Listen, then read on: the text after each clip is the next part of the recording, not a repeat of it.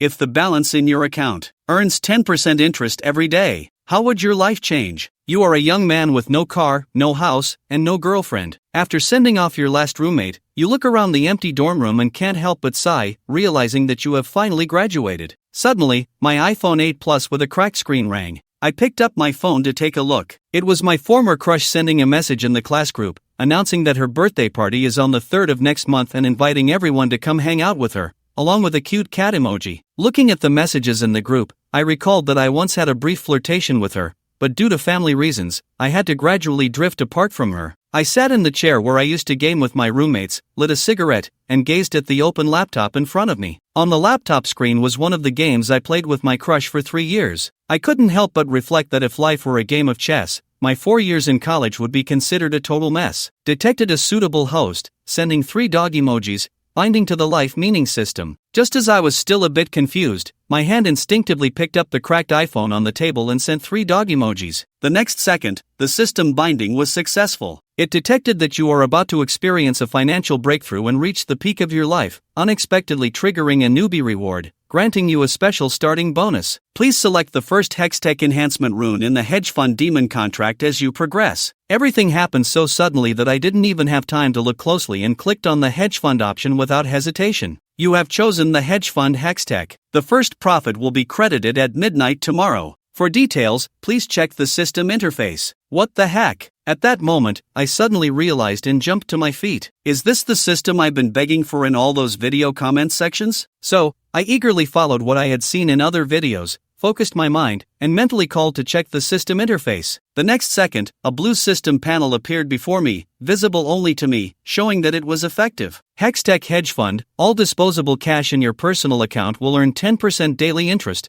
with a maximum interest of 100,000 yuan. I read the content in front of me carefully, and then I couldn't help but laugh in disbelief because the system panel prominently displayed the number 10%, and it was daily interest. I recalled seeing money market funds, where the better yields are around 4%, some might reach 6%, but most are between 2% and 3%. Yet, mine is an astonishing 10%. Thinking about this, I couldn't help but be amazed again. What does a 10% monthly interest rate even mean? Even loan sharks don't offer such outrageous rates. Even though there's a cap of 100,000, if I had 1 million for a month, the interest alone would be 300,000 a month. If I really got 300,000, why would I need to work or look for a job? While I was still immersed in how to spend that 300,000, I suddenly realized a problem. I seem to have number 1 million. Not only do I not have it, but even my family might not be able to come up with 100,000. I thought about selling my family's old house, which might be worth a few $100,000, but I can't just tell my parents that I bought a system and ask them to sell the house for me. Moreover, according to the system interface, the money must be fully at my disposal, not just temporarily in my account. Thinking about this made it seem even more difficult. Thinking this over, I planned to gather all my money, but in the end, I looked at my WeChat balance of 973 yuan and fell into deep thought. I opened Alipay and checked the Huabei interface, seeing a limit of 2,000, and then looked at the 4,731 in Jiabei, sinking back into contemplation. My previous entrepreneurial failures, combined with the many expenses in college, turned me into a wealthy person at a young age. I checked other apps on my phone and was shocked to find not just Jiabei, but also several thousand in Jintiao and over 10,000 in a certain app, all unpaid. I decided to take a gamble and downloaded a few unknown apps from the App Store. After some operations, my WeChat balance became 8,273 yuan. Looking at this balance of less than 10,000, I suddenly had an idea. If it's just about having control, then borrowed money from friends should count too. I opened my WeChat contacts, hesitated for a long time, and finally chose 2 people to send a voice message. Ding! A few minutes later, WeChat lit up, showing a contact from my first friend, who sent a transfer of 3,000 yuan. It came with a voice message. I opened the voice message, and a teasing voice said, "If my son is in trouble, of course, Dad has to support him." After listening to the message, I couldn't help but smile. Looking at Yang Hao, an old friend, I replied with a rolling emoji and accepted the transfer. Unfortunately, it was only 3,000. Although Yang Hao came from a good family, he loved to play and had a girlfriend who spent money. His family gave him 8,000 a month for living expenses, so he hardly saved anything. I figured this 3,000 was probably all he had left, so I couldn't ask for more. I continued looking at another friend on WeChat, a childhood buddy, but I wasn't in a hurry. It was only a little past 5, so I lay back on my bed and studied the system again. Ding! I had unknowingly fallen asleep while studying the system. When I picked up my phone, I realized it was already past 7. The message came from another contact, Lu Zishi, whose name was just that. His message was simple: "Can you pay me back in 3 months?" Seeing this childhood friend, I didn't explain much and simply replied with one word. A few seconds later, Lu Zishi sent a transfer on WeChat. Ding! Please receive 50,000 yuan. I looked at the 50,000 yuan transfer on my phone. Although I had a good relationship with Lu Zishi since middle school, his family was also just average. However, Lu Zishi then briefly explained, and I realized this was his down payment for a car. He originally planned to pick it up during the National Day holiday,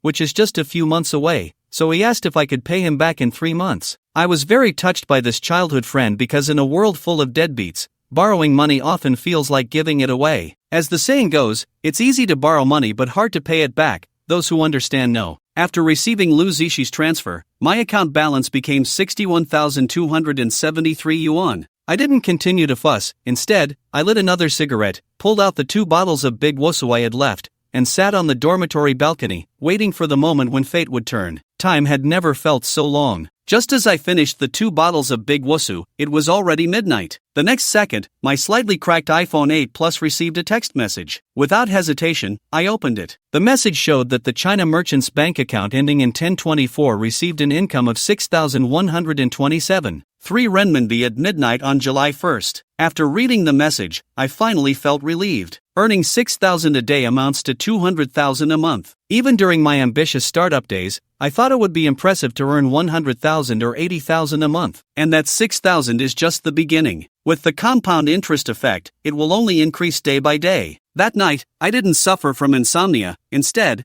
I felt an unprecedented sense of relaxation. The pressure from my previous startup failures had been suffocating, but thinking about finally being able to live a good life made me incredibly happy. With that relaxed and joyful feeling, I fell into a deep sleep. The next morning at 9 a.m., I woke up in my dorm bed. While staring at the somewhat moldy ceiling, I suddenly remembered something and sat up abruptly. I found my phone on the desk and opened the China Merchants Bank app. Seeing that 6,000 still reflected in my bank balance finally put my mind at ease. It seemed I hadn't dreamed at all. This was real. With my exceptionally rich life experiences over 4 years in college, I can't say I'm very mature, but my ability to handle pressure and regulate my emotions is probably outstanding among my peers. Even if I discovered now that it was all just a dream, I might feel disappointed, but it wouldn't shake me too much. What should I do next? As I pondered how to expand my capital, I realized that despite having over 60,000, I couldn't think of anything that could expand it in a day, because I truly had that capability. I would no longer be just one of the ordinary masses. I didn't think too much and put down my phone to wash up. While washing, I stared at my disheveled reflection in the mirror. Although I was handsome, I wasn't as good looking as you all in the videos. I definitely needed a haircut. During my exhausting internship,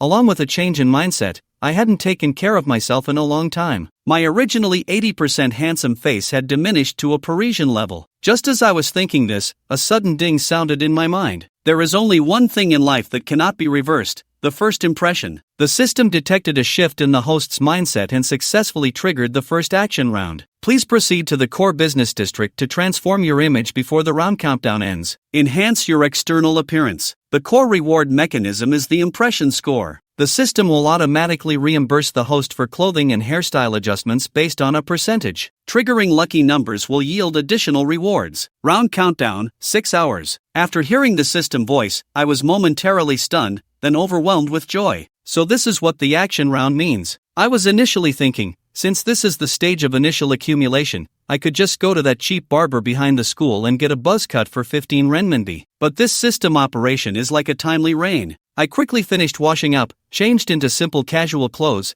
and put on the classic black Converse sneakers I had bought at a discount store. I rushed out of the school gates because 6 hours seemed ample, but with the scoring mechanism, it meant I had to make the best choices possible, so time would be tight. I didn't even have time to eat breakfast and, gritting my teeth, pulled out a taxi app one hadn't used in a while. I set the destination to Mingcheng Hanglung Plaza, which was built a few years ago and mainly hosted luxury brands. It definitely qualifies as the core business district mentioned by the system. Before long, I arrived at Hanglung Plaza. Standing on the steps in front of the plaza, I took out my phone and began searching for nearby barbershops. Looking at the flagship stores on my phone, high-end, custom men's haircuts with various English and Japanese names. I couldn't help but feel conflicted. But then I thought, since the system is here, if I can't choose, I might as well just pick the most expensive one. Although the most expensive isn't necessarily the best, in a competitive service industry, the price at least sets a lower limit. Sorting by price, I quickly zeroed in on a hairstyling studio called Tom. I checked the address, and this studio was located on the 6th floor of Hanglung Plaza.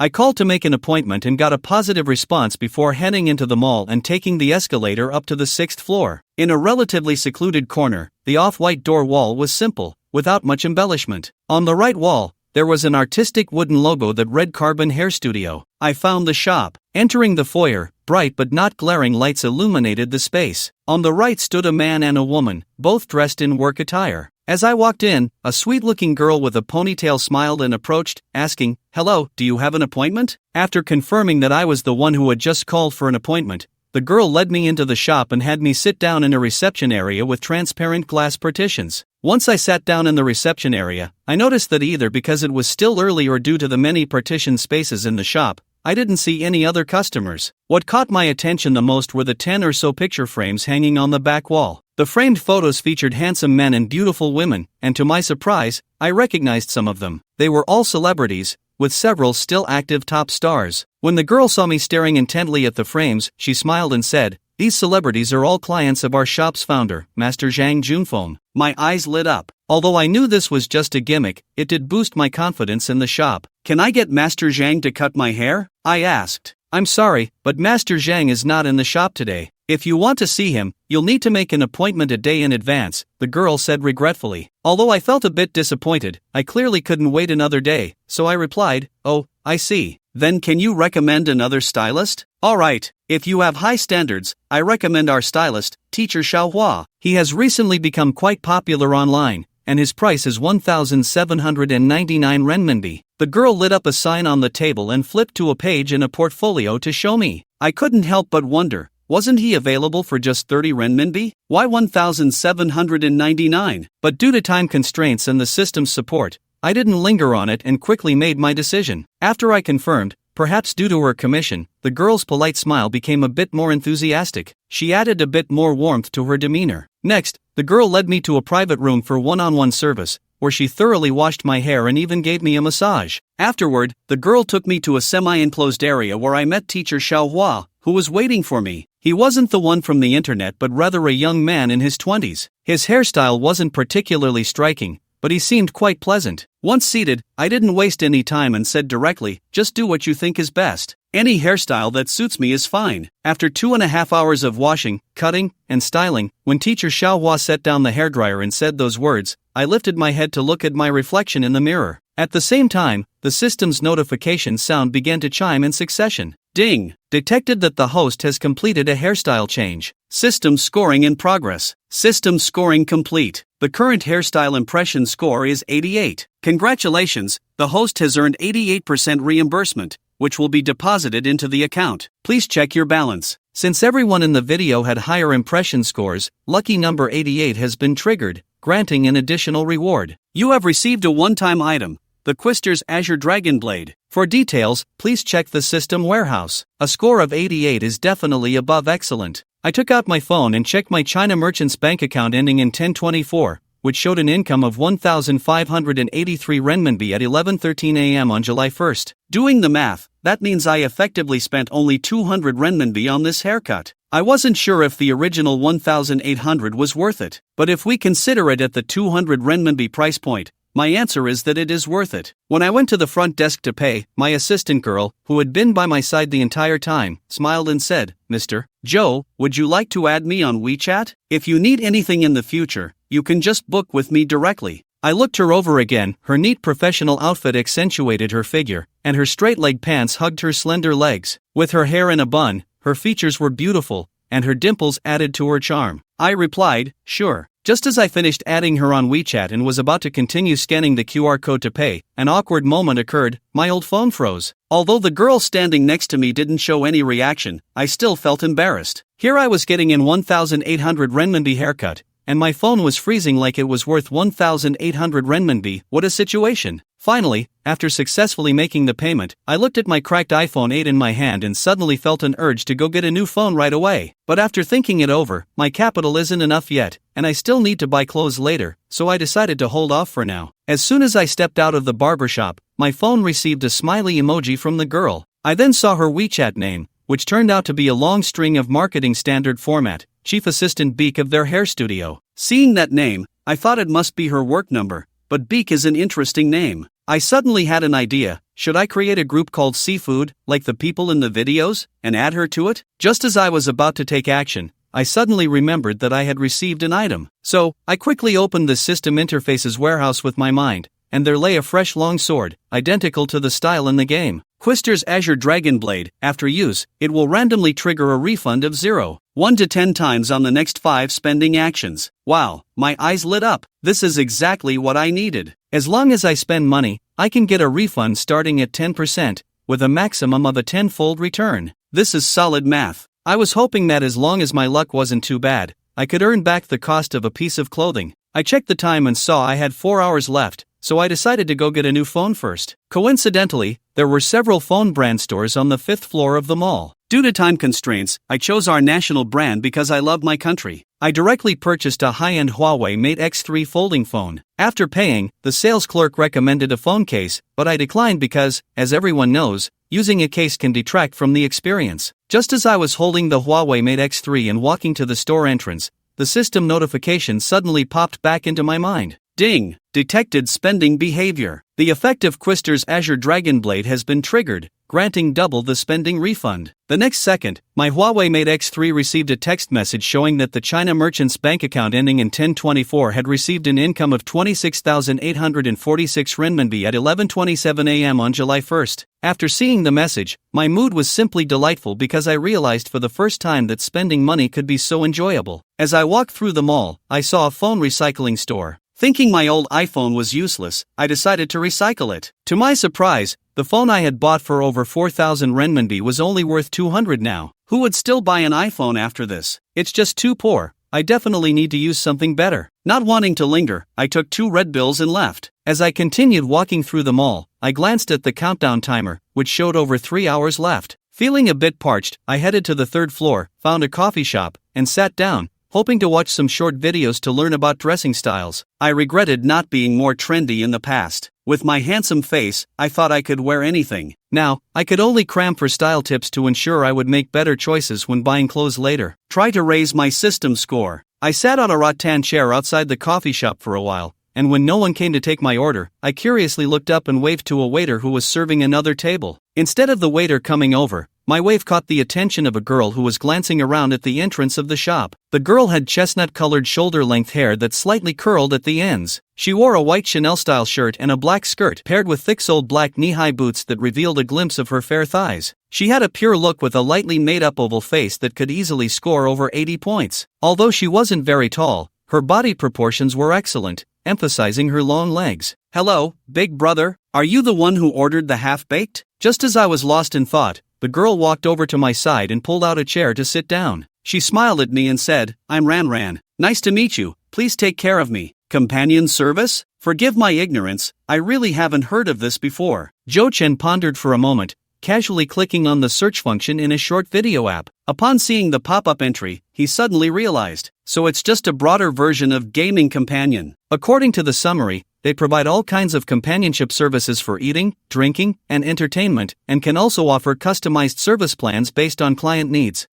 There's a lot of room for imagination. Zhou Chen glanced at a few comments. It seemed this industry had a pretty bad reputation. While Zhou Chen silently stared at his phone, the girl curiously said, "Brother, why aren't you talking to me?" Ran thought Zhou Chen wasn't interested in her and wanted to switch to someone else. Although this situation rarely happened to her, everyone has their preferences, and not everyone would like her type. She felt a bit disappointed because the boy in front of her was really handsome, quite her type. It was rare to find a client with such striking looks, but she wasn't too disappointed, as she could tell at a glance that this boy didn't have much financial power. Aside from the brand new iPhone 15 PM in his hand, he was dressed in cheap street market goods, which meant that even if he took this job, he probably wouldn't tip much.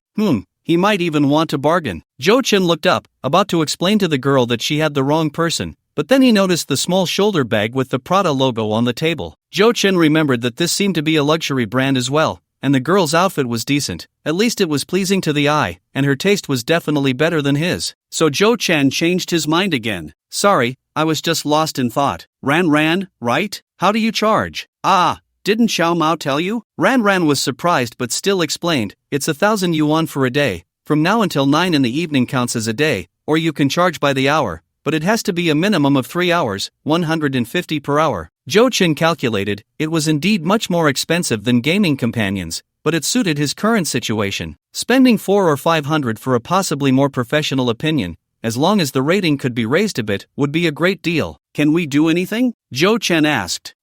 Brother, we provide pure green services, and we must maintain mutual respect during the process, no inappropriate behavior. Ran didn't expect Jo Chin to ask so directly, so she quickly replied, and after finishing, she winked at him with a smile. But maybe if we meet a few more times and get to know each other better, we can unlock more things. Jo Chin knew she misunderstood, but he didn't explain. As for the little schemes in Ran's words, they didn't stir much in his heart. Getting along? More like getting money. Although he hadn't really harmed girls before, during his peak, he had been surrounded by beauties, he had seen all types, just lacking practical experience. Here's the thing, I plan to buy a few outfits and need someone to help me with references. Are you okay with that? We can charge by the hour. Buying clothes? Of course, I can help with that. It's simple. Ran nodded with a smile. Time is tight, so let's go. With a strategist accompanying him, Jo Chin didn't want to drink coffee anymore. He stood up and called for Ran to head towards the elevator together. Most of the clothing brands in Hanglong were concentrated on the first and second floors,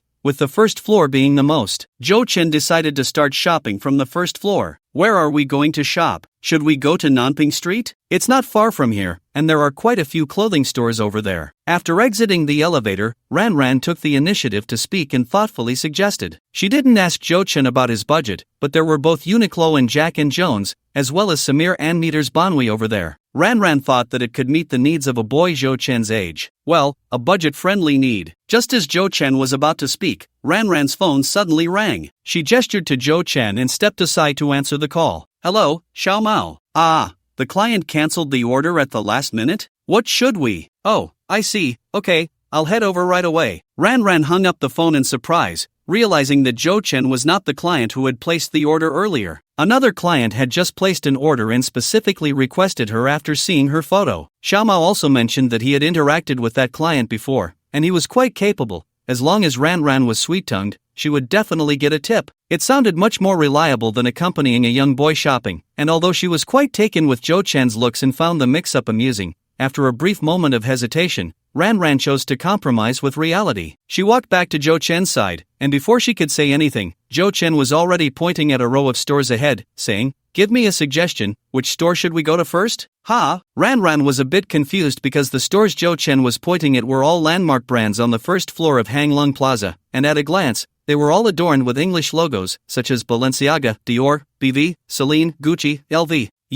You want to buy clothes from these stores? What else would I be doing at Hanglong Plaza? Jo Chin looked a bit puzzled. Escaping the heat? Ran said cautiously. So do you have any suggestions or not? Jo Chin vaguely understood why Ran was surprised, but he didn't want to think too much about it and impatiently asked. He was really in a hurry.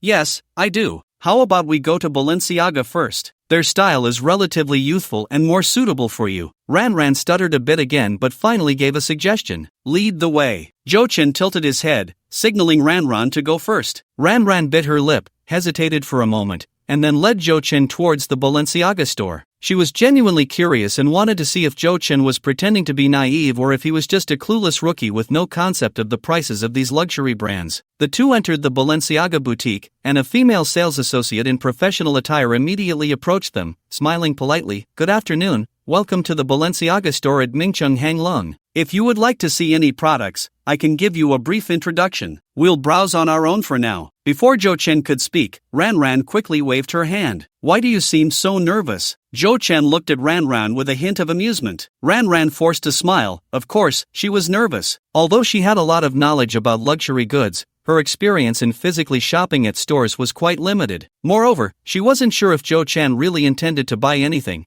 and she was already feeling awkward inside. This was a common psychological state for many people, as it always felt embarrassing to walk around in such places without buying anything. Zhou Chen, however, didn't have as many thoughts as she did. In the past, he wouldn't have entered such places, but now he felt confident and his mindset was naturally calm. However, Zhou Chen, who was entering a luxury store for the first time, found nothing particularly strange about it. The sales attitude in the store was also very good, without any melodramatic scenes of looking down on people. After Ran said a few words, aside from bringing over 2 bottles of Evian Midway, the staff just followed from a distance, always maintaining a smile on their faces. In fact, in today's era, the competition in the luxury goods industry is equally fierce. As a service industry, they have increasingly strict requirements for their sales. Most luxury brand store salespeople start with a bachelor's degree and have undergone professional training and assessments. Their quality is beyond your imagination. On the contrary, some ordinary brand store sales often bring a poor shopping experience. Of course, you must avoid encountering salespeople who waste customer seats all day.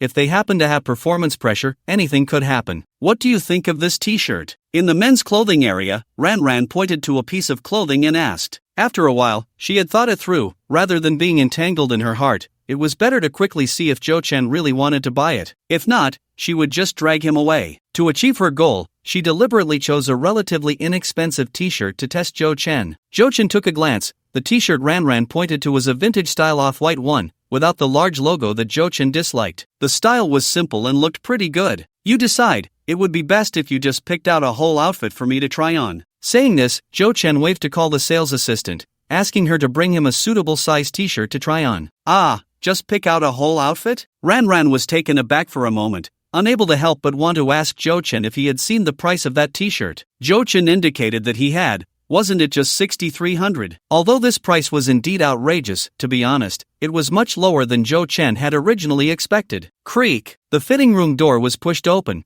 and Zhou Chen walked out in a brand new outfit, instantly brightening Ran's eyes. At that moment, even she couldn't help but admire her own taste. Considering Zhou Chen's looks were already eye-catching enough, overly flashy clothes would only overshadow his inherent handsomeness, so Ran had chosen a simple style when picking clothes. A light-colored denim jacket paired with matching straight-leg pants, white sneakers on his feet, and an antique silver brass necklace. It not only retained a youthful vibe but also highlighted Zhou Chen's slightly rebellious charm. If Ran were to score it, it would definitely be a 10. Zhou Chen originally wanted to ask Ran for her opinion, but after seeing her starry-eyed expression, he felt it was unnecessary, so he walked to the mirror to assess himself. It should be pretty good. Zhou Chen looked around and felt quite satisfied. Anyway, if he were to match it himself, he wouldn't have the confidence to do better, so he decisively called out to Ran, "Let's go." Ran hadn't reacted yet when Zhou Chen had already waved to the sales assistant, who had been busy and was now standing with her arms crossed, waiting. "I'll take everything I'm wearing. Where do I check out? Oh,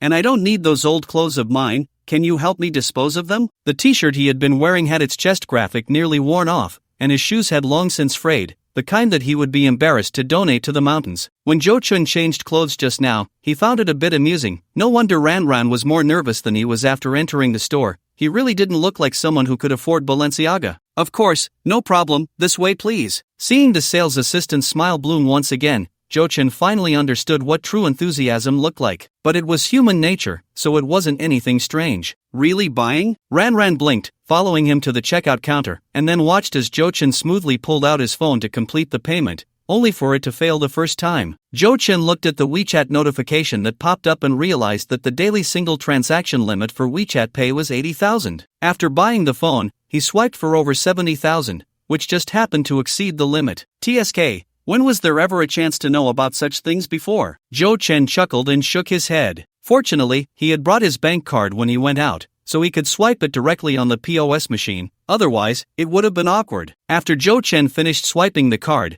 the anxious heart of Ran also settled down. She couldn't help but glance at Zhou Chen's profile, her breath quickening, and a flush crept up her fair cheeks. Ah, being handsome and rich is just too unfair. Zhou Chen suddenly felt a wave of warmth beside him, which was quite abrupt in the air-conditioned store, but he had no time to ponder it. He was waiting for feedback from the system. Finally, at checkout, the jacket was 25,500, the pants 18,300, the t-shirt 6,300, the shoes 9,900, the necklace 4,700, plus a pair of sunglasses. Zhou Chen chose to boost his score for 4,250, and 2 pairs of underwear he added last minute for 3,800, totaling 72,750 yuan. Previously, with the double return from buying the Apple phone, Zhou Chen had just over 80,000 yuan on hand, so buying this outfit could be considered a gamble. Fortunately, the prices of the clothes Ran picked added up just right, otherwise, Zhou Chen would have to pay in 2 installments, wasting a chance for a Qinglong knife return. This knife has to be powerful. Zhou Chen was even less concerned about the system's score at this point. After all,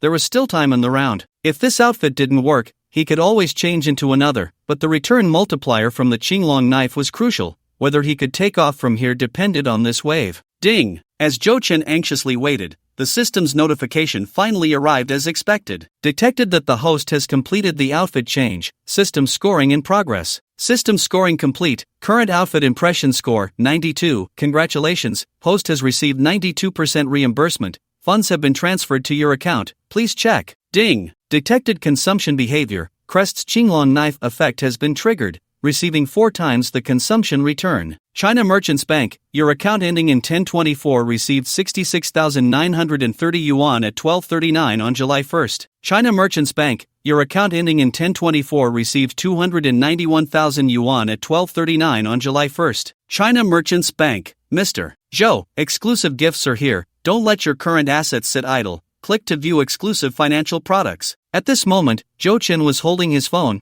and after the system notification, a series of text messages followed with ding dong 4 times. Zhou Chen glanced at the amounts in the messages, finally confirming he hadn't misheard. Wow, is it really that powerful? Nearly 300,000 yuan. Zhou Chen was thrilled until the clerk asked him for his phone number for points, bringing him back to reality. At Balenciaga, becoming a member is automatic with any purchase, but this membership doesn't hold much significance. To become a VIC of Balenciaga, one needs to spend over 500,000 a year, which allows for priority purchasing of limited editions, participation in some products at 30% off, and access to exclusive events like early access to haute couture exhibitions, which are essentially closed-store events. VIC stands for Very Important Client. It's worth mentioning that the haute couture offered at these luxury closed-store events is just slightly harder to buy ready-to-wear. True haute couture is not of this level. However, even though Zhou Chen didn't become a VIC in one go, the clerk enthusiastically added him on WeChat and still gave him several gifts. There was a transparent travel cup, 3 lip balms, and a thick item that looked like a combination lock. What is this thing? Zhou Chen turned it over and over, puzzled, and asked. It seems to be a snowboard lock. As the two of them spoke,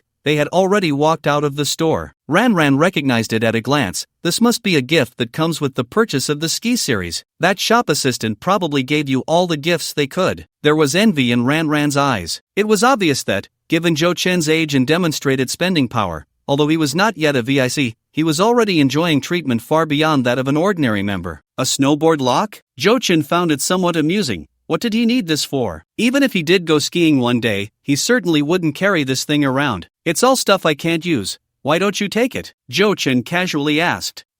Ran was taken aback for a moment and instinctively declined. Is that okay? Just take it. I find carrying a bag a hassle. Seeing the clear excitement on Ran's face, Zhou Chen directly handed it over. I'm quite satisfied with this outfit. Consider it a thank you gift. Just in time for summer, I was about to buy lip balm. You're so thoughtful, brother. I won't be polite then, thank you. Ran smiled sweetly, taking the gift bag, and in her heart, Zhou Chen's image grew even taller. Of course, it wasn't just because Zhou Chen gave her something, but because of his disdainful attitude towards these luxury store gifts. She had seen many people flaunting such items on social media, receiving plenty of likes and admiration, as these gifts were symbols of spending power. And although they were just gifts, they were also clearly priced on luxury brand websites. For instance, Ran knew that this transparent travel cup alone was priced at 1,900. She wasn't sure about the prices of the lip balm and snowboard lock, but together they must add up to a few thousand. This had nothing to do with their quality, only with the logo, and there would always be people willing to buy them,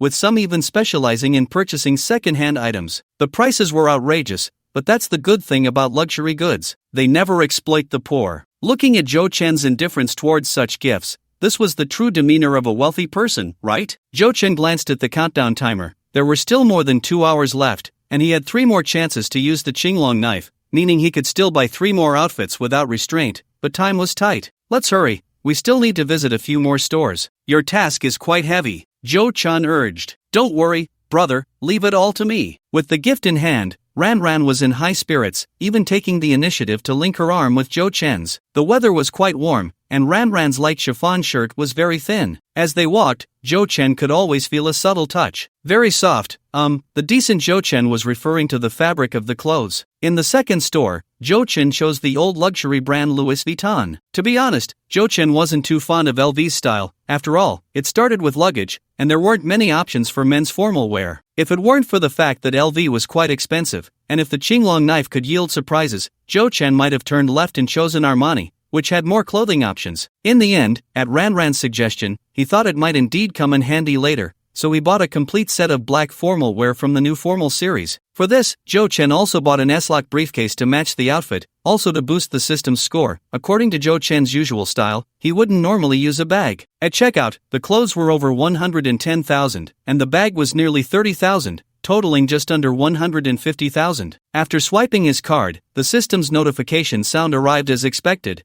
with an impression score of 81. Well, it seemed even the system didn't like LV's clothes. It appeared he did have some taste. Jo Chen secretly complained. Thankfully, he paired it with a bag, or he might not have even reached 80 points. The return rate is only 81%. If we don't count the return from the Qinglong knife, it means a loss of 30,000 this time. What disappointed Jo Chen was that the Qinglong knife didn't trigger a critical hit again, only giving a 0.5 times return, which is over 70,000. Fortunately, after back and forth, he ended up making a profit of over 40,000. If it had been a 0.1 times return, he would still have lost. Brother, I've not been feeling well lately. Can you help me with a small favor? Jo Chen was about to call Ranran to the next store when she suddenly stopped. As if to emphasize that it was just a small matter, Ranran pinched her two fingers together and gestured, looking very cute. You say, it's like this, I want to change my phone wallpaper because people say that when you're feeling down, you should look at handsome guys often. But I can't find a suitable picture, so, can I take a few photos of you? Ranran stood with her hands behind her back, leaning slightly forward, looking at Jo Chen with bright eyes, and at the end, her mouth curled up, revealing a playful smile. Jo Chen was initially confused, but when Ranran revealed her intention, he finally reacted. Damn! Jo Chen's eyelids twitched, and for a moment, only these two words remained in his mind. Just listen, everyone sit down and listen carefully. What does it mean to be articulate? Clearly asking to take photos for herself, yet Ranran spoke in a pleading tone, even saying she wanted to use the photos as her wallpaper, while also complimenting Jo Chen. Who wouldn't be confused by that? Jo Chen decided to retract his previous evaluation. How could such a girl be described as calculating? Even the king himself would see her as a considerate little sister. Of course, Jo Chen couldn't find a reason to refuse. No normal man would turn down a request from a beautiful and capable girl like this.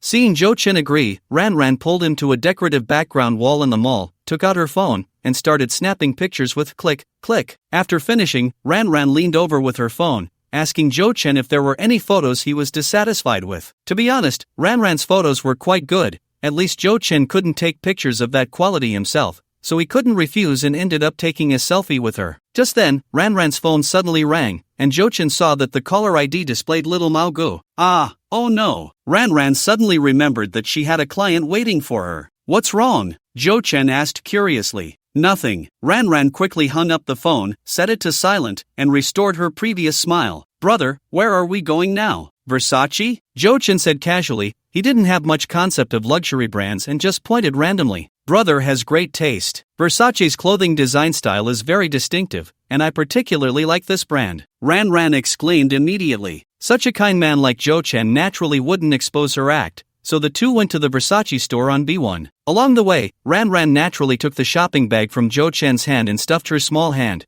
which had been wiped with a wet tissue, into Jo Chen's palm, cold and refreshing, greatly enhancing Jo Chen's shopping experience. At Versace, they selected a coat and casual outfit, totaling 93,000, with a system rating of 93, 1 point higher than Balenciaga, but unfortunately, it still didn't trigger the lucky number. Jo Chen's luck seemed to have run out as well. This time, the Qinglong knife only triggered a pitiful 0.3 times return, resulting in a small profit of 20,000 overall. At this point, the total amount on Jo Chen's card, after several ups and downs, reached around 450,000. After leaving the Versace store, Jo Chen fell into a brief contemplation. After Jo Chen intentionally quickened the pace, there were less than 40 minutes left in the countdown for this round, and the Qinglong knife had only one last chance for a refund. Originally, Jo Chen planned to keep buying clothes, but he suddenly realized a problem. If he wanted to accumulate wealth more quickly, it would be best to spend all the money he had during the last refund opportunity. With the reimbursement system supported by impression points as a safety net, even if the refund multiplier was not satisfactory, he couldn't lose too much. However, if he could trigger a critical hit one last time, that would be a big profit. Relying solely on buying a set of clothes from these luxury stores to reach that amount was actually a bit difficult. After all, their available items, no matter how expensive, weren't that pricey, and there were no ready-made haute couture options for him to choose from.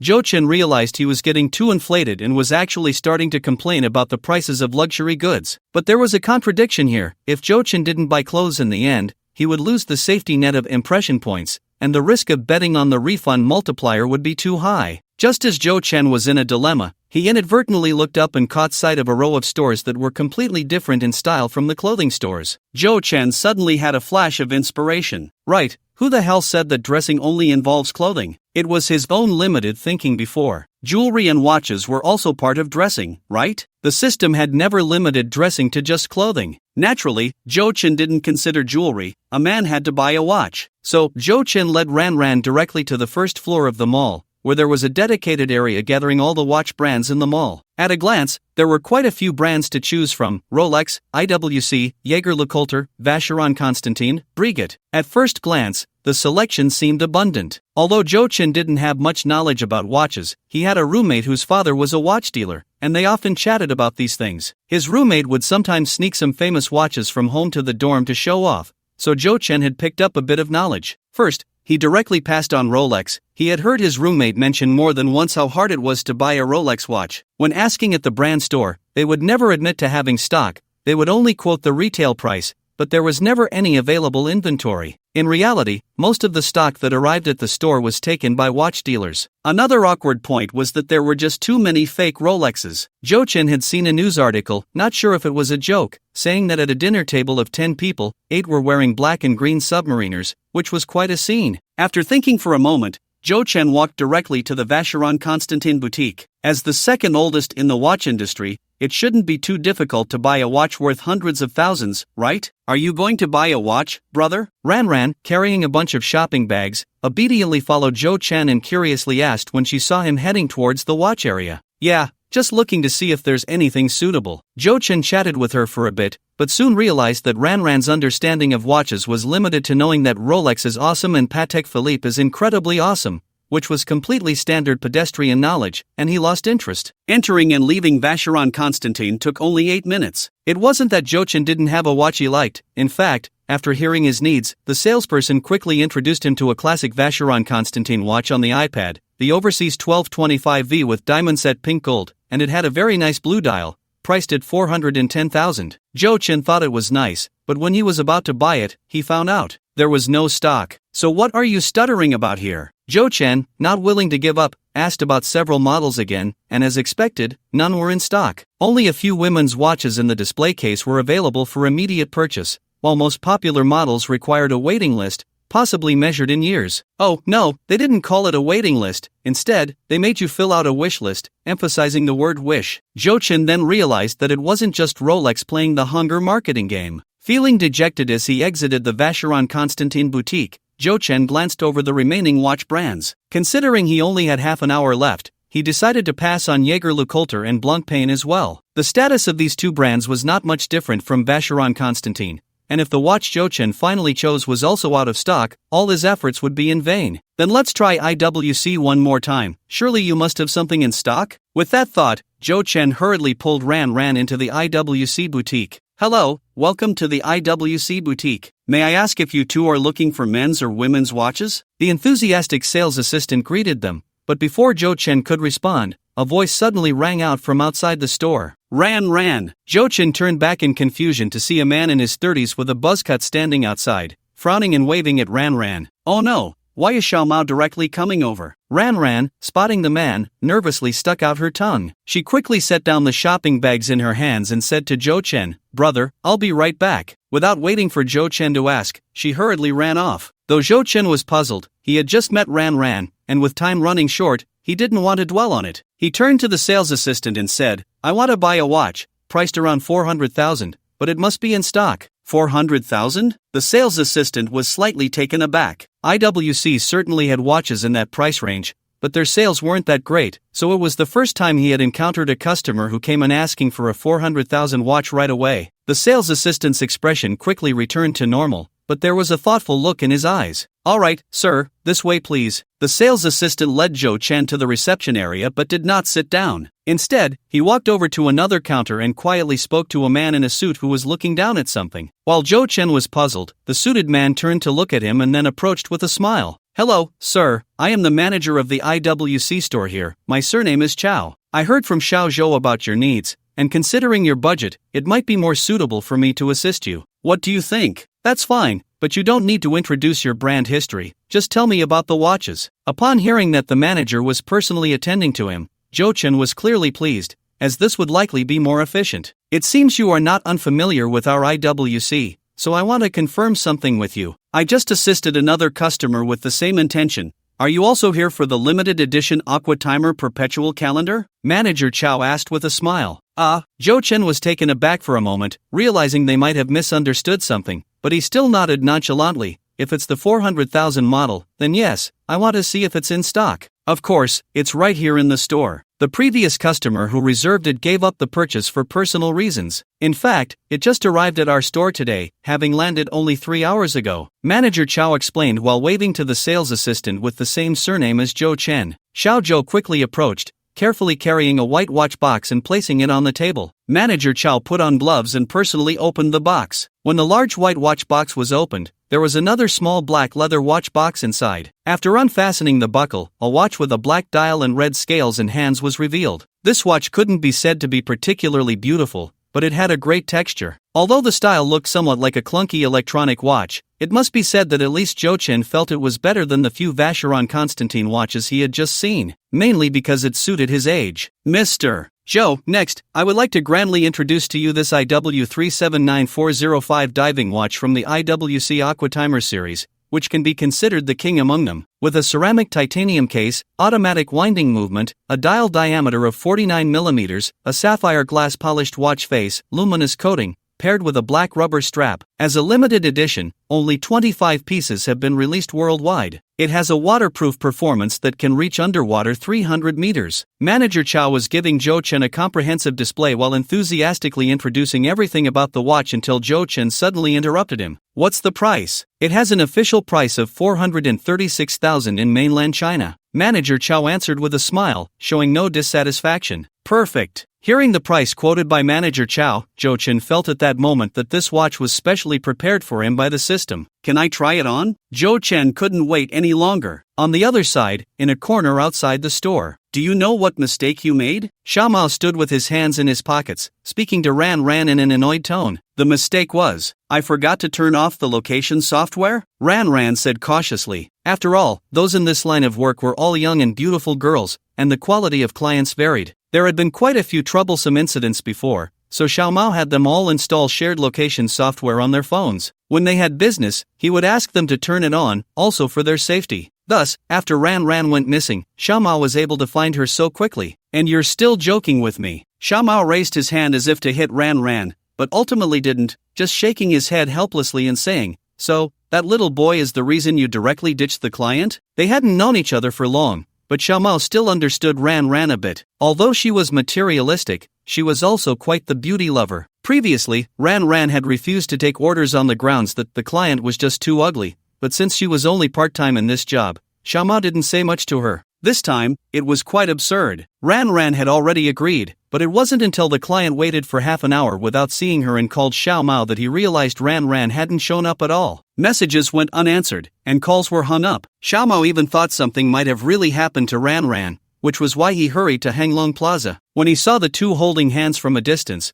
Xiaomao thought he had grasped the truth. "I've never forbidden you from dating, but you accepted the order and then stood the client up. Isn't that a bit much?" Thinking of this, Xiaomao felt a surge of anger. "No, Xiaomao, you misunderstood." Ran Ran briefly explained how she met Joe Chen. "I was just shopping with him, and I didn't have time to check my phone. By the time I remembered, it was already too late." "So you just met?" Xiaomao was taken aback, then shook his head and said, "Forget it, that's not important. Let's go." "Where to?" "Of course, to apologize." Xiaomao coldly snorted, Although I've already asked Chin to temporarily cover for you, the client still has a lot of objections. It's best if you come with me to apologize in person. That client is quite powerful, and I can't afford to offend them. But I've already promised my brother to accompany him to buy a watch, and I think he's quite powerful too. If he's buying IWC, his family background should be decent. But that's about it. Unlike Ran, who was a novice with watches, Xiao Go had quite a bit of knowledge about them. After all, the people he dealt with mostly collected watches. Not understanding this was not an option. He had his own set of standards for judging watch brands. The simplest way to gauge a watch brand's level is to look at the price range of its best-selling models. For instance, IWC claims to be on par with Rolex,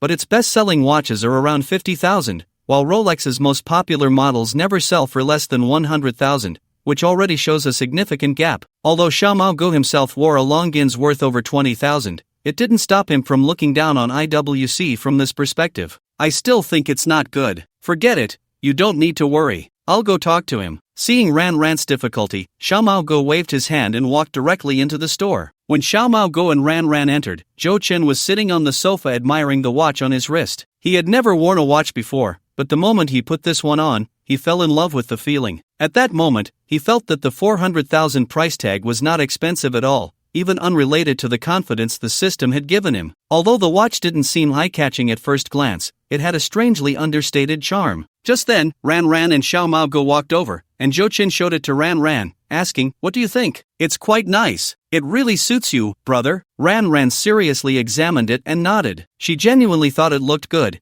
and Zhou Chen was wearing the casual outfit he had just bought from Versace, which matched the watch in both color and style. Then it's settled. Zhou Chen had already made up his mind, and since Ran thought it looked good too, this watch should earn some good impression points. While Zhou Chen was showing it to Ran, Xiao Go instinctively took a glance. It really is quite nice, but it's not one of the IWC models he was familiar with. Xiao Go didn't mind. He stepped forward and smiled. "Hello, I'm Ran's boss, and there's something. Could you wait a moment?" At that moment, Zhou Chen had no interest in listening to a stranger ramble on, especially since there was little time left in the round, and he didn't want to delay any further to avoid any mishaps. Interrupted by Zhou Chen, Xiao Go frowned but held back. "I'll take this watch. Where do I pay?" Zhou Chen looked at Manager Chow, who had been quietly waiting. Out of professional courtesy, Manager Chow didn't show any unusual reaction, but he was still somewhat surprised by Zhou Chen's decisiveness. It should be noted that from the moment Zhou Chen stepped into the store until now, it hadn't even been 10 minutes. The client who had come to look at the watch before clearly liked it as well, but since it was a 400,000 item, they couldn't make a decision right away. Manager Chow hadn't expected to sell this watch smoothly. "Mr. Zhou, although you've made your decision, I think it's still necessary to explain a fact to you." "You say?" Seeing Manager Chow's seriousness, Zhou Chen patiently listened. "We, IWC, have actually launched different promotions for many popular watch models. In short, if you purchase most of our models, you can receive varying discounts. As for watches in the 400,000 price range, you still have a few options to choose from, such as the Pilot Series IW503604 and the Portuguese Series IW503406, among others," Manager Chow said earnestly. "Among these choices, you might find a style you like, but if you decide to buy this limited edition piece, you won't receive any discounts and will have to purchase it at the public price of 436,000. So, cough. When Manager Chow was reminding Zhou Chen, Xiao, who was pouring himself a cup of water from the teapot on the table, choked. He looked over in shock, unsure whether to focus on Zhou Chen or the watch in his hand. "Limited edition? You just said limited edition." He doubted whether he had heard it wrong. "This watch costs over 400,000? Xiao wasn't usually the type to lose his composure, but at that moment, his expression was hard to control and somewhat twisted. Manager Chow's words were interrupted by his coughing, and Zhou Chen frowned and glanced at him. Xiao instinctively made an apologetic gesture. Compared to Xiao, Ran also found the price of over 400,000 for a watch quite exaggerated, but having witnessed Zhou Chen's lavish spending in luxury stores, she wasn't too surprised. Instead, it felt somewhat natural. Although Manager Chow hadn't finished his sentence, Zhou Chen already understood his meaning. That is, if Zhou Chen bought another watch in the same price range, he might receive a discount, but this watch had to be purchased at the original price, which felt a bit like a loss. Manager Chow was quite considerate of the customers. What could be criticized about such a shopping experience? Feeling emotional, Zhou Chen smiled and shook his head, saying, "Thank you, but I won't consider the others. Let's swipe the card." "Okay, please wait a moment. Manager Chow didn't say much more and quickly went to the front desk to get the POS machine. It wasn't until the receipt printed out showing 436,000 renminbi that Xiao Mao fully confirmed that this young man he thought was just a kid had indeed spent over 400,000 on an IWC. Bro, that's IWC. Xiao Mao had many wow moments in his heart that he didn't know how to express. It wasn't that a 400,000 watch could make him lose his composure, he had seen watches in the million range before. The issue was that this was an IWC. Simply put,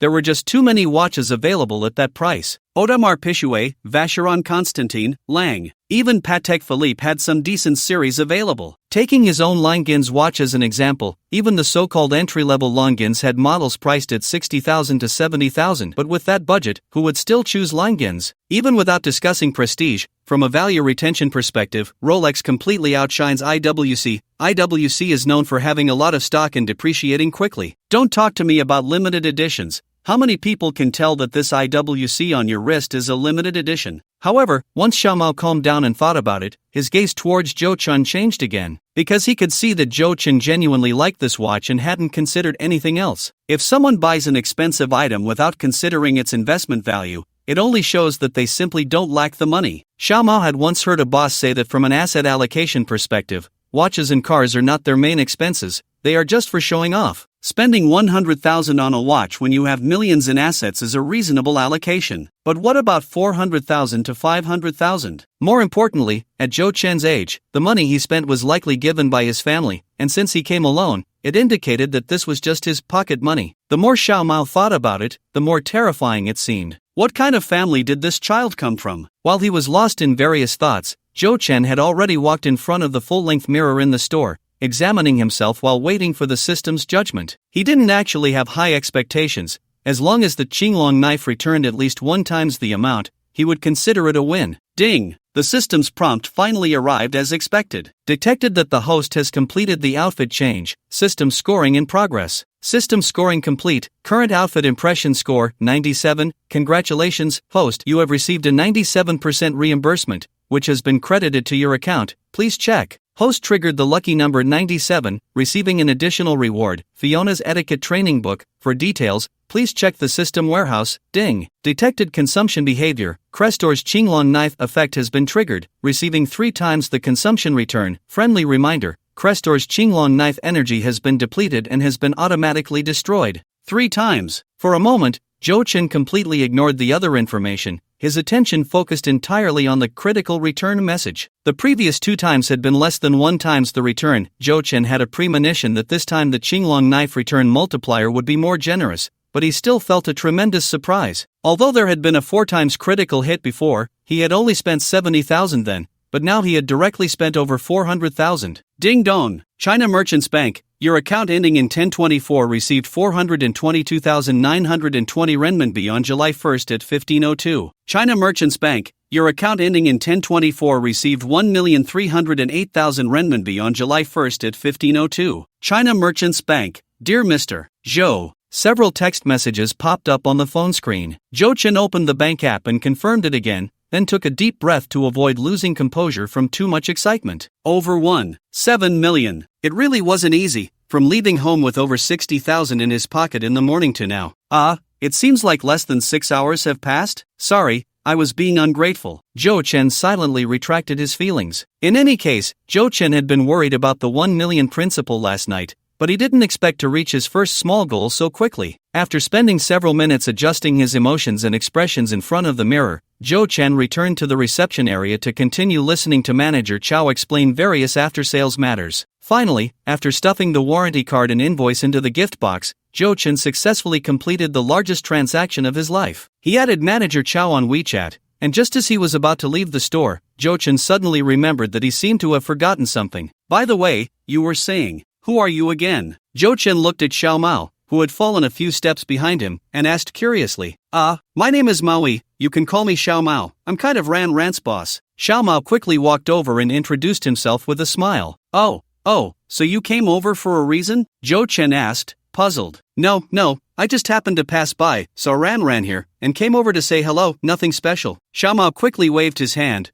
Well, I wish you both a good time, I won't disturb you too. Meanwhile, Ran Ran was unaware of Xiaomao's brief psychological changes. She was just a bit confused. I don't have to apologize anymore? Zhou Chen watched as Xiaomao go quickly walked away, feeling somewhat puzzled. If he remembered correctly, when this little Mao was called Ran Ran, her expression didn't seem too good. Brother, where are we going now? Are we still buying things? Ran Ran, who was helping Zhou Chen carry a large pile of shopping bags, asked with a cheerful smile. Zhou Chen didn't understand why she seemed happier than he was, despite having over 1 million. He didn't delve into it. At that moment, he just heard the system's prompt about the end of the round, and his body and mind relaxed, followed by a wave of fatigue. Shopping was really exhausting. He didn't know how girls managed to enjoy it so much. Zhou Chen had originally planned to have a big meal at the mall, but now he had no appetite for that. It would be more convenient to go back to the cafeteria and pack a portion of pig trotter rice. It's about time, I should head back, Zhou Chen said, shaking his head.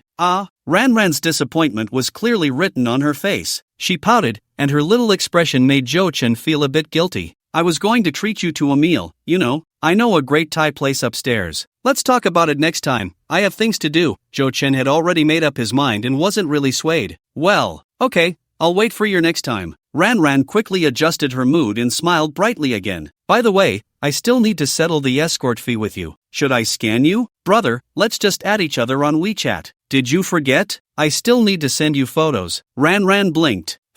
So she was waiting for me to take pictures just now. But did she think I didn't know that Apple phones can airdrop? Alright then. Zhou Chen smiled, opened his QR code business card, and let Ran Ran scan it. After adding each other as friends, Ran Ran followed Zhou Chen downstairs, and when the car he called arrived, she helped carry the things into the car before waving goodbye to him. Phew, long day. Once he could no longer see Ran Ran's figure in the rearview mirror, Zhou Chen slumped back in the back seat of the Passat and let out a sigh. Ding dong, ding dong. At that moment, 2 messages popped up, and when Zhou Chen took out his phone, it was indeed WeChat messages from Ran Ran. Brother, let's get to know each other again. Hello, my name is Su Yajing. Then, as if to prove something, Ran Ran's third message was a photo of her ID card, with all other information blurred out, leaving only the photo and name clear. She looked pretty good even without makeup. Zhou Chen was a bit surprised and casually replied, Zhou Chen. He then opened the transfer window, thought for a moment, and directly transferred 1,000 over. In fact, Ran Ran had accompanied him for about 3 hours, but considering she had indeed helped him a lot, and most importantly, made him very happy, he didn't mind giving a little extra tip. Of course, he also gave most of the gifts from LV and Givenchy to Ran Ran, keeping only an eye mask from Givenchy, which he actually needed. Ding dong! His phone rang again, and to Zhou Chen's surprise, Ran Ran. No, Su Yajing actually returned his transfer. Did she think it was too little? Zhou Chen didn't understand and sent a question mark back. You've already paid me. When? When I was happy. And being with you, I'm very happy. Little girl covering her face and peeking. Zhou Chen suddenly didn't know how to respond. So, pretty girls can also say cheesy lines? But it seemed quite effective. Zhou Chen shook his head with a smile, not insisting on the transfer any longer. He chatted casually with Su Yajing while sinking his thoughts into the system warehouse during the smooth drive of the chauffeur. After raising the impression score with his watch,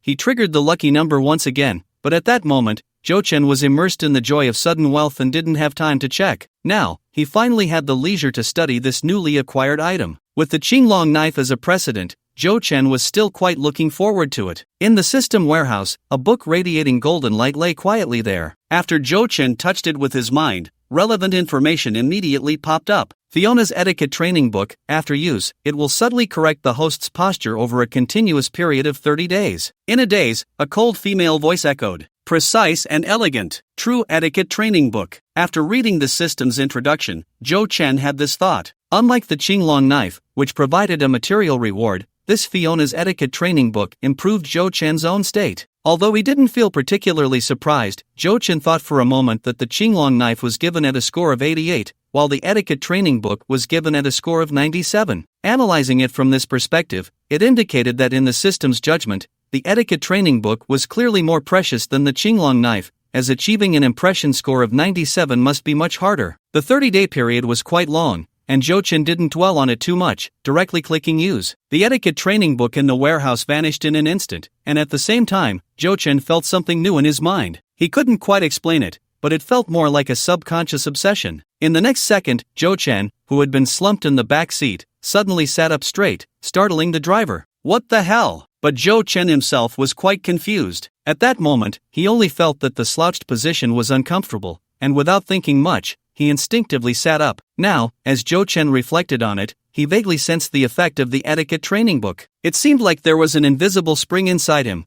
Whenever he wanted to slouch down again, he would experience symptoms like awkwardness and uncoordinated limbs. Zhou Chen couldn't help but laugh and cry at the same time. To be honest, this feeling wasn't very comfortable, so does being an elegant noble come at a price? Now, Zhou Chen felt he had lost a kind of joy called lying flat. On the way, Zhou Chen tried various postures, and by the time he reached the school gate, the driver, politely asking him to get out, glanced at Zhou Chen, who was sitting upright, slightly raising his head, and supporting himself with one hand on the car window, his gaze deep. You really know how to put on a show, huh? Sitting in a chauffeur-driven car, you've managed to pull off a CEO vibe. Carrying a bunch of things, Zhou Chen first bought a large zhongzhong des hangjiu at the school gate, then quickly headed to the cafeteria. He got a large serving of pork knuckle with char siu and chicken leg, and a happy fat drink with ice and lemon. Once back in the dorm and closing the door, Zhou Chen, who was starving, quickly opened his computer. However, 20 minutes passed, and he still hadn't taken a bite. The reason was simple: he couldn't find a suitable show. What good is this VIP membership to me? Zhou Chen cursed in frustration. Although the logged-in account wasn't his, it didn't stop him from feeling it was a waste for a certain roommate. Compromising, Zhou Chen opened a short video app and randomly found a film commentary titled "This Man is Called Xiao Shuai," which finally allowed him to eat. But while eating, the awkwardness he felt while walking returned, and it was particularly pronounced. The etiquette book was forcibly correcting his eating posture, mainly concerning the frequency of his bites. Zhou Chen had seen the news before, saying that eating slowly could lighten the burden on the stomach, but eating pig trotter rice slowly was a bit torturous. It was originally fast food meant to be stuffed in large bites, and of course, taking small bites would only make it more nauseating. However, Zhou Chen did not have the habit of wasting food, so he spent 3 times longer than usual finishing his meal, and after downing a sip of cola, he let out a sigh of relief. Glancing at the watch on his wrist worth 430,000, he touched it with a sense of nostalgia. Seeing that it was still not yet 4:30, the tired Zhou Chen found he had lost his sleepiness. He still had many things to handle. First and foremost was repaying debts. Although some of the money was just borrowed, since he had already secured enough principal to earn maximum interest, there was no need to drag others along without repayment. Even though Zhou Chen's financial situation had always been poor, he particularly hated the feeling of being in debt, always feeling inferior. He paid off the debts on various apps in order, and also uninstalled the apps on music, which he would never use again. Zhou Chen then transferred 3,000 and 50,000 to Yang Hao and Lu Zixi respectively. Unlike swiping a card directly, when Zhou Chen made the second transfer, he received a limit notification. He had to call the bank's customer service to raise the daily limit before he could successfully transfer the money. At the same time, after checking Zhou Chen's balance, the bank customer service suggested he visit a branch in person to change his card type so that the bank could better serve him. Zhou Chen had heard before that debit cards also had levels, and a daily limit of 50,000 would definitely not be enough for him to spend freely in the future, so it was indeed necessary to make a trip. After transferring the money, Zhou Chen sent each of them a red envelope, one for 88 and the other for 188. Some people say that true friends don't need such gestures, but Zhou Chen had a different view. The low point he had experienced made him understand that there are no unchanging relationships in this world. Apart from parents, no one would treat you well unconditionally forever. The more you cherish, the more cautious you need to be. Relationships also require investment and return, in any form. If he didn't know, they would definitely refuse if the amount was too much. Zhou Chen even thought about transferring a bit more. After clearing all his debts, Zhou Chen silently lit a cigarette, feeling a surge of emotions. He had lived this life of debt for nearly 3 years, with the amount at one point exceeding 100,000. Surely, some would say that this amount is nothing, especially in a certain district in Huaxia, where the average asset is in the billions, and everyone lives a life of luxury. If you insist on asking which district, I can only tell you it's the comments section of short videos. For Zhou Chen, an ordinary university student, a debt of over 100,000 was enough to make him lose all confidence in the future. Otherwise, he wouldn't have dated so few girlfriends. Yang Hao quickly received the transfer in the red envelope, didn't ask much, just said he would come to Mingqing at the end of the month and asked Zhou Chen to prepare a comprehensive hospitality plan to comfort his old father, adding at the end, "I never drink without a second round." Zhou Chen casually sent a meme saying, "I'll fart and blow you up" in response, ignoring the guy's boasting, and instead opened his contacts. He lingered for a moment on the contact labeled Mom before dialing the number. Zhou Chen originally thought he had adjusted his mindset, but he didn't expect that the first thing his mother said would almost break him. "Son, are you back? Is it that you don't have enough money for the ticket? I can transfer some more to you on WeChat. Jochin didn't know why. He was clearly the type who wouldn't make a sound even if he bled, but his parents could always make him tear up with just a few simple words. Taking a deep breath, Jochin tried hard to make his voice sound calm as he briefly explained to his mother that he had found a good job in Ming City and planned to explore it further. After some explanation, he finally managed to get his mother to agree, repeatedly assuring her that he still had money to use. However, after hanging up the phone, Jochin felt a bit troubled. It didn't matter to others, but given the current trend, it was only a matter of time before he became a real wealthy person. How would he explain the sudden wealth to his parents then? Without letting them accept the source of the money, Jochin couldn't express his filial piety freely, which was a contradiction. 50,000 for the first prize? Jochin thought about it and realized that this reason seemed to be the closest to reality. He chuckled. There's one last very practical problem to solve. Jochin stroked his chin. Tomorrow is the deadline for leaving school,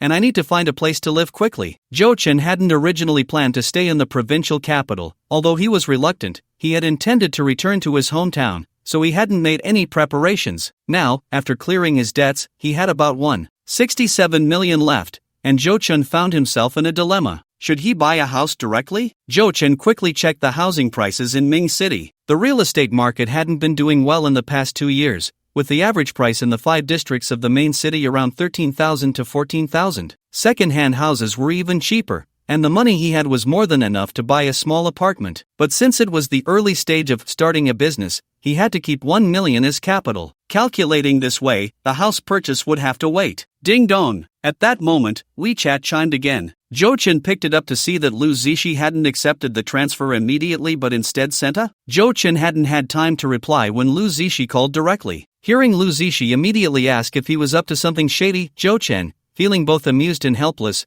quickly explained that he was just finding some connections to do business and needed temporary funds for turnover. However, Jochin also knew that he might have turned things around too quickly, making it sound a bit unbelievable, but it didn't matter. He was just looking for a pretext so that when he became successful later, his close friends would find it easier to accept. Now, with a stable income of 3 million a month, it would be hard not to succeed. But after experiencing the thrill of earning over 1 million yesterday, Jochin was actually no longer satisfied with just that. He had discovered that Hextech was just the system's safety net. The turn-based system was the essence of the game of life. Unfortunately, Jochin had no clue how to trigger the second round and could only take it one step at a time. Once it was confirmed that Jochin didn't need to use any more money, Lu Zishi hung up the phone and accepted the transfer and red envelope. Just as Jochin was about to exit WeChat, he habitually clicked on Discover and saw a miniaturized avatar with a red dot. The first updated avatar in the moments would be displayed here, and this avatar belonged to Su Yajing, who had just been chatting with him. Her avatar was a photo of herself,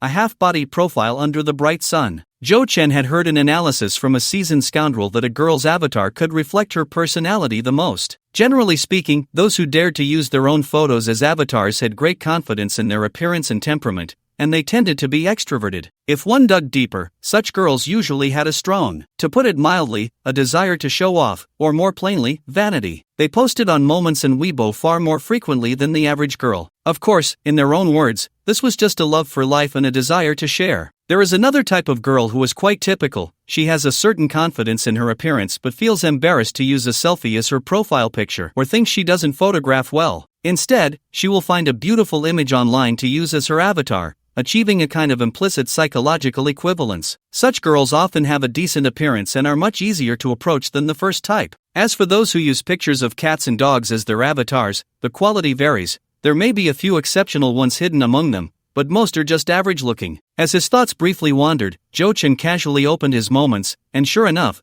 the first post that refreshed was from Su Yajing. Oh, it seems to have a bit of a connection to himself? There were only 2 photos in total. The first one was a small pile of gift bags printed with LV and Balenciaga logos on a coffee table, with a single LV perfume box displayed in front. At first glance, it looked quite impressive, but aside from Jochin himself, probably no one could guess that those bags were filled with freebies. It seemed more like she was just showing off the gifts after purchasing a bunch of items. This scheming girl. Jochin couldn't help but chuckle. The second photo was a selfie of Su Yajing leaning against a chair, her smile innocent and pure, but her eyes held a little hook, combined with the slightly revealing neckline and her fair collarbone, exuding a sense of pure desire. Her location was Hang Lung Plaza, and the caption read, "Living well today too, grateful for the encounter, peace sign and winking emoji. Jo-chan clicked his tongue. The last 4 words seemed to be directed specifically at him, but if one thought about it calmly, they would realize she hadn't said anything at all. The sycophants in her moments wouldn't notice anything, they would just in a flurry of likes, and might even develop various self-serving fantasies from the goddess's words, reminiscing about their glorious moments of meeting her, with their smiles more difficult to suppress than an AK. Speaking of which, Jo-chan only learned after their chat that Su Yajing was a serious university student. She even specifically showed him her student ID, which clearly stated sophomore in the performance department of Kaiyun Art College. In her own words, she did companionship work just to observe life, as it was a necessary course for actors. She also occasionally took on short video and short drama shoots. Companionship was just something she did occasionally, and it had to be with clients she clicked with. Jo-chan almost believed her. He could only sigh that she was indeed professional, as her words were just as performative. After putting down his phone, Jo-chan got up and started tidying up. He decided to move out today. Although tomorrow was the deadline for leaving school, there was no need to linger for just one night. He was the only one left on the entire senior floor, and when he greeted the dorm manager in the morning, although she didn't say much, Jo-chan still felt a bit awkward. There wasn't much to pack. He had already sent most of his luggage back, and aside from a few sets of clothes he had just bought today, there were only some miscellaneous items left. After rummaging through his things, Jo-chan discovered many items he had long forgotten. For example, there was a cabinet he specifically used to store gifts, most of which were from before his junior year, during the time he could barely be considered the number 1 figure at school. There was a Zippo lighter in collaboration with One Piece, a small ukulele gifted by a senior from the guitar club, and a jar of colorful stars. Yes, in this day and age, there were still people folding such handmade stars. Jo-chan was quite surprised when he received that gift. He vaguely remembered that the one who gave him the stars was a rather delicate-looking junior, but it seemed they hadn't had much interaction since then. Jo-chan felt a bit sentimental, but he knew he wasn't reminiscing about the past. He was merely longing for those years called youth. In the end, Jo-chan picked up a book that he had pressed under the cabinet. Opening the cover page, he saw a line of neat handwriting with a playful tone. May Jo-chan's future sail through the waves and shine brightly every day. The book was titled Growing Up, a gift from Dingy at the end of their freshman year. It wasn't a classic, but now Jo-chan realized that it was actually Dingy's subtle intention and hope unique to her. Girls tend to be more mature. While Jo-chan was still immersed in those little ambiguities, the girl had already thought so far ahead. However, given the other party's family background, hoping to rise up wasn't wrong. He had tried hard, but unfortunately, he failed and then fell into a slump, and the two of them gradually drifted apart. He remembered that during freshman year, before he embarked on the entrepreneurial path, Jo-chan had made a pact with her to study for the graduate entrance exam together. Back then, they would go to the library together every day, and now, he couldn't even remember the last time he had touched a book. Ding! At that moment, the system's prompt sounded abruptly. Without matching cognition, one cannot control corresponding wealth. The accumulation of knowledge will benefit you for a lifetime. The host is moved by the scenery, successfully triggering the second action round. Please proceed to the provincial library before the countdown ends, and read according to the system's designated book list to enhance knowledge accumulation. Core reward mechanism, Golden House. Points will be awarded based on the books the host completes reading, which can be exchanged for a property blind box of equal area at the end, with an exchange rate of 1 point equals 1 square meter. Round countdown, 14 days. Round privilege. During the duration of the round, all expenses incurred at any hotel will be reimbursed. The system must be peeking into my thoughts. Jo-chan quickly came to this conclusion. He had just been pondering how to solve his accommodation issue, and in the blink of an eye, the system provided him with a solution. The triggering of the second action round was incredibly timely. After reading the system's previous explanation, Jo-chan finally understood why the core reward mechanism was called Golden House. There is a Golden House in the book, right? Good. A property blind box? Exciting! When he saw the subsequent explanation from the system, Jo-chan immediately realized that this was similar to the first action round, still determined by his final score to decide the reward's intensity. In other words, theoretically, the more books he read in these 2 weeks, the larger the house he would ultimately receive. And as everyone knows, given equal location, a larger house equals a more expensive house. The round privilege that the system granted was also a timely blessing. Being able to enjoy any hotel without spending a penny meant there was no need to think twice. Of course, it was time for a 5-star hotel. After calming his excited heart, Jo-chan finally used his mind to open the system-generated book list. Upon seeing the long list, Jo-chan instantly knew that it would be impossible for him to read all the books on it in the next 2 weeks. After a quick glance, Zhou Chen confirmed that he hadn't read any of the books listed, which included many well-known titles, but completely avoided what he had already accumulated. The system had also labeled the categories of the books, covering basically all categories Zhou Chen could think of. There were finance books, such as the famous Currency Wars and The Wealth of Nations, as well as one he had never heard of, a book whose title made him unable to connect it to finance at all, called The Black Swan. There were social sciences and humanities, like global history and psychology and life, as well as scientific books, such as The Beauty of Mathematics and A Brief History of Time, and so on. There are also science fiction novels like The Three-Body Problem, realism literature like To Live, and pure classical texts such as Shan Haijing and Jin Ping Mei. It seems something strange has mixed in. Zhou Chen even saw a study guide related to the English Level 6 exam among the complicated reading list. It's impossible to finish, absolutely impossible. Zhou Chen initially thought that 14 days was too long, but after seeing this reading list, he realized the system had been quite generous with him. At least it didn't require him to read everything before rewarding him with a house. Each book was marked with varying point values, and the system provided its scoring criteria, which combined factors like reading duration, difficulty, and comprehension challenges. The highest point value Zhou Chen saw was 4 Zhouyi, the only part of the I Ching that hasn't been lost to time, which grants 1,000 points just for finishing it. That's equivalent to getting a 1,000 square meter house right away. But Zhou Chen knew it wasn't that simple. He searched on his phone and found that the full text of Zhouyi was only 5,000 characters long. At the speed Zhou Chen read web novels, he could finish it in at most 10 minutes. However, looking and serious reading are completely different concepts. Zhou Chen estimated that even if the system didn't require him to fully grasp the book after reading it, he should at least learn something from it, right? From this perspective, although Zhouyi had a high point value, it wasn't actually the best choice. To understand Zhouyi, just knowing how to read isn't enough. One must first learn about the heavenly stems and earthly branches, yin and yang, and other related knowledge. Zhou Chen knew this because he had borrowed the book from the school library before but quickly returned it. In comparison, Jin Ping Mei, while also having ideological depth, was a more accessible book for Zhou Chen. However, it seemed that the points for Jin Ping Mei weren't low either, a full 50 points, which translates to a 50 square meter apartment. Zhou Chen checked again and was surprised to find that Jin Ping Mei had nearly 1,000,000 characters in total, longer than many of the web novels on the site, and even as a vernacular novel, it would take a considerable amount of time to finish. Besides these two typical books, most of the other books on the list had point values ranging from dozens to hundreds, with the lowest being 10 points. With only 2 weeks, I really need to plan which books to read, but the priority is to find a place to stay first. Zhou Chen temporarily closed the system interface, glanced at his watch, and saw that it was almost 6 o'clock. The provincial library must be closed, so he planned to settle into the hotel first and then study slowly. After the system's prompt, the countdown for the second round had already begun, meaning that starting tonight, he would be able to enjoy reimbursement privileges while staying at the hotel. He couldn't wait to take advantage of it. He first checked the location of the provincial library, which was right in the city center, making it easy to search for 5-star hotels within a radius. Zhou Chen then discovered that there were actually so many 5-star hotels in Ming City, more than a dozen. He had always thought that even in a provincial capital, there wouldn't be that many 5-star hotels. It's no wonder he had no concept of this. It wasn't knowledge that ordinary people needed to understand. In fact, he had even eaten at a group buy seafood buffet in 2 of them, not realizing they were 5-star. Oh, and there was one KTV that seemed to be quite famous. Zhou Chen couldn't remember who had boasted about it, but he heard it was a lot of fun inside. He just didn't know if the expenses in that regard were covered by reimbursement.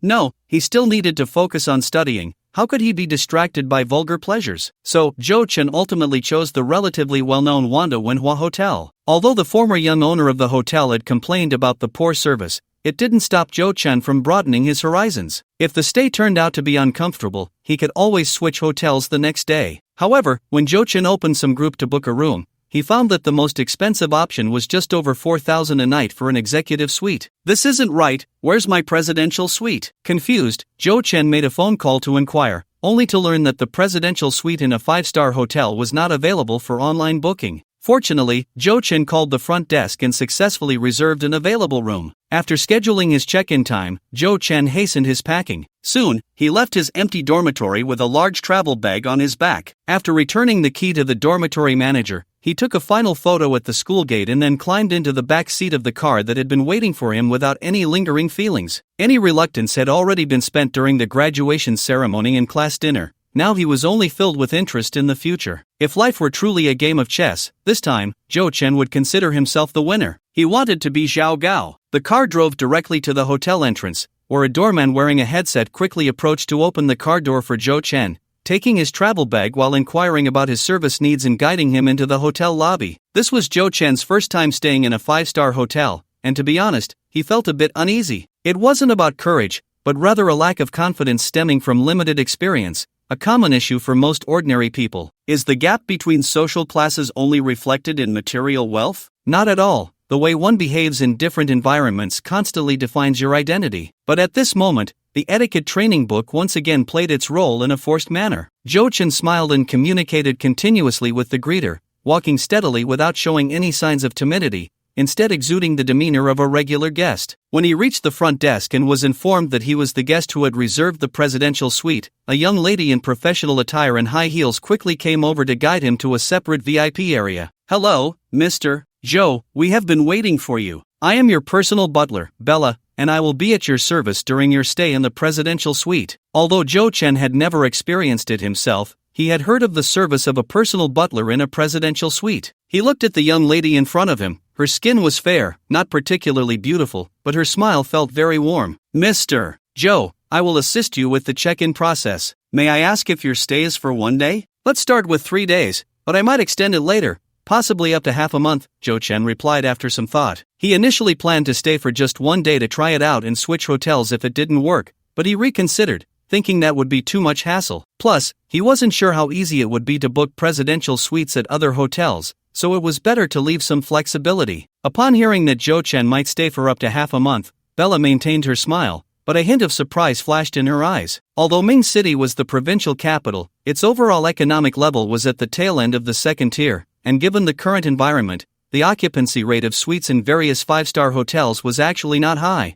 For instance, their Wanda Wenhua Hotel's executive suites often had promotional discounts. The presidential suite that Zhou Chen booked had already been vacant for more than half a month before his arrival, and Bella had recently hosted more influencers invited by the hotel to check it out. The manager was even considering including the presidential suite in the promotional range. Therefore, guests like Zhou Chen, who booked a presidential suite for 3 days right off the bat, were indeed quite rare. However, Zhou Chen was unaware of all this. He was just a bit curious, experiencing for the first time the entire check-in process while sitting on the sofa. The presidential suite at Wanda Wenhua Hotel was not as expensive as he had imagined, costing 26,888 per night. Staying for 3 days, plus the deposit, Zhou Chen swiped a total of 100,000 in one go. Just after he finished swiping his card, the bank's transaction notification followed closely. Although the system only reimbursed the room fee portion, the joy of getting something for free made Zhou Chen smile again. Besides the room card, Bella also presented him with a diamond membership card from Wanda Hotel Group. "What is this membership card for?" Zhou Chen asked, not understanding. "Our hotel group has 2 types of membership cards, platinum and diamond. The diamond card is the highest level of membership. With this card, you can enjoy exclusive privileges and services at all our brands and resorts nationwide, such as priority check-in and free suite upgrades," Bella explained in detail. Given Zhou Chen's current status, he lost interest upon hearing that they were just small perks. "Let's go to the room." "Sure, this way please." The presidential suite had a private elevator. During the ride, Zhou Chen gained a little knowledge from his conversation with Bella. It turned out that in their hotel's own rating, Wanda Wenhua Hotel was actually a super 5-star hotel, but since the highest rating standard for hotels was only 5 stars, they were classified as 5 stars. The two arrived at the 23rd floor, which only had executive suites and presidential suites. Walking over the thick carpet, they reached the double-door design at the end of the corridor, where 4 attendants, 2 men and 2 women, were already waiting at the entrance. "Welcome back, Mr. Zhou." As Zhou Chen approached, the 4 bowed in unison, their synchronized stance making Zhou Chen's eyelids twitch. "They are your dedicated service staff during your stay. You can tell them any of your needs, or you can speak directly to me," Bella said as she took the room card from Zhou Chen and swiped it to open the door. The attendants on either side helped push the door open, and Zhou Chen stepped inside with a hint of excitement and curiosity. Just as he had imagined, the suite was spacious and bright, with a slightly classical European decor that naturally exuded a sense of luxury. The living room alone was larger than Zhou Chen's home in Jingcheng. The total area of the suite is 418 square meters, with the best lighting in the entire building. "May your mood during your stay be as bright. Our hotel's exclusive Wanda Wenhua bed is equipped with the brand's unique Dream Helper sleep products, hoping you can enjoy a comfortable sleep experience. When you bathe, we have prepared L'Occitane high-end care products for you, and the shower room is also equipped with a special steam room. From the outside in, the living room, study, bedroom, and bathroom, Bella continuously introduced the various facilities in the suite in great detail. But to be honest, Joe Chen didn't understand many of the things. However, he didn't ask too many questions. He just felt a bit dissatisfied as they passed the study. "Don't you think something is missing from this desk?" "What do you mean, Mr. Joe?" Bella asked cautiously. "A 3060T computer." Joe Chen genuinely felt that such a luxurious desk should have a fully equipped computer. Wasn't that what a presidential suite deserved? Bella was clearly a bit confused. She didn't know what a 3060T was, but she did know what a computer was. "Mr. Joe, if you need anything, I can." Forget it. I need to focus on my studies these days and can't let such things corrode my will." That's it. Joe Chen was initially a bit tempted, but considering reality, he gave up. Time was tight, and the tasks were heavy. He didn't even know if the house he would eventually get would surpass this presidential suite in size. But Joe Chen actually didn't have high expectations. 100 or 200 square meters would be enough for him. After introducing the facilities in the suite, the attendant who came in had already asked Joe Chen and helped him pack his luggage, while a few sets of newly bought clothes were sent for dry cleaning. "Mr. Joe, in addition to the free laundry service, you also enjoy exclusive access to the executive lounge and happy hour. If you don't want to go out, we can also deliver meals to your room. Additionally, if you need a car during your stay, I can arrange that for you." Why is he saying some jargon I don't understand? What is the executive lounge privilege, and what is this happy hour? It shouldn't be what I'm thinking, right? Joe Chen rubbed his temples, but the arrangement for a car was quite in line with his needs, making trips to the library much more convenient. The sky had completely darkened, and Joe Chen stood in front of the floor-to-ceiling window of the suite's living room, listening to soft music, holding a glass of champagne, gazing down at the myriad lights of Ming City, his eyes deep. He took a gentle sip, then grimaced. "Is champagne this sour?" Having rarely drunk sparkling wine, Joe Chen's facade crumbled in an instant. He no longer pretended to be part of high society, decisively turned off the music, set down the champagne, and went to the fridge to grab a bottle of Roosevelt No. 10 craft beer, taking a hearty swig before comfortably leaning back on the sofa. "Beer is still more to my taste." The champagne was one of the hotel welcome gifts sent by Bella, and all the drinks in the fridge were free, while the alcoholic beverages were charged. However, with Joe Chen's current income, drinking this craft beer priced at 80 yuan a bottle in the hotel felt like nothing at all. He drank and listened to music just to calm the slight restlessness within him, stemming from another part of the privileges he learned about from Bella. In addition to free access to the conference room and gym area, he also automatically became a VIP at the high-end spa center partnered with the hotel, enjoying the highest discounts, and the hotel even gifted him a free experience voucher. Looking at the card on the table, featuring a beautiful woman on the cover, Joe Chen felt a sense of longing for something he had never experienced. It wasn't that he thought the massage spa was unprofessional, it was just that after experiencing so much in just one day, every cell in his body radiated a desire to release stress. At just over 20 years old, with hormones surging, a bit of restlessness was quite normal. I still have important things to do.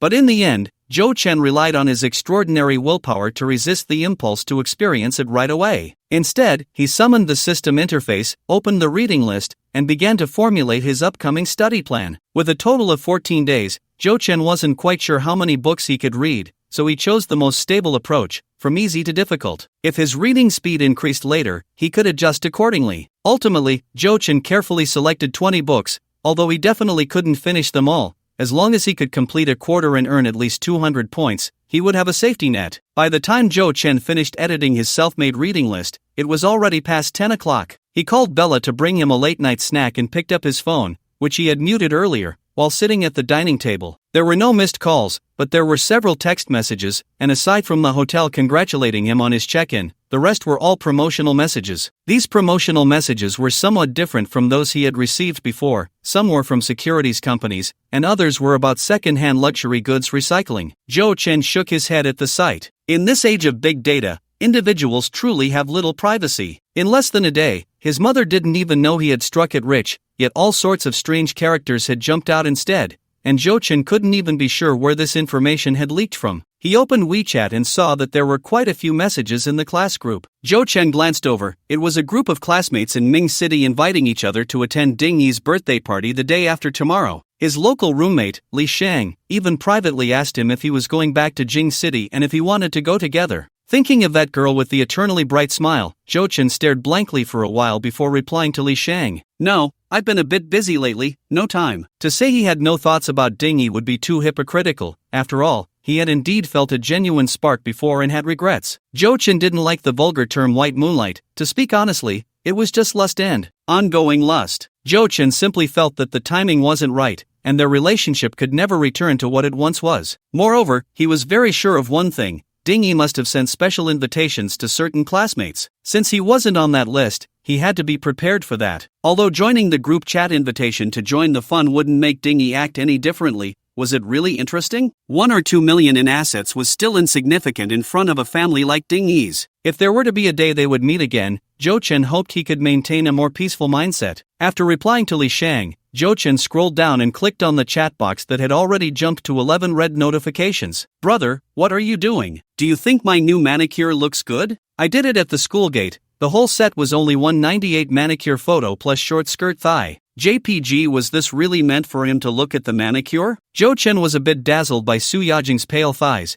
and after looking for a few seconds, he continued to scroll down. I know, mister. Joe must be busy, right? I just wanted to talk to you. You don't have to reply. Hope I'm not bothering you, brother. I just finished showering and am about to sleep. Let me show you our cozy dorm. Selfie. JPG, the background of the photo was a 4-person dormitory, and the pink and green tones indeed looked very cozy, but the most eye-catching part of the photo was still Su Yajing standing in front. She had just showered, and her slightly damp long hair was draped on both sides. Without makeup, her face appeared even more pure, revealing a sweet smile that was refreshing. She was wearing a large gray t-shirt, and the fullest part was just covered by the ends of her hair, making it hard to tell if she was wearing a bra, but the shape was quite nice. She leaned back a bit, the t-shirt covering her upper thighs, and then there was just a bare section of leg, as if she wasn't wearing anything below. Let's see the inner wear. Jo-chan instinctively typed a few words, but after realizing it, he deleted them. Wouldn't sending that make it seem like he had already taken the bait? Jo-chan didn't understand the pull, but he would never easily lose his initiative. Scrolling down a bit more, he found that Su Yajing, who should have been asleep,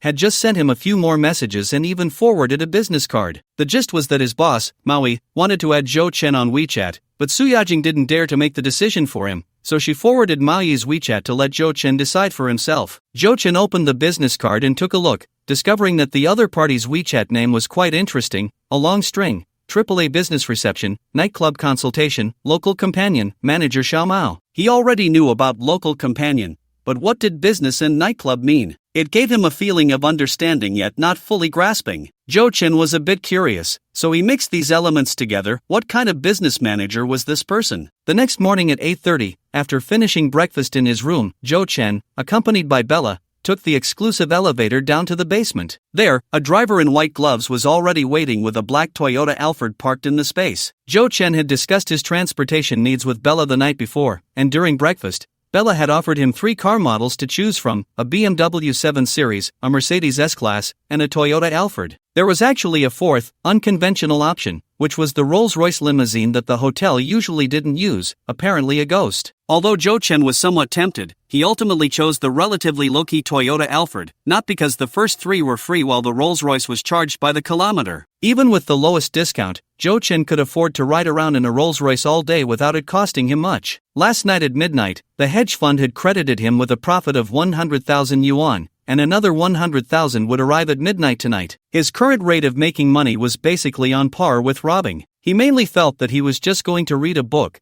without any compelling reason to show off. The Alphard, as a professional business vehicle, wouldn't lack in comfort, and it wasn't too ostentatious, which suited his needs. After a 20-minute drive, the Alphard smoothly stopped at the entrance of the provincial library. It was rush hour, and the library was located in the center of Ming City, near Chui Lake, with people coming and going all around. As Jo-chan got out of the car, he still attracted quite a few glances. After all, it was a luxury car worth over $1 million. Being low-key was only relative to a Rolls-Royce. In reality, the car had turned heads all the way here. Of course, whether the comments were "this car is so ugly" or "this car is so cool," he couldn't tell. Life isn't a short video. There are always people online shouting that Mercedes and BMW have become mainstream brands. But the reality is, if you're driving a Mercedes or BMW in your 20s or 30s, you've already outperformed over 90% of your peers. If you're not too picky, changing girlfriends is as easy as playing a game. After leaving his phone number and agreeing on a pickup time with the driver, Zhou Chen walked along the lush pathways towards the library. When he arrived at the main 5-story building of the library, he was astonished to find a long line already formed on the steps. The provincial library opened at 9, and Zhou Chen had deliberately arrived a bit early to secure a good spot,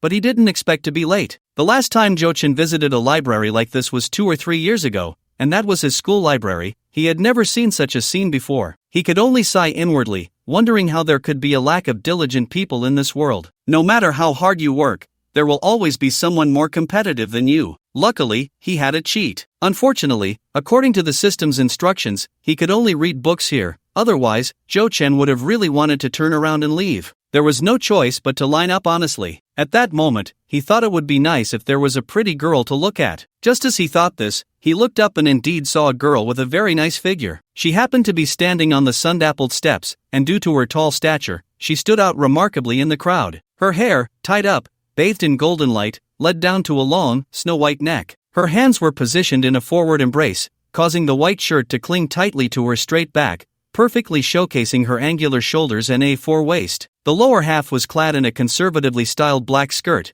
and just from the proportions, one could tell that a pair of stunningly long legs was hidden beneath. Although her face was not visible, the many male onlookers behind her, pretending to be casual as they turned their heads, indicated that her features must be striking. Zhou Chen had no intention of going around to catch a glimpse of her face. In just a moment, a line of over 10 people had formed behind him, and he couldn't bear to lose his spot. Moreover, he only trusted his own aesthetic. These days, there were countless fashion tutorials everywhere, and the allure of a silhouette was hardly rare. Some things were better left to the imagination. After watching for a while, Zhou Chen suddenly sensed something unusual. He turned his head slightly and saw a girl with black-rimmed glasses and a ponytail in the side rear, who seemed a bit flustered as she lowered her head, her ears turning red. Zhou Chen was momentarily stunned, then realized what had happened. Although the provincial library was open to the public, most of the young men and women lining up at this hour were there for exam needs. As another girl passed by and caught Zhou Chen's gaze, she awkwardly brushed her hair, and he suddenly recalled a saying, "You look at the scenery on the bridge, while the people looking at the scenery below the bridge are looking at you." He was already quite handsome, and the change in hairstyle had reshaped his face. Coupled with his Versace casual wear, he stood out even more in the plain crowd, perhaps even more than the girl in the white shirt. But the most important change came from the posture training book, which had transformed his demeanor. Even standing relaxed, Zhou Chen would unconsciously lift his head and puff out his chest, maintaining an upright posture. When making eye contact with strangers, he no longer instinctively looked away. Instead, he would smile and nod. The reason why frequently appearing stars and artists can carry themselves so gracefully is that they have undergone professional training in this regard. Under the system's enforced correction, Zhou Chen had essentially reached a state beyond training, though he was still in the habit-forming stage and often felt awkward. After waiting a few more minutes, the library doors opened, and the line began to move forward. The queuing process was much faster than Zhou Chen had imagined. Once inside, he realized just how convenient the library had become. There was no need to apply for a borrowing card. All one needed was an ID card or any valid document to borrow books for free. Yes, completely free. Only when you wanted to take books out did you need to go upstairs to get a card. Moreover, everything was now self-operated on machines. Apart from an inquiry desk, there were hardly any staff in sight. This was the convenience brought by the information age. The only regret was that such a public library had no private booths, so finding a satisfactory spot would depend on luck. After swiping his card to enter, Zhou Chen quickly made his way to the Chinese book borrowing area, which housed almost all Chinese books published in the last 5 years, including foreign translations. The list of books provided by the system indicated that most of them could be found here. If he had gone to a bookstore, he might not have found such a comprehensive selection. The Wealth of Nations. Found it. Zhou Chen quickly located his first target book in the finance section. He had seen reviews online, and this book, being a summary, could generally be read in a day, making it his first choice. However, to make the most of his time, he needed to find another target book as a backup. Zhou Chen headed to the law section and finally spotted a book titled The Cave Mystery tucked away in a corner of a bookshelf. This is actually considered an introductory book on law. Zhou Chen found the title very interesting, and the points awarded were quite generous. Plus, with its narrative approach to popularizing law, he thought he would easily get into it, so he placed it at the top of his reading list. However, just as Zhou Chen's hand was about to rest on it, another pale, slender, and extraordinarily beautiful hand reached over, perfectly covering his. Feeling the cool and soft touch, Zhou Chen was taken aback and looked up. The first thing he noticed was a faint fragrance. Scientifically speaking, there is no such thing as a body scent that makes a woman beautiful. The so-called virgin fragrance is merely a psychological effect when actually experienced. Yet every woman does have her own unique scent, a blend of perfume, skincare products, cosmetics, body wash, shampoo, and so on. This fragrance varies. Some can smell very sophisticated, while others can be quite pungent. Delving deeper, it also symbolizes a woman's taste. How to create a unique scent is an art in itself. From this perspective, calling it body scent isn't wrong, as everyone is different. The scent of the woman before him was a subtle pine aroma, mixed with a hint of something akin to red wine, and it was quite pleasant. If Su Yajing's scent was like a blooming garden of flowers,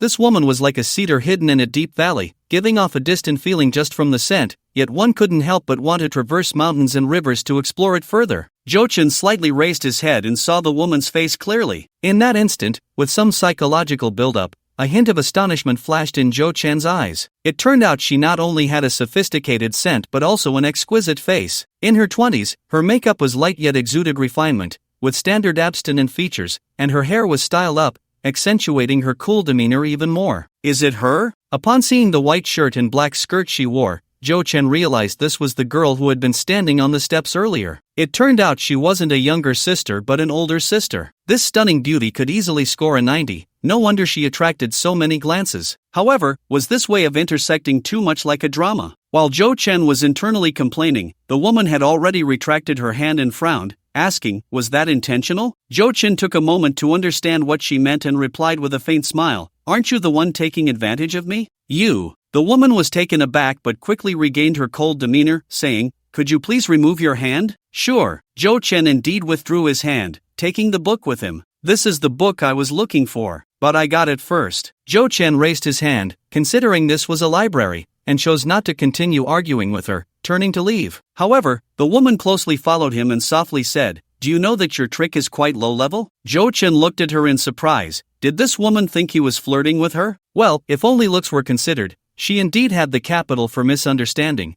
but Zhou Chen couldn't help but scoff without giving her any face. Even though Zhou Chen said nothing, the woman became even angrier and continued coldly, isn't that so? Think whatever you like. Zhou Chen felt pressed for time. Every minute he spent reading was adding bricks to his future mansion, and he had no mood to argue with this woman. In just a short while, there were not many seats left in the reading room, so he quickened his pace and finally found an empty table in a back corner of the reading room. After sitting down, Zhou Chen opened the book in his notebook, preparing to start reading, when the woman followed closely behind and pulled out a chair to sit opposite him. Is this never ending? Zhou Chen couldn't help but frown. He had many books to choose from, and if the other party spoke nicely, he wouldn't mind letting her have this one. It was mainly her self-righteous attitude that made him uncomfortable. What did it matter how good-looking she was? With the system, Zhou Chen, although he hadn't completely changed his previous mindset, didn't think he needed to accommodate anyone now. I need to look up some very important information. This book was borrowed a few days ago, and I just got it back today, the woman said after a moment of silence. Seeing that she was no longer speaking in an aggressive tone, Zhou Chen softened his expression a bit. Judging from what she said, it seemed that this cave mystery book wasn't always available, and Zhou Chen, who had originally planned to give her the book, changed his mind. How about this? If you're not in too much of a hurry, wait for me a moment. I'll take a look first and then decide. The woman frowned slightly but said nothing, only placing the folder and a black YSL shoulder bag she was holding on the table. Zhou Chen noticed the business card section on the folder. Jiang Mo. Is that her name? Seeing that she didn't object, Zhou Chen put down The Wealth of Nations and picked up Cave Mystery. His thought was simple. He wanted to gauge the reading difficulty of this book. It was only worth 20 points, so if it took too long, he could just give up. However, when Zhou Chen opened the book's cover, a strange sensation spread throughout his body. Although the reading room was quiet, there were still various subtle sounds, like the rustling of noses, footsteps, and the low murmurs of conversations. But at the moment Zhou Chen opened the book, all sounds vanished. His mind unconsciously immersed itself in the book before him, and Zhou Chen was astonished to find that as his gaze moved, the lines of text seemed to come alive. He didn't need to think much. He could easily understand the meaning of each word. This state, as if he had become a top student, made Zhou Chen realize why the system insisted on assigning him to the library for the round task. It turned out that reading here would grant him a buff. In less than a minute, Zhou Chen skipped the preface and began reading the main text. After another 10 seconds, he had already turned to the second page. His speed was even more exaggerated than when he read web novels, yet he grasped the essence of each paragraph deeply. His thoughts were constantly expanding. He wasn't just reading but also absorbing knowledge while continuously generating new questions. Gradually, Zhou Chen forgot everything around him, completely lost in the pleasure of acquiring knowledge. His page-turning speed increased, and he didn't know how long it had been when he reluctantly closed the book, only to look up and see a slightly dazed face. Because of her momentary distraction, Jiang Mo's delicate features no longer appeared so cold, instead revealing a hint of adorableness. Zhou Chen raised his hand to check the time.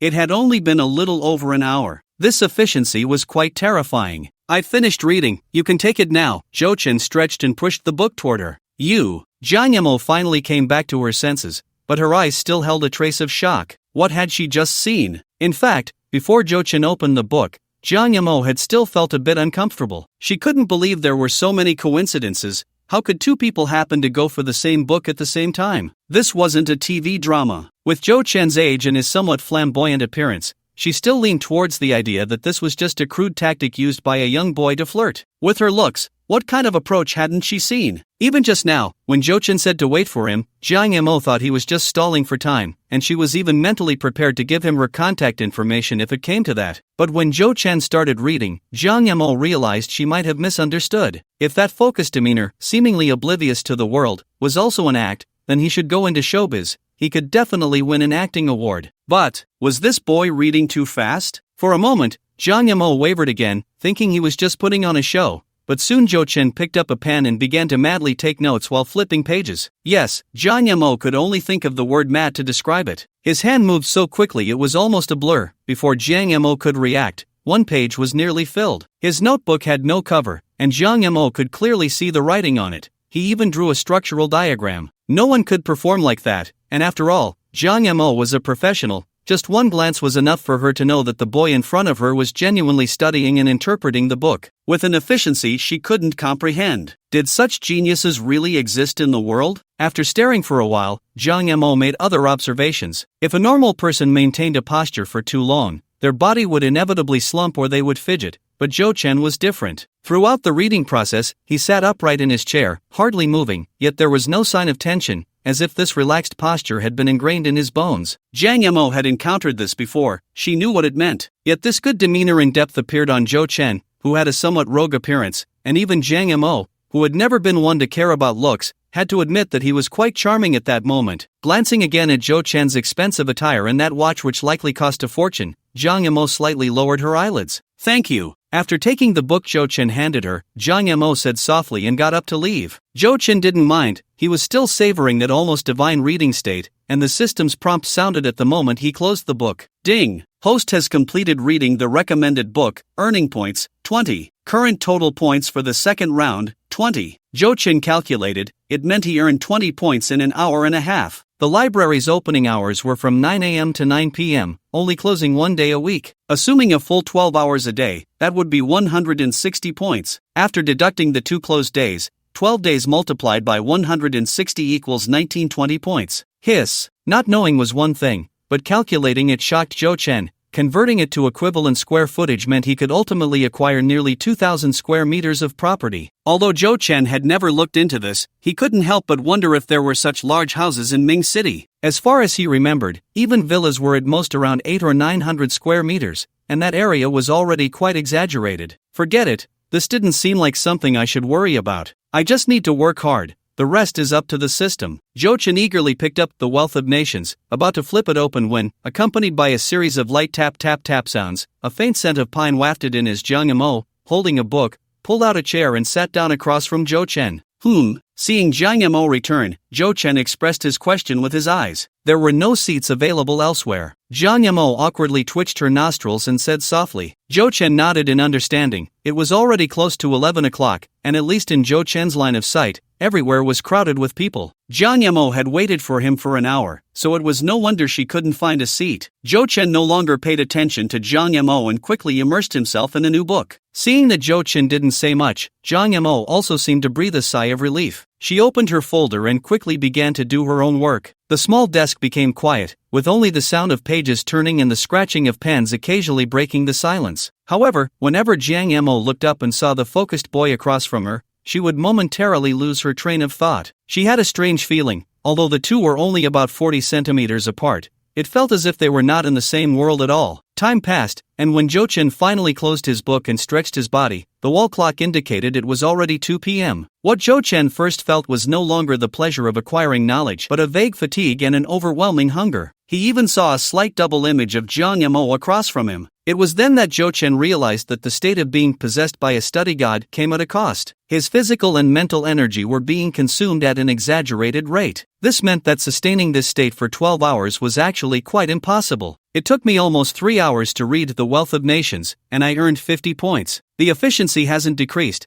but it seems I can't expect that 2,000-point mansion anymore. Jo Chen wasn't too disappointed. Although earning 2,000 points had become unrealistic, getting over 1,000 points shouldn't be a problem. Is there a place to eat in the library? There's a coffee bar upstairs, but it probably doesn't have what you want. Jiang Yamo paused for a moment before realizing Jo Chen was talking to her, and she replied softly, "Thanks, have you eaten?" "I don't need to. I've already eaten." Jiang Yamo quickly shook her head. Jo Chen looked at her strangely. Perhaps he hadn't completely emerged from that state, but he keenly sensed that behind Jiang Mo's indifferent expression was a hint of tension. "What are you nervous about?" "I was just asking casually." "Then could you please save my seat? I'll be back soon." Jo Chen, who was almost driven mad by hunger, didn't think much of it and quickly walked out after Jiang Yamo nodded. Fortunately, the provincial library was near the famous scenic spot, Shui Lake, so there was no shortage of food nearby. More than half an hour later, Jo Chen returned with 2 cups of Luckin coffee, feeling a bit stuffed. "I'm not sure what you like to drink, so I ordered a coconut latte." Jo Chen placed the coffee in front of Jiang Yamo and caught a glimpse of the thesis title spread out on the table. He couldn't help but be surprised. "You're also from Kaiyun University?" Not only did Jo Chen see Kaiyun University, but he also saw the words graduate thesis in big letters. This cool and beautiful sister was actually a graduate student? But that made sense. Jiang Yamo was clearly several years older than him, and if she were still a student, she could only be a graduate student. Are you too?" Jiang Yamo shifted her book to cover the thesis and asked with her head down. "Yeah, but I've already graduated. My counselor advised me to take the graduate entrance exam, but unfortunately..." "Unfortunately what?" Jiang Yamo, who wasn't usually very curious, couldn't help but ask. "But I wasn't skilled enough and knew I couldn't pass, so I wouldn't waste my efforts." Jo Chen shrugged and sat down. Jiang Yamo was a bit confused. With the way Jo Chen was reading, he certainly didn't look like a slacker. "Then you came to the library for..." Jo Chen originally thought their conversation had ended, but unexpectedly, after a while, Jiang Yamo spoke up again. "For the house." Jiang Yamo paused for a moment, then became a bit cute, making Jo Chen feel an impulse to pinch her cheek. "There are golden houses in books, you know." Jo Chen honestly used the system's interpretation. "Oh." Jiang Yamo didn't say anything more, but Jo Chen caught a glimpse of her lips seemingly curling up for a moment. That smile was very faint and fleeting, yet inexplicably stunning. Is this what they call the beauty of contrast? After placing the coffee down, Jo Chen returned to the book borrowing area and picked up Yu Hua's To Live to Read. The short break during mealtime only slightly improved his spirits. It wasn't suitable to challenge himself with overly difficult works, and this kind of realistic novel was just right. Moreover, the points for this book were not low, a full 60 points, even higher than academic works like The Wealth of Nations. Jo Chen guessed it might be because it conveyed a different kind of more complex knowledge. After that brief conversation, Jo Chen thought he and Jiang Yamo would be a bit closer, but when he sat down again, he realized he was mistaken. Jiang Yamo not only didn't say another word, but she also didn't look at him, and even the cup of coffee he had brought to thank her for saving his seat was gently pushed back to him at some point, clearly indicating her refusal. Jo Chen didn't mind. He wasn't a clingy person who would insist on getting close when someone was clearly distancing themselves. Occasionally having such a beautiful girl sitting across from him was already enough to please him. Time passed, from afternoon to complete darkness, and when Jo Chen heard the closing announcement, he pulled himself away from the Jinping May collection, realizing the hour hand had already pointed to 8:30. He still hadn't finished reading Jinping May, only making it about a third of the way through. Mainly, as he progressed, his focus deteriorated, and by the time he finished To Live, it was hard for him to get back into that concentrated state. Continuing with Jinping May was just to test his limits. So far, it could only be said that his efforts were in vain. Although he couldn't finish all 4 books as he had hoped, today's gains were already sufficient. The 3 books had contributed a total of 130 points, equivalent to securing a 3-bedroom apartment. With this, I can free up my evening time and don't have to sit here for a full 12 hours. With a new plan in mind, Jo Chen stood up, only to find the table across from him was empty. Jiang Mo had probably left about half an hour ago, but considering the time, she was quite diligent. It's really rare to see a girl with such looks working so hard these days. Following the flow of people out of the library, when Jo Chin reached the entrance, he noticed that the first floor had a brightly lit area. Upon closer inspection, he found it was the library's book fragrance station, which, according to the sign, was open 24 hours, and there were indeed quite a few people reading late into the night. Jo Chin was quickly taken aback because he saw Jiang Mo, although she was sitting by the window in a corner. Her appearance was too striking to miss. Jiang Mo was staring blankly out the window, taking small bites of a piece of bread in her hand, with a bottle of Evian mineral water on the table. It suddenly occurred to him that Jiang Mo had been sitting in the library all day, yet he hadn't seen her eat anything. Is this her dinner? But eating so little in a day seems a bit exaggerated. It was probably to lose weight. Jo Chin could only guess this, although in his eyes, Jiang Mo's figure was just right. But girls have their own standards for weight, which most boys can't understand. Jo Chin didn't look any longer and quickly left the library. He had received a text message 5 minutes ago that the driver was waiting for him at the door. The next morning, Jo Chin arrived at the provincial library right on time again. He had done nothing the night before, even turning down Manager Mao's suggestive invitation to go out for a bit with his sister. After returning to the hotel and finishing his meal, he practically fell asleep. This should have been the most refreshing sleep Jo Chin had ever had. When he woke up, he felt completely revitalized, mainly because his bank card balance had turned into over 1.8 million. It was hard not to feel invigorated. He arrived a bit earlier than yesterday, and after queuing to enter the library, he returned to his usual spot. Moments later, he saw Jiang Mo walk in. Today, she seemed to be dressed a bit more formally, wearing a long black wool coat that revealed only a thin strip of black stockings on her calves, and black low-heeled marten boots. She was both beautiful and stylish, and as soon as she entered the reading room, she attracted quite a few gazes. Ah, sister, kill me. Jiang Mo clearly saw Jo Chin but had no intention of coming over to greet him. Instead, she chose to sit at a desk in another corner. Well, this had turned into a complete stranger situation. Sure enough, girls who are beautiful to a certain extent often have some issues. Jo Chin had thought they were already acquainted. However, Jo Chin didn't mind. He went to the reading room to get The Golden Lotus and borrowed 3 other books according to his reading list, then immersed himself in a day of intense study. When the evening glow fell, Jo Chin, feeling that his spirit was not quite right, decided to stop. He glanced at the system interface showing 270 points as his current score and satisfactorily closed the Psychology and Life book in his hands. He sent a text to the driver and waited for a while before standing up and walking outside. He didn't notice that Jiang Mo had already left, lost in his reading, but when he stepped out of the library, he saw her again by the roadside. Jiang Mo was holding her phone, standing on the curb, looking around anxiously. In front of her was a silver BMW 5 Series, and a man in his 30s with a somewhat awkward appearance was chasing after her, saying something repeatedly. Jiang Mo bit her lip, her face showing clear disgust, but more so, helplessness. Jo Chin was a bit surprised. Ex-harassment? Mo, how can you keep avoiding me? As Jo Chin approached, he heard the man's voice. We're all family. With such a big incident happening to your uncle, it's inconvenient for you as a girl to do anything. We should be in touch more. As your older brother, I can help you with anything, right? Jo Chin paused, surprised. So this man was a relative of Jiang Mo? If it was family business, outsiders shouldn't interfere. Jo Chin shook his head, preparing to walk past when Jiang Mo also noticed him coming over. She opened her mouth but didn't say anything. However, having just read books related to psychology, Jo Chin caught a glimpse of the helplessness in her eyes. Perhaps there was something else, Jo Chin wasn't quite sure, but it was impossible to ignore. Mainly because he saw the man reaching out to grab Jiang Mo, and as she panicked and tried to dodge, she stumbled and fell onto the road. Beep! The urgent honking of a horn rang out continuously. Just as Jiang Mo instinctively closed her eyes, she suddenly felt a tightness around her waist as a pair of hands caught her. Actually, it's not that urgent. After all, it's rush hour after work, and the road in front of the provincial library is one way around the lake, so the cars are moving slowly. By the time the horn sounded, the driver had already braked in advance. However, the way Jo Chin supported her was still useful, at least preventing Jiang Mo from falling directly and possibly tearing her stockings due to friction. It's just, this sister's waist is really slim, but the curve is quite impressive. If it weren't for the real touch, it would be hard to believe such a good figure exists. Excluding short videos, as everyone knows, videos can be edited. Where the hell did you pop up from, and have you hugged enough? While Jo Chin was sighing, a man's angry voice rang out. Han Yanxian's perspective was like this. Jo Chin had one hand tightly wrapped around Jiang Mo's slender waist, while the other hand was in a half embrace, barely touching Jiang Mo's hips. No, wait. This kid had already touched Jiang Mo when he was supporting her. And for some reason, Jiang Mo just stood there, tightly pursing her lips, allowing this kid to hold her without any intention of breaking free. Although this young boy had no expression, his eyes were clearly a bit excited. Han Yenchen, who prided himself on being a mature man, wasn't so easily driven to lose his reason,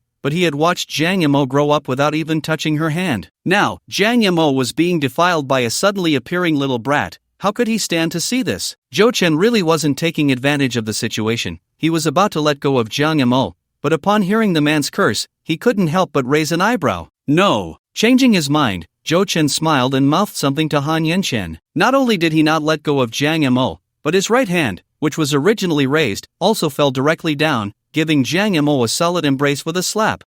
Confirmed, there is indeed substance. But this sister is really tall. Zhou Chen's own height is 179 centimeters, and it seems like he was just barely even with her. If Zhang Yimou wore high heels, she would turn into Zhou Chen's little bird. Thinking about it is quite embarrassing. Zhang Mo's body trembled slightly, and at that moment, she pushed Zhou Chen away and broke free. You bastard! A completely enraged Han Yenchen rushed over. He knew the consequences of fighting, but he just reached out to try to push Zhou Chen away. However, a man in his 30s, whose body had been corroded by wine and women, could hardly shake Zhou Chen, a young player who had almost made it onto the school team. Zhou Chen barely moved, just casually raised a hand to block, and Han Yenchen stumbled back a few steps, crashing into the front of a parked BMW. Bang! It was unclear whether the impact was too strong or if the car had issues, but the left rearview mirror broke off with a clang, snapping right at the handle. Han Yenchen, ignoring the pain in his body, held onto the rearview mirror in distress, but this incident also sobered him up. He looked at Zhou Chen with a cold smile. Kid, you're done for. Do you know how much this car of mine is worth? With a unique clear aura, and being at the library entrance, Han Yenchen could easily identify Zhou Chen's identity. Just an ordinary college student. It's just an old model 525. Is it that expensive? Zhou Chen glanced at the front of the BMW and shook his head. Whether it was luxury goods or watches, he might not know much,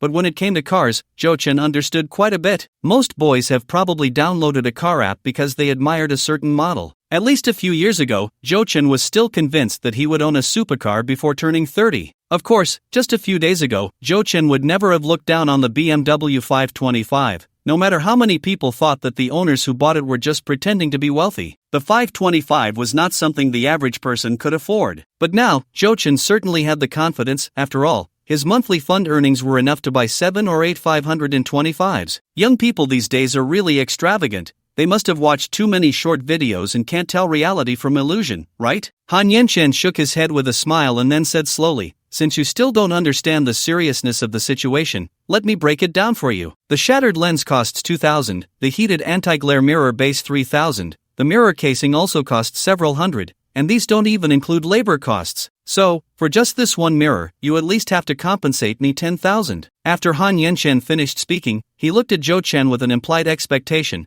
hoping to see disbelief or panic on the other's face. Although Zhou Chen's attire was not shabby, there were no obvious logos, and Han Yenchen, who never paid attention to this area, couldn't recognize these flashy luxury items. In his usual understanding, for a college student whose monthly living expenses were at most 1 or 2,000, 10,000 plus was definitely a huge sum. However, to Han Yenxian's disappointment, Zhou Chen's expression remained unchanged, even with a hint of mockery at the corner of his mouth. Whether I pay or not is another matter. If it's my fault, I can give you 100,000, not just 10. Zhou Chen shook his head, maintaining his calm. But I think you've misunderstood something. Wasn't your rearview mirror broken by you? Still trying to play tricks with me? Han Yenxian scoffed, pulling out his phone to make a call. At that moment, a black Toyota Alphard drove up and parked steadily in front of the group. Even amidst the argument, Han Yenxian's gaze was drawn to the Alphard's distinctive and grand appearance. Anyone who loves cars cannot overlook this vehicle. After all, the title of first-class cabin on land is no joke,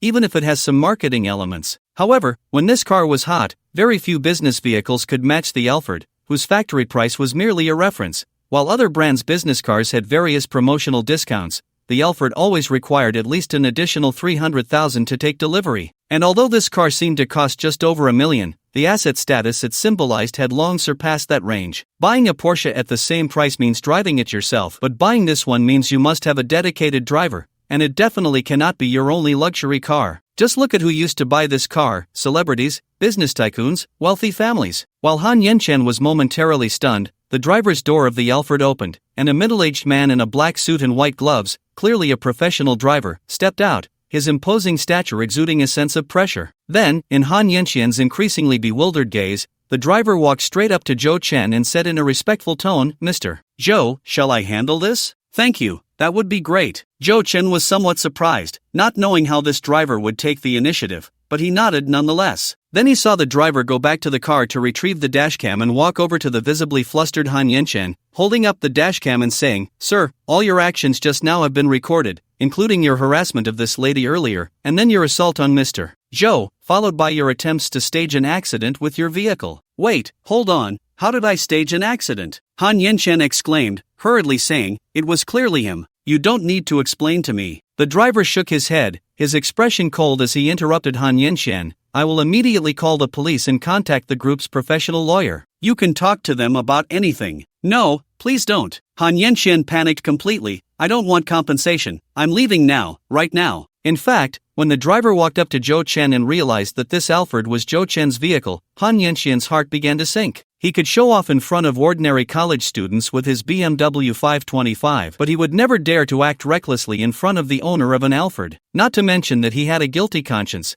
Even if it were all Zhou Chen's fault, he could only obediently admit defeat. Not willing to accept? Resist? Don't be ridiculous. What level is he at? Unlike the young people who are unaware of the world, Han Yanxian, who has experienced the ups and downs of society, understands all too well how easy it is for such a person to ruin him, even within the rules. Seeing Han Yanxian showing signs of retreat, the driver looked at Zhou Chen with an inquiring gaze. "I think we can call the police. It's hard to say about anything else, but extortion is certain. Your car's rearview mirror should have been broken a long time ago, right?" Listening to Zhou Chen's calm words, Han Yanxian was extremely anxious, disregarding any sense of face. He hurriedly went to the car and took out a pack of cigarettes, offering them to Zhou Chen and the driver while forcing a smile and bowing repeatedly. "Look at this mess. I just remembered that the rearview mirror was indeed hit before. It's my fault, I got it mixed up. It's not a big deal. We don't need to make a fuss and go to the police station, right?" Watching Han Yanxian continuously bowing and lowering his posture, Zhou Chen ignored him and looked at Jiang Yimou beside him. Seeing this, Han Yanxian quickly turned to Jiang Yimou, sincerely saying, Yimou, it's all my fault. I shouldn't have touched you just now. Can you forgive me this once? Don't call me Yimou. Jiang Yimou finally snapped out of her shock and instinctively replied to Han Yanxian, "Okay, I'll call you by your name from now on." Han Yanxian quickly nodded. Watching Han Yanxian constantly nodding and bowing, Jiang Mo's feelings became complicated again. When had she ever seen this side of him? Even when her father was still fine, Han Yanxian had only shown respect at most, but now she could clearly see that he was also fearful. "Can we let him go?" Jiang Yimou suppressed her disgust and quietly said to Zhou Chen. Zhou Chen naturally didn't care. He didn't want to waste time on such a person. If it escalated, the process would be too troublesome, and he also didn't know if the driver was telling the truth or just trying to dissuade the other party. Seeing Zhou Chen wave his hand, Han Yanxian felt as if he had been granted a reprieve. He nodded and quickly jumped into his BMW, speeding away. "Thank you, Brother Yang." Zhou Chen sincerely thanked the driver, thinking about whether he could send a red envelope through Bella later as a token of gratitude. He felt a bit amazed. This driver was too professional, almost not like a driver at all. If he hadn't stepped in, Zhou Chen would have had to choose the most troublesome way to solve this problem. But now it was much simpler. Zhou Chen didn't know that, given his age and displayed spending ability, he had long been placed on the hotel's internal list of clients that must be fully catered to. Especially last night, after a pleasant stay, Zhou Chen had renewed for another 10 days in one go. Driver Lao Yang was an old employee of the hotel and had long been seriously instructed by the manager to meet all of Zhou Chen's needs. If there were any problems that couldn't be solved, he could always find him. When Lao Yang helped Zhou Chen deal with troubles, he naturally felt confident. "Mr. Zhou, you're too polite. I'll wait for you in the car." After Lao Yang finished speaking, he returned to the car first, simply opening the electric door of the back seat, waiting for Zhou Chen to get in at any moment. By the car, after a brief exchange of glances with Jiang Yimou, she slightly lowered her head and said in a somewhat flustered tone, I'm sorry, and, thank you. It's nothing, so I'm leaving now?" Zhou Chen nodded, not probing into the cause of the incident. After all, they weren't really familiar, and Jiang Yimou was indeed intentionally distancing herself from him.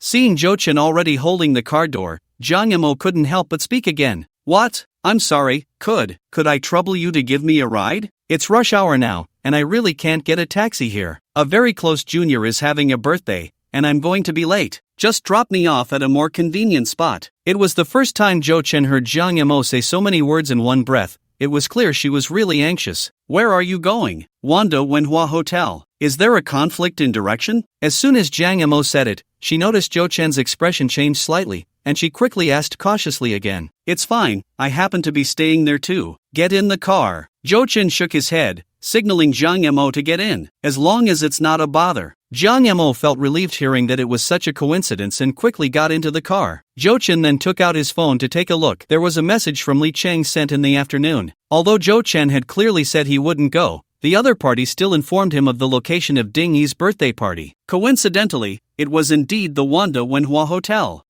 The system is magical, and then life became dramatic, which is quite logical. However, even so, he had no particular thoughts. He just heard Jiang Emo was going there for a birthday party, and the person was a junior, which very likely meant she was going to Ding Yi's birthday party. That's why his expression was a bit strange. After the vehicle started, the soundproof cabin fell silent. Neither Jiang Emo nor Zhou Chen spoke. After looking at the scenery outside for a while, Zhou Chen's gaze inadvertently lingered. Jiang Emo was wearing a long coat, and as she leaned back in her seat, the waist cinching of the coat pulled the hem up quite a bit, revealing her straight legs wrapped in black stockings, with a hint of her thighs showing above the knees. Although she was thin, her legs had a very full appearance, and with the enhancement of the black stockings, it was simply a visual vortex. Clearly, this level of exposure was nothing, yet it sparked endless imagination. Daydreaming. Thank you so much for what happened earlier. Jiang Emo suddenly spoke softly, breaking the silence. So that person is really your relative? Zhou Chen originally didn't want to ask, but since she brought it up, chatting a bit was fine. His name is Han Yanqian, he's my cousin. Zhou Chen was immediately shocked and looked at Jiang Emo. That Han Yanqian clearly had desires for Jiang Emo,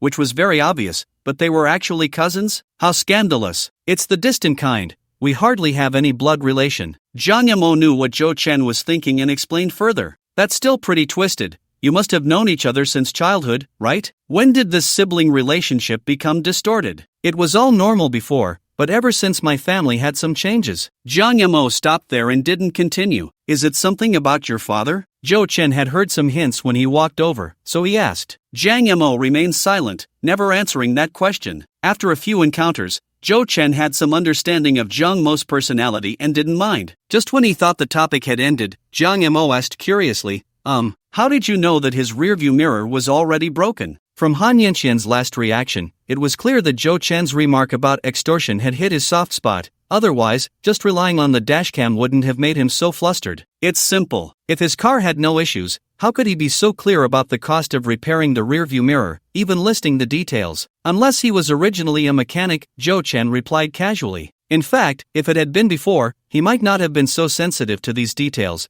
This change came from the book he was reading, Psychology and Life. Although he hadn't finished the book, Zhou Chen had already absorbed a lot of practical knowledge from it. Should we add each other on WeChat? Jiang Mo's words caught Zhou Chen by surprise, making him glance at her. In that glance, he noticed quite a bit. For instance, although her expression remained calm, her slightly curled up calves and her fingers unconsciously gripping the hem of her clothes revealed her nervousness. Not knowing who she was trying to convince, Jiang Mo added, "To thank you, I'll treat you to a meal later," or, "Adding WeChat is fine, but nothing else," Zhou Chen said as he took out his phone to scan Jiang Mo's code. At that moment, the vehicle had also driven close to the hotel. Just as Jiang Mo was about to thank him and get out, she saw the business car turn directly into the internal road. She wanted to say, "No need to drive in," but it was too late. Soon, the Alfred came to a steady stop right at the hotel entrance. As the car door opened, just as Jiang Mo was about to get out, the doorman quickly approached. "Mr. Zhou, welcome back. Is there anything I can assist you with?" Jiang Mo looked at Zhou Chen in astonishment, and after a moment of daze, she suddenly remembered what Zhou Chen had said earlier, "He lives here too." She had thought Zhou Chen meant nearby, so she hadn't thought much of it. Who would have guessed that Zhou Chen actually lived in this hotel? For a moment, Jiang Mo felt a bit embarrassed.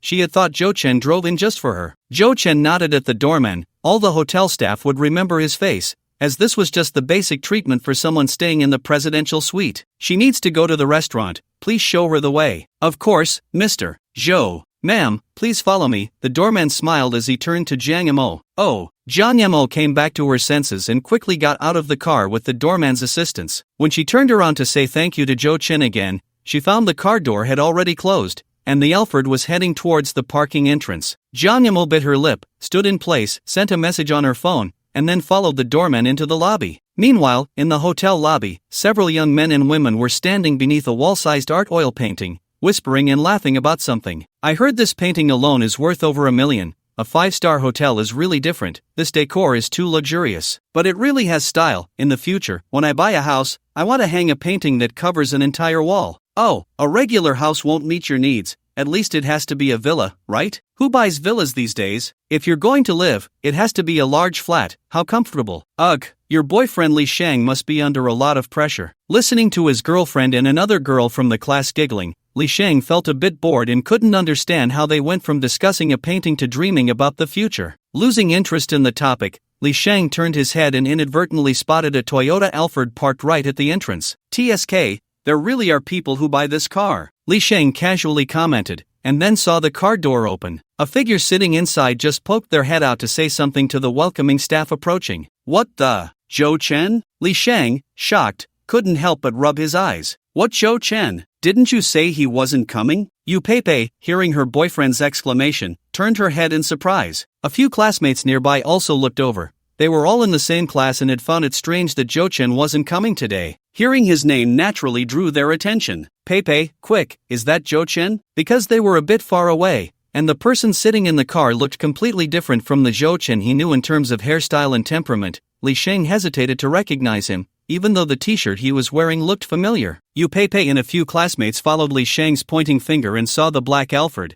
but by the time they looked, the car door had already closed, and they couldn't see the person inside anymore. Where is he? I didn't see Zhou Chen, but that sister who just walked in is really pretty. That sister looks a bit like a certain star, don't you think? She does resemble that popular actress recently, but her temperament is very cold, their styles are quite different. Li Shang felt a bit speechless. Weren't they talking about Zhou Chen? How did the conversation drift off? But to be fair, that girl was indeed beautiful. From this perspective, Li Shang thought he must have been mistaken. He knew Zhou Chen well, that Alfred couldn't possibly have anything to do with Dog Brother, and this seemingly aloof girl was even less likely to be connected. Dingy just sent a message. The private room is on the 5th floor. Let's go up. At this moment, Yu Peipei glanced at her phone and called everyone. They had been waiting in the lobby for quite a while, and Dingy had not replied, making them a bit impatient. Hearing this, they quickly followed Yu Peipei to the elevator. Li Shang didn't dwell on it anymore. He just took out his phone and sent Zhou Chen a message. Zhou Chen, I just saw your long-lost brother, but he was in an Alphard.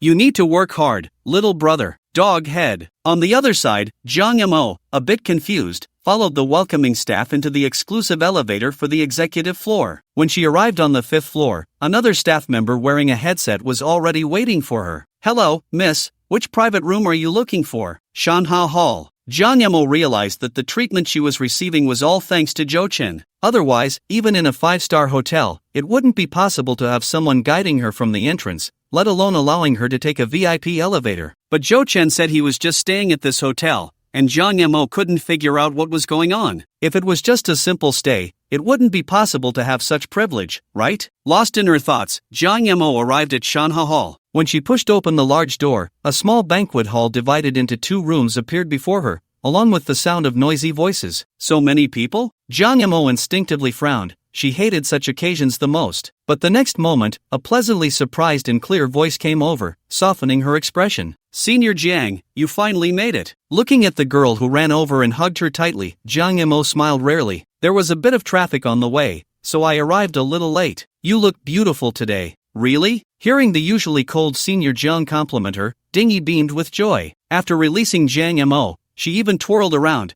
a hint of pride showing on her delicate cheeks. I feel the same way. Today, Dingy wore a white long dress with spaghetti straps, the inner layer adorned with green patterns under a thin veil, perfectly complementing her fair skin and tall figure, making her look like a princess straight out of a fairy tale. She had a standard oval face and striking features reminiscent of a mixed-race beauty. Standing under the lights, even Zhang Mo, who was equally beautiful, had to admit that Dingy was far more dazzling. This outward beauty, amplified by her naturally cheerful personality, created a visual impact that was exponentially stronger. Zhang Mo recognized that Dingy's gown was a haute couture piece from Chanel, and for some reason, her gaze dimmed slightly. Senior sister, come this way with me. You might not be too familiar with the others, so you can sit next to me later. Dingy, oblivious to Zhang Mo's unusual demeanor, happily pulled her toward a table in the inner room. I didn't expect your birthday celebration to be so grand. If I had known, I wouldn't have come, Jiang Mo said with a hint of helplessness. Actually, I already had a celebration at home. For this public birthday, I originally just wanted to invite a few good friends for a little fun, so I didn't take it too seriously. But then I realized I couldn't leave anyone out, and I just asked in the class group, and unexpectedly, quite a few classmates decided to come. Dingy clearly looked troubled. I initially planned to book just one table, but since so many classmates were coming,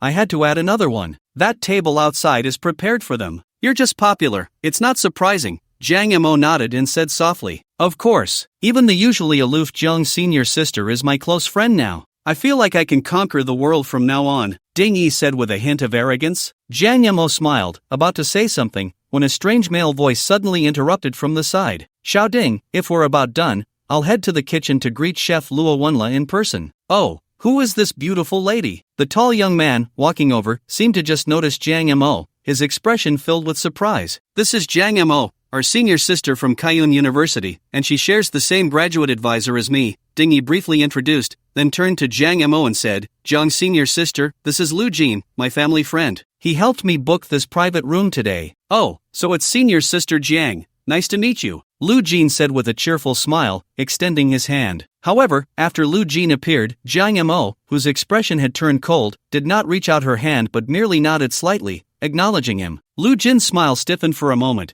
but he quickly regained his composure and said, you two chat, I'll go check on the kitchen. Once Lu Jin walked away, Jiang Mo glanced at Ding Yi. You and him, really just family friends? Ding Yi, aware of Jiang Mo's doubts, explained proactively, I was going to refuse when he offered to help me book the restaurant, but I've heard of that Chef Luo he mentioned. He's won many Chef God competition championships, and you know I'm a foodie, so, heh. At the same time, when Zhou Chen returned to the presidential suite, Bella was already waiting for him. Mr. Zhou, welcome home. I would like to discuss your dinner plans for today. Just send it to the room, Zhou Chen replied casually. But this time, Bella did not respond immediately. Instead, she carefully chose her words and said, Mr. Zhou, actually, I would recommend that you dine in the restaurant today. Do you remember I mentioned Chef Luo Wenla to you before? I have a vague impression. What's up? Zhou Chen recalled that she had mentioned this name when he checked in and curiously asked, Mr. Zhou, please allow me to introduce our hotel's Chinese restaurant's head chef, Mr. Luo Wenla, Bella said with a smile. He is not only the executive chef of our Wanda Wenhua Hotel but also the executive sous chef for the entire group's Chinese cuisine. Recently, he has been traveling across the country to conduct routine training for the dining services of other hotels under the group,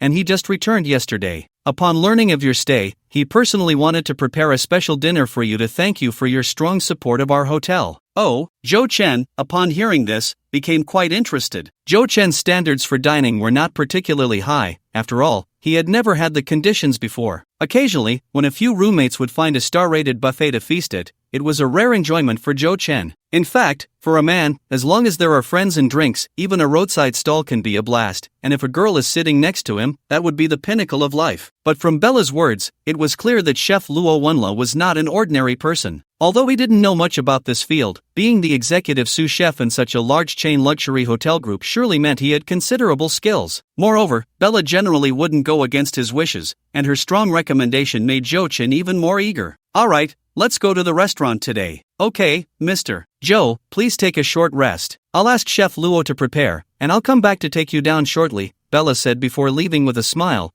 pressing her earpiece to connect with the dining department. Before Zhou Chen went to take a shower, he saw a message from Li Shang and was a bit surprised. It turned out he was also at the hotel entrance just now, but from the content of the text, Zhou Chen couldn't tell if the other party recognized him or not, but he probably didn't, right? Otherwise, he wouldn't be in the mood to joke with him.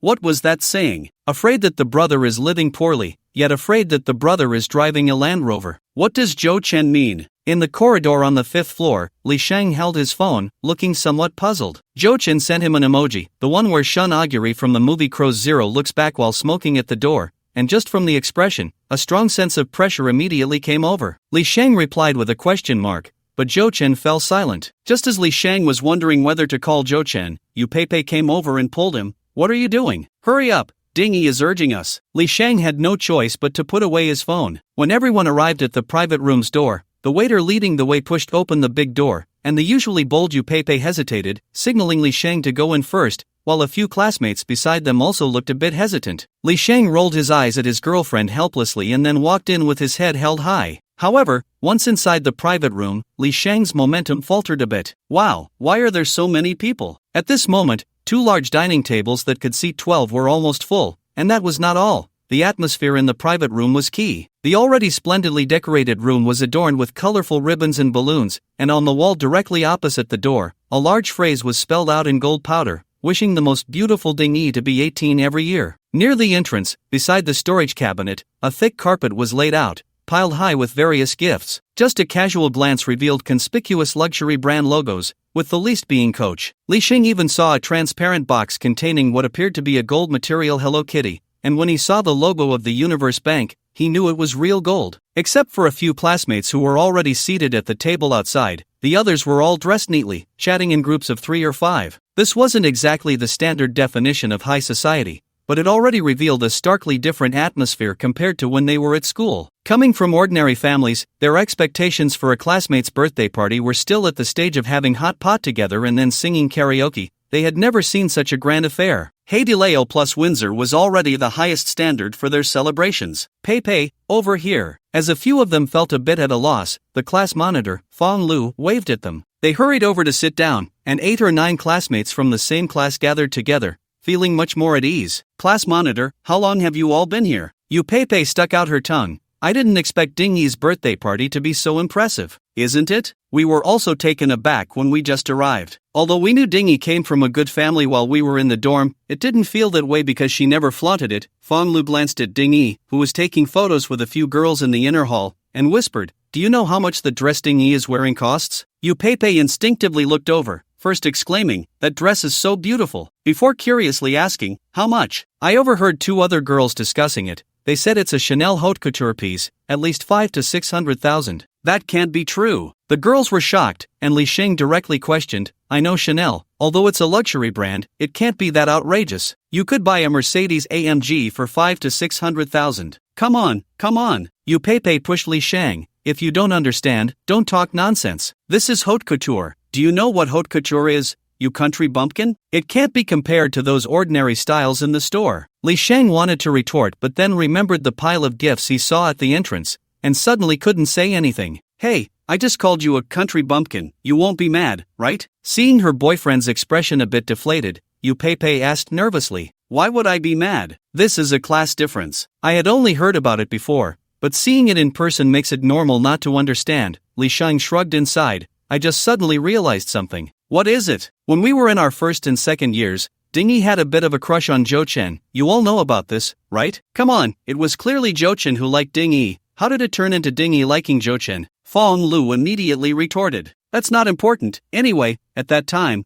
the 2 of them had a bit of a thing going on, right? You all agree with that, don't you? Hearing Li Shang say this, everyone nodded in agreement. After all, they weren't blind. But later, for some reason, Zhou Chen became distant from Ding-yi. Our whole dorm felt sorry for him at the time. This was a chance to win over the campus belle. After all, he could show off for at least 3 years. How impressive. Li Shang shook his head, lamenting, now I understand, Dog Brother was indeed more mature than us. He already knew back then that it was impossible for the 2 of them. After all, he had been through so much. Mentioning this former topic of discussion in class, another girl felt a bit emotional. He was only in his 2nd year. While we were all busy preparing for the CET4 and CET6, he had already started his own business, which shows he knew what society values. Hey, Miao Xiaoling, didn't you like Zhou Chen back then? Yu Pei said with a mischievous smile. I remember you even wrote him a love letter but never sent it. Pei, stop talking nonsense. Fong Lu corrected Yu Pei sternly. Miao Xiaoling didn't just like him back then, she clearly still likes him now. I'm going to fight you all. Miao Xiaoling, with flushed cheeks, rushed in, and the girls immediately turned into a chaotic bunch. Li Shang shook his head beside them, not surprised at all by such gossip. When Zhou Chen wasn't in despair, there were plenty of girls who liked him. Unfortunately, Dog Brother just wanted to prove himself too much,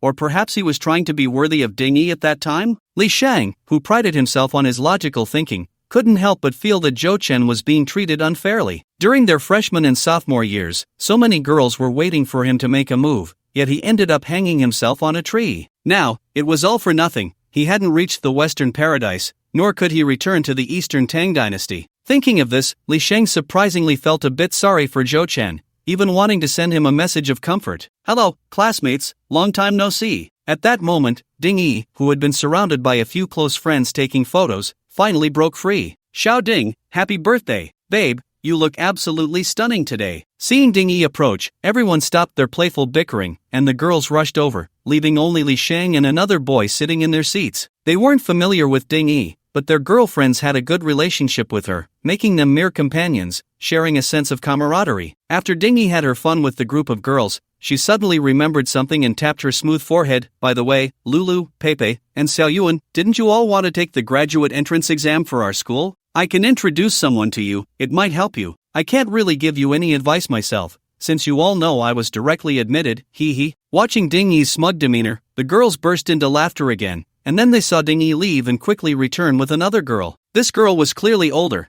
and what made the group of girls' eyes light up was that she was not only incredibly beautiful but also had a cold, abstinent aura that struck a chord with their excitement. "Ah, kill me, kill me." Especially Fan Lu, a seasoned fangirl, was screaming internally. When Jiang Yamo approached, Li Shang, Yu Pepe, and the others in the lobby were a bit surprised. Wasn't this the older sister they had seen earlier? She is senior sister Jiang Yamo, and also a disciple of Professor Wang Honying. She is 2 years ahead of us in her undergraduate studies and got into graduate school on her own merit. If you have any questions, feel free to ask her. Ding Yi introduced her to everyone and let Jiang Yamo sit down, while she herself curiously looked up. With everyone more or less gathered, they were about to start serving the dishes, but why had Lu Jin been gone for so long? At the back kitchen door of the restaurant, Lu Jin stood there in shock, facing Lu Jiming, the deputy manager of the catering department who had arranged the private room for him today. Their family was in the lighting engineering business, and they often had receptions, so Lu Jin was quite familiar with manager Lu since they frequently hosted guests at this hotel. It was precisely because he heard from manager Lu that their catering department's anchor, the executive chef Mr.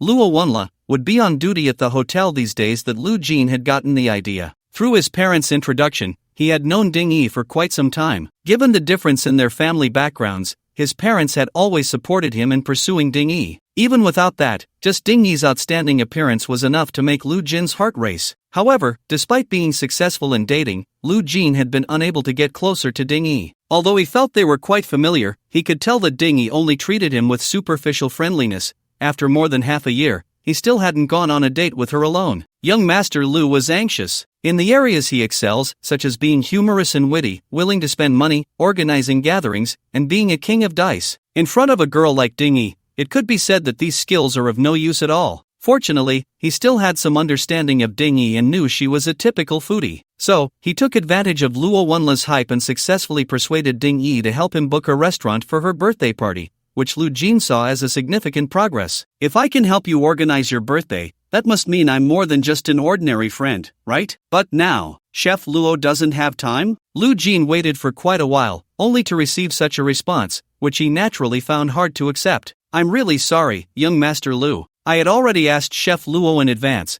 and he was very willing to help, but something urgent came up at the last minute." Lu Jiming appeared awkward on the surface, but inside he was quite calm, even somewhat disdainful. He certainly knew what was going on. Originally, facing a client like Lu Jin, who could be considered somewhat important, Luo Wenla was quite willing to personally cook to maintain the relationship. But who would have thought that the esteemed guest staying in the presidential suite would also happen to come to the restaurant today? Compared to that guest, Lu Jin's priority was pushed back. Although Lu Jin's family company spent around 200,000 a year at the restaurant, that guests' accommodation fees alone for just over half a month were close to 400,000. It was clear which was more important. However, if Lu Jiming really cared, it wouldn't be impossible to coordinate. He could have booked Chef Luo's time in advance. Even for the sake of the hotel's reputation, Chef Luo would prioritize serving Lu Jin. But the problem was Lu Jiming essentially didn't care, and the reason was simple. They were familiar enough, and Lu Jin's family company had hosted many meals there, but this young Master Lu had also taken quite a hefty kickback.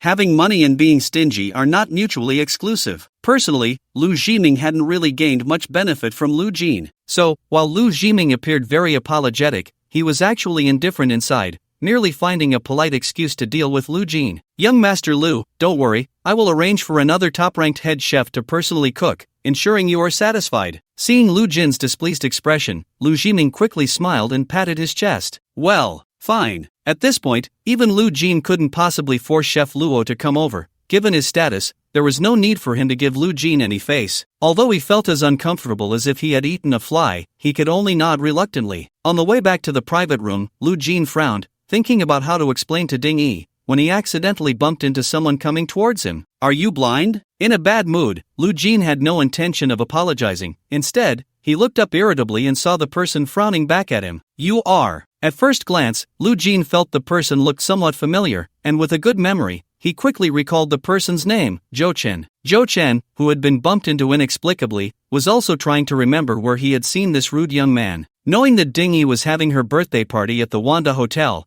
Zhou Chen quickly connected some memories and pointed at him. Lu something? Lu Jin." Lu Jin's face darkened. "Am I that forgettable?" Especially since this person who couldn't remember him was Zhou Chen, whom he had paid attention to for a while. The feeling of annoyance grew even stronger. Their acquaintance had been quite ordinary. It was just over half a year ago on a certain day when Lu Jin went to Kaiyun University to deliver Christmas gifts to Ding Yi and happened to run into Zhou Chen, who was bringing Ding Yi back. At that time, Lu Jin felt nothing of it. After all, the two were a bit far apart, and a goddess like Ding Yi surely had no shortage of admirers at school, so he didn't take Zhou Chen, who looked like a poor student, to heart. The reason Lu Jin remembered Zhou Chen's name was that not long ago, he had finally managed to quietly win over one of Ding Yi's close friends after much effort. While they were in bed, that friend, with a somewhat resentful expression, told him everything she knew about Ding Yi. When he learned that Ding Yi had never been in a relationship, Lu Jin was ecstatic. Such a stunning beauty, and yet no one had ever unwrapped her original packaging. Novels wouldn't even dare to write it that way. But there was one exception. Ding Yi had almost gotten together with a boy, and that boy was Zhou Chen. Initially, Lu Jin was a bit wary, but after probing into Zhou Chen's basic situation, he realized he had overthought it. This loser didn't even qualify to be his rival. At that moment, he never expected to encounter the other person here again. Compared to him, Zhou Chen wasn't too surprised.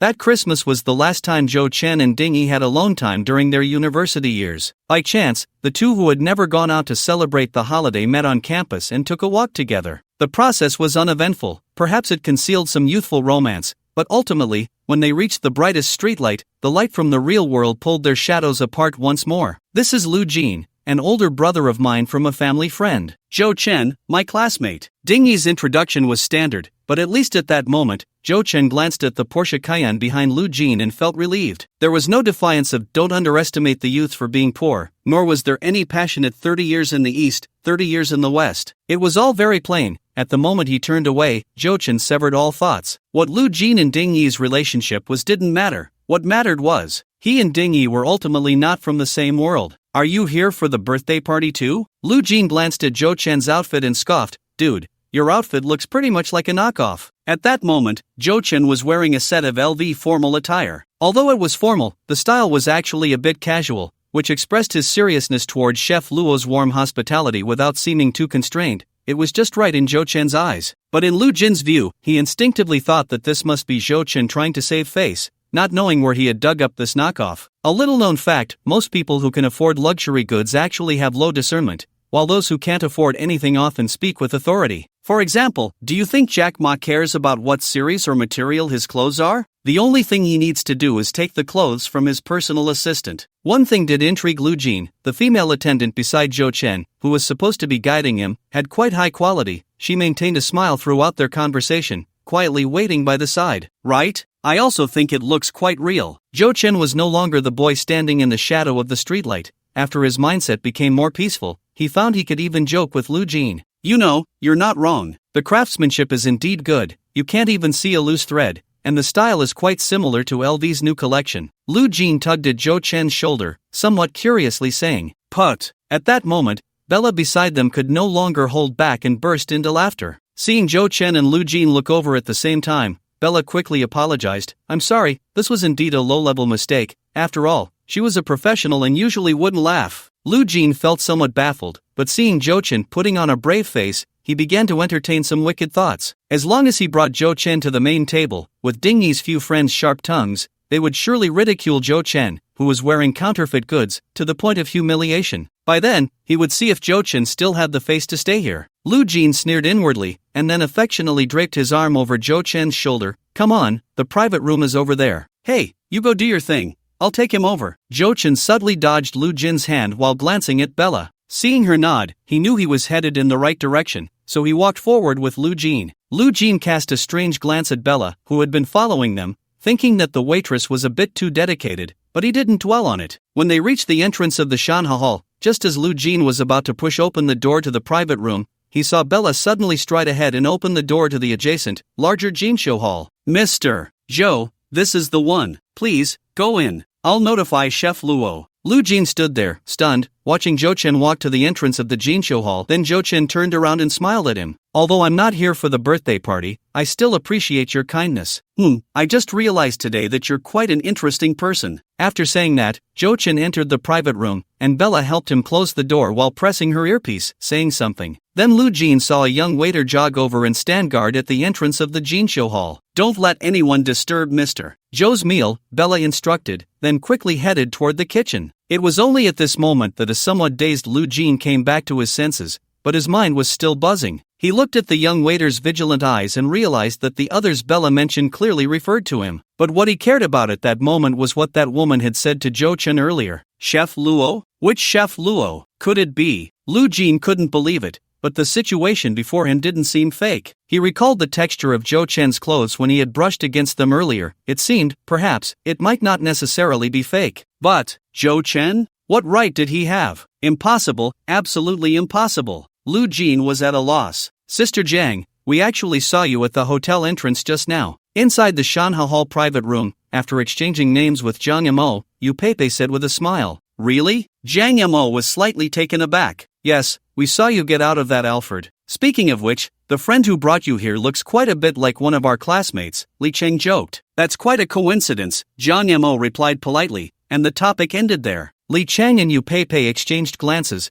both seeing the hint of helplessness in each other's eyes. This Sister Zhang's personality was indeed as cold as her appearance. They had been trying hard to find topics to discuss, but the effect seemed minimal. Zhang Yamo lowered her head, perhaps because the word friend they mentioned touched a nerve, and she instinctively opened her phone to take a look. After the two added her as a WeChat friend, Zhang Yamo took the initiative to send a message, which was very simple, just her name, Zhang Yamo. It seemed quite ordinary, but for Zhang Yamo, it was already a groundbreaking move. However, what unsettled her was that Zhou Chen had yet to reply, meaning that up until now, she still didn't know Zhou Chen's name. Could such a relationship be considered friendship? Just as Li Shang and a few classmates were hoping to take the opportunity to chat with Zhang Yamo a bit more to avoid an awkward atmosphere, the door to the private room was pushed open, and Lu Jin, with a face that fluctuated between dark and light, walked in. Lu Jin, you're finally back. We're all about to starve, can we start serving the dishes? Ding Yi hurried over. Her voice held no pretense, and the others scattered around the room taking photos and chatting unconsciously turned to look. It was already close to 7 p.m., and those who had arrived early had been sitting for over an hour, indeed feeling a bit restless. Lu Jin, is that Chef Luo preparing some special dishes for us, which is why it's taking so long? A young man from the back table came over, rubbing his stomach and laughing. I skipped lunch for this meal. If there aren't at least 2 king crabs or something,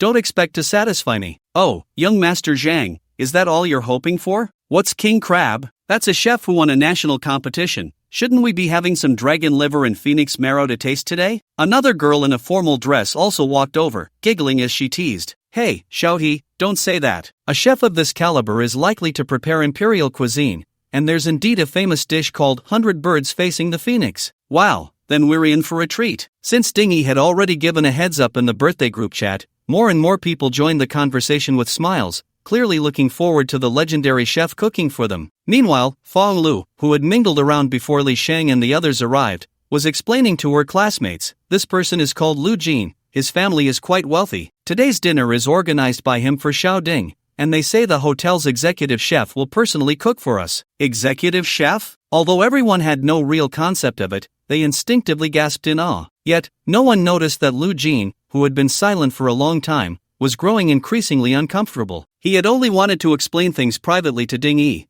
but now everyone was looking at him, and even with his demeanor as young Master Lu, he didn't know what to say. Ding Yi wasn't foolish either. She had already sensed something was off from Lu Jin's prolonged silence, and her smile was fading. Lu Jin, what's going on? Well, Chef Luo had some urgent matters come up, so. Seeing that Ding Yi had changed her way of addressing him, Lu Jin, realizing she was angry, quickly steeled himself to explain, I didn't expect it to turn out this way. But don't worry, the restaurant has arranged for another well-known chef to take over. The dishes will be served soon. No one expected this outcome, and the atmosphere suddenly turned a bit cold. The first to speak, young Master Zhang, clearly looked displeased, but he didn't say much. However, a few girls had no such reservations. So we've been hungry for 2 hours just to wait for nothing. Fine, fine. Oh dear, young Master Lu, if you can't handle this, don't meddle unnecessarily. If I had known, I would have gone to Sofitel for seafood. We wouldn't have to wait. What's the difference eating at a 5-star restaurant or not? You all should say less. This is Xiaoding's birthday, so it's not our place to express opinions. Of course, it seems young Master Lu doesn't care much about our feelings. A few girls, adorned in luxury brands, maintained smiles throughout, their tone teasing, but their words were piercing. Lu Jin never expected to be the one to bear the brunt of Ding Yi's group of plastic friends' sharp tongues, and he was sweating profusely. Alright,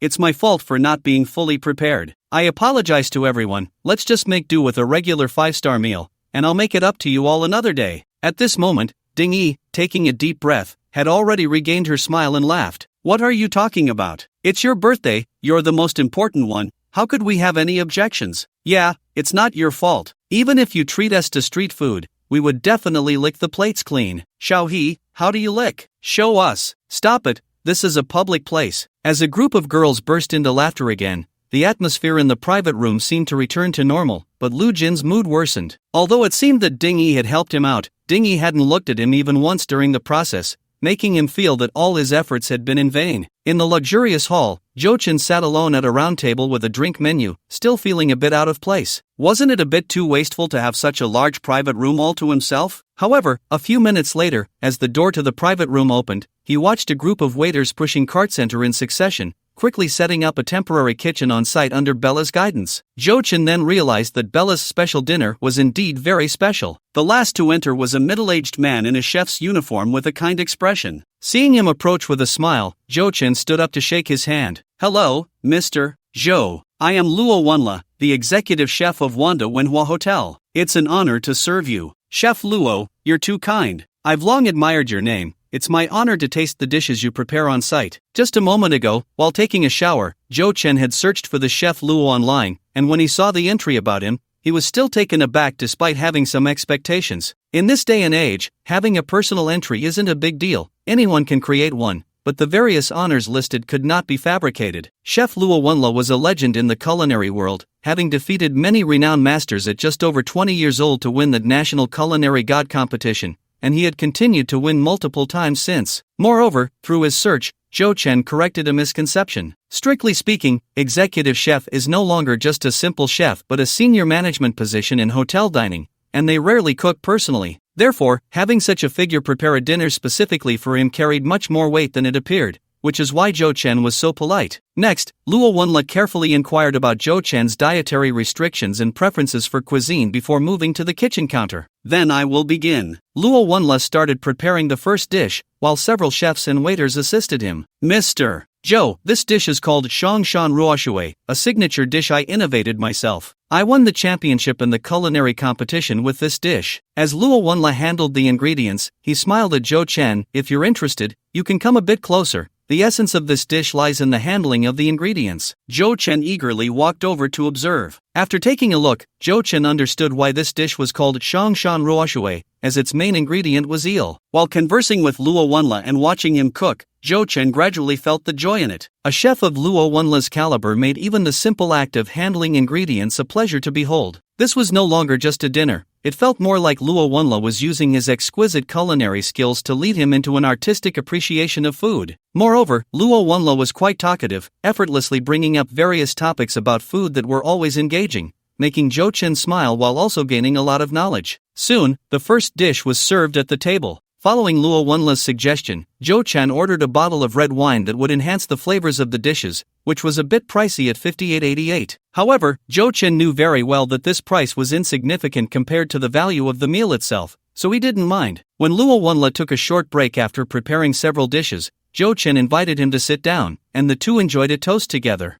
Zhou Chen felt mentally and physically pleased with the meal, while Luo Wenla intentionally showcased that although the ingredients were plentiful, each dish was served in small portions. When Zhou Chen had nearly finished the dishes in front of him, he stood up again to continue his busy work, ensuring that Zhou Chen wouldn't have to eat cold dishes. Feeling somewhat full, Zhou Chen decided to take a break. He picked up his phone and realized that in just a short while, he had received a pile of unread messages. Oh, it seems I forgot to reply to Jiang Mo. Zhou Chen tapped his head, recalling something. He unlocked his phone and glanced at it, noticing several messages from Li Shang, mixed with his wild complaints. Dog brother, have you heard of 100 birds facing the phoenix? Zhou Chen looked at the message from Li Shang, along with the mysterious smile emoji, and couldn't help but feel a bit stunned. He glanced at the busy Chef Luo and wanted to ask, how did you know I was about to eat this? However, before Zhou Chen could reply, another message from Li Shang came through. Sorry, I take back what I just said. It seems 100 birds facing the phoenix is not happening. The atmosphere in the private room is also a bit strange. What the hell? Zhou Chen asked, confused. Dog brother, you don't know, originally. Li Shang briefly explained the background, and Zhou Chen was momentarily taken aback, instinctively looking up at Luo Wenla, who was carefully preparing the next dish for him. So this has something to do with me? Zhou Chen guessed that there must be some misunderstanding involved. Click. Zhou Chen took a photo of Chef Luo cooking and sent it to Li Shang, who was bragging about the chef. So, are you talking about this 100 birds facing the phoenix and this Chef Luo? Zhou Chen didn't intend to show off to others but didn't mind a little display in front of close friends. However, after replying to Li Shang's message, he still needed to address a real issue.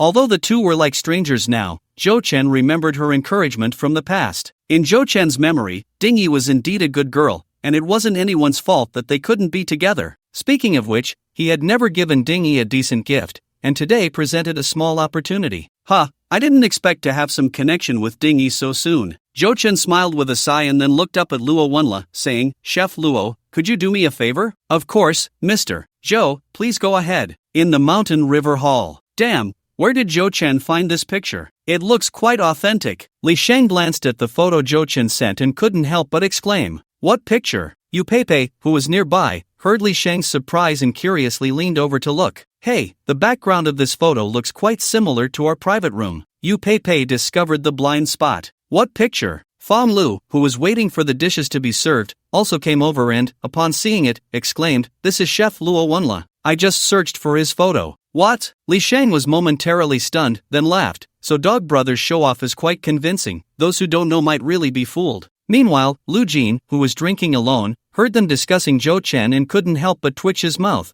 recalling the earlier scene. His expression darkened even further. Even if no one else knew, at this moment, Lu Jin recalled and vaguely felt that what he had heard was likely true. Although he had never stayed in a luxury suite at the Wanda Hotel, the female attendant who followed Zhou Chen was dressed somewhat like a hotel room service staff. If his guess was true, then everything made sense. Although it still made Lu Jin feel a bit uncomfortable, at least no one else knew about it, and it was over. But the strange looks from those at the main table were what truly made Lu Jin uneasy. As the host, Dingyi had hardly sat down, appearing to laugh and joke with everyone, but they all knew she was trying hard to maintain the atmosphere to avoid awkwardness. The seating arrangement was also quite interesting. Jiang Mo and Lu Jin sat at the outer table, the former feeling more comfortable there, while the latter simply couldn't stand the atmosphere at the main table. After all, those at the main table could tease Lu Jin, but he didn't have to take Dingyi and his classmates seriously. No one had the guts to say anything to him. Hurry up! The door to the private room opened, and a sweating Lu Jiming called for the waitstaff to bring in several dishes. Seeing him, Lu Jin, who was already getting angrier, seemed to have found an outlet for his frustration. Manager Lu, why is it so slow today? How long has it been, and only a few dishes? Didn't I tell you to prioritize our table's dishes? Lu Jin put down his wine glass and questioned him without any courtesy.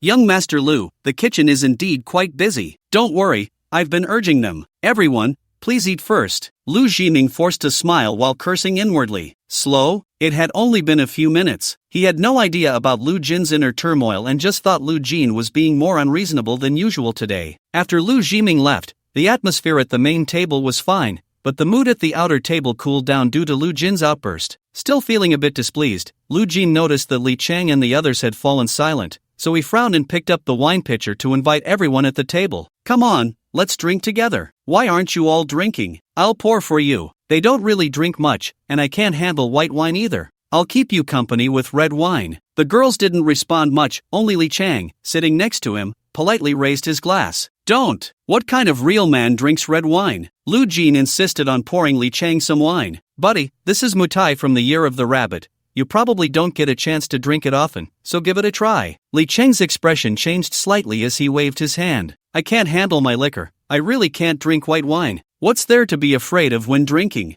I've said it this far, can't you give me some face? Lu Jin's expression darkened. Isn't face something you give to each other? You just mocked others for not being real men. Before Li Chang could say anything, someone had already muttered a comment, loud enough for Lu Jin to hear. Lu Jin frowned and looked up. It was the girl named Fong Lu. If it had just been Fong Lu's dissatisfaction, Lu Jin wouldn't have paid her any mind, but at that moment, Miao Xiaoling, sitting next to Fong Lu, also muttered, really giving face, but didn't even invite that chef Luo? Miao Xiaoling, who was somewhat displeased with Lu Jin's pressure on Li Chang, spoke without thinking, but that one sentence undoubtedly hit Lu Jin where it hurt, and his expression changed immediately. What did you say? You heard it. Miao Xiaoling felt a bit guilty but still shot back. Bang! Already frustrated by the mockery from Xiao He and the series of unpleasant events today, Lu Jin, under the influence of alcohol, could no longer control his emotions, smashed his wine glass down, and stood up. This immediately silenced the private room, and the people at the main table looked over in shock. Seeing all eyes focused on him, Lu Jin did not hold back. He was not a person with a good temper, merely pretending to be one in front of Ding Yi. With his family background, he generally did not need to humiliate himself. After all, he knew that Ding Yi's impression of him had already worsened, so what was there to be concerned about? You filthy little brat, say that again if you dare. Lu Jin sneered, if it weren't for me, you guys would never be able to afford a 5-star meal in your lifetime, right? You. Looking at Lu Jin, whose face was twisted in rage as if he were about to hit someone, Miao Xiaoling's eyes turned red. Are you stupid? Why are you yelling at a girl? Damn, you wanna fight, huh? Li Shang and another boy at the table stood up angrily. Lu Jin, what are you doing? At that moment,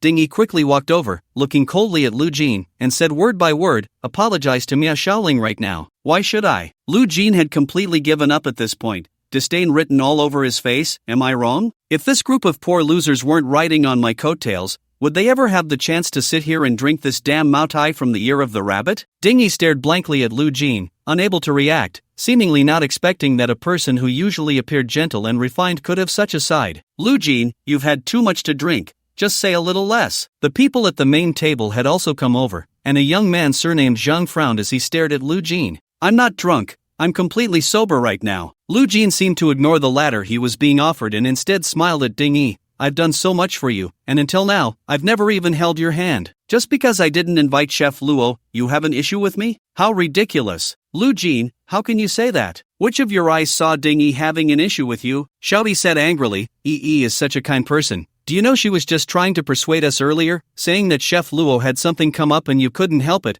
and told us not to say anything harsh to you. Forget it, Xiaohi, don't say any more. Ding Yi sniffed, pulling Xiaohi back. She turned around and forced a smile at everyone. Everyone, how about we just go sing? Let's forget about this meal. I'll order barbecue for everyone at the KTV, and you all can make do. Go on, keep talking, why can't she speak? Perhaps seeing Ding Yi ignore him again, Lu Jin, whose face was already flushed, became even more agitated. For some reason, he just wanted to see Ding Yi break down. Xiaohi, you say Ding Yi is kind? Indeed, she loves to pretend to be optimistic and kind, as if she's really an innocent and naive girl, only to reel people in and then say she doesn't want a date right now. Lu Jin sneered, suddenly looking at Li Shang beside him. By the way, I just heard you guys talking about Zhou Chen. Ding Yi, that's your white moonlight, right? The real reason you've been rejecting me all along? Ha ha ha, have you ever thought, what if he never liked you at all? Let me tell you clearly, this guy has actually been pretending to be poor in front of you. He's deliberately distancing himself from you. I ran into him just now. Guess what kind of image he has at this hotel? Dressed head to toe in the latest LV, with a private butler for the entire suite, and the chef Luo, whom I can't even afford to invite, personally serving him in the next private room. If you don't believe me, you can go see for yourself. Lu Jin's words left everyone in shock. Zhou Chen? Did he just say Zhou Chen? Zhou Chen is here too. Fong Lu and a few other classmates were very surprised. Ding Yi was stunned in place. You said Zhou Chen is next door? Yeah, and he still won't come to see you. TSK, maybe he's doing it on purpose, knowing today is your birthday, deliberately using this way to humiliate you. Now you know the real reason why Chef Luo won't come, right? Ha ha ha. Lu Jin laughed heartily, and although he said it on purpose, he actually felt that his logic wasn't wrong. Maybe this was the truth. Ding Yi's face visibly paled, and for a moment, she didn't know how to react. Oh my. At that moment, Li Chang, after being stunned, quickly took out his phone and fell into an even greater daze after looking at a photo again. Yu Peipei, who was beside him, also reacted and hurriedly shouted, Xiao Ding, Just as she called Ding Yi's name, the door to the private room was suddenly pushed open, and a middle-aged man in a chef's uniform walked in with two waiters pushing a food cart, all smiles. Upon seeing the man, most people instantly recognized him. Wasn't this the hotel's executive chef, the famous culinary master Luo Wanla? Lu Jin, who had been cursing with great satisfaction, suddenly stopped speaking. The first thought that crossed his mind was, could it be that he guessed wrong, and manager Lu invited him over? Wouldn't that mean his earlier outburst was counterproductive? As Lu Jin's expression changed several times, wondering if he could still salvage the situation, Luo Wanla walked in. Although he didn't understand why everyone was staring at him with strange expressions, he still cheerfully asked, "May I ask who is Miss Ding Yi?" "I am." Ding Yi took a deep breath, quickly adjusting her mood, and walked up. "Miss Ding, hello, let me introduce myself. I am the hotel's executive chef, Luo Wanla. First, I want to apologize to you. Due to some unforeseen circumstances, I couldn't prepare the birthday dinner for you as promised, although I was not aware of it beforehand." No, Chef Luo, you are too polite." Although she still had some doubts, her inherent upbringing made Ding Yi quickly respond. "As long as you don't mind, I just don't know if my last-minute compensation is still timely?" Luo Wanla smiled as he instructed the waiters behind him to push the food cart over. "These are a few dishes I just made. If you all don't mind, you can start eating, and I will prepare the subsequent dishes." Seeing the 6 dishes on the cart that were clearly of extraordinary quality, even though they had already eaten some food, everyone instinctively swallowed. Hearing that Luo Wanla would continue cooking, everyone felt even more delighted. Would it be too much trouble for you? With a turn of events, Ding Yi also showed a smile, which eased her guilt towards everyone. "If I had to say, it is a bit troublesome because, strictly speaking, I have already finished work." Luo Wanla first made a joke and then said, "Of course, since Mr. Zhou has so earnestly asked me for help, I naturally won't decline." "Mr. Zhou?" Remembering that she had just heard Zhou Chen's name, Ding Yi suddenly realized something. "Yes, Mr. Zhou. I think you should know him. Additionally, Mr. Zhou has also prepared a special gift for you, Miss Ding, in the next room. You can go over to collect it whenever it's convenient for you." Due to the delicacy of the dishes, Luo Wanla personally cooking actually slowed down the serving speed significantly. But everyone was more than willing to wait. While tasting exquisite dishes that couldn't even be found on the menu, they chatted and drank, and the hotel had somehow found a violinist, making the atmosphere in the private room even more harmonious. When Zhang Daxiao was about to pour more wine, he suddenly realized something and couldn't help but sneer. That bastard Lu Jin is really funny. It's one thing to take unopened bottles, but he even took away that half bottle of open Mutai from the Year of the Rabbit. Although the wine was indeed brought by Lu Jin, it didn't stop the northeastern man Zhang Daxiao from looking down on such behavior. What a lack of taste, and it's not even something worth much. That guy left with the waiter who was delivering the food, thinking he was sneaking away quietly. In reality, I saw it all long ago. If it weren't for the fact that I didn't want to ruin Xiao Ding's mood, I would have scolded him a few more times. Young Master Lu really lost face today. He usually has such grace when we interact, but who knew that after downing a couple of shots, he would turn into this kind of person? Xiao He, what you said isn't quite right. Character and alcohol have nothing to do with each other. Rather than calling it drunken madness, it's more like his true nature being exposed. Exactly. What a disgusting guy. Hey, who is that Mr. Zhou mentioned by Chef Luo? Does anyone know? At this moment, Xiaoyi looked around and, not seeing Ding Yi, curiously asked, "It should be that Zhou Chen they mentioned, right?" I know. He is indeed Ding Yi's classmate, but I remember his family background being quite ordinary. I didn't expect him to have such power." From Chef Luo's tone, it seems he was willing to cook personally, which really shows he was giving Zhou Chen face. Another girl, who was somewhat of a childhood friend of Ding Yi, remarked with confusion, "Don't underestimate anyone while studying. Due to family upbringing, not everyone is willing to be high profile. Speaking of which, that young master from Wanda, didn't he think he was a poor kid until graduation?"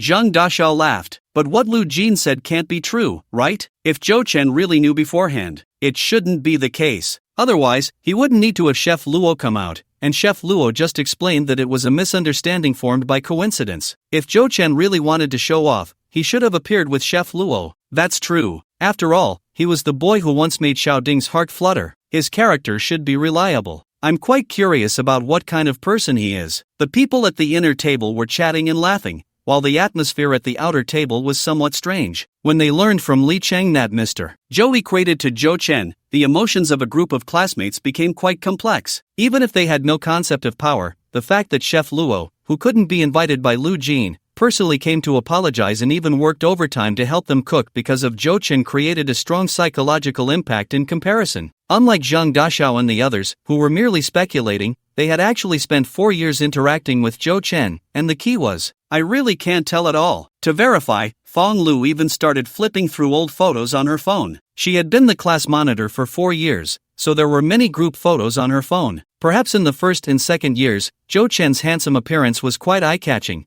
but as time passed, he became increasingly inconspicuous. Miao Xiaoling, could it be that you already knew Zhou Chen was a hidden second-generation rich kid, which is why you had a crush on him for so long? Another girl asked Miao Xiaoling with a smile. If you keep talking nonsense, I'll tear your mouth apart. I haven't been secretly in love with him all this time. Miao Xiaoling first retorted, then said somewhat unnaturally, besides, he clearly can't forget Ding Yi. Otherwise, was today's incident just a coincidence? That's true. Hey, Li Chang, why have you been silent since just now? You're the one who has the most say about Zhou Chen, right? Fong Lu suddenly looked at the dazed Li Chang with curiosity. Sure, let him take his time, he's feeling down. As his girlfriend, Yu Pei immediately smiled and made a gesture. What's so funny? Why would I be sad? Li Sheng came back to his senses and said indignantly, it's a good thing that Dog Brother has made it big, but I just can't understand. I've met Dog Brother's parents once, and they really seemed like an ordinary family. Besides, we're all brothers in the same dorm. There's no need to pretend to be poor, right? What if he thinks there's no need to show off? Isn't there a real rich second generation from the Magic City, Guanansheng, in your dorm? Maybe he doesn't want to stir up conflict? Nonsense, is old Gua that kind of person? While everyone was discussing, Jiang Mo quietly listened from the side, but no one noticed that her expression had become dazed at some point. On the screen in her hand, which had been lit up, was a message from Zhou Chen that had come back not long ago. Zhou Chen. It was just a name, but in the context of tonight's series of events, it felt particularly special. So Zhou Chen and Ding Shimi. Jiang Mo didn't understand why she felt a slight discomfort upon learning that the two knew each other. Liking him was absurd, but Jiang Mo couldn't deceive herself. Deep down, she indeed felt a sense of loss that was hard to articulate, but that didn't stop her from quietly perking up her ears, catching every mention of Zhou Chen in their conversation. At that moment, Li Sheng glanced at his phone and suddenly stood up with a whoosh. At the entrance of the luxurious hall, Ding Yi, holding onto the hem of her skirt, had been standing there for quite a while, finally mustering the courage to push open the door to the private room. But to her disappointment and inexplicable relief, she didn't see Zhou Chen in the brightly lit room. She walked in and approached the dining table. On the table, 3 dishes had already been prepared in advance, alongside a bouquet of white roses still glistening with dew. What's this? So the gift you prepared for me is just 3 dishes? Ding Yi glanced around the empty private room, pouting in dissatisfaction. But looking at the 3 beautifully presented dishes, she quickly brightened up, sitting down at the table and picking up a piece of squab from 100 Birds Facing the Phoenix, stuffing it into her mouth. No need to pretend to be a lady, this is so satisfying. The delight on her taste buds made Ding Yi stretch her arms happily. To be honest, if anyone was tired or hungry, it was her who was the most exhausted and starving tonight. She had to take care of everyone's emotions, and even when the kitchen served the dishes first, she had hardly eaten a bite. At this moment, having such a private space allowed her to relax without any reservations. In a sense, this was the best gift for her at that moment. Moreover, this at least proved that Lu Jin was just spreading rumors.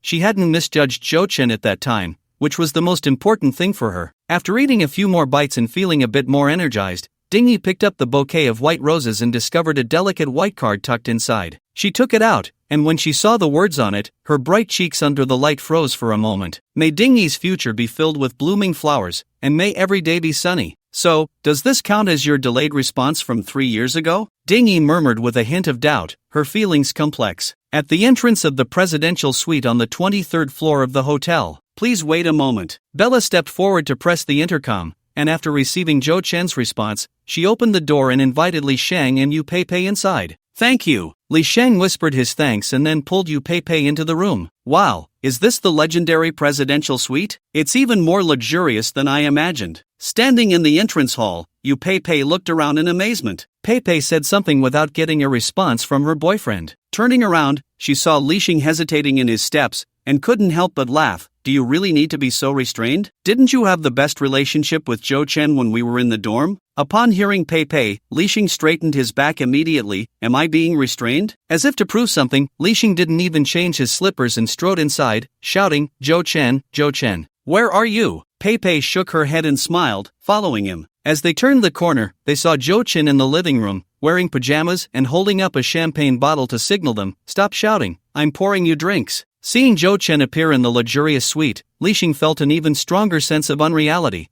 but he still walked up and punched Jo Chin playfully. "Dog brother, you're doing well now, living in a presidential suite. It was a prize from a lottery. I can't afford this," Jo Chin said with a smile while handing the champagne to the two of them. "Is that true?" Li Xing was taken aback. "Of course it's true, but I have had a bit of a turnaround in my life recently. I found some connections from people I used to know, and my current income is not bad." Jo Chin smiled and added, "I thought so, dog brother. Even if you suddenly have some money, you shouldn't be this extravagant." Li Xing laughed. "Where can you win a presidential suite stay in a lottery? Pay and I should try it too. The event ended a long time ago. I just happened to catch it. Maybe I was just lucky." Jo Chin didn't elaborate on the topic and instead asked, "How have you been lately?" Just as planned, Pepe is preparing for her graduate entrance exam, and as for me, my dad wants me to follow in his footsteps, so I'm preparing for the bank exam. Once the topic was opened, Li Xing and Jo Chin seemed to return to their dorm days, joking and laughing with their arms around each other. Jo Chin showed them around the presidential suite, and Pepe took a lot of photos before the three returned to the living room to continue chatting. Throughout the process, Pepe mostly quietly sipped her champagne, smiling as she listened to their conversation,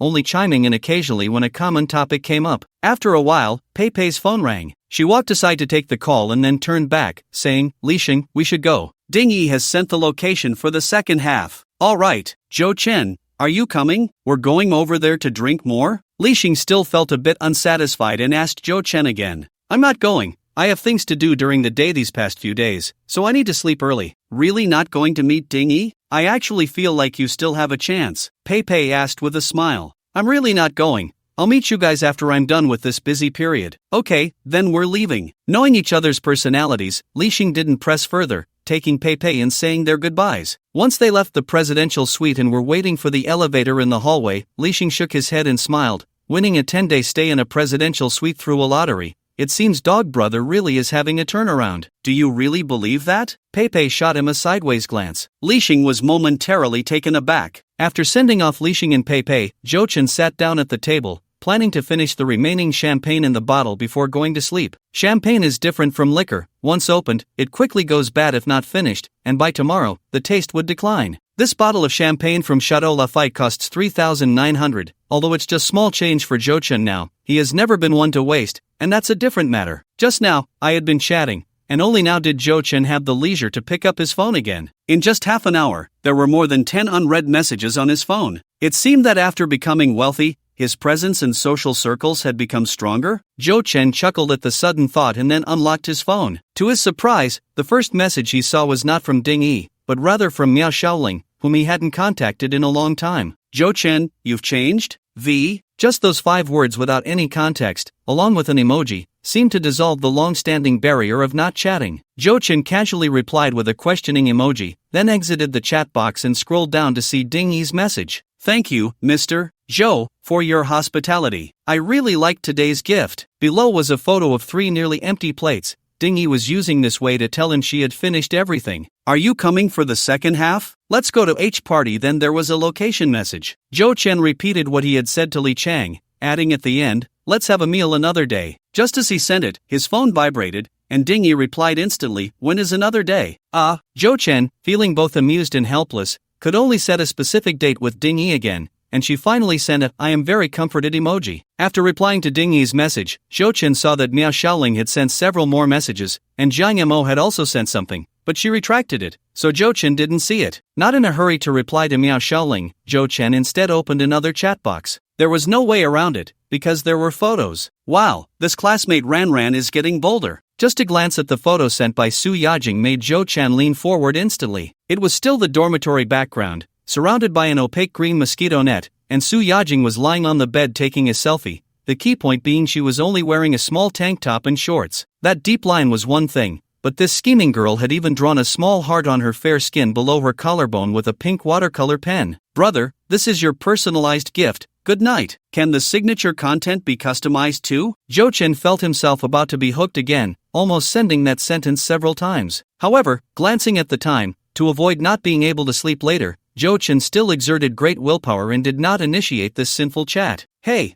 Wait until I get my house before I tame you, little demon. Mr. Joe, please take care. If you have any questions, you can contact your dedicated customer service representative Su Wenxian at any time. She will be at your service 24 hours a day. Yes, Mr. Joe, I am always on standby. At 10:30 in the morning, Zhou Chen walked out of the door of a certain branch of China Merchants Bank in Mingchang, accompanied by the enthusiastic send-off of the client manager and another attractive female bank employee. There was no way around it. The bank's customer service had been calling Zhou Chen for several days, reminding him to upgrade his savings card, and all his large expenditures in recent days had been resolved by temporarily increasing the limit, which had been a hassle for the bank's customer service, and he felt quite embarrassed. So, for convenience, before going to the library this morning, Zhou Chen had the driver, Old Yang, take him to the designated outlet of China Merchants Bank. Since the phone customer service had already made an appointment for him in advance, everything went exceptionally smoothly. 40 minutes later, the ordinary bank card he originally intended to use for tuition was replaced with the black card in his hand,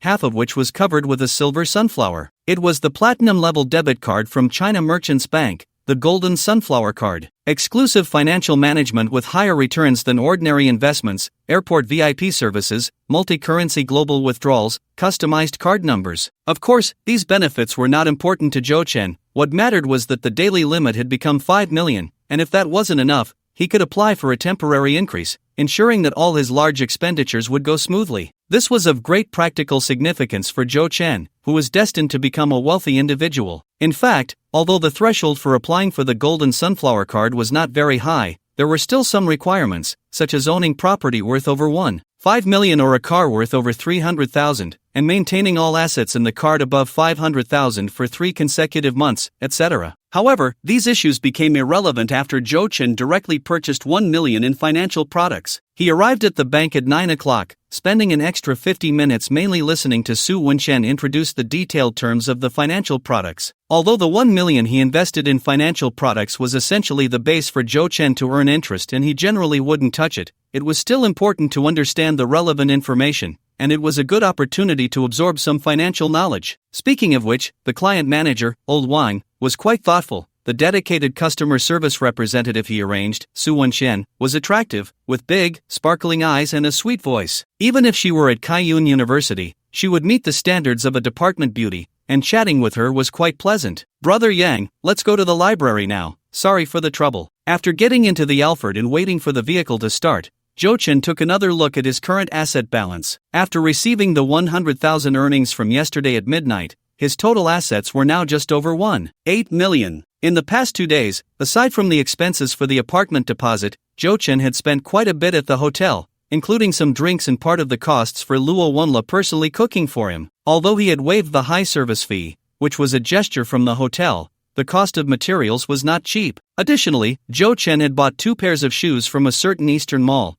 and all these expenses added up to nearly 100,000. Zhou Chen occasionally felt a pang of regret. After all, the thousands spent on drinks felt no different from drinking cheap liquor to him. This was a clash between his instinctive frugality from his past life and his changing mindset, a growing pain of sorts, but as time passed, Zhou Chen would only become more carefree. Because he was a bit late today, Zhou Chen was initially worried about not finding a seat, but when he arrived at the last reading room as usual, he found that the desk he typically sat at was already occupied by a stunning figure. Today, Zhang Yamo was wearing a white waist-cinching chiffon shirt, the hem tucked into dark skinny jeans. As Zhou Chen walked over, his gaze unconsciously drifted down, captivated by her excellent waist-to-hip ratio. Zhang Mo's waist was indeed very slim, but the curves below suddenly flared out, forming a beautiful roundness under the pressure of the chair. Also, because she wore such fitted jeans, her long legs were fully outlined, but unfortunately, most of it was blocked by the desk, making it impossible to see completely. As Zhou Chen approached, he noticed that the opposite seat was occupied by her YSL shoulder bag. He chuckled softly, "This isn't saving me a seat, is it?" From here, Zhou Chen also noticed a detail. Zhang Yamo must have sensed his arrival long ago. She didn't look up but merely slightly rose and reached for her bag. "I don't really like interacting with strangers,"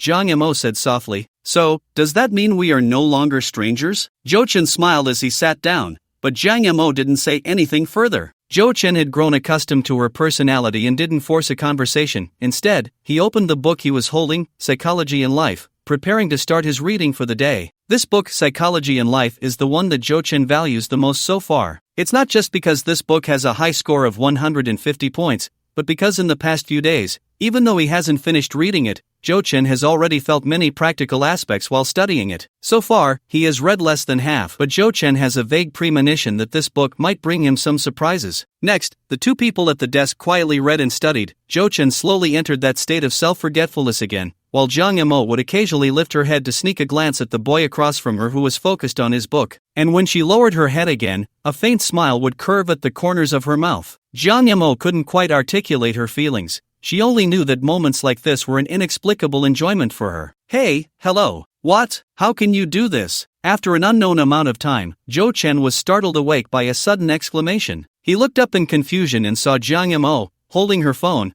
hurriedly packing up her things on the desk. Before Jo-Chen could ask, Jang Mo, with her bag in hand, had already rushed out. Her footsteps hurried, even bumping into several tables and chairs along the way, causing many people to frown and look over. I'm sorry. Please wait for me, I'll be right back. Jang Mo apologized as she exited the reading room, her figure quickly disappearing into the corridor. Jo-Chen thought for a moment, picked up his phone, and sent Jang Mo a message asking about it, then continued to immerse himself in the book. It was already past 4 p.m., and he was just a little bit away from finishing this book. Finally, after more than 20 minutes, Jo-Chen closed the book in his hands, but his mind was still digesting and absorbing those subtle pieces of knowledge. Everyone's gestures, words, micro-expressions, even the slightest twitch of their eyelashes, combined with different situations, convey different psychological activities. The key lies in detailed observation and a bit of logical thinking. Jo-Chen instinctively looked up. The boy in the left front seems to be seriously focused on his book,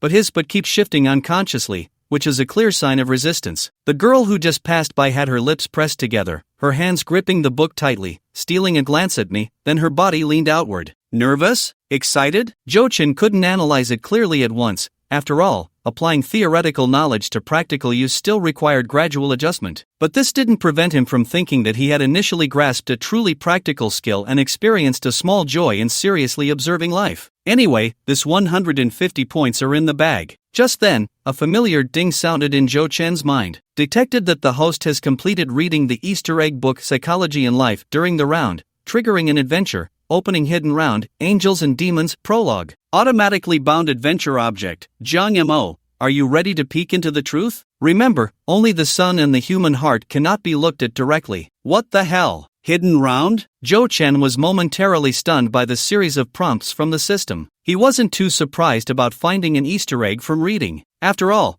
there was a similar hidden mechanism in the first round, which was the triggering of the lucky number, but at that time, the system had given a clear prompt, while this time there was no warning at all. But it seemed that this Easter egg book was the key to triggering the hidden mechanism of the second action round. Jo-Chen just couldn't determine how many such Easter egg books there were. After looking more closely at the description of the hidden round, Jo-Chen felt a bit bewildered. Angels and Demons? Prologue? From a rough introduction, nothing can be seen, but the title is quite thought-provoking. The system also clearly informed him that the key figure of the round is Jang Mo, peering into the truth. Only the sun and the human heart cannot be directly gazed upon, so it relates to human nature? That indeed has a close connection with the book Psychology in Life. The hidden round will open in 1 hour and 34 minutes. At this moment, Jo-Chen saw the system's last line of prompt, which also had a countdown timer. It opens in more than an hour. Then I should go eat first. The time was already approaching 5 o'clock, and Jo-Chen, whose mind was once again foggy, had lost the desire to continue reading. He tidied up a bit and left the library. The provincial library is really well located, right next to one of Mingqing's famous attractions, Chui Lake, and there are quite a few well-known restaurants around. Jo-Chen directly opened a review app,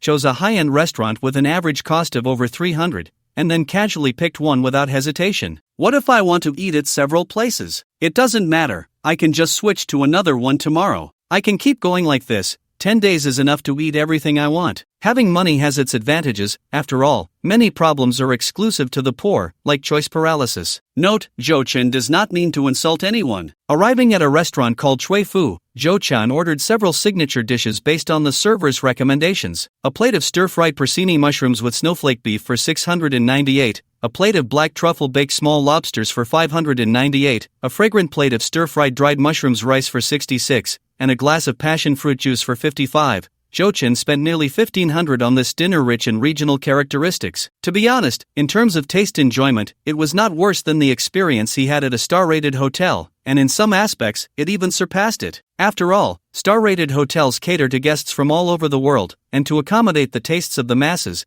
they sometimes inevitably have to compromise on character. After slowly finishing his meal, Zhou Chen ordered a Dijongjio, and after smoking it, a satisfied Zhou Chen heard the system's prompt again. The hidden round is about to begin. If you wish to complete this round, please arrive at the following location before the countdown ends. Location. GPS. Zhou Chen glanced at the location sent by the system. It was a residential area, not far from the expo park in Mingcheng. At this point, there were only about 30 minutes left until the round began, and considering the rush hour traffic from the city center, it would indeed be a bit tight. Zhou Chen didn't delay any longer, settled the bill, and went out. The early arriving Lao Yang was already waiting for him nearby. After getting in the car, Zhou Chen searched for information about this residential area on his phone, preparing for possible rewards from the system. The data showed that this was a residential area built 20 years ago. At that time in Mingcheng, this area was considered a standard rich area due to its proximity to the expo park. However, over the years, with the rise of various business districts, this area had gradually declined. Apart from its relatively central location, there was nothing much to boast about anymore. Because Zhou Chen mentioned he was in a hurry, Lao Yang fully utilized his driving skills and got Zhou Chen to the entrance of the residential area before the countdown ended. Brother Yang, you can go back first. I have some matters to handle here,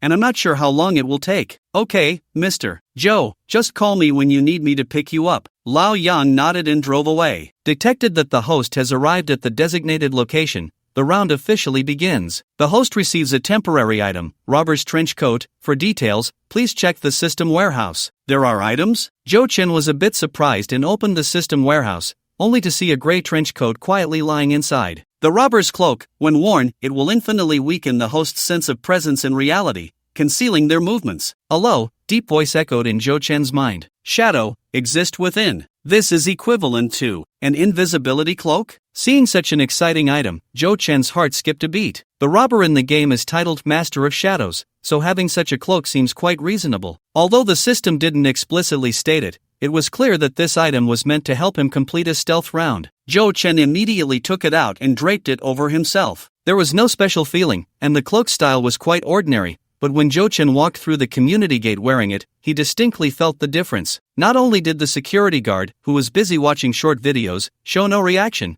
but a couple walking towards him, laughing and chatting, didn't even glance his way, as if he didn't exist at all. But where am I supposed to go next? Zhou Chen walked forward along the community path in confusion, soon stopping in his tracks. Because he saw Jiang Yamo. At the entrance of a row house with peeling paint, Jiang Yamo stood there, a suitcase sprawled at her feet, with clothes scattered on the ground nearby. Whoosh! Another piece of clothing was thrown out from the villa door. Zhou Chen looked over and saw a middle-aged woman standing there, hands on her hips, coldly saying, Jiang Yamo, don't blame us for being heartless, blame your father. Just because he went in doesn't mean the money he owes us is settled. The court has long since seized this house. You've been living here for free for months. Since you still can't pay rent, you should move out. Honey, how about? Another middle-aged man stood behind the woman, showing a pained expression, as if he wanted to say something. Shut up! The woman interrupted him directly, shouting in a sharp voice, You're always trying to be the nice guy. If it weren't for you insisting on lending money to Jiang Yunfei, we wouldn't have all this trouble. That's not. The couple seemed to get into a bit of an argument, and with a loud bang, the woman slammed the door shut, cutting off all sound. Zhou Chen turned to look at the silent Jiang Yamo,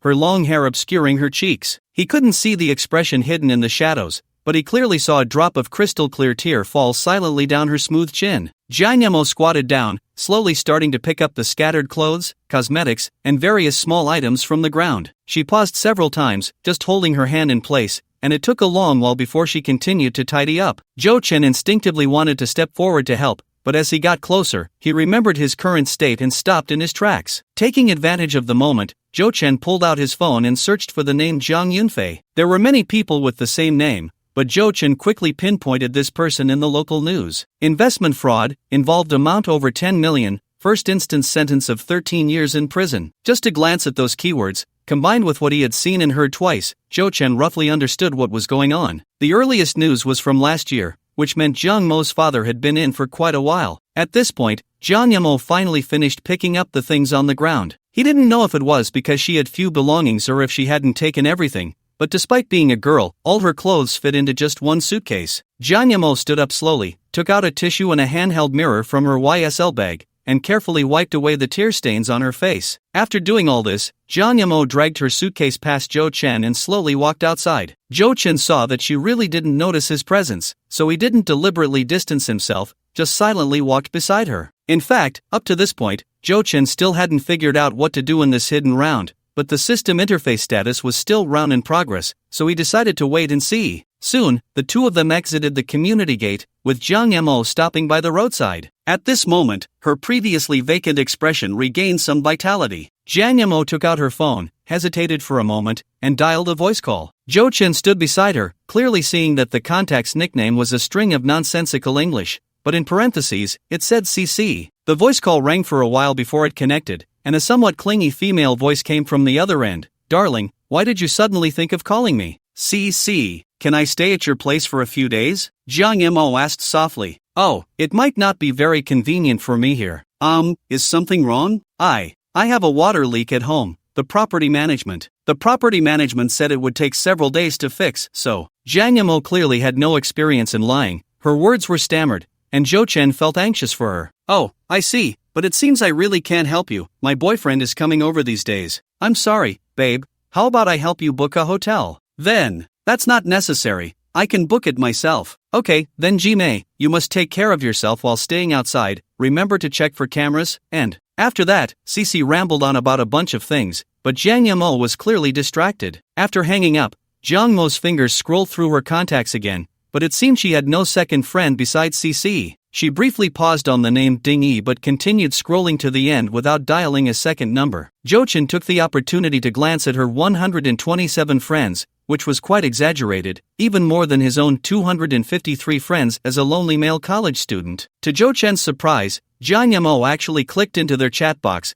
but she didn't intend to call him. Instead, she entered the contacts interface, her finger lingering on the delete button for a while. Zhou Chen couldn't understand and couldn't figure out what connection there was between her being homeless and deleting her friend. But in the end, Jang Yamo still didn't really delete Zhou Chen. She just stared blankly at the last message he sent. "Is something wrong?" Then Jang Yamo exited the contacts interface and scrolled to wallet. Zhou Chen saw that her balance was only a little over 300, and just as he thought this was just for WeChat, she opened the construction bank app, where there was quite a bit of money, over 80,000, but in the lower right corner, there was a bright red label saying Judicial Freeze. Jang Yamo bit her lip, then put away her phone and dragged her suitcase forward, seemingly with a clear destination in mind, her pace noticeably quicker than before. Zhou Chen curiously followed her all the way to a shop called Hongxing Consignment. "Miss Jiang, what are you looking to sell this time?" A man sitting behind the counter with a gold chain seemed to be quite familiar with Jang Yamo. As soon as she walked in, he smiled and asked. Jang Yamo hesitated briefly, then took down the YSL shoulder bag she had slung over her shoulder and placed it on the counter. "How much can this bag sell for?" At that moment, Zhou Chen suddenly realized why he had seen Jang Yamo several times without her changing bags. It turned out, this should be her only remaining bag. The man clearly looked a bit disappointed. After casually glancing at it a few times, he said,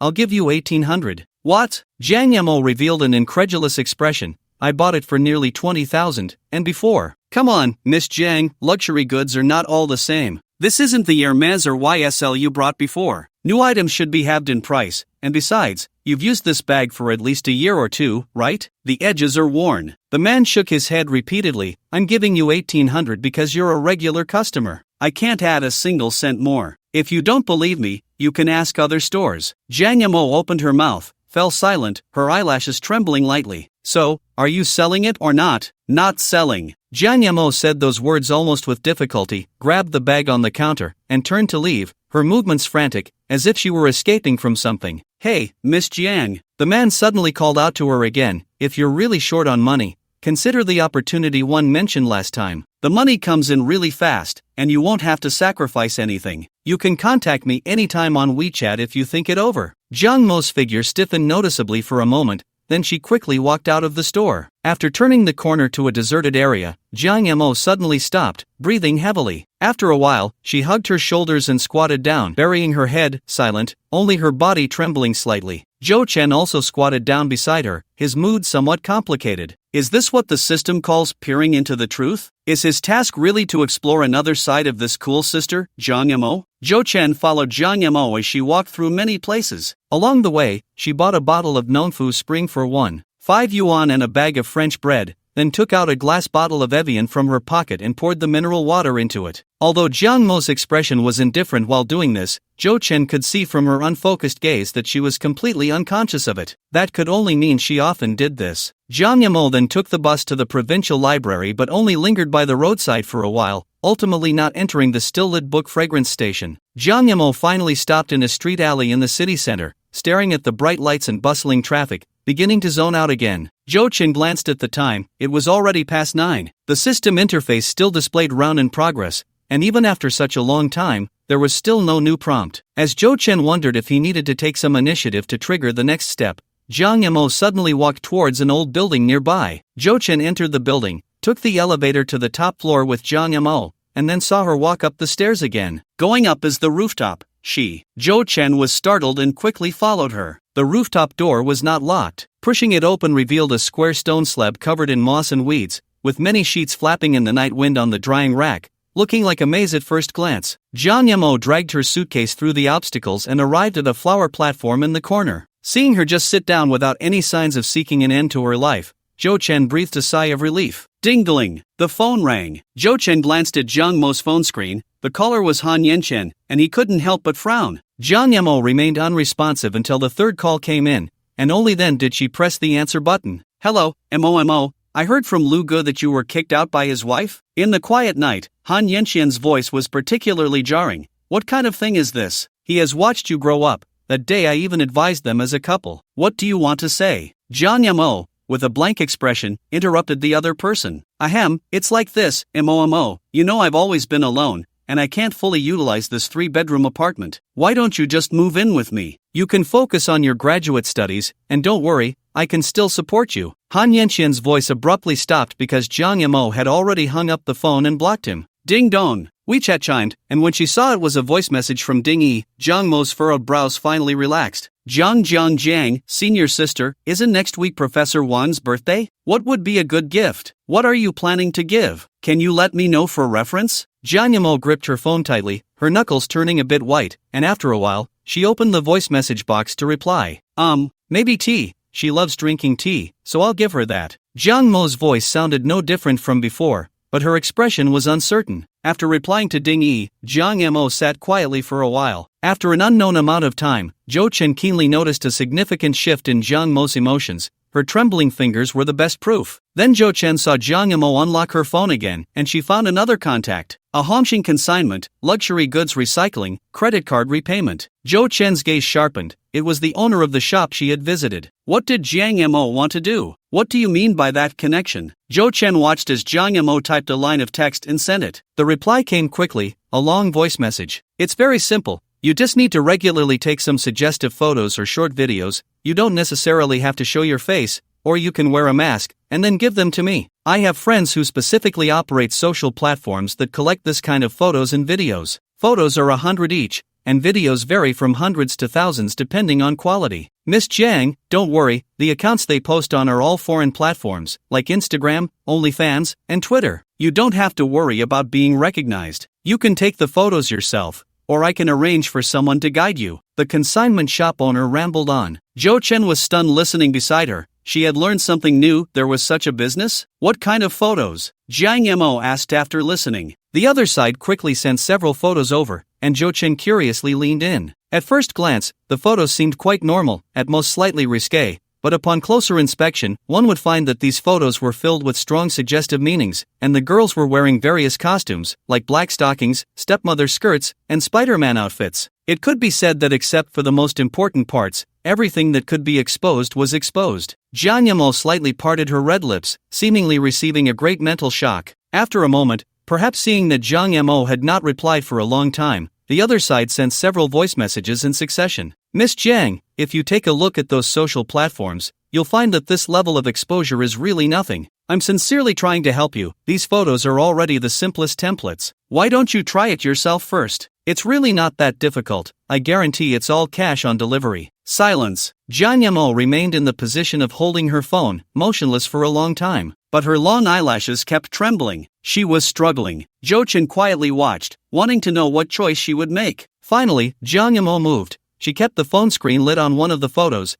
then set the phone aside and opened her suitcase. Jo Chen saw her pull out a pair of black thigh-high stockings from the bottom. She unbuttoned her jeans, and in the chilly wind on the rooftop, she shivered as she took off her tight jeans, her smooth thighs shining brilliantly white in the night. At this moment, Jo Chen, unable to articulate his feelings, held his breath as he watched Jiang Yimou slowly pull the stockings onto her perfectly proportioned legs. She opened the camera on her phone, but her trembling fingers made it impossible to take the first photo. Click! Finally, she pressed the shutter, but at the same time, Jiang Yimou collapsed. She fell to the ground, allowing the tiny stones to dig into her skin, covering her face and weeping, her tears surging forth, no longer silent but rather tinged with a hint of hysteria. Ding! At that moment, Jo Chen, standing dazed in place, heard the system's prompt. The angel says this is a redemption of humanity. You will extend a helping hand to her who has fallen to the depths, and you will gain sincerity in love. The devil says it is you who will pull her into the shattered abyss, completely possess her, and you will obtain the perfect lover and the satisfaction of desire. Dragon-slaying boy, have you glimpsed the truth? Please make your choice. The end of the round will be completed by your own hands. Some say that everyone harbors a Pandora's box in their heart. At this moment, Jo Chen vaguely understood the meaning of this hidden round. The system, in an unconventional way, revealed to him another side of Jiang Yimou that was unknown to others. It was the reality left behind after tearing away the labels of aloof senior, abstinent goddess, and campus beauty. She had the vanity that ordinary girls possess, and in some respects, even more so. Even when she had fallen to the point of nearly being unable to afford food, she still tried to maintain her dignity, and that act of changing water seemed somewhat ridiculous. She didn't have such a high moral standard either. While she unhesitatingly rejected Han Yenshen, she also attempted to sell her soul in another way. It was just taking some suggestive photos, which sounded trivial, but this was a subversion of the worldview and values she had formed over more than 20 years. Once this door was opened, it was like unleashing Pandora's box. Her bottom line would continuously lower under the corrosion of money until she completely fell. Just by taking a few sexy photos, she could earn a day's wage of a normal office worker. If she shot some short videos, she could make thousands or even tens of thousands, and if she were bolder, earning 100,000 a month would be easy. Once you got used to this quick money-making method, you could never return to the life of an ordinary person, so falling could only happen 0 times or countless times. Interestingly, Jo Chen suddenly realized that he was not just peering into Jiang Mo's reality. When the choice between angel and devil appeared, Jo Chen, who had been a mere observer, began to examine his own heart. Am I still a boy, or a wicked dragon? Jo Chen stood quietly for a moment, then retreated into the shadows. The sudden sound of a WeChat notification echoed on the rooftop shrouded in night. Jiang Yimou, with tear-filled eyes, looked up, and when she saw the caller ID, she was first startled, then quickly wiped her tears, took a few deep breaths, and finally picked up the phone, pressing the answer button. The call connected, but there was silence on both ends. Only the faint sound of the wind rustling the sheets transmitted through the connection. Hello? Jo Chen, is that you? Jiang Yimou didn't understand why Jo Chen would suddenly call her. Ultimately, she tentatively spoke first, trying to keep her voice calm. After a long silence, just when Jiang Yimou thought Jo Chen had dialed the wrong number, his somewhat ethereal voice finally broke the quiet. Jiang Sr.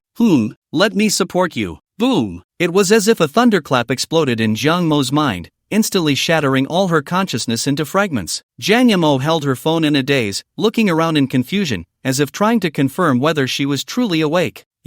What did you say? Jiang Mo's voice trembled continuously. You heard me. Jo Chen, you. Jiang Yimou wanted to scold him, to say he was being inexplicable, to express her anger, but for some reason, she couldn't utter a single word. Senior, I know your current situation. I can help you, and I've already said what I want. Jo Chen paused, his voice becoming distorted again. Senior, you must have thought about going back to your old life, right? You wouldn't want others to know that you can't even afford a meal, would you? Hearing Jo Chen's last words, the courage Jiang Yimou had finally mustered was shattered in an instant. She seemed to see a pair of eyes taking in her most embarrassing moment, filled with shame, anger, panic, and helplessness. A mix of emotions made Jiang Yimou curl up her body, not knowing where to hide. Jo Chen stood at the corner of the staircase, listening to the hurried breaths from the other side, feeling a bit awkward himself. He was just a young man in his early 20s, and it was Jiang Mo's first time experiencing something like this. He was too. Even though he seemed to be the one in control. He hadn't intended to say that last sentence, but the psychological knowledge he had just digested told him that to break down the other person's last psychological defense, he had to say something harsh at that moment. Jiang Yimou was slow to respond, but Jo Chen suddenly heard the system's prompt sound. Ding! The host has completed a hidden round. Round rewards are being distributed. The host receives Jiang Mo's Desire Consumption Fund, first installment, Desire Consumption Fund. Each time the bound object sinks into desire, a varying amount of exclusive consumption fund will be generated based on the degree, which can only be used for the bound object. Friendly reminder, the robber's trench coat energy has been exhausted and has been automatically destroyed. Ding dong! China Merchants Bank, your account ending in 1111 received 1 million renminbi on July 4th at 22:14. Desire Consumption Fund? Zhou Chen was taken aback for a moment, but then he suddenly realized. Although Jiang Yemo hadn't answered him yet, the system had answered for her. The system explained clearly that this exclusive consumption fund would only be generated when the bound object sank into desire. The first installment of 1 million had arrived, which meant Jiang Mo's heart had already fallen. It was just that out of shame and the remnants of her dignity, she couldn't bring herself to speak. Zhou Chen stared at his phone, the reflection on the screen obscuring his face. He still couldn't truly see himself, but he knew that in such a short time, he had grown. Perhaps this was the true purpose of the system? Jiang Yemo on the other end of the line remained silent, and Zhou Chen didn't continue to wait. Instead, he hung up the phone and turned to walk downstairs. The sudden busy tone from the phone made Jiang Yemo lift her head from her knees, her expression blank. Zhou Chen hung up suddenly? What did that mean? The seemingly same words, spoken by Han Yanchen and Zhou Chen, felt entirely different to Jiang Yemo. The reason was that, although they had only known each other for 2 days, Jiang Yemo had already developed a complex emotion towards Zhou Chen, perhaps a hint of affection, maybe the beginnings of liking, or an extension of curiosity. But because of this, she found it even harder to accept. Yet, the cruelty of reality made it difficult for her to voice her rejection. Zhou Chen thought he had been rejected, but did that mean she had to call him back? If she did, what should she say? Just as Jiang Yemo was struggling internally, feeling a bit lost, her phone suddenly rang with ding-dong sounds. She picked it up and saw that all the messages were from Zhou Chen. There were 3 in total. Please receive the payment, 50,000 yuan. 00. Senior, please go downstairs now and wait by the roadside. The car from Wanda Hotel will pick you up in 5 minutes. Oh, and remember to delete all those random contacts on WeChat. In the back seat of the Rolls-Royce Ghost, Jiang Yemo quietly leaned against the soft seat back, slightly gazing up at the starry ceiling above. The dreamy colors reflected in her equally dreamy eyes, and Jiang Yemo suddenly recalled a popular line she had seen online. The galaxy is scorching, you are the ideal of the world. From a grammatical standpoint, this sentence made no sense. But what Jiang Yemo thought was, what she had now could be considered an alternative galaxy and ideal. Jiang Yemo inexplicably wanted to laugh. She felt that her mind was not normal right now. No, it should be said that since she really went downstairs and got into this car, she had already become abnormal. She was unclear why Zhou Chen knew her whereabouts so well, even knowing many details, but it seemed that none of that mattered anymore. She hadn't received that transfer yet, but once she got into this car, it was no longer a clear rejection. What terrified Jiang Yemo the most was that the first feeling she experienced was not regret, but rather a sense of peace in not having to worry about so many things anymore. While Jiang Yemo was lost in thought, the vehicle quickly drove into the underground parking lot of the Wanda Hotel. Once the car came to a stop, Jiang Yemo suddenly realized a small problem. She didn't know how to open the car door. Before her father had the accident, their family could at most be considered millionaires. She had ridden in luxury cars before, but clearly, she had never come into contact with a Rolls-Royce of this level. Jiang Yemo did pull the handle, but the door did not open. Fortunately, at that moment, the driver had already hurried around to help her open the door from the outside. Miss Zhang, this car's door needs to be pulled twice to open. The first time, the sensor checks for any danger behind. Many guests are unaware of this design, the driver explained with a smile, perhaps sensing Jiang Mo's embarrassment. Oh.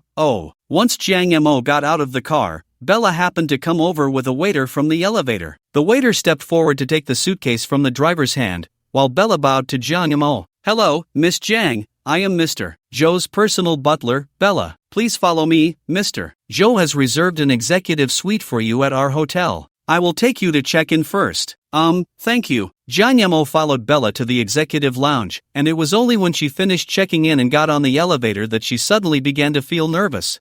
May I ask, where is Zhou? Zhou Chen now? Mr. Zhou is resting in his room. He has been waiting for me at the hotel? Jiang Mo's eyes widened, her body trembling uncontrollably. In fact, even now, she couldn't articulate her feelings. She truly longed for help, but she couldn't accept such a naked transaction. While Jiang Yemo was lost in her thoughts, Bella had already swiped the room card and stepped aside. Miss Zhang, please go in. Jiang Yemo gently bit her lip as she walked in, and what met her eyes was a spacious suite, the European classical decor far more luxurious than her family's old townhouse. But Jiang Yamo did not see Zhou Chen's figure. She looked at Bella in shock. Zhou Chen. Mr. Zhou is in his own room. Do you need me to call him for you? Your rooms happen to be on the same floor. Ah, no need, no need. Jiang Yamo then realized she had misunderstood, and while she breathed a sigh of relief, she quickly shook her head. Miss Jiang, please come with me over here. In the puzzled gaze of Jiang Yamo, Bella first took her to the private bathroom, then pointed to the bathtub next to the floor-to-ceiling window, which was filled with warm water and covered with rose petals. This is specially prepared for you by Mr. Zhou. There are also some essential oils inside that can help soothe your emotions. If you need, you can take a bath first, and I will go instruct the kitchen to prepare dinner for you. Thank you. Jiang Yamo nodded, and after Bella left, she touched the bright yellow marble wall in a daze, then approached the washstand, her slender fingers slowly gliding over the high-end toiletries. Finally, Jiang Yamo took off her clothes one by one, and when her tall, flawless, fair body was completely submerged in the warm water, she finally let out a soft sigh. Her previous home also had a bathtub, but that bathtub, which had been installed for over 10 years, was not only small and cramped, making it impossible to stretch her legs, but also had yellow stains everywhere due to its age. She had lost track of how long it had been since she had enjoyed such a comfortable bath. In the presidential suite, Zhou Chen, who was sitting in the living room flipping through a magazine, was surprised to pick up his phone. Ding! The material desire of the bound object Jiang Yamo has been satisfied, and the Desire Consumption Fund has been released. China Merchants Bank, your savings account ending in 1111 received 66,000 renminbi on July 4 at 22:57. The system prompt and the text message ringtone almost sounded simultaneously, and Zhou Chen couldn't help but be momentarily stunned at the incoming amount of over 60,000. Jiang Yamo still hadn't received the 50,000 transfer, he had only booked a room for her. How could her material desire be satisfied? The hotel gave him an internal price of 2,888 for the suite, and with the deposit, it was only about 10,000. Calculating it this way, it meant he had just earned back the money he spent on Jiang Yamo? No, that wasn't right. After all, this money could only be spent on Jiang Yamo, not considered his own. It should be said that in such a short time, Jiang Yamo had earned herself 66,000. This speed was much faster than the interest he earned, making Zhou Chen feel a bit envious for a moment. Material desires are divided into many types, so theoretically, there should be other types of desire satisfaction as well. Zhou Chen couldn't figure out the triggering mechanism for the Desire Consumption Fund for now and could only explore slowly. Half an hour later, the same prompt sounded again, and Zhou Chen looked to see another 8,888 renminbi had been credited. Although the amount was small, Zhou Chen was still puzzled about what Jiang Yamo had done again. After contacting Bella, he learned that she had just delivered dinner to Jiang Mo's room. Has she finished her bath? Zhou Chen pondered for a moment, then stood up and walked outside. This was the first time Jiang Yamo ate so ungraciously. She had originally thought that at this hour, even in a 5-star hotel,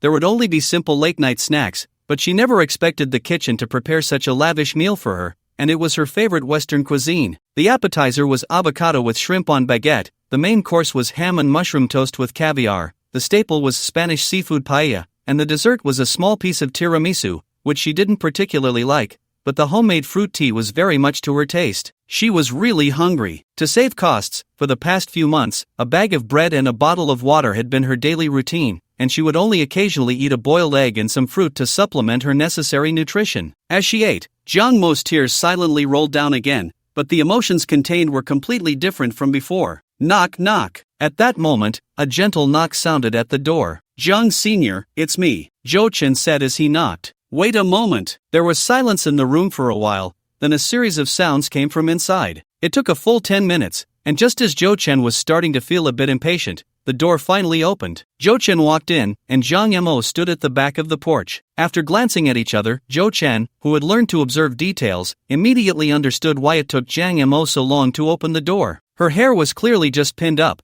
with a few strands still showing signs of moisture. Although her face was bare, there was a noticeable layer of glistening color on her slightly pink lips, and a few drops of water that hadn't dried on her snow-white neck. She had actually taken a few minutes to freshen up and applied lip gloss. Zhou Chen's gaze continued downward. She wasn't wearing the hotel-provided pajamas but her own, a white lace camisole nightgown. The nightgown was supposed to be long, and its style was originally quite conservative, but she was taller than the average girl, so the hem barely covered half of her thighs, exposing a small patch of fair skin from her collarbone to her chest, reflecting softly in the gentle light.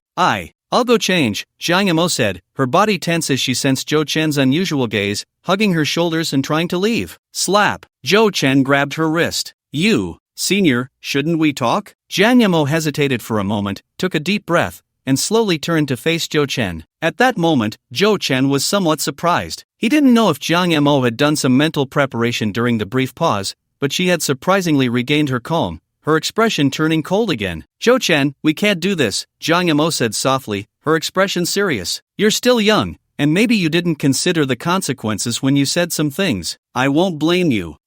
Let's just be friends, okay? This money can be considered a loan from me to you, and I'll pay you back as soon as possible. Zhou Chen looked at Jiang Mo, and the first thought that arose in his mind was that it was interesting. If it weren't for the system's help, if he hadn't seen her true self with his own eyes, or if the desire consumption gold hadn't been triggered, perhaps he would have wavered? But now, Zhou Chen could easily see through Jiang Mo's seemingly calm and beautiful face, capturing the hint of unease deep in her eyes. So Zhou Chen raised the hand that she had just broken free from, holding it up in front of her, interrupting Jiang Mo, who was still speaking. Senior, before I met you, you could leave at any time. Let's treat everything that happened today as if it never occurred. Zhou Chen's deep voice began to distort again as his hand slowly reached forward. Jiang Mo's expression started to panic, unable to maintain her earlier composure. She never expected Zhou Chen to break the mold, showing no intention of negotiating with her but instead flipping the table right from the start. She instinctively stepped back, quickly leaning against the wall, watching that hand come closer and closer. But Zhou Chen didn't actually stop her. She could escape at any moment. Zhou Chen's meaning was clear. She could refuse,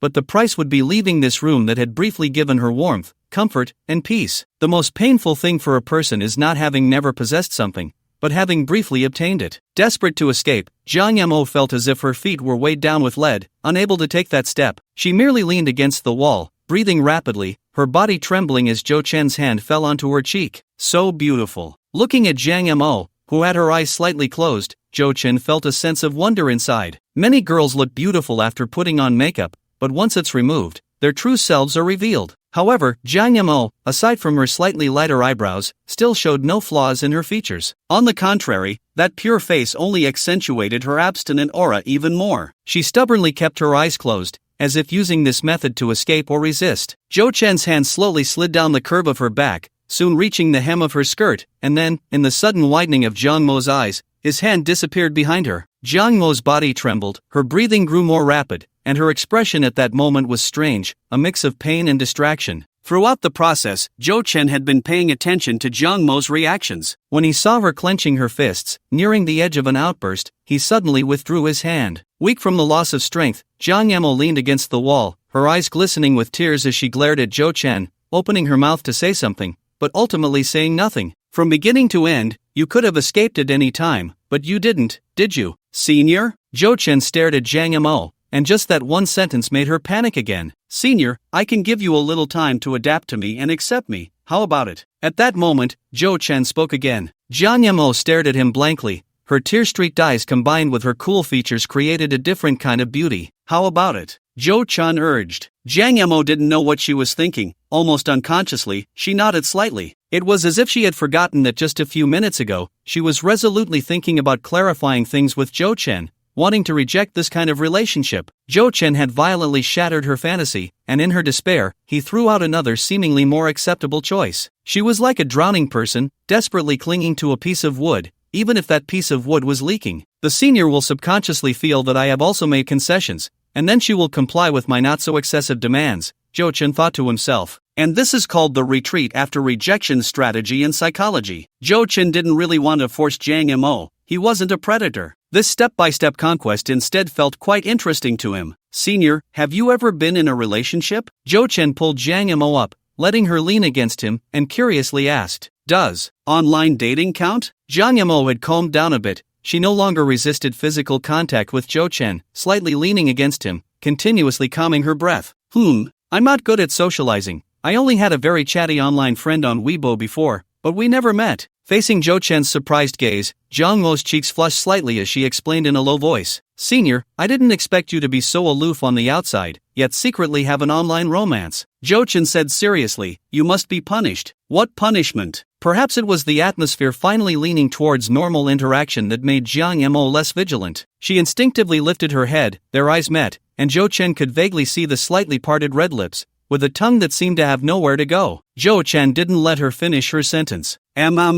Morning. Dim sunlight filtered through the thick curtain seams, casting dancing mottled shadows on the floor. Jiang Yamo slowly opened her eyes, her soft body wrapped in the big bed, emanating a lazy signal from every cell, making her instinctively want to close her eyes and sleep a little longer. But a glimpse of a figure in her peripheral vision suddenly startled her awake, and she quickly sat up from the bed. Awake? Zhou Chen, sitting on the sofa flipping through an entertainment magazine, put it down and stood up, stretching lazily. If you're awake, come out for breakfast, I'm in a hurry to go to the library. Jiang Yamo instinctively lifted the blanket to take a look. There was nothing unusual, and she had slept very soundly last night. Don't check anymore, I've just arrived and haven't had time to do anything. But if you don't pull your clothes up, I can't guarantee anything. Zhou Chen smiled, staring at her intently. It was only then that Jiang Yamo noticed one of the straps of her pajamas had slipped down, caught on something, so it hadn't exposed her, but her beautiful curves were still in Zhou Chen's line of sight. Ah! Jiang Yamo exclaimed, quickly throwing off the quilt and fleeing into the bathroom of the master bedroom. Once she closed the solid wooden door, Jiang Yamo let out a sigh of relief. She approached the sink, about to wash up,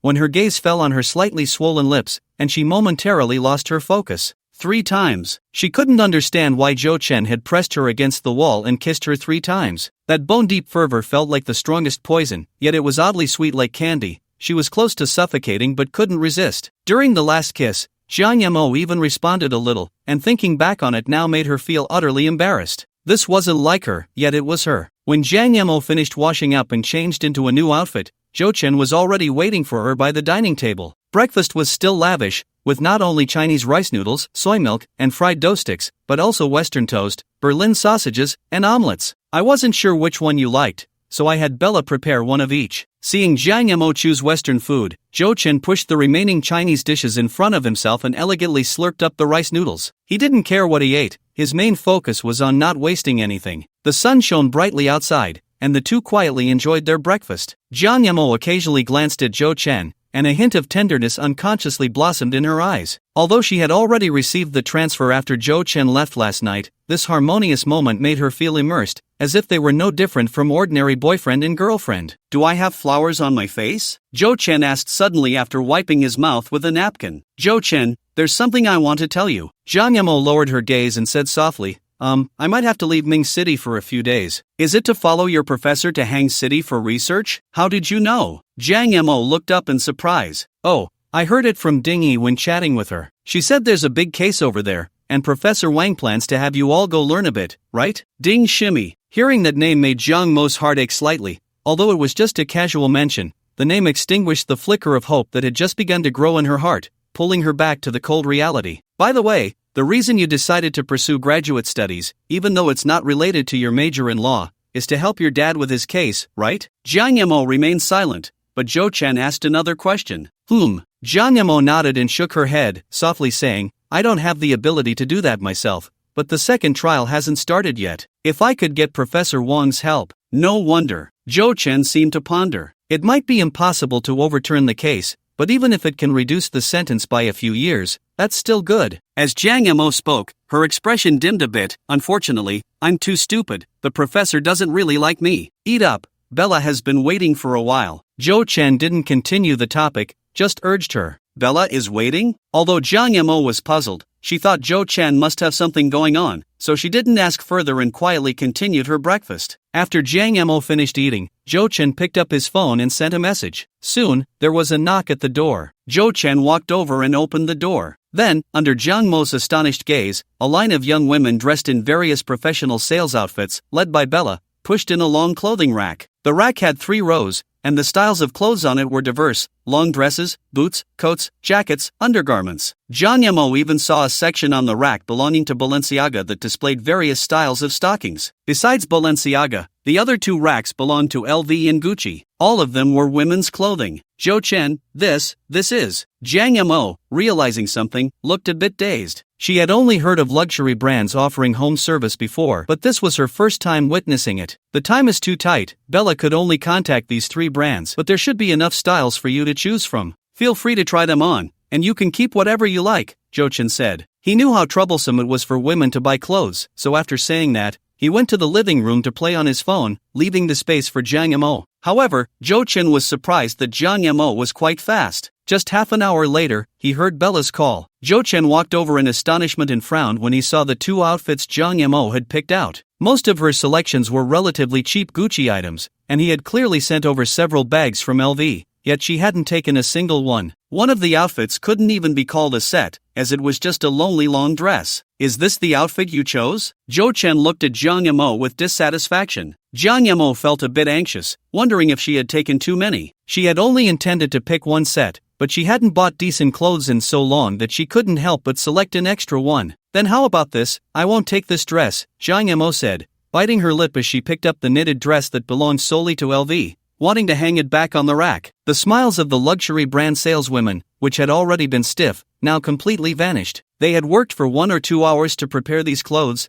thinking they had received a big order, only to end up with this? "Forget it, let me teach you how to choose," Jo Chen said helplessly, rubbing his forehead as he walked over. "At this rate, this 1 million would take ages to spend. Women, you need to broaden your horizons. Come on, just tell me which one you don't like." "Ha, is there anything you don't like about this one?" Jo Chen started from the first piece of clothing, asking as he went along, "What about this one? And this one?" Jang Mo was still a bit confused, and Jo Chen didn't give her time to think. As soon as he saw her shake her head, he immediately picked that piece out and continued to the next one. In this rapid selection process, the items Jang Mo eliminated were indeed styles she didn't like. Soon, Jo Chen had removed 5 or 6 pieces from the 3 rows of clothing racks. He looked at the remaining half of the rack, which should be enough to put together 7 or 8 outfits, and nodded in satisfaction. "This is more like it." Then Jo Chen turned to the several luxury brand saleswomen who were completely bewildered and said, "Besides the ones I picked out, I'll take the rest. Let's settle the bill." "Okay, Mr.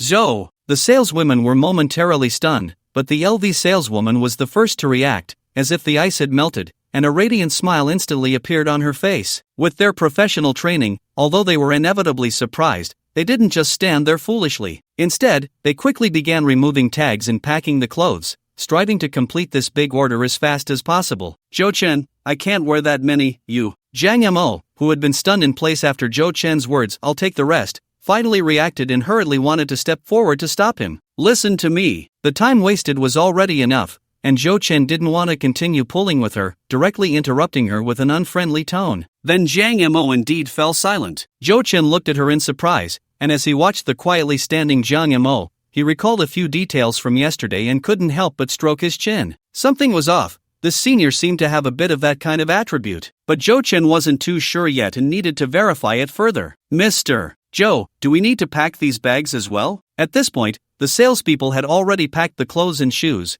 leaving only a few LV bags on the rack. "Pack them all." "Oh, right, pack those stockings too." Jo Chen caught a glimpse and realized they had overlooked those few pairs of Balenciaga stockings, so he quickly added, "Why didn't these salespeople understand?" He hadn't specifically asked Jang Mo because he was afraid she would feel embarrassed, but with Jang Mo's height of 177 and her perfect leg shape, if those stockings couldn't be worn by her, it would be a sheer waste. Fortunately, Jang Mo hadn't taken the path of a benefit girl, otherwise those so-called leg beauties on those platforms could all be laid off. The owner of that consignment shop, although not well-intentioned, had a sharp eye. Moreover, Jo Chen had already experienced it firsthand and knew that Jang Mo's legs were not just good-looking, they felt quite nice as well, both tender and elastic, perfect for warming in winter and cooling in summer. Okay. The female salespeople were busy again, and Jang Mo, with her cheeks slightly flushed, hesitated to speak, but under Jo Chen's somewhat stern gaze, she still didn't say anything. "Mr. Joe, the total is 768,000. The final bill was checked by Bella, and he only needed to pay the hotel, which would then settle separately with several brand stores. Although he already knew it wouldn't be cheap, hearing that number made Jang Mo's heart skip a beat. A transfer of 50,000 wouldn't surprise her. To say something embarrassing, she knew what level her looks were at, and if she really let go, there would be many willing to spend 50,000 to support her. She couldn't resist Jo Chen for multiple complex reasons, not just purely financial ones. But now, seeing Jo Chen spend 700,000 in an hour, and on clothes for her, she felt another strong psychological impact. No matter how confident she was, she wouldn't think she could easily find a man willing to spend 700,000 on her, especially since in her subconscious expectations, she had always thought that the 50,000 Jo Chen transferred to her was a monthly rate. Because everyone's understanding was like this, those things were calculated monthly, right? But now Jiang Mo realized she might have been terribly wrong. She looked at Zhou Chen, her gaze becoming increasingly complex. After Zhou Chen shattered her psychological defenses and, in a rough manner, turned their relationship into a transaction, her little fondness for him should have been extinguished, but she found that she seemed to be sinking deeper and deeper. "Miss Jiang, should we help you pack these clothes or?" Bella's voice startled Jiang Mo, and she realized that in the moment she had been lost in thought, Zhou Chen had already finished paying. The salespeople had also left, leaving only Bella and two other female attendants looking at her inquiringly. I'll do it myself." Jiang Mo looked at the various clothes spread all over the reception room and quickly walked over. "Then we won't disturb you. The sizes of the clothes are all selected according to your figure and standard size. You should try them all on again later, and if there are any that don't fit, I can help you return or exchange them." After Bella finished speaking, she left with her people, and Jiang Mo carefully and somewhat joyfully began to tidy up. As for Zhou Chen, he stood there in a daze. Because while Jiang Mo was dazzled, the system in his mind kept ringing with ding-ding-ding notifications, almost turning into a Christmas symphony. Of course, the content of the notifications was the same. The material desires of the bound object Jiang Mo have been satisfied. The desired consumption funds have been issued. The text message alerts on his phone kept ringing as well. China Merchants Bank, your savings account ending in 1111 received 188,000 yuan on July 5 at 10:26. China Merchants Bank, your savings account ending in 1111 received 121,000 yuan on July 5 at 10:27. China Merchants Bank. Almost every time Jiang Mo checked a piece of clothing, a sum of desire funds would be credited. The amounts varied, with some exceeding 100,000 and others around 80 or 90,000. He had just spent over 700,000, and in less than 5 minutes, it all came back. By the time Jiang Mo finished sorting all the clothes and shoes, Zhou Chen opened the banking app to take a look. Excluding his own money, the total amount of desired consumption funds had already reached 5 million, with an extra 30,000 to spare. System, you can't be this outrageous. Why is Jiang Mo's money so easy to earn? Just buy, and it keeps doubling. Who is the host here? Complaining aside, Zhou Chen felt a bit of a headache. This money seemed endless. Zhou Chen. At that moment, Jiang Mo called out to him. Should we return these? Zhou Chen originally thought Jiang Mo still felt embarrassed, but when he walked over, he realized she was genuinely shy. The clothes she had singled out were clearly all sexy styles she had never tried before, with hollowed-out tops, mini skirts, and scanty lingerie, probably the overlooked items from earlier. Zhou Chen hadn't paid attention. Just keep them, as long as you don't wear them out. Zhou Chen's implication was clear, and Jiang Mo immediately fell silent but didn't object. Zhou Chen glanced at her. Her expression was still so interesting, a mix of indifference and a hint of struggle. So Zhou Chen slowly moved closer to her. Jiang Mo's heart raced, but after the 3 encounters last night, she no longer felt any resistance. Watching Jiang Missouri close her eyes in resignation, Zhou Chen recalled his previous guess but found himself wanting more. He leaned in closer, speaking in a commanding tone, whispering in Jiang Mo's ear, "Open your mouth and stick out your tongue." Upon hearing this, Jiang Mo's mind went completely blank. Her body trembled slightly. It was as if an invisible current swept over her entire body before Zhou Chen even touched her. "Be obedient." Zhou Chen then pressed closer to her ear and continued. Having lost her ability to think, Jiang Mo slightly parted her lips, that small, rosy tip resembling a spring bud breaking free from the soil, slowly emerging. An unprecedented sense of shame enveloped Jiang Mo, making her feel as if she were lost in a cloud. She had never imagined that merely the prelude to a kiss could create a more wonderful experience than direct contact. But Zhou Chen, that dog of a man, was still not satisfied. "Senior, open your eyes and look at me." Zhou Chen issued a further command. Jiang Mo's eyelashes fluttered slightly, then slowly opened her eyes. In her beautiful pupils, there seemed to be a mesmerizing vortex, wanting to draw Zhou Chen's soul in as they locked eyes. Zhou Chen, who had already gotten a bit carried away, finally couldn't hold back. He transformed into a mountain dog, taking a bite of the delicacy that belonged solely to him. Jiang Mo's unfocused eyes were half open, completely defenseless, allowing Zhou Chen to invade her territory. During this process, her arms kept lifting and lowering, eventually curling up and hanging in the air in front of her chest, as if she were trying to carve out a little breathing space for herself. Their lips came together and parted again. After this cycle repeated several times, Zhou Chen, who was also feeling a bit breathless, pulled back slightly, his hands resting on Jiang Mo's waist. If he let go, Jiang Mo would probably collapse to the ground immediately. Jiang Mo regained some clarity but noticed that Zhou Chen's gaze had grown even hotter. In an instant, she understood. He wanted to continue To completely consume her, the phone suddenly rang, and Jiang Mo turned her head to glance at the phone on the table, softly saying, It's Professor Wang, I have to take this. Her voice sounded strange, a raspy whisper, even though she hadn't said anything just moments before. Within that weak tone, there was an involuntary hint of pleading. She knew she could no longer refuse Zhou Chen. Go ahead. Zhou Chen helped her sit on the sofa, then took the phone and handed it to her. Hello, Professor, it's me. No, I'm not sick. Okay, I'll be there on time. After Jiang Mo hung up the phone, she regained some strength, and Zhou Chen poured her a glass of water and handed it over. Thank you. The professor said to meet at the high-speed train station at 1. Without waiting for Zhou Chen to ask, Jiang Mo spoke up. 1 o'clock? Zhou Chen glanced at his watch. After more than 10 minutes of tugging between them, it was already close to 11 o'clock. I need to go take a shower. Jiang Mo slightly lowered her head. Zhou Chen was taken aback for a moment, then realized Jiang Mo was trying to see him off. He raised an eyebrow. Senior, that's a bit ungracious, isn't it? You get me all worked up and then send me away? Clearly, it was you who got me. Jiang Mo instinctively opened her mouth to retort, but upon meeting Zhou Chen's half-smiling gaze, she immediately understood he was doing it on purpose and quickly shut her mouth. Go on, how did I get you? Zhou Chen deliberately emphasized a certain word. Stop. Stop talking. Unable to resist, Jiang Mo's cheeks flushed, and she seemed ready to flee. Alright, I should go to the library to study. Zhou Chen stood up and stretched. Just when Jiang Mo thought everything was over, Zhou Chen suddenly leaned over again, wrapping an arm around her, his gaze falling on her fair, slender swan neck. Senior, while I can understand you, a little punishment is still in order. What? Punishment? Hearing that familiar phrase again,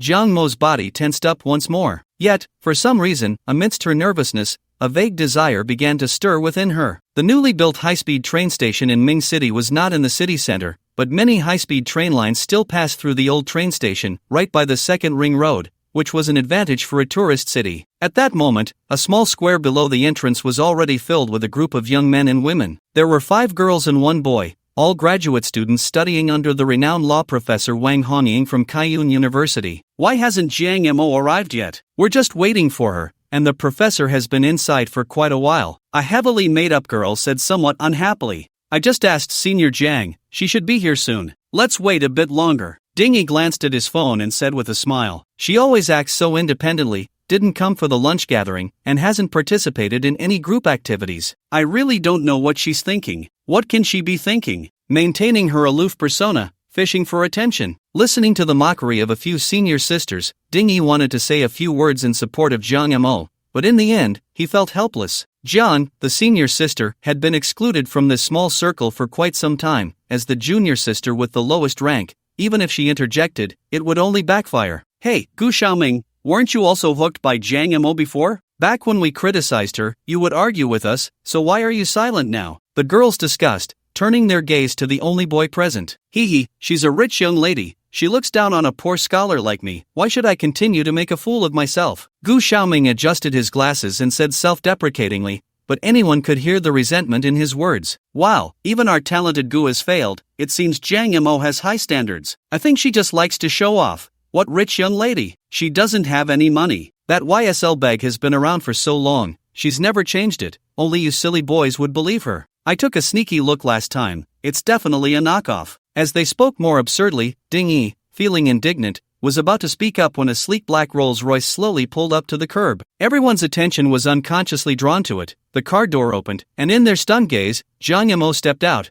wearing a Gucci trench coat and carrying a new LV bag. A few girls exchanged glances and immediately fell silent, while Gu Xiaoming, who had been smiling at Jiang Mo's disparagement, now looked grim. Jiang's senior sister. Only Dingy greeted her with a bright smile, though he found it puzzling that, despite the warm weather, Jiang Mo was wearing a trench coat and had a thick silk scarf wrapped around her neck. Upon seeing Ding Yi, Jiang Mo smiled, then awkwardly adjusted the scarf around her neck, afraid of revealing something unusual. Turning to see a few classmates who usually liked to gossip about her standing there with stiff expressions, Jiang Mo's lips curled into a faint smile. It was a bit hard to suppress. It had been too long since she could stand confidently in front of others. This feeling had left her for far too long. She had originally thought she was not a mundane person, but at this moment, looking at their shocked and disbelieving expressions, she felt an immense satisfaction within. She realized she was quite ordinary after all. It wasn't until a bit later that Jo Chen finally sat in the provincial library. So, it really is true that women can corrode a man's will. No wonder there were so many foolish emperors in ancient times, always surrounded by flirtations, who had time for serious matters? Jo Chen sighed before opening his book. He hadn't even truly consumed Jiang Mo yet,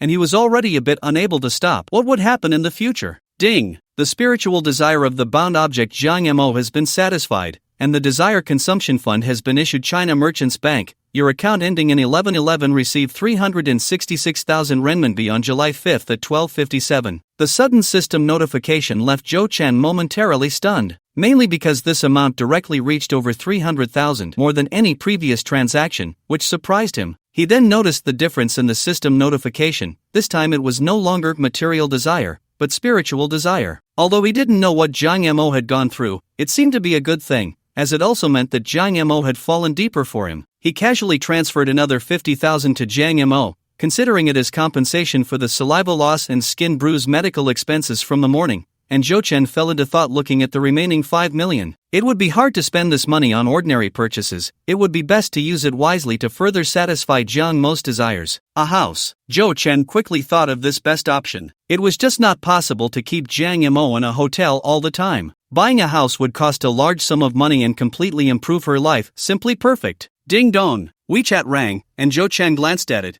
It was a message from Jiang Mo. I don't want it anymore. 50,000 is enough. Keep it. Having already grasped Jiang Mo's personality, Jo Chen didn't waste any words and simply sent back 2 words without punctuation. Sure enough, a few minutes later, Jiang Mo accepted the transfer. Just when Jo Chen thought the conversation was over, she sent a photo of the scenery outside the car window along with a message. We have set off. Was this a report? Or was she avoiding some kind of awkwardness? Jo Chen couldn't be bothered to explore further and replied with got it before exiting the chat box. Just as he was about to close WeChat, his phone rang again. It was a message from Ding Yi. Jo Chen, there's a huge scoop. Do you want to join me for it out of 1 billion people? I only notified you. I hope you don't take it for granted. JPG. Looking at the emoji Ding Yi sent last, Jo Chen couldn't help but smile. Ever since the birthday party, the two had been chatting intermittently on WeChat, without any specific beginning or end. Ding Yi would occasionally send him a message, even if Jo Chen didn't reply promptly.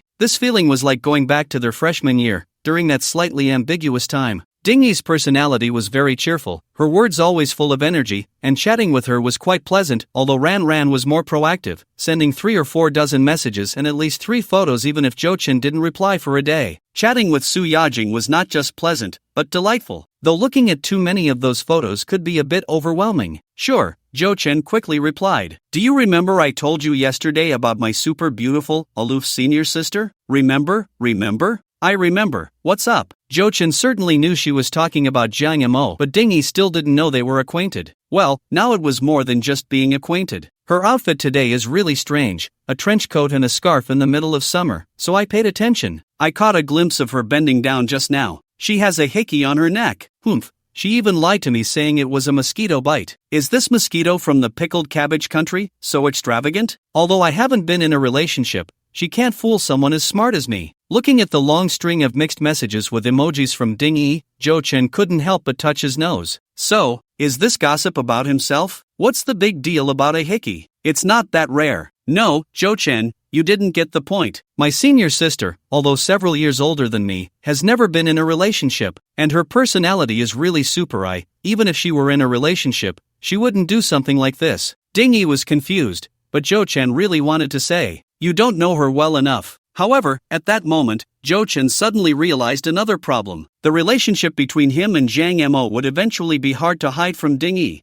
What would he do then? Wait, why am I worrying about this? Jo Chen pondered and was momentarily stunned, then carefully examined his own feelings. After a moment, he admitted, so I still crave Ding Yi's body. Despicable. But cursing himself wouldn't solve the problem. He could only take it one step at a time. Without Jiang Mo's chaos in his heart, Jo Chen spent a few days immersed in studying until the afternoon of the 8th, when he closed the last book of today's goal, the 15th year of Wanli. Rubbing his aching forehead, Jo Chen opened the system interface to take a look. Current total score for the second round, 590. Up until today, half of the round time has passed, which is 7 days. Close to 600 points is not bad. If I maintain this pace, the mansion is definitely within reach. Besides that, during these days, I came across a hidden gem book once again. However, this time it didn't trigger a hidden round but directly granted me a one-time item. Ezreal's treasure map. Beginner after use, it will excavate treasures related to the target. When the treasure map is in an excavatable state,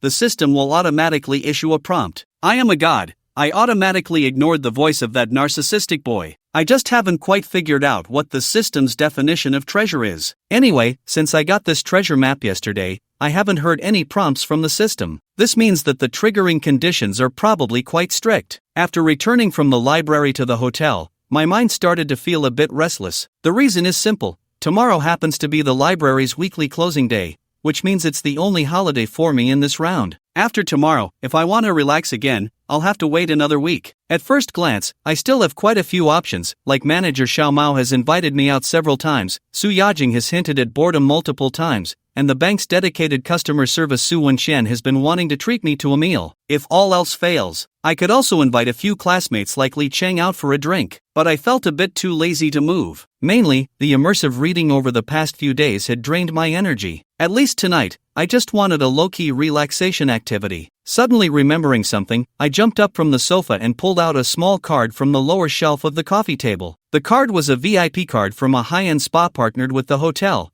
which included a free experience worth 688. I glanced at it. The experience time was about to expire. The wise do not fall in love. I am not washing my feet, but rather the mud of walking through the world. I still vividly remember the shock I felt when I first heard this phrase. Although I never really joined the school team before graduation, I played basketball quite well and often hung out with a few seniors from the team. One of the local seniors seemed to be fond of this, occasionally boasting about it. I always heard him talk about how gentle the girls inside were, which had long piqued my curiosity. However, during college, my circumstances clearly didn't allow me to experience such scenery, but tonight was indeed a good opportunity. Thinking of it, I decided to act on it. With a preliminary mindset of a wealthy person, I decided to indulge myself this time. I had dinner at the executive lounge, sipping cocktails while enjoying the sunset outside the window. Around 7 or 8 o'clock, I changed into a Balenciaga outfit and put on the black and red Yeezy 350 I had just bought yesterday, then strolled out of the hotel. Although this spa was not inside the hotel, it was not far away, located in a small 4-story building behind the hotel. After walking around the beautifully landscaped fountain garden and entering the spa's main door, a young lady in professional attire greeted me. After I handed her my membership card and explained my purpose,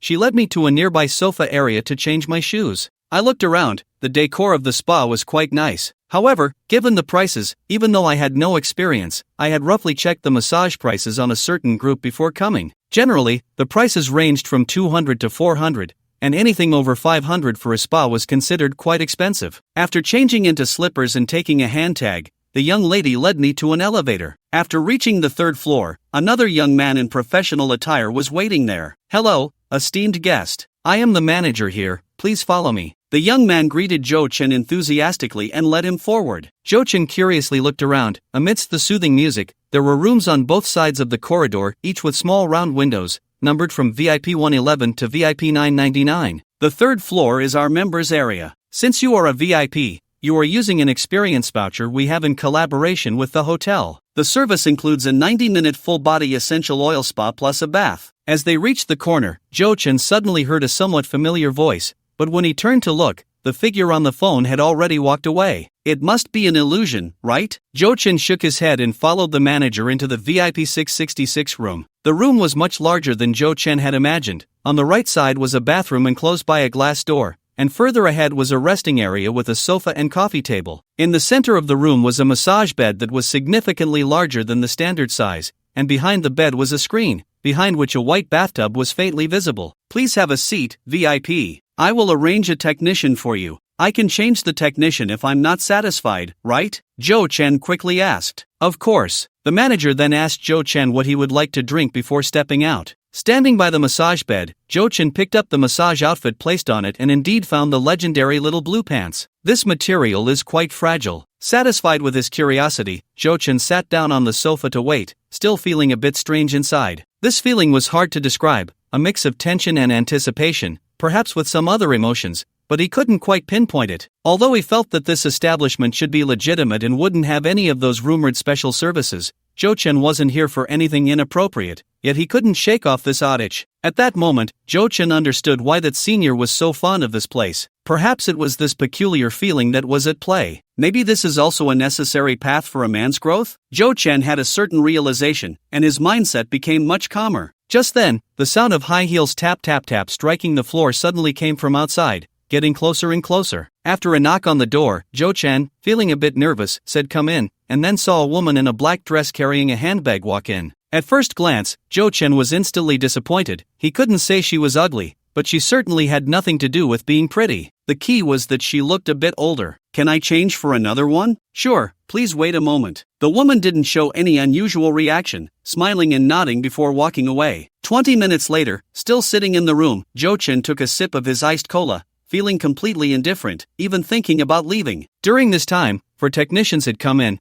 but either they were fat, or old, or just had an acceptable figure but were simply ugly. Or perhaps, as a novice in the massage world, Jo-chan had set his expectations too high. In the past, he might have been able to tolerate it, just closing his eyes and getting through it, but with his changed mindset, he didn't want to compromise even a little. So what if it was free? He really couldn't swallow this rough deal now. Soon, another person walked in, but it was the previous manager, who wore a bitter smile on his face. Bro, we really don't have anyone available at the moment. You really don't have anyone you find acceptable? There really isn't. How about we just call it a day? Let the experience voucher count as used. Jo-chan felt a bit embarrassed, standing up to hand over a big zhengzhou. This was actually not the first time the manager had come in. He had been here once before, promoting the techniques of the third sister he had brought along at that time. Setting everything else aside, Jo-chan felt that the service attitude of this shop was quite good. How about this? If you can wait, brother, you can wait for another hour, and then there will be 2 gold medal therapists finishing their shifts. Forget it, an hour is too long. Jo-chan declined, already stepping out of the private room. At that moment, a tentative voice suddenly came from behind him. Jo-chan? Jo-chan turned in surprise and saw a young man with a buzz cut, dressed in a small suit, looking at him in astonishment. Brother B? Jo-chan recognized the more mature young man, his face lighting up with joy. It really is you, wow. Brother B walked over and punched him lightly, exclaiming in amazement, you've become much more handsome than before. I heard your voice outside the room and thought it sounded familiar, but I didn't expect it to really be you. Brother B's full name was Wang Xiaobin, a year older than Jo-chan, a former school team player, and also Jo-chan's invisible guide, a massage and spa enthusiast known as Foot Washing Brother, the bath emperor of the 2019 class. Jo-chan had very few friends in school, and Brother B was one of them. I actually find it not surprising to run into you here. Although they hadn't been in touch since the other graduated, the shelf life of male friendship is relatively long, so Jo-chan joked directly. You seem to have grown up too. Let's go in and chat. Wang Xiaobin waved his hand at the manager beside them and wrapped his arm around Jo-chan as they re-entered the private room. Just as Jo-chan was feeling a bit confused watching the manager leave, Wang Xiaobin smiled and said, isn't it a coincidence? This is my family's shop. Your family's shop? Wang Xiaobin's words surprised Jo-chan, but he quickly connected many dots. No wonder Brother B, despite being so young, was so knowledgeable about these matters. It wasn't just a matter of being wealthy. It turned out to be a family legacy. When you were in college, you talked to us about these things all the time. You weren't trying to expand your client base in advance, were you? It's a bit like that. Jo-chan was just joking, but Wang Xiaobin nodded candidly, giving Jo-chan a meaningful glance. To be honest, I really didn't expect you to come to these places. Wang Xiaobin was genuinely surprised. Their family ran a typical family business, starting with a bathhouse over a decade ago, and now owning several bathing centers and sauna clubs in Ming City and surrounding areas. His father had clearly told him when he graduated high school, these shops would be handed over to him in the future. There was no rebellious spirit of a rich second generation wanting to prove himself. Wang Xiaobin fully accepted his family's arrangements and lived a carefree life in college. His father told him one thing, in business, especially in their line of work, the more friends, the better. That's why Wang Xiaobin was so proactive in college. Besides the basketball team, he also joined the student council and signed up for 5 or 6 clubs. He certainly knew the nickname everyone called him, Foot Washing Brother. Because of this, he even faced some resistance in dating during college. But Wang Xiaobin didn't care. He knew that those classmates who laughed at him would one day realize that he was the one who would have the last laugh. In this process, Wang Xiaobin was indeed intentionally building connections, mostly with those whose families were in business or who had the capability to secure stable jobs. When these people entered society and developed corresponding needs, they would inevitably think of him first. He labeled himself as Foot Washing Brother, but he also accurately distributed invisible business cards to these potential clients. This is effective networking. Meeting Zhou Chen was actually just a coincidence from playing basketball. Wang Xiaobin had never thought Zhou Chen would be a potential client, otherwise they wouldn't have lost contact after graduation. But seeing him again today, Wang Xiaobin realized he had misjudged him. The Zhou Chen he remembered as coming from an ordinary background was now dressed in attire that must have cost at least 100,000. He couldn't quite recognize the model of the watch on Zhou Chen's wrist,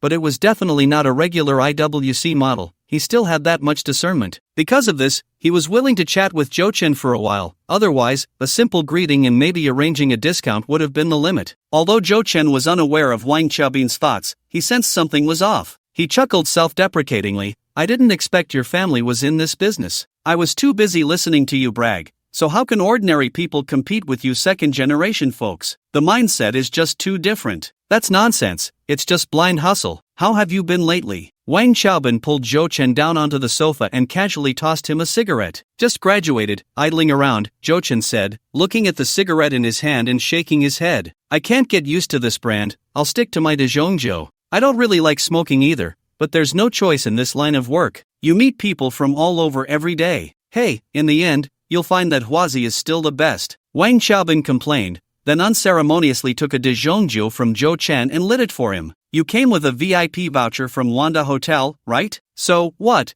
You came here to relax but found nothing appealing? Looks like you already know," Zhou Chen sighed. "It's my first time, and I can only say it's not what I imagined. I happened to be inspecting stores here today, and after hearing the manager's report, I came to see if there were any legitimate clients or just some competitors trying to cause trouble, since that has happened before. I didn't expect to run into you." Wang Xiaobin laughed and scolded. "It's normal that you don't find anything appealing. Those who are busy are either young or wealthy, and you fit both categories, but it's also because you didn't find the right path." "Oh, what's the trick?" "This store is the most legitimate option. Once you experience it, you'll know. The massage techniques of the therapists are top-notch, otherwise, they wouldn't collaborate with 5-star hotels." Wang Xiaobin chuckled. "The kind you're looking for, you'll have to go to other places. We've recently developed a completely membership-based high-end store that focuses on cosplay. Have you seen the Golden Saints?" Zhou Chen initially wanted to explain that he wasn't there for that, but he was drawn in by the latter part. "What the hell are the Saints?" Zhou Chen was filled with questions, unable to connect saint armor and therapist, two completely unrelated things. "It's a trend, there's no way around it. The post-80s and post-90s are now the main consumer groups, so you have to cater to the client's preferences, right? Besides the Saints, there's even a Genshin Impact special," Wang Xiaobin said as he pulled out his phone, sending messages while complaining. "You have no idea how tough this industry is now. It's all because of the rise of live streaming. Damn it, the prices are all over the place, and the market is completely disrupted. Many quality girls have quit to become internet celebrities. That store is quite far. I won't take you there to mess around today. I'll just arrange a therapist to come to you. I guarantee you'll be satisfied.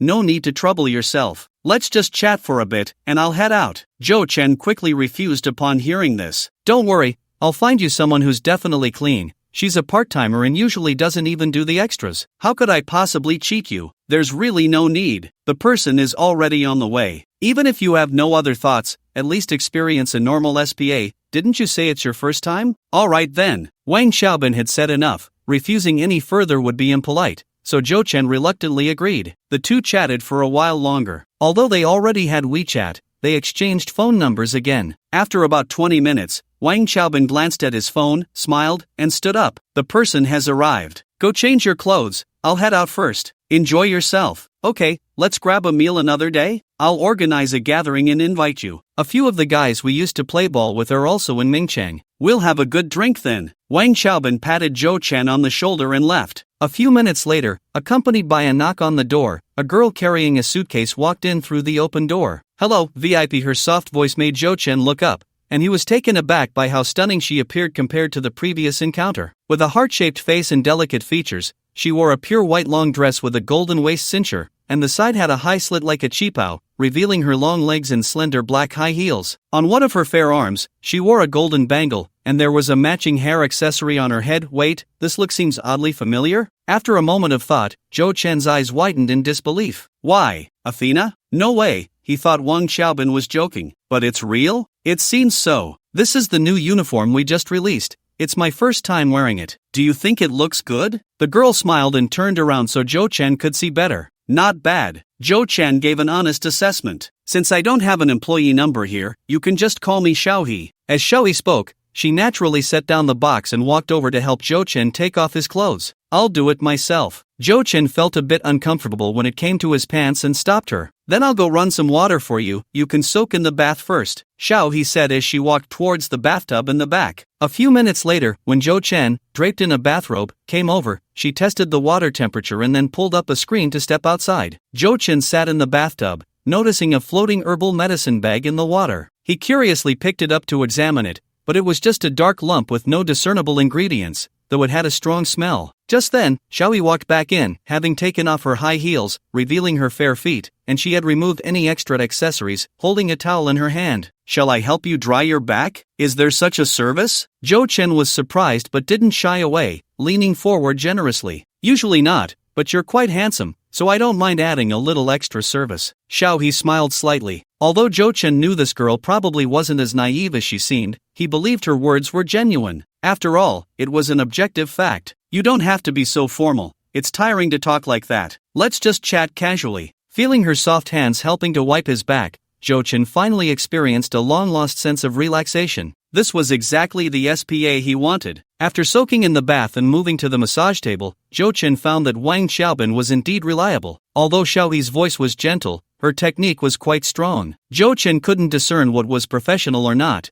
but it felt really good. Even if there was brief pain, it was followed by an indescribable sense of relief. During the process, there would inevitably be some physical contact between the two parties, such as when pressing the head, which required resting on those firm thighs, or when Xiaohe helped him align his spine, needing to grip his neck from behind to exert force. Tuan would also unintentionally lean against Zhou Chen. The dress was thin, and the sensations were real. In summary, the techniques were quite formal, but they indeed produced some suggestive moments. No wonder many people liked this vibe. Wonderful. What if the guest takes advantage of the situation at this time? Zhou Chen asked curiously. Actually, we usually maintain some distance from the guests, or use a pillow or something, but since I don't mind you taking advantage, we can skip that step, Xiaohe replied with a smile. At this point, Zhou Chen had already turned over, and the two were facing each other. Zhou Chen once again noticed the hidden buff of her work uniform. Xiaohe was really putting in a lot of effort in the massage, and fine beads of sweat had already formed on her body, making the thin white long dress appear somewhat translucent, full of springtime allure. Seemingly aware of Zhou Chen's gaze, Xiaohe remembered her boss's reminder, hesitated and bit her lip,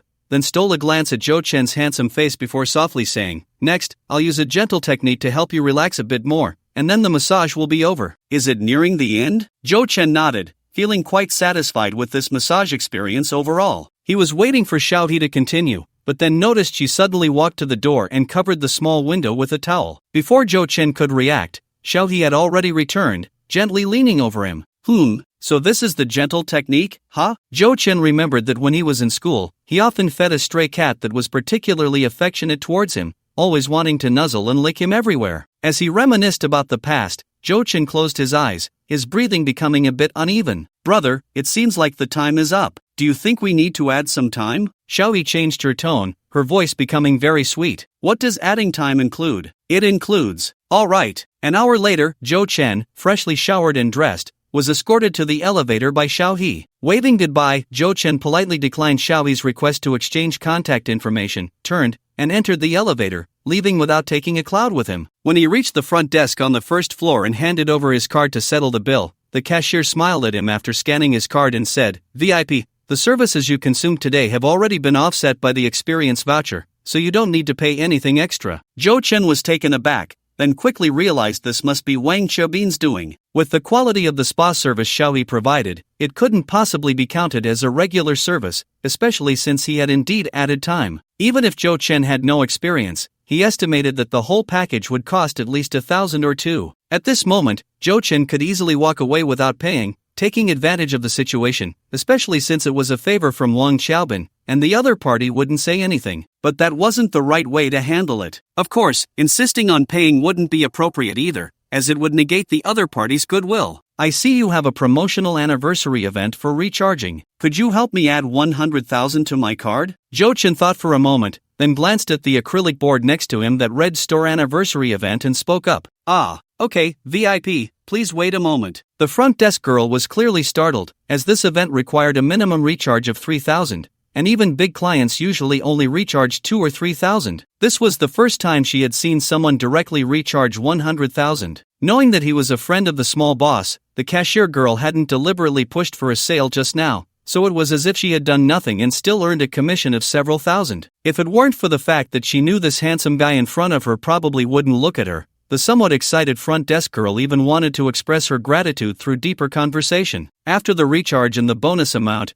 your card balance is a total of 120,000, valid at all 7 stores in Mingchang, and in addition, it was just a day's salary, so Jochin didn't pay much attention, but after swiping his card, the girl was still explaining his rights when Jochin suddenly heard the system prompt sound. Ding! Understanding the world is all knowledge, being well-versed in human affairs as an art detected that the host has taken a correct step in social interactions, dropped Gray Law Ball X1. The law ball contains random rewards, divided into gray and golden materials. Please open it in the system warehouse. Coming out of the SPA club, it was already close to 11 o'clock. After nearly 3 hours, the process was a bit tortuous, but in terms of results, Zhou Chen had indeed fulfilled a small wish of his and achieved a complete relaxation.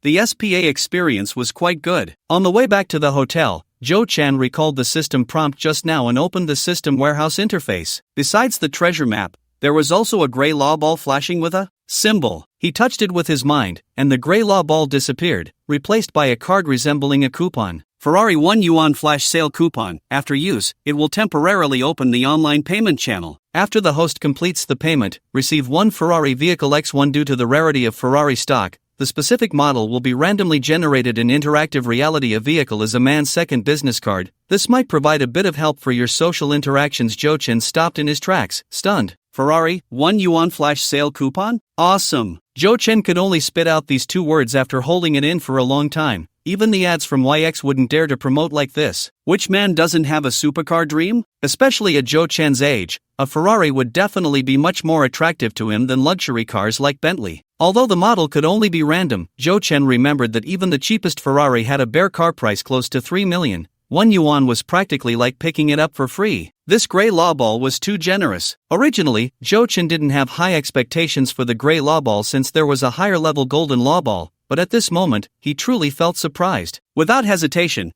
Zhou Chen immediately chose to use the flash sale coupon. Online payment channel has been generated, limited time 15 minutes. Hearing the system prompt, Zhou Chen didn't expect the time to be so tight. He quickly opened his phone and then found a mysterious link on his phone's home screen that said "Click me." He entered the link and quickly completed the payment. After finishing the payment, a progress bar appeared on the page, showing searching for vehicle. Since it was going to be interactive reality, Zhou Chen estimated that this process wouldn't be too fast. Although he had never been able to afford a car before, he actually knew quite a bit about them. For supercars like Ferrari, even if you went to a few 4S stores in the country, there wouldn't be any stock available. Generally, you had to book at least several months in advance. The models we see online are just publicly available templates. In reality, Ferrari provides varying degrees of factory customization services for owners, so every sold Ferrari, even if the model is the same, will have various differences in details. Zhou Chen was really curious about where the system would find a ready-made Ferrari for him. At that moment, Zhou Chen's phone rang. It was a call from Wang Xiaobin.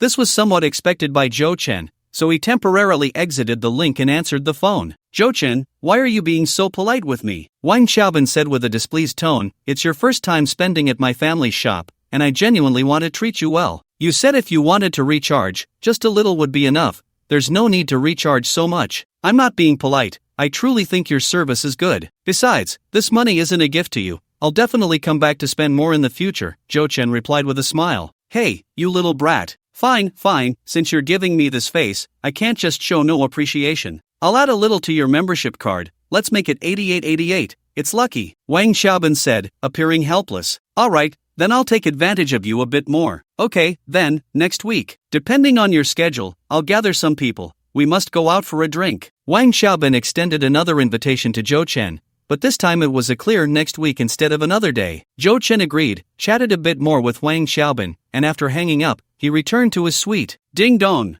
WeChat rang again. Zhou Chen opened it to find a message from Su Yajing. First, there was a sticker of a little girl looking down and fiddling with her fingers, followed by an apology. Brother, I'm so sorry, I might not have time to accompany you tomorrow afternoon. My roommate found a part-time job and insisted I go with her. Can I come find you after I'm done? I'll treat you to dinner as an apology. Jo-chin was taken aback but didn't mind much and replied, okay, we'll talk then. He indeed had plans with Su Yajing for tomorrow, as he had promised her to have a meal together. Originally, they had planned for dinner, but Jo-chin thought it was a rare day off, so he might as well invite her to look at some houses. If he found a suitable one, he could buy the house for Jiang Mo. Now that Su Yajing didn't have time in the afternoon, Jo-chin thought he could just go by himself. Just as he was thinking this, his phone suddenly rang. Jo-chin saw it was an unfamiliar number and curiously answered. Hello, is this Mr. Jo-chin? Yes, Mr. Joe, I sincerely apologize for disturbing you so late. Let me introduce myself. My name is Fanwei, and I am the person in charge of the Mingqing International Auto Expo. I was wondering if you are available to discuss something. Listening to the other party introduce himself,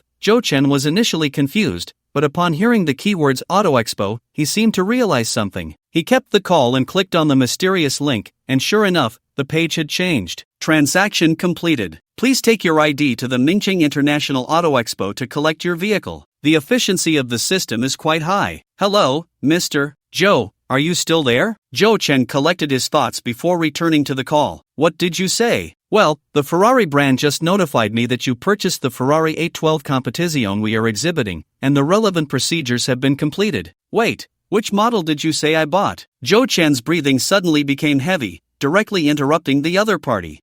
It's the Ferrari 812 Competizione. Although he didn't understand why Jo-chin would ask such a question, Fanwei repeated it again. Holy crap, it's actually the Ferrari 812 Competizione. Please hold on for a moment, Jo-chin said into the phone, then quickly checked on his phone to confirm his memory was correct. Once he was sure, Jo-chin became excited. The 812, as a classic supercar from Ferrari, has already been discontinued for the past 2 years, while the 812 Competizione is a limited edition launched by Ferrari in 2023 based on the 812S. There's no need to delve into its specifications. Just looking at its price reveals how impressive this supercar is. The official guide price for the regular 812 is around 5 million, while the official guide price for the 812 Competizione is about 7.5 million. Adding over $1 million for optional features and other costs, the total easily exceeds 10 million. In other words, this is a true 10 million supercar. 10 million. Jo-chin currently has assets of only around 2 million. Even if he waits for the system to pay his salary, theoretically,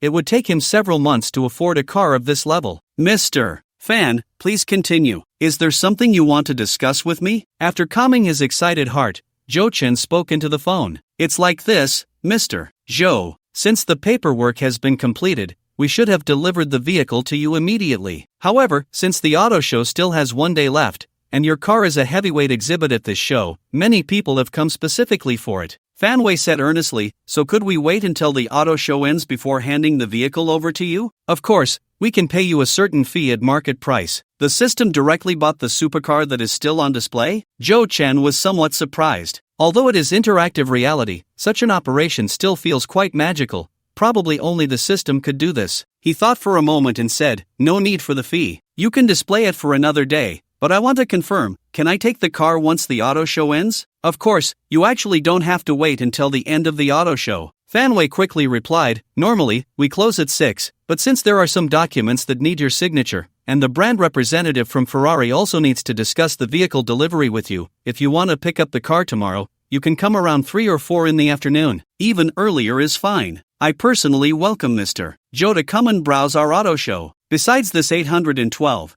we actually have quite a few new models on display that I believe Mr. Joe would be interested in, Fanwei added with a smile. After hanging up the phone, Jo-chin still felt a bit excited and directly changed his plans for tomorrow. The matter of buying a house for Jiang Mo could wait, after all, she hasn't returned yet. He was already a bit impatient to see the Ferrari that now belonged to him. Additionally, he sensed an opportunity to network from Fanwei's words. Someone in charge of such a large auto show must have some official background, and getting to know him wouldn't hurt. Jo-chin checked the details of this auto show, which is the largest automotive exhibition in Ming City in nearly a year. Since Jo-chin had recently been engrossed in reading, he would have paid attention to it before. It had also been a long time since he had participated in such lively events, so it was just the right time to change his mood. Oh no, my brother isn't replying to me. Ah, Shin Yutong, if this once-in-a-lifetime romance slips away just like that, you're dead meat. Meanwhile, in a girls' dormitory at Kaiyun Art Academy, Su Yajing sighed while holding her phone,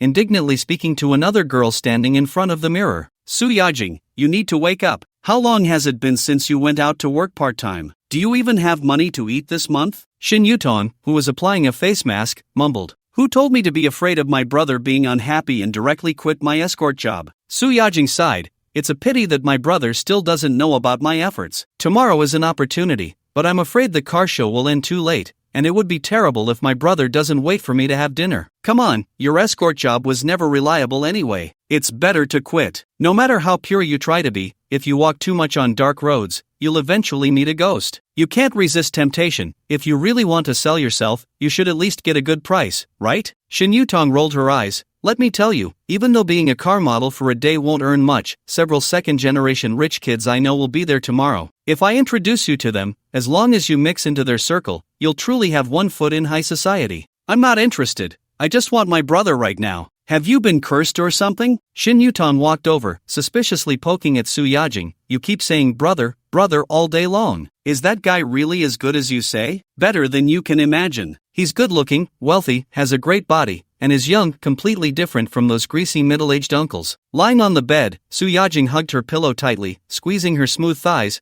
No, if I keep talking, I'm going to have to change my underwear again. If what you said about him buying a watch worth hundreds of thousands is true, then he really is wealthy, Shin Yutong said casually, but it's just that. The second-generation kids I know all wear Patek Philippe and Richard Mille watches, which are in the $1 million range. When you meet them, you'll see what real rich people are like. You're talking about that young Master Zhan you've been fawning over, right? What fawning? Don't say it so harshly. I just want to see if there are any opportunities with the short drama crew I want to join, and their family happens to be the investors. Shin Yutong patted Su Yajing. I'm very clear-headed about this. These second-generation kids will just play with us. They won't really marry us. I'm not that easy to give myself up. Aren't you in the dance department? Why are you trying to snatch our acting department's jobs? Su Yajing's eyes widened at the words. Do you think someone like me has any future in dance? If I don't change careers while I'm still young, am I supposed to wait until I'm old and unattractive to pick up scraps? Someone like you? What do you mean by that? Aren't you the beauty of your department? Ah, I get it. Su Yajing was initially confused but quickly realized, turning her gaze to Shin Yutong's chest. Under the lace nightgown, the disproportionately large mound was shaking with Shin Yutong's movements as she wiped her face. So what if I can't make it in the dance world? I would love to have a burden like yours. Then I could unlock more poses and definitely make my brother fall for me. Su Yajing reached out and pinched, enviously saying, Ah, Su Ran, are you trying to kill me? Caught off guard, Shin Yutong pounced fiercely, and the two girls immediately turned into a tangle on the bed, the scene filled with a hazy white. Wait, my phone is ringing. Ah, my brother agreed to have dinner with me. Su Yajing glanced at her phone, excitedly pushing Shin Yutong away. Let me tell you, if the car show can't end on time, I'd rather not get paid than miss my date with my brother. Classmate Su Yajing, look at how inexperienced you are. Shin Yutong scoffed from the side. I'm going to dinner with you tomorrow too. I want to see if your brother is really as good as you say. Near noon, Zhou Chen woke up from the 50-square-meter big bed. Of course, even a presidential suite bed isn't that big. It's just a way to describe the excellent quality of sleep. The so-called high-end mattress, if one were to be serious about it, is actually just a little bit more comfortable. But that little bit, once you get used to it, makes sleeping on a regular mattress feel uncomfortable everywhere. At least Zhou Chen knows he can't go back. In the new house he is about to get, there must be a high-quality big bed to meet his living needs. Last night, because he accompanied Ding Yi to play a couple of rounds of Honor of Kings and got carried away with playing his dodgy, Zhou Chen unusually slept in. He picked up his phone and, as usual, saw a dozen unread messages and missed calls, but most of the calls were various sales pitches, which he could just pass on. Su Wenxian, good morning, Mr. Zhou. Don't forget to have breakfast, no matter how busy you are. Lisa LV Sales, Mr. Zhou, the weather is great today. Want to go out for a drink this afternoon? I know a hidden gem of a cafe. Su Yajing, brother, good morning. Today is the sexy car model Ran. Looking at the pile of greetings, Zhou Chen smiled. Indeed, after becoming wealthy, he was surrounded by good people. However, glancing at the photo of the ravishing silver slip dress that Ran sent, Zhou Chen felt a bit puzzled. Why does it feel like her figure has improved? Is that 36D for real? After getting up, washing up, and calling Bella to bring lunch, Jo-chan finally remembered he had a daily task left unfinished. He opened the chat window with Jang Mo and initiated a video call. The first time he called, it was hung up on him. Jo-chan raised an eyebrow, sipping fresh coconut juice while dialing again. This time, the ringing lasted a long while before the video call finally connected. On the other end, Jang Mo's breathing was a bit uneven, and the camera shook for a moment before stabilizing. Jang Mo was wearing a black women's blazer, and judging by the background, she seemed to be in a bathroom stall. Is it really necessary to hide in a place like this just to video call me? Jo-chan found it somewhat amusing. I was just with Ding Shimmy, Jang Mo explained softly. Jo-chan nodded in understanding. From a certain perspective,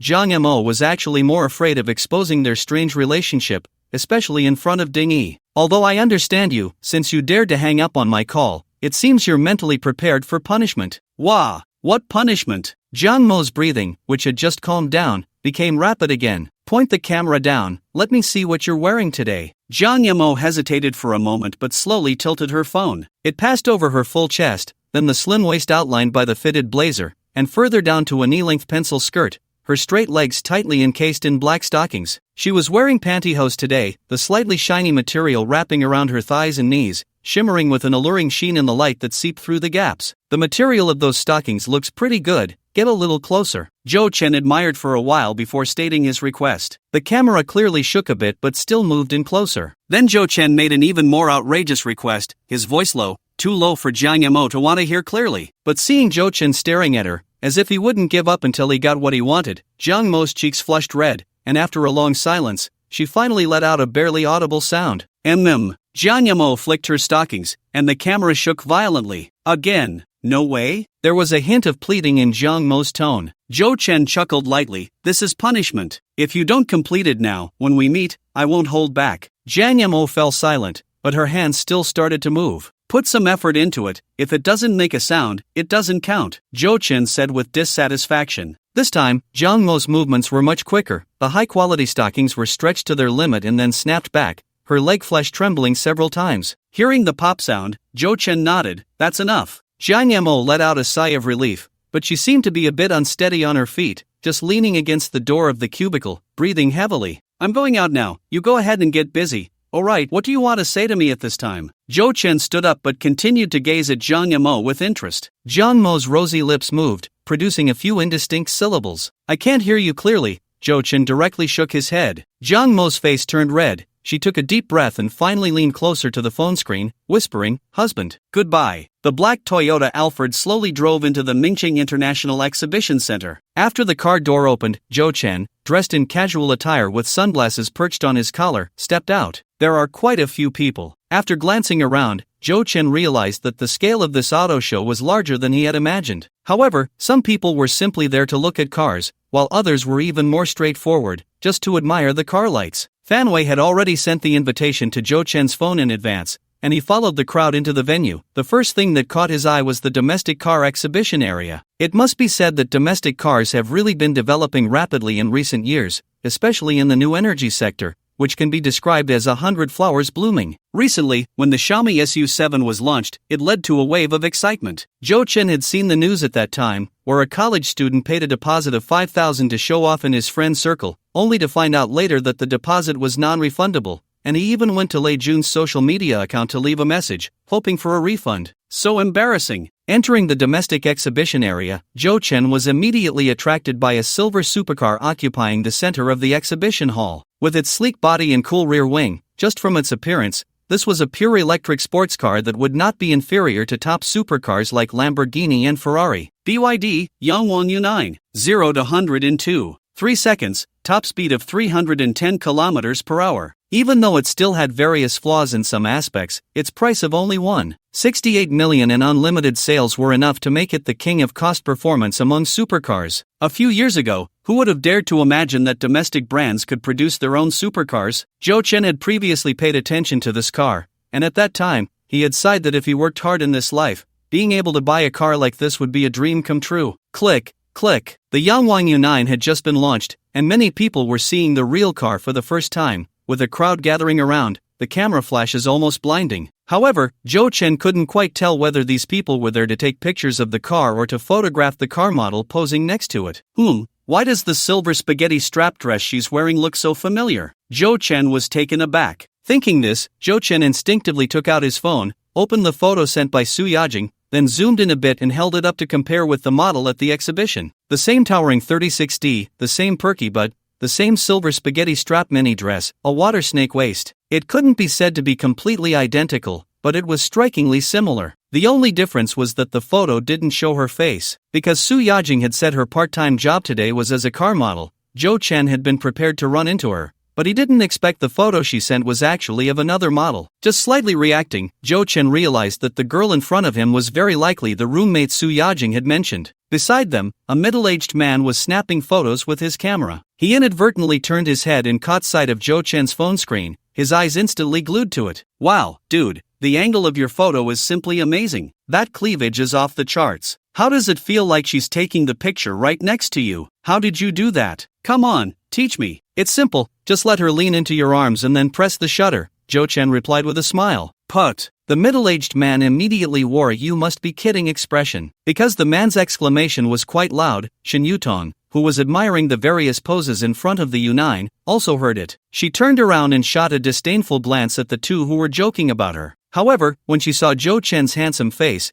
she was momentarily taken aback, and her discomfort faded a bit. At that moment, as she turned her head, Zhou Chen also got a clear look at her face. Initially, he didn't have high expectations for her looks due to her great figure, but upon closer inspection, he unexpectedly found that the girl was actually quite pretty. She had a pure, round face that exuded a youthful vibe, and combined with her figure that was usually only seen on mature women, her overall score was just a notch below top beauties like Ding Yi and Jiang Yimou. Ding Yi had an unfair advantage with her mixed-race features, while Jiang Mo's overly delicate features were a major plus, making her the kind of girl that would make other girls scream goddess. However, for certain men with special preferences, Su Yajing, this roommate, would likely be even more attractive. Especially in bed, if she wore specific outfits, like a sailor suit or a stepmother dress, it would easily stack various buffs like attack speed and critical hits. Seeing her gaze lingering on him, Zhou Chen winked at her. What's going on? This guy can't really think that being handsome means he can do whatever he wants, right? Shen Yutong scoffed at Zhou Chen's flirting. She wasn't like Su Yajing, who was obsessed with looks. In fact, she valued the so-called handsomeness at zero, which made Zhou Chen's actions only increase her annoyance. When Zhou Chen noticed her glaring at him fiercely, he didn't mind much and was about to turn to leave when a somewhat surprised voice suddenly came from the side. Whoa, Zhou Chen? Hearing that familiar voice, Zhou Chen turned back in surprise. A few young men and women were walking towards him, one of whom was Wang Xiaobin, the one who had called out to him. Bro, what a coincidence. Zhou Chen hadn't expected to run into him again so soon after seeing him just last night. If I had known you were coming to the auto show,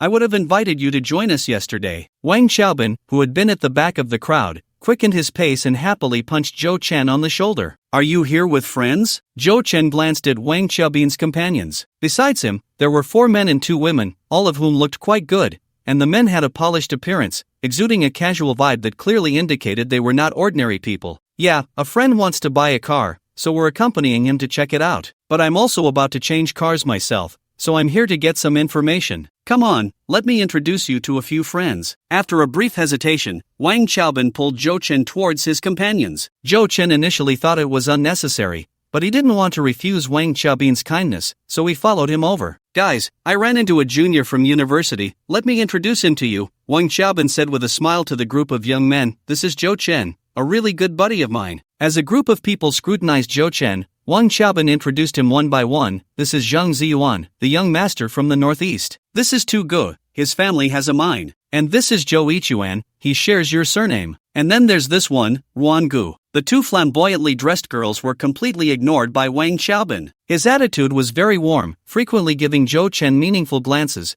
The implications were quite obvious. These people likely had significant backgrounds, and Wang Xiaobin probably hoped that he would also call them Gu. Objectively speaking, these individuals were indeed older than Zhou Chen, especially Ruan Gu, who was dressed head to toe in Hermes and wearing a Rolex Daytona, probably nearing 30. However, Zhou Chen clearly didn't care about this. Even if he wanted to network, he wouldn't flatter anyone. Therefore, he simply maintained a polite smile and nodded to the group. Hello. Zhou Chen's indifferent attitude made them look at him a bit longer, and Zhang Ziyuan showed a puzzled expression, feeling like he had heard the name Zhou Chen somewhere before, but couldn't recall where. Zhou Chen? You're from the same family as me. Are you also from Mingcheng? What does your family do? Zhou Ichuan, who wore a chain and had a somewhat carefree demeanor, asked with a smile. I'm from Jingcheng. My family doesn't run a business, Zhou Chen replied, frowning slightly at the directness of the question. Oh, Jingcheng. Upon hearing that Zhou Chen was from Jingcheng, Zhou Ichuan clearly lost interest. Judging by Zhou Chen's attire, he seemed to come from a decent background, and it wouldn't hurt to get to know him.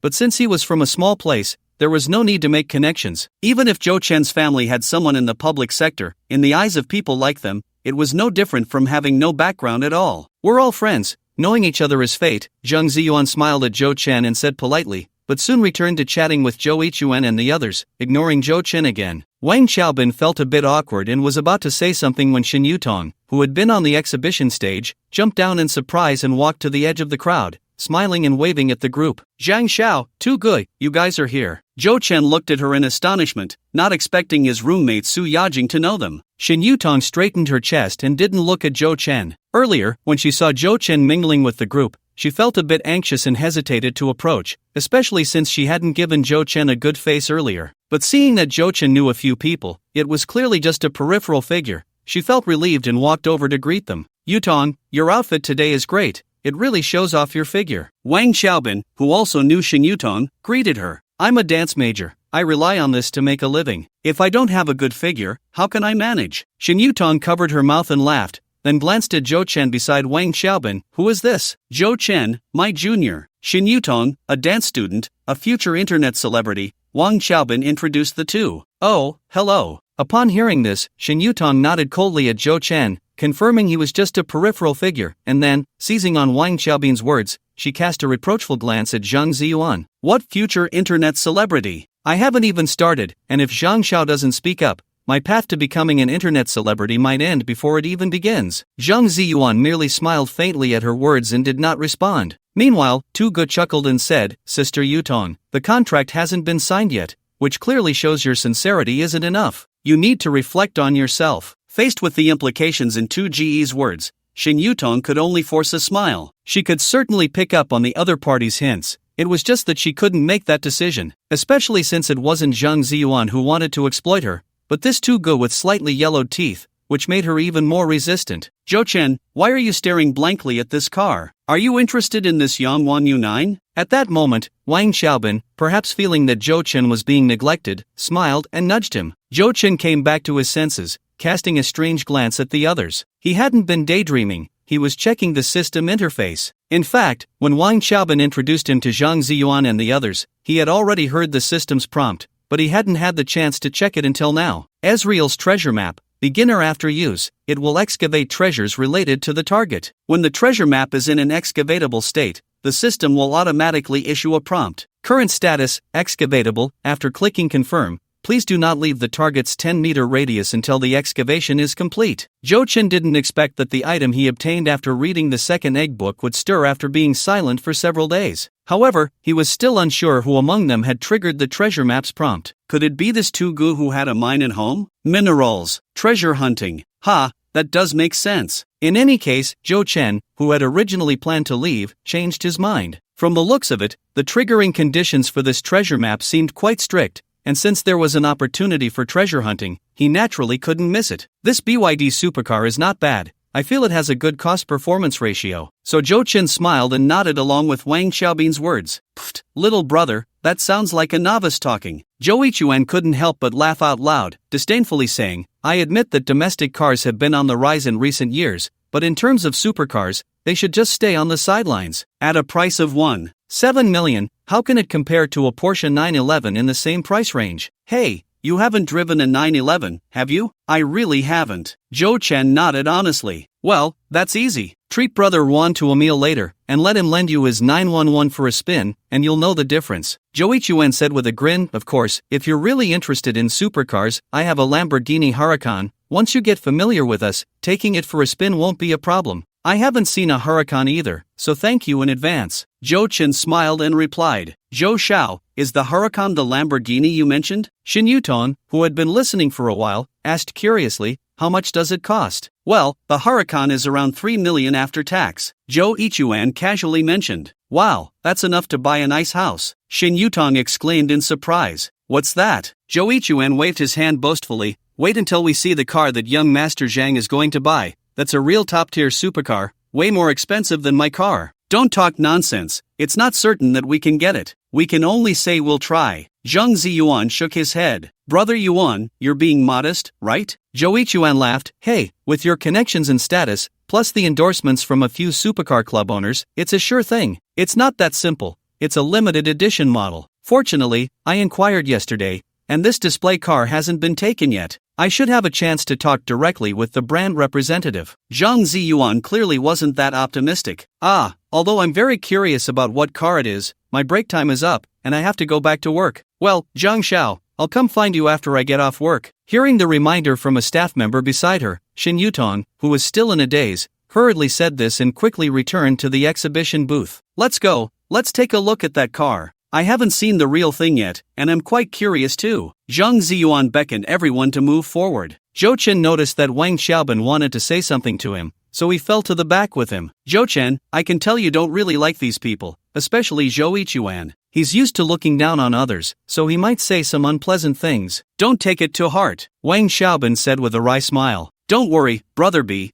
I know this isn't your intention. I'm not that immature to insist on arguing about it. Zhou Chen shook his head. As long as you understand. Wang Xiaobin patted Zhou Chen's shoulder again, sighing. It's tough to get by in Mingcheng. My family is considered decent, but compared to these people, there's still a bit of a gap, especially that Zhang Dasha. He's really not on the same level as us. Listen to me, if you get the chance, it's still good to get familiar with them. You never know when it might come in handy, right? Alright, I'll remember that. Zhou Chen could feel Wang Xiaobin's goodwill and smiled in response. At this moment, the group had arrived at the International Exhibition Hall, where a row of booths was spread out in the front space, and one booth near the center was surrounded by the most people. It wasn't just because the model at that booth was the most beautiful, but also because there was a supercar exuding a kingly aura on display. Ferrari 812 Competizione. Zhou Chen hadn't seen the real thing before, and as he glanced over, he was amazed and couldn't help but exclaim, the Tiffany blue color is really flashy. But, I like it. Did Zhang Dasha come here just for this car? Although Zhou Chen had already anticipated this from the earlier conversation,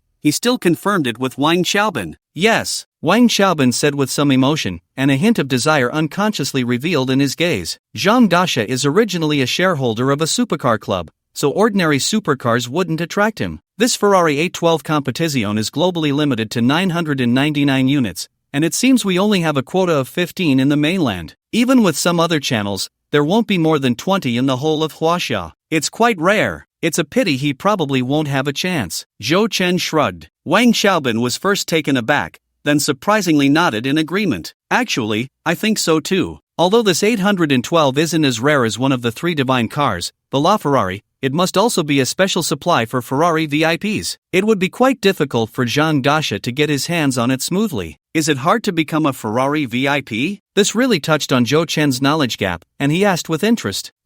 There's a saying that money can buy you a Ferrari, but money won't make you a Ferrari VIP. Wang Xiaobin clearly knew a lot, smiling as he explained. Although Ferrari has never published a VIP list or quantified the standards, those who understand know that there is actually a line drawn here. It seems that Ferrari has its own scoring system internally. Besides having money, your image score also has to meet the standards. Simply put, it might be about social status, fame, and so on. Wang Xiaobin thought of something and shook his head. In short, it's very difficult. Young Master Zhang has already bought 2 ordinary Ferraris and spent several tens of thousands of dollars abroad to experience Ferrari's driving school, yet he still hasn't received an invitation. That's why he particularly wants to get this 812, you understand. Zhou Chen only knew that it was hard to buy a limited edition Ferrari, but he didn't expect there to be an invisible threshold, and for a moment, he could only marvel at the vast connections of the father of the nation. Let's go, we should go take a look too. After chatting for a while, Wang Xiaobin called Zhou Chen to walk over. As they approached the display stand, Zhou Chen carefully examined his beloved car again.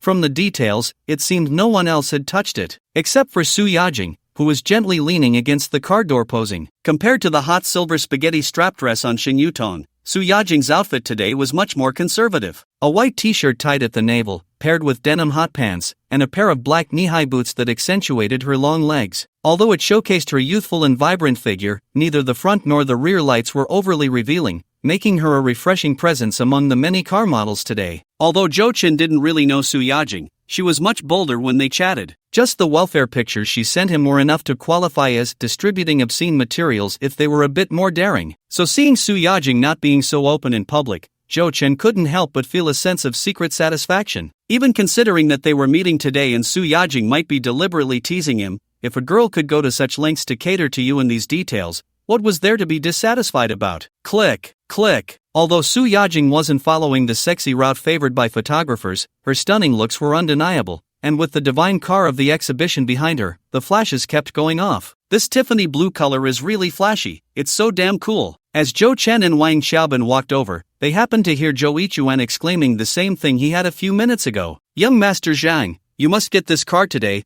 it would be so impressive to drive it out. Zhou Yichuan couldn't help but say to Zhang Ziyuan again. I've already called the brand representative from Ferrari on site. They said they would come over to talk to me in person, Zhang Ziyuan said with a smile, a hint of excitement in his brows. Everyone felt there was a chance, otherwise, they probably wouldn't come in person. Zhou Chen hesitated for a moment, then finally spoke up, Young Master Zhang, you might be disappointed today. He wasn't trying to show off. It was just that after a bit of tugging and testing as he walked over, he had basically confirmed that this young Master Zhang was the target person chosen for him by Ezreal's treasure map. In other words, Zhou Chen had not only snatched the car he wanted most but might also take advantage of him a bit. Although he didn't know what the treasure hunting mechanism was yet, Zhou Chen still felt a bit embarrassed, hence the kind reminder. What do you mean? Everyone was taken aback, and Zhang Ziyuan frowned. Because this car has already been bought by me, Zhou Chen informed them honestly. Put. Before the others could react, Zhou Yichuan couldn't help but laugh out loud again. Little brother, you're quite humorous, really know how to lighten the mood. Haha, Xiaobin, your friend is quite interesting, able to tell a deadpan joke. By the way, brother, before you brag, at least find out what kind of car this is, right? Even Wan Gu, who hadn't said much, was amused. Zhang Ziyuan was also at a loss for words. Could Zhou Chen really think this was a form of humor? However, he was too lazy to say anything more.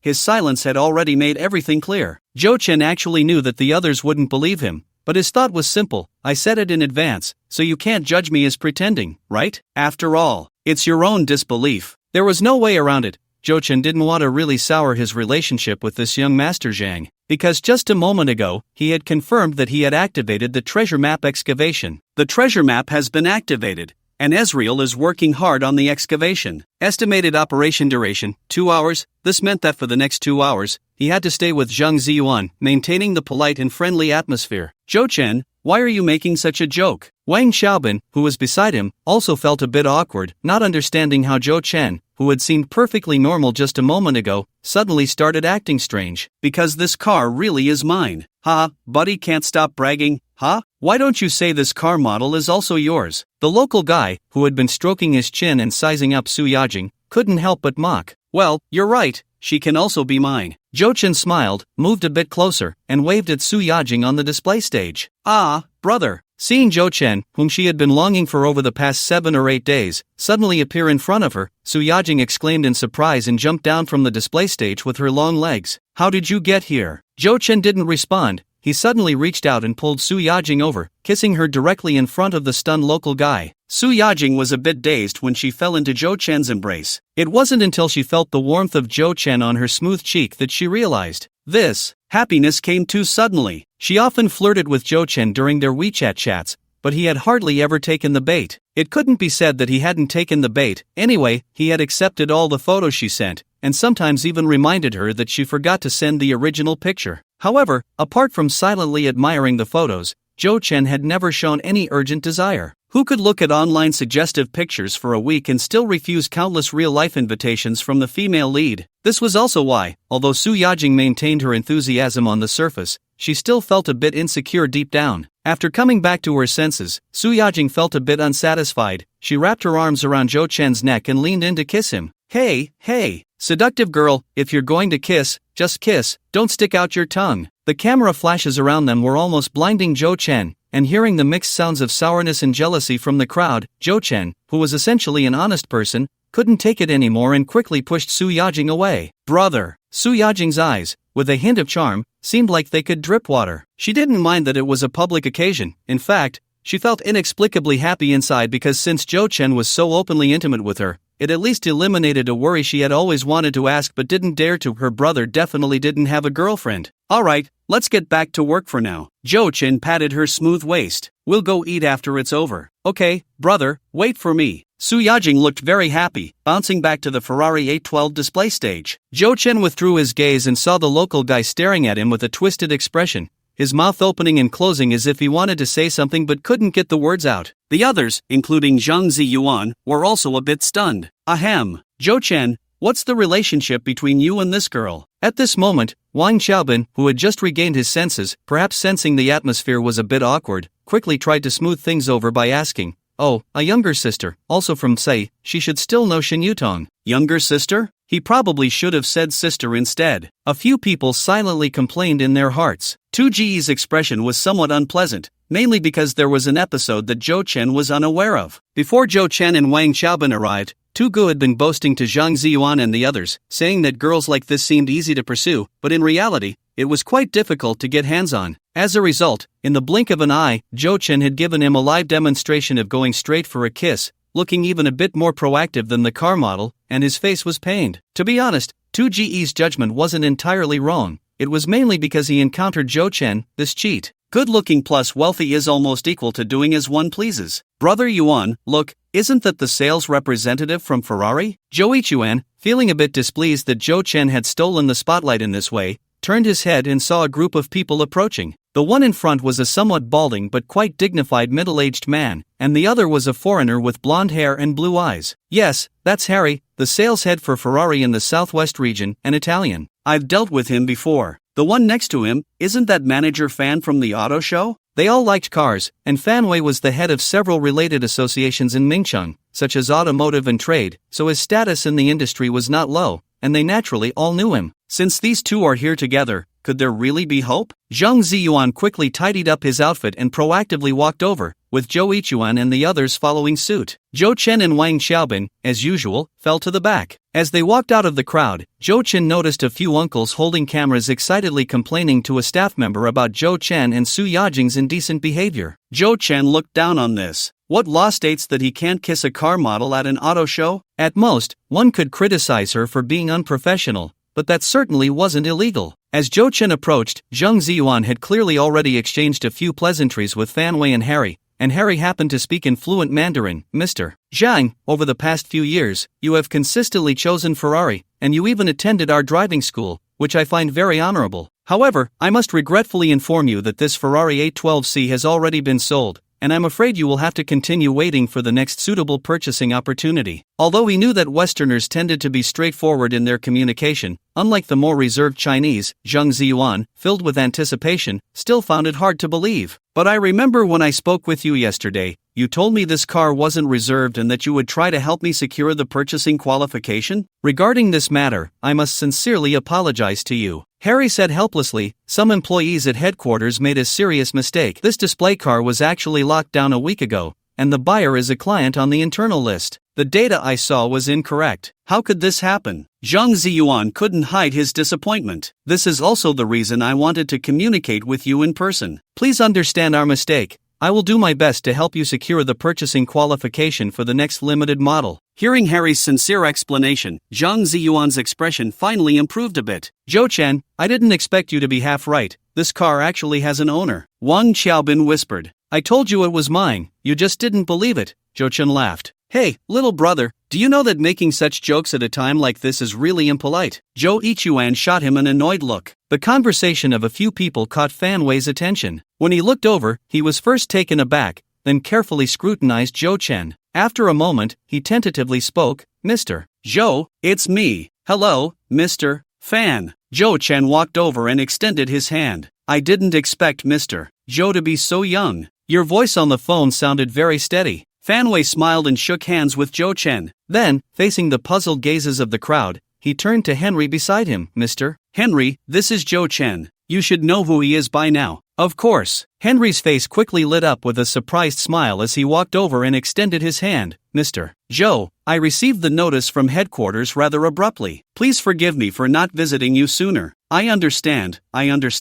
Let me confirm, Have all the procedures been completed? Yes, you just need to sign a few more documents, and I'll explain some after-sales matters to you, then you can drive away your unique Ferrari 812 Competizione. Henry was enthusiastically shaking hands and chatting with Zhou Chen, while Zhang Ziyuan, Zhou Ichuan, and the others were collectively caught in a mental freeze. This car really is mine. Wang Xiaobin thought of what Zhou Chen had told him more than once and couldn't help but be a bit dumbfounded. So it wasn't a joke? No. How could you say such an impressive thing in such a plain tone? Wang Xiaobin for a moment couldn't tell if Zhou Chen was showing off or not. It was really hard to judge. Mr. Zhou, why don't we move to the reception room and sit down to discuss in detail? Fan Wei suggested. Okay. Zhou Chen also noticed that they were blocking the way, which indeed affected the passage. Please wait a moment. Zhou Chen walked back to Wang Xiaobin and the others. Since the others didn't know what to say at the moment, Wang Xiaobin was the first to speak. Zhou Chen, you really are quite the hidden gem. Wang Xiaobin could only smile wryly, feeling a bit resentful because not long ago he had just lectured Zhou Chen on a bunch of Ferrari knowledge. Wasn't this just showing off in front of an expert? Hey, Brother B, the car is mine. But there are some things I really don't understand because this car is considered a gift from someone else. Hearing Zhou Chen explain this, Wang Xiaobin felt much more at ease, but then he was startled again. Wait, this seems even more outrageous than if Zhou Chen had bought it himself. Young Master Zhang, I need to ask you for a favor. Zhou Chen turned to Zhang Ziyuan. Me, Zhang Ziyuan, whose expression was complex, was taken aback. Here's the thing, I heard Brother B say you're also an old customer of Ferrari. I need to verify some procedures, but I'm not very familiar with the process. Could you please accompany me? Zhou Chen smiled. My English isn't very good, and I'm afraid I might not understand some parts. If it weren't for Zhou Chen's explanation to Wang Xiaobin, Zhang Ziyuan, and the others might have thought this was pure mockery. You've already received VIP treatment from Ferrari. How could you not understand? But with this layer of context, and Zhou Chen's sincere tone, Zhang Ziyuan felt much more comfortable, even feeling a bit inexplicably ashamed. Although he hadn't openly mocked Zhou Chen before, he clearly held a bit of disdain for him in his heart. But look at Zhou Chen's generosity. Not only did he not mind, but he also graciously invited him to help. Zhang Ziyuan, oh Zhang Ziyuan, you've lost in terms of perspective. No wonder he drives an 812C. Small problem, then I'll go with you. Zhang Ziyuan readily agreed. Zhou Chen's gaze towards him became even friendlier. This treasure map still needed to be dug for more than an hour, and he definitely couldn't let this young Master Zhang slip away. Zhang Ziyuan said a few words to Zhou Ichuan and the others, then left with Zhou Chen and Wang Xiaobin under Fan Wei's guidance. Zhou Chen smiled at Zhou Ichuan and Tu Ge before leaving, and the few of them instinctively smiled back and nodded in response. Once the group walked far away, Zhou Ichuan let out a breath and rubbed his face, which had become a bit stiff from smiling. Who the hell is this guy? Damn, I just acted like a clown. I've really lost face today. Tu Ge nodded in agreement. The vehicle delivery process was far simpler than Zhou Chen had imagined. In fact, the most complicated steps in purchasing a Ferrari were all before signing the contract, because there were too many options to choose from the roof and wheels to the stitching on the steering wheel, and, basically, everything cost extra. After finalizing options that ranged from hundreds of thousands to $1 million, there was about a year of waiting, and then one could acquire the exclusive skill of driving a Ferrari with one hand, and shoot a contrasting little video titled My Left and Right Faces Look Different. As for Zhou Chen's 812C, most of the procedures had already been completed. He just needed to verify the delivery manual and sign a document, and even the temporary license plate had already been delivered today. However, to stall young Master Zhang, Zhou Chen still dragged Henry into conversation for half a day, repeatedly confirming various details about the vehicle, which left Zhang Ziyuan a bit puzzled, wondering if Zhou Chen was being too cautious. After finally enduring 2 hours of digging time, Zhou Chen had already mastered the brand culture of Ferrari, and he finally stood up, feeling relieved. Mr. Henry, thank you for your patience. I think I have no more questions. Oh, Zhou, I am equally impressed by your humor. After a round of mutual flattery, Zhou Chen added him and Fan Wei on WeChat, and casually added young Master Zhang's WeChat as well. After leaving the reception room,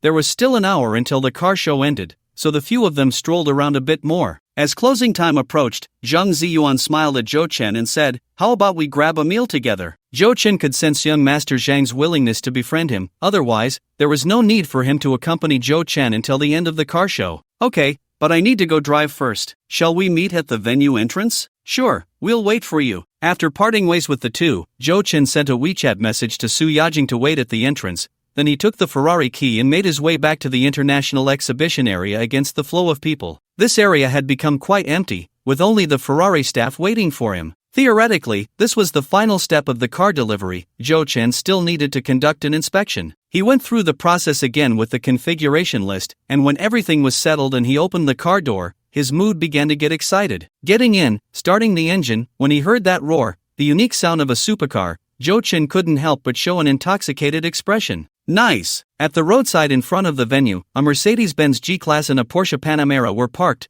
with Zhang Ziyuan and Zhou Ichuan standing in front of the cars, casually chatting and laughing. Xin Yutong, who had changed clothes and come out first, was initially a bit flattered, thinking that Zhang Ziyuan and the others were waiting for her. However, as she approached, she realized that no one was paying attention to her. It seemed Zhang Ziyuan and the others were engrossed in discussing a certain topic, mentioning things like top-tier options and the first car in the province. What's going on here? Confused, Xin Yutong approached the other two girls and asked. They're all waiting for Zhou Chen. One of the girls in a little tank top said. Zhou Chen? Xin Yutong recalled that relatively handsome guy, somewhat unable to understand. Does he have such a big ego that everyone has to wait for him? Sister, he's driving a 10 million yuan Ferrari. What's wrong with having a bit of an attitude? The girl in the tank top chuckled. Exactly, that's a limited edition supercar that even young Master Zhang can't buy. Another girl, who was touching up her makeup with a mirror, said with a hint of longing, Hey, Cece, it seems like he didn't bring a date. Do you think there's a chance I could sit in the passenger seat with him later? You might as well dream about it. Didn't you see him kissing that model right there? No chance for you. True. While the two girls were chatting,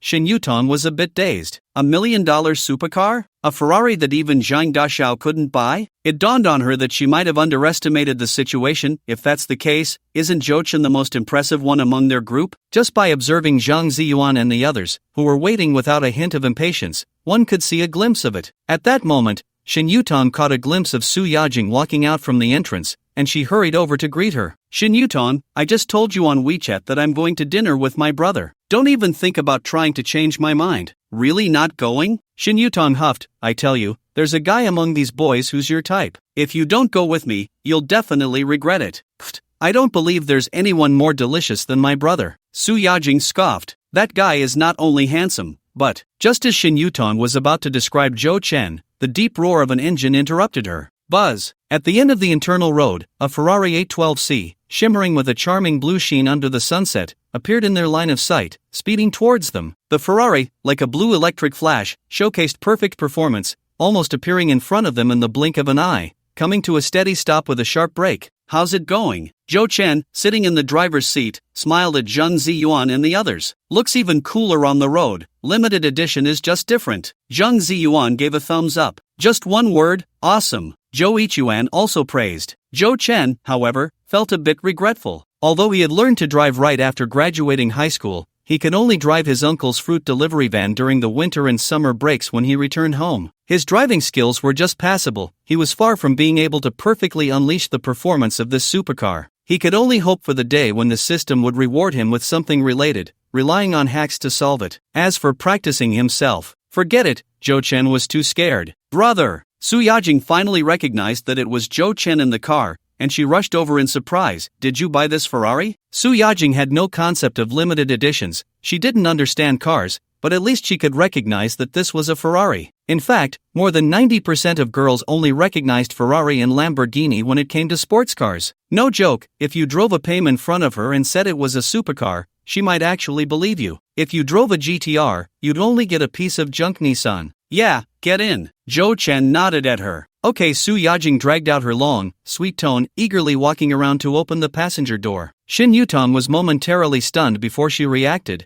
quickly stepping forward to grab Su Yajing. Wait, do you know Zhou Chen? He's my brother. Oh, I think I haven't told you her name. Do you know him too? Forget it. We'll talk later. Xin Yutong opened her mouth but didn't know what to say, while Su Yajing was unwilling to let Zhou Chen wait, shaking off Xin Yutong and sitting in the passenger seat of the Ferrari. Where are we going to eat? Once Su Yajing fastened her seatbelt, Zhou Chen looked at Zhang Ziyuan. I'll send you the location, no dietary restrictions, right? Zhang Ziyuan asked, and after Zhou Chen nodded, he turned and walked towards the Mercedes G-Class, waving, see you in a bit. As Zhou Chen opened the navigation and was about to start the vehicle, he looked up and saw Xin Yutong standing dazedly beside the car. He couldn't help but frown and glance over. Xin Yutong seemed to wake from a dream and hurriedly stepped aside. The Ferrari roared away, but Xin Yutong felt a bit anxious. Was Zhou Chen, who had suddenly increased his wealth, the brother that Su Yajing mentioned? She never expected this kind of development. Thinking back to her earlier cold attitude towards Zhou Chen, Shin Yutong felt even more flustered. Under the impatient urging of Tu Gu, she sat in the back seat of the Pamei, and only then did she remember something. She quickly took out her phone and started editing a WeChat message. "Brother, you must be the prince sent by heaven to fulfill my wishes, right?" In the moving Ferrari, Su Yajing crossed her arms over her chest and said with an admiring expression, "What do you mean by that?" Although Zhou Chen sensed that this might be the beginning of some kind of routine, he still smiled and asked, "When I was standing next to this car today, I kept thinking, if such a beautiful sports car was being driven by the person I like, and I could sit in the passenger seat just looking at him, how happy that would be." Su Yajing blinked her bright eyes. "I didn't expect my wish to be fulfilled so quickly, brother." "Well, what if the one driving this car isn't the person you like?" Zhou Chen looked at her with a half smile. "Then I definitely wouldn't want to sit in it." Su Yajing said first, then added dejectedly, "Okay, I know brother might not believe me. Yes, I admit I love money, but if I were forced to be with a man I don't like, it would probably take a lot of money for that to happen, right?" To emphasize that the number was large, Su Yajing repeated "a lot" 3 times. "So you really like me?" I like you." Listening to Zhou Chen's straightforward question, Su Yajing didn't show the usual shyness of a girl. Instead, she looked directly at Zhou Chen and nodded without hesitation. Zhou Chen didn't really believe it, but it didn't seem necessary to take it seriously, so he just smiled noncommittally. "Hey, brother, did Shin Yutong offend you?" At this moment, Su Yajing hesitated for a moment before asking, "Why do you say that?" Zhou Chen was a bit puzzled. "She just sent me a WeChat message, wanting me to help her explain to you. That, brother, if it's not too serious, could you forgive her?" Su Yajing said cautiously, "I have no conflict with her, she's overthinking it." Zhou Chen shook his head. "It was just a roll of the eyes, it wasn't a big deal." "That's great. Are you close with her?" Actually, the 4 of us in the dorm get along pretty well, but she and I are the closest, probably because we're not locals of Mingcheng." Listening to Su Yajing chattering away while driving the newly acquired supercar, Zhou Chen felt quite happy. However, Su Yajing clearly understood the situation. Her fair thighs, wrapped in those hot pants, were resting right next to the center console, within reach of Zhou Chen with just a lift of his hand. "She knew I wanted to touch, and she also let me touch. This is mutual pursuit." However, Zhou Chen was a law-abiding citizen who followed traffic rules, so he naturally pretended not to see it and just pressed the gas pedal a little to speed up. Moments later, the Ferrari arrived at the destination first and found a parking space by the roadside, but neither of them got out of the car. 10 minutes later, it was Su Yajing, whose cheeks were already flushed, who couldn't take it anymore. "Brother, stop touching, they've all arrived, let's go up." The place Zhang Ziyuan found wasn't a high-end restaurant but a private kitchen near the Mingcheng Sports Center. I don't know when it started, but private kitchens began to gain popularity among the upper middle class. Of course, there are now many private kitchens catering to ordinary people, but most of them are just a gimmick. True private kitchens usually require reservations in advance, and the chefs must have some skills. Those with a good reputation are incredibly expensive, some even more so than high-end restaurants. When Zhou Chen brought Su Yajing into the courtyard rich in Republic of China characteristics, everyone else had already arrived, and Zhang Ziyuan was chatting with a woman who looked like a boss. "I need to use the restroom." Zhou Chen signaled for Su Yajing to sit down first, greeted Zhang Ziyuan, and then went into the bathroom. Having been preoccupied with the Ferrari 812C earlier, Zhou Chen finally had some free time and lit a cigarette to check the system interface. He was also curious about what the treasure map reward was that he had obtained from Zhang Ziyuan. Opening the system warehouse, the first slot contained a paper document, and upon clicking it, relevant information popped up. Treasure Equity Exchange Document. After use, gain 10% equity in Wuyo Media. 10% equity in Wuyo Media? Zhou Chen was somewhat surprised. He thought the system would dig up some physical item, but it turned out to be equity in a company. Being a complete novice in business, Zhou Chen had to pull out his phone to search for information, and after a moment, he gained a rough understanding. First, regarding Wuyo Media, the business registration information showed that its main scope includes live streaming, short videos, e-commerce, artist management, and so on. In short, this is a professional internet agency that started with MCN Business. The company is registered in the Magic City but has branches and offices in many first and second-tier cities across the country, including Ming City. When Zhou Chen saw this information, he realized that the company was not simple. Upon checking the registered capital, it was as high as 60 million. Registered capital and actual valuation are not the same, but generally speaking, if a company is in its growth phase, its actual market value will far exceed its registered capital. Even just from the registered capital perspective, the 10% equity Zhou Chen held was worth 6 million. From a legal standpoint, 10% equity is the dividing line for becoming an important shareholder. Holding this 10% equity gives Jo-chan the right to convene temporary shareholder meetings, participate in company decisions, and also the qualification to flip the table if his interests are harmed. MCN. Wait, I feel like I've seen the words Wuyo Media somewhere. Jo-chan's memory was triggered, and he exited the browser, opened a certain video app, found a certain influencer in his follow list, and indeed saw the certification of Wuyo Media on her homepage. After checking carefully, Jo-chan couldn't help but exclaim, "Wow!" Wuyo Media has gathered most of the top artists in the current short video industry, including Wajuisui, Lin Dantong, Princess Yuyao, Enmi,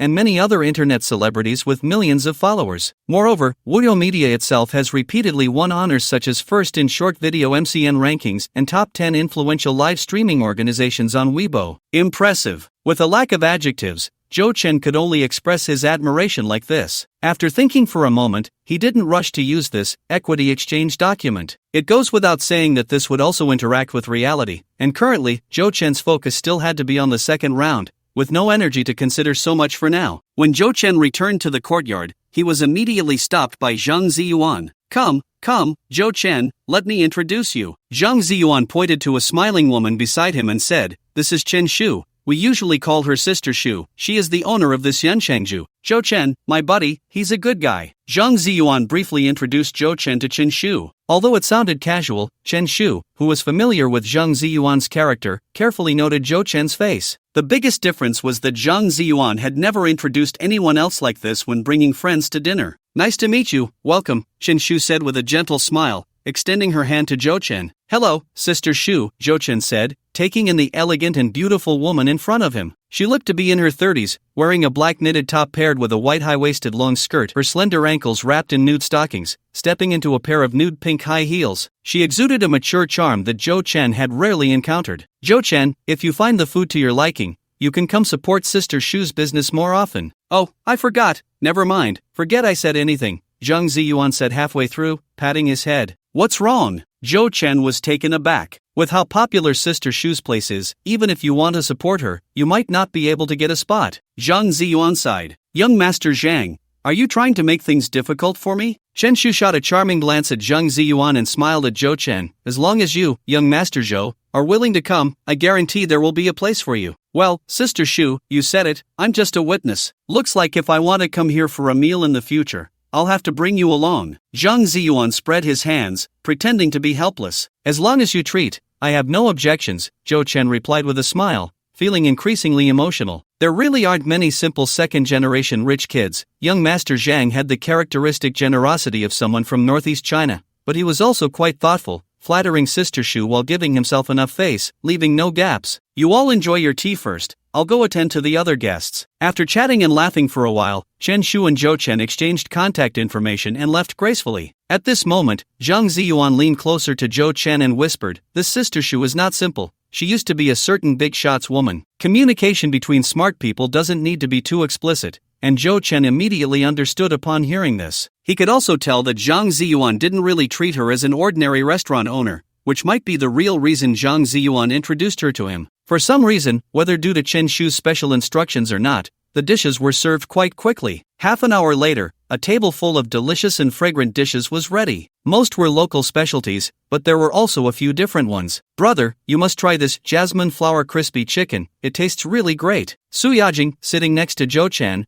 picked up a piece of chicken still adorned with flower petals and placed it in Jo-chan's bowl, presenting it like a treasure. "This dish is one of the signature dishes of the Peace Hotel in the Magic City. The chef from Cloud Residence used to work there," Zhang Ziyuan said with a smile as Jo-chan tasted it. "It really does taste good," Jo-chan nodded in satisfaction. There wasn't any overwhelming sensation on the taste buds, but it was comfortable enough to eat. "Why hasn't the wine come yet?" Tu Ge frowned at this moment. "It's coming," Joey Chuan said, noticing the waiter approaching with 2 bottles of wine in wooden boxes. "Hey, didn't we order the flying mutai? What's this?" "This is what the boss instructed, to thank everyone for their continued support. The price is calculated as regular flying mutai," the waiter explained with a smile. "This is the mutai little wooden treasure. It's been a while since I've had this wine. Thanks Sister Shu for us," Zhang Ziyuan said. Taking the wine and noticing Jo-chan's curious expression, he handed it over. The little wooden treasure is considered the first generation of high-end mutai, It was rare even before vintage wines existed. How much is this wine? Zhou Chen didn't pretend to understand, and directly asked. Right now, it's probably around 4 to 5,000,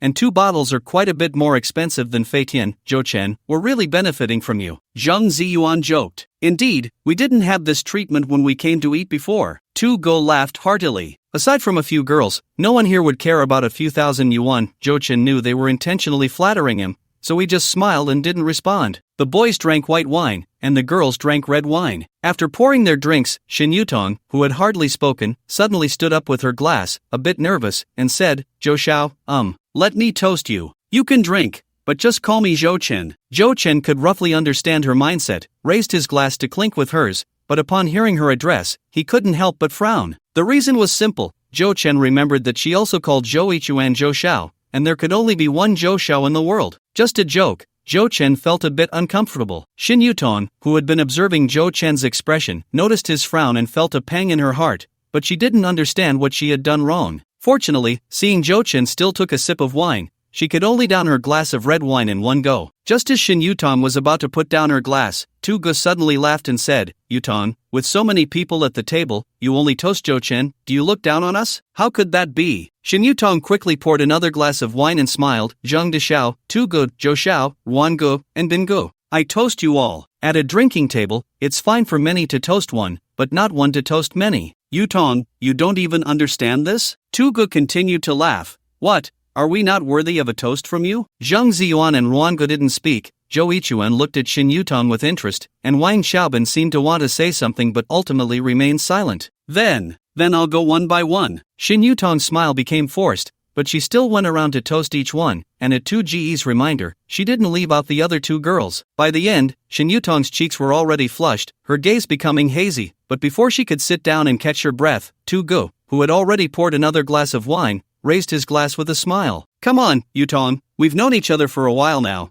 This should be our first time drinking together. Let me toast you. Shin Yutong's face instantly turned pale. 2Ge's intention was already very clear. He wanted to get her drunk. Zhou Chen, who had been watching from the side, sighed inwardly. He didn't want to get involved, but Su Yajing had been sending him signals for help since earlier, and she looked like she was about to cry. Moreover, forcing drinks on girls was quite uncouth. Zhou Chen didn't know if Tu Ge had other intentions, but he couldn't just stand by. Tu Ge, let's drink later, let's eat first, Zhou Chen said without looking up. I'm almost full. 2Ge's smile froze, and just as he was about to say something, Zhang Ziyuan spoke up. Xiao Tu, forget it. With both of them speaking, Tu Ge finally stopped, putting down his glass. Shin Yutong sat down in relief, looking at Zhou Chen with gratitude, only to find that he wasn't even looking at her, just leaning close to Su Yajing, whispering. Shin Yutong instinctively glanced at the tall glass of red wine in front of Su Yajing, which had only gone down a little since it was poured at the beginning. The envy that had grown in her heart since she learned that Su Yajing's brother was Zhou Chen was magnified infinitely at this moment. She needed to carefully accompany a smile, trying not to offend anyone at the table, while Su Yajing only needed to please one person from start to finish. Brother, I'm sorry, I don't want to trouble you, please don't be angry, I will repay you. While Shin Yutong was lost in thought, Su Yajing was leaning close to Zhou Chen, softly pleading. How will you repay me? Zhou Chen lightly inhaled her floral scent and smiled.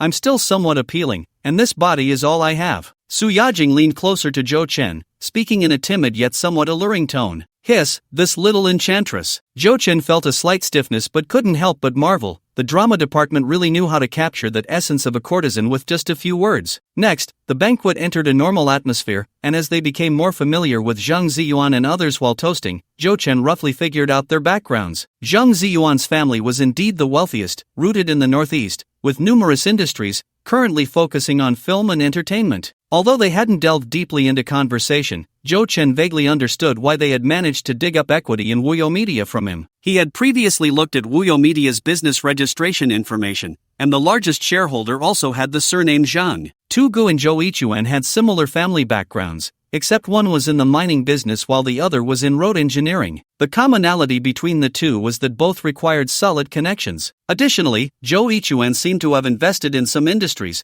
but they were all bars and racetracks, a typical playboy. The oldest, brother Juan, was slightly less well-off than the other two, having inherited a travel company from his father, and it was unclear how he ended up mingling with them. The 6 of them shared 2 bottles of Maotai, and after finishing, Zhou Chen was pleasantly tipsy, pleasantly surprised that no one suggested ordering another bottle. He felt this amount was just right, not enough to make him want to vomit, yet providing the relaxation that alcohol brings. However, Jo Chen soon realized he had misunderstood. Jo Chen, can you still drink? After the meal, Zhang Ziyuan checked the time and smiled at Jo Chen. The booth is already reserved. Shall we head to Wave Live House? Ah, so there was a second half. No wonder everyone seemed quite restrained. I won't go. I've had enough. Jo Chen shook his head in refusal. He wasn't someone who liked to spoil his friends' fun, but given his current relationship with these people, he could only stop at dinner. Don't! Dog brother, I've called 4 or 5 sisters. I told them that today Mingqing's Wu Yanzu would be there. If you don't go, where will I put my face? Zhou Yichuan shouted. He was quite straightforward, although he had mocked Zhou Chen the most before. After backing down, he quickly fell in line with Wang Qiaobin to call Zhou Chen by his nickname, regardless of whether he was older than Zhou Chen. But I already have a sister, so it will have to be next time. Zhou Chen glanced at Su Yajing, who was tightly holding onto him. Alright, it's obvious that Zhou Chen still has serious business to attend to. You can stop trying to persuade him. Brother Ruan laughed, pushing Zhou Yichuan, who still wanted to say something. The blushing Su Yajing appropriately gave a shy expression. I almost forgot about that. Fine, I won't persuade you anymore. Let's gather again in a couple of days. Shall I help you call a designated driver? Zhang Ziyuan asked. I have a driver coming to pick me up. You all take care of yourselves. Zhou Chen shook his head, and as the group was jokingly about to leave, Shen Yutong, who was the last to rise, suddenly swayed and then collapsed onto the chair, vomiting with a wow. Seeing this, everyone frowned. Su Yajing hurried over to support Shen Yutong, only to find that the other party was clearly not very conscious. Although Zhou Chen had just intervened and no one was pouring her more drinks, she had already downed so many glasses that even if she seemed fine at the time,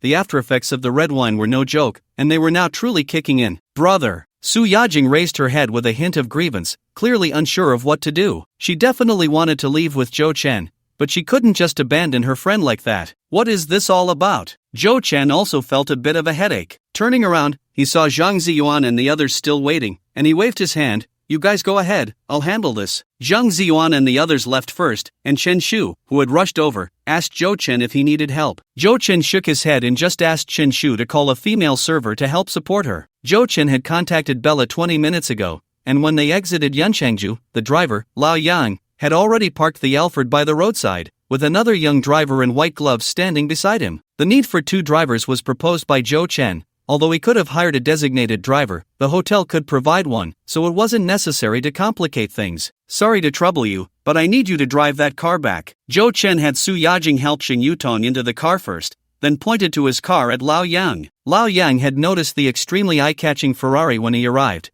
but he didn't expect it to be Zhou Chen's car, and his expression immediately became more serious. Mr. Zhou, how about this? Let Xiaolu take you back, and I'll drive your Ferrari. I have more driving experience to avoid damaging your beloved car. Brother Yang, your calculations are off. No matter how much driving experience you haven't driven a supercar like me. Before Zhou Chen could say anything, the driver Xiaolu had already muttered a remark. Seeing Lao Yan looking a bit awkward, Zhou Chen couldn't help but chuckle as he handed over the keys to the Ferrari. It's fine, drive boldly. If you want more fun, you can take a few more laps. It's fully insured, so if you crash it, it's on me. Once the excited Lao Yang hopped into the Ferrari, Zhou Chen turned around and said to Chen Shu, who had been smiling beside him, Sister Shu, I'm off. See you next time. Hey, wait. Chen Shu called out to Zhou Chen, hurriedly taking a delicate thermos from a server who had rushed over and handed it to Zhou Chen. What's this? Regular tea won't help with alcohol, but this is my homemade kudzu flower tea. It's very effective for sobering up. Take it with you, and if you feel unwell, drink a little. Chen Shu smiled gently. Thanks. Zhou Chen didn't decline, took the thermos, got into the car, and waved goodbye to Zhang Ziyuan and the others who were still waiting for their designated driver. As the car door closed, Xiaolu started the Alfred, and the vehicle smoothly drove away. Watching the Alfred and Ferrari disappear into the traffic, Brother Ruan suddenly patted the silent Tugu beside him, who hadn't spoken for a while. Are you feeling a bit upset? Brother Ruan's voice was low, ensuring that Zhang Ziyuan and the others, who were still chatting nearby, couldn't hear. Tugu was taken aback, then cursed softly. I just think this Zhou guy is meddling too much. He already has a girl, yet he still stands up for Shen Yutong. What? Only he gets to have fun. Damn it, even Source Brother is speaking for him. We've known each other longer, and you guys aren't standing by me. The woman I got drunk is now being taken away by him. I really can't swallow this anger. Triggered by Brother Ruan's words, 2Ge's suppressed emotions spilled out as he couldn't stop talking. Brother Juan just listened with a smile, secretly shaking his head. So this is why you keep losing money in your business. It's just a woman. A smart person wouldn't let such a trivial matter sour their relationship with Zhou Chen. Although they still didn't know what Zhou Chen's family did, Wan Gu could at least see a little. Not to mention Zhang Ziyuan, he believed that even Zhou Ichuan, who usually looked down on others, had long noticed it. Zhou Chen had an inexplicable confidence about him. It was as if no matter what they talked about, the other party was indifferent and aloof. This kind of confidence was something that even the wealthy Zhang Deshao did not possess. Ruangbu knew very well that a Ferrari was nothing. It was this extraordinary self-assurance that was the real reason Zhang Ziyuan wanted to get close to him. Brother, don't we need to send Tong back to the dormitory first? In the Alpha, Su Yajing asked softly. Why bother? I'll just help her book a room directly, Zhou Chen replied casually without looking up as he was responding to messages from Ding Yi and Zhang Yamo. Okay. Su Yajing didn't expect Zhou Chen to be so straightforward, even deciding to take her to book a room without asking for her opinion. She didn't know that Zhou Chen was staying at the hotel, and her heart raced a little. Stealing a glance at Zhou Chen, seeing that he wasn't paying attention to her, Su Yajing quietly took out a small mirror from her bag and hurriedly touched up her makeup. Before long, the Alpha drove into the underground parking lot, and Bella, who had received the information in advance, was already waiting at the elevator hall with 2 female attendants. As the car door opened, Bella instructed the attendants to help the unconscious Shin Yutong while walking over to Zhou Chen. Mr. Zhou, would it be alright to arrange a business suite for you? Sure. And could you please find someone to look after her? Zhou Chen nodded and reminded her. He was determined to have Su Yajing tonight and didn't want any trouble to interrupt the process. Of course. Bella smiled and efficiently helped Su Yajing and Shin Yutong check in. After escorting Zhou Chen and Su Yajing to the suite door, Bella quietly disappeared. Once inside, Su Yajing, who had been a bit nervous, instantly became excited upon seeing the spacious foyer and luxurious decor. Wow, brother, is this the legendary presidential suite? Su Yajing bounced into the living room, looking around and even unable to resist taking out her phone to snap a few pictures. After Zhou Chen nodded, she ran back and jumped into his arms, wrapping her arms around his neck and giving him a kiss on the cheek. You're so good to me. Zhou Chen realized that Su Yajing might have misunderstood, thinking he had specifically booked the presidential suite for her. You deserve it. He thought about explaining, but when Zhou Chen spoke, he unconsciously used his usual lines.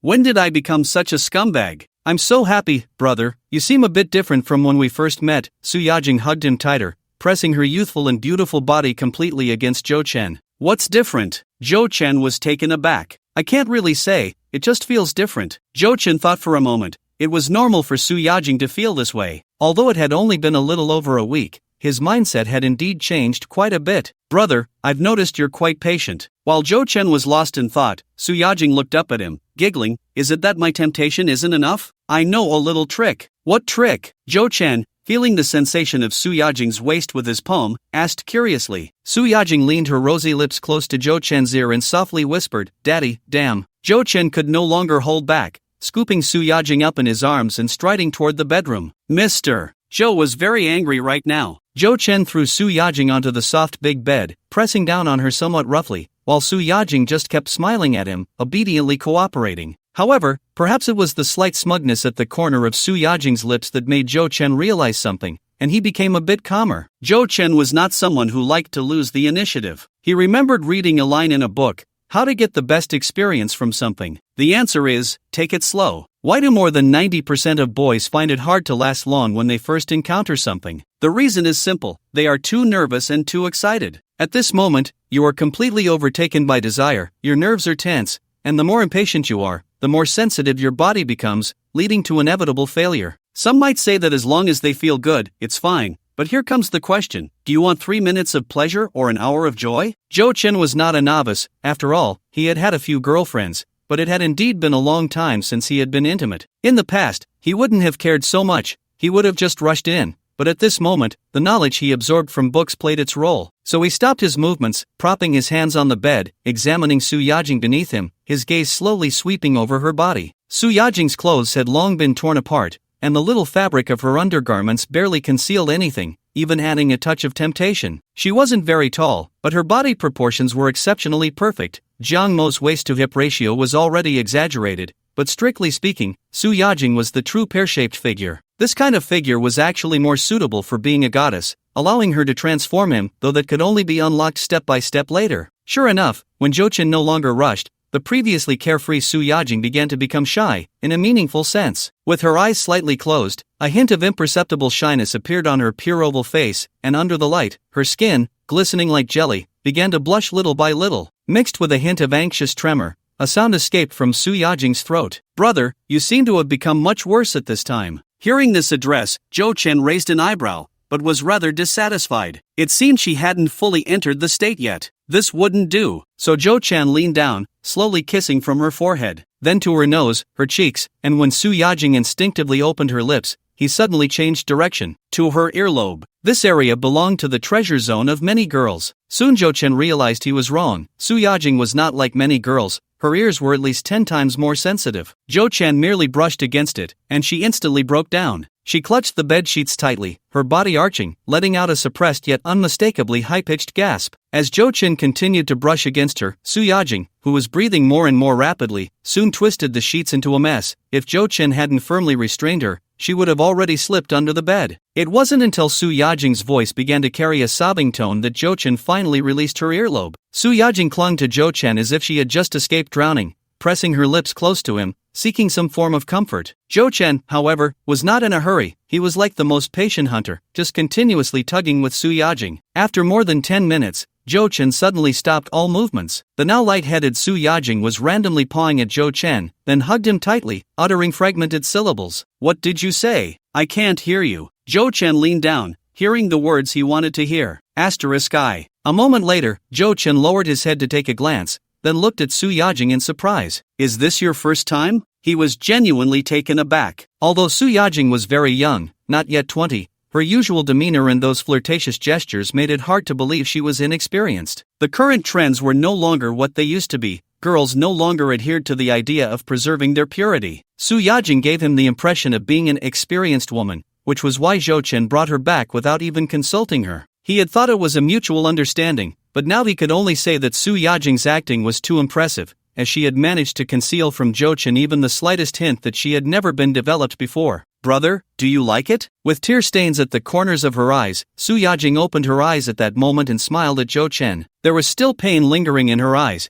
but looking at the bewildered Jo-chin, there seemed to be a hint of mischievous triumph. Jo-chin didn't understand Su Yajing's thoughts, but he nodded without hesitation. "I like it." Although Jo-chin didn't have a strong sense of mental cleanliness, as long as Su Yajing wasn't a biological mother, he wouldn't mind her past. But who wouldn't enjoy the feeling of unwrapping something with their own hands? "Then will you marry me?" Su Yajing looked at Jo-chin with strong hope and a hint of nervousness. Jo-chin remained silent. In fact, to coax a girl, all he had to do was nod at this moment. It wasn't like they were getting their marriage certificate tomorrow. Just a few words could easily lead to a breakup later, such a simple matter. He could only say he wasn't enough of a scoundrel. A girl he had only met twice had unhesitatingly offered her most precious thing, and it was already a sin for him not to give a promise. To lie would be going too far. After waiting a long time without Jo-chin's answer, Su Yajing's gaze dimmed for a moment, but she quickly changed the subject. "Then brother, will you give me money?" "I will." Jo-chin didn't hesitate this time and nodded immediately. "I will give you a lot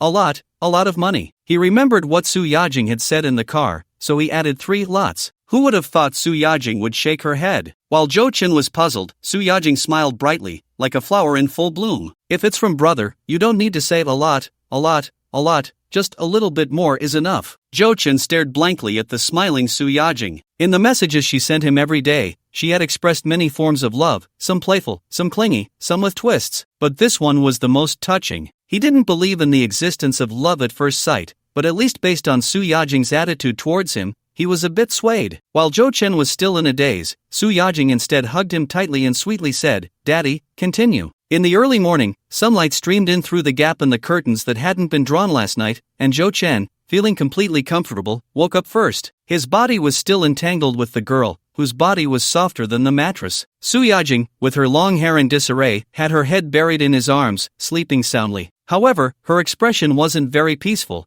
Her fair face still bore traces of tears. She had cried more than once last night. Thinking about it, it was quite hard for her. Jo-chin had been holding back for too long, and that massage was just a small release, of no help at all. But it was also her own fault. Clearly inexperienced, yet with quite a bit of theoretical knowledge, she had flirted with Jo-chin fearlessly throughout, playing the role of someone understanding. If Jo Chen hadn't been afraid she would really break, she could have skipped sleeping last night. Jo Chen was the type who would wake up earlier after drinking. He originally wanted to get up directly, but as soon as he moved, Su Yajing let out a sleepy sound and hugged him even tighter. After all, it was someone else's first night, so Jo Chen gave up the idea of getting up immediately. His fingers traced Su Yajing's smooth back, and as he looked at the sleeping girl, he noticed the youthful innocence in her brows and eyes that could only be perceived at this moment, which sparked some curiosity in him. He wondered how Su Yajing's complex personality had formed. At least now Jo Chen felt that what he understood was merely what she had shown. Thinking of this, Jo Chen suddenly remembered something. When Su Yajing was in tears, he seemed to have heard the system's prompt,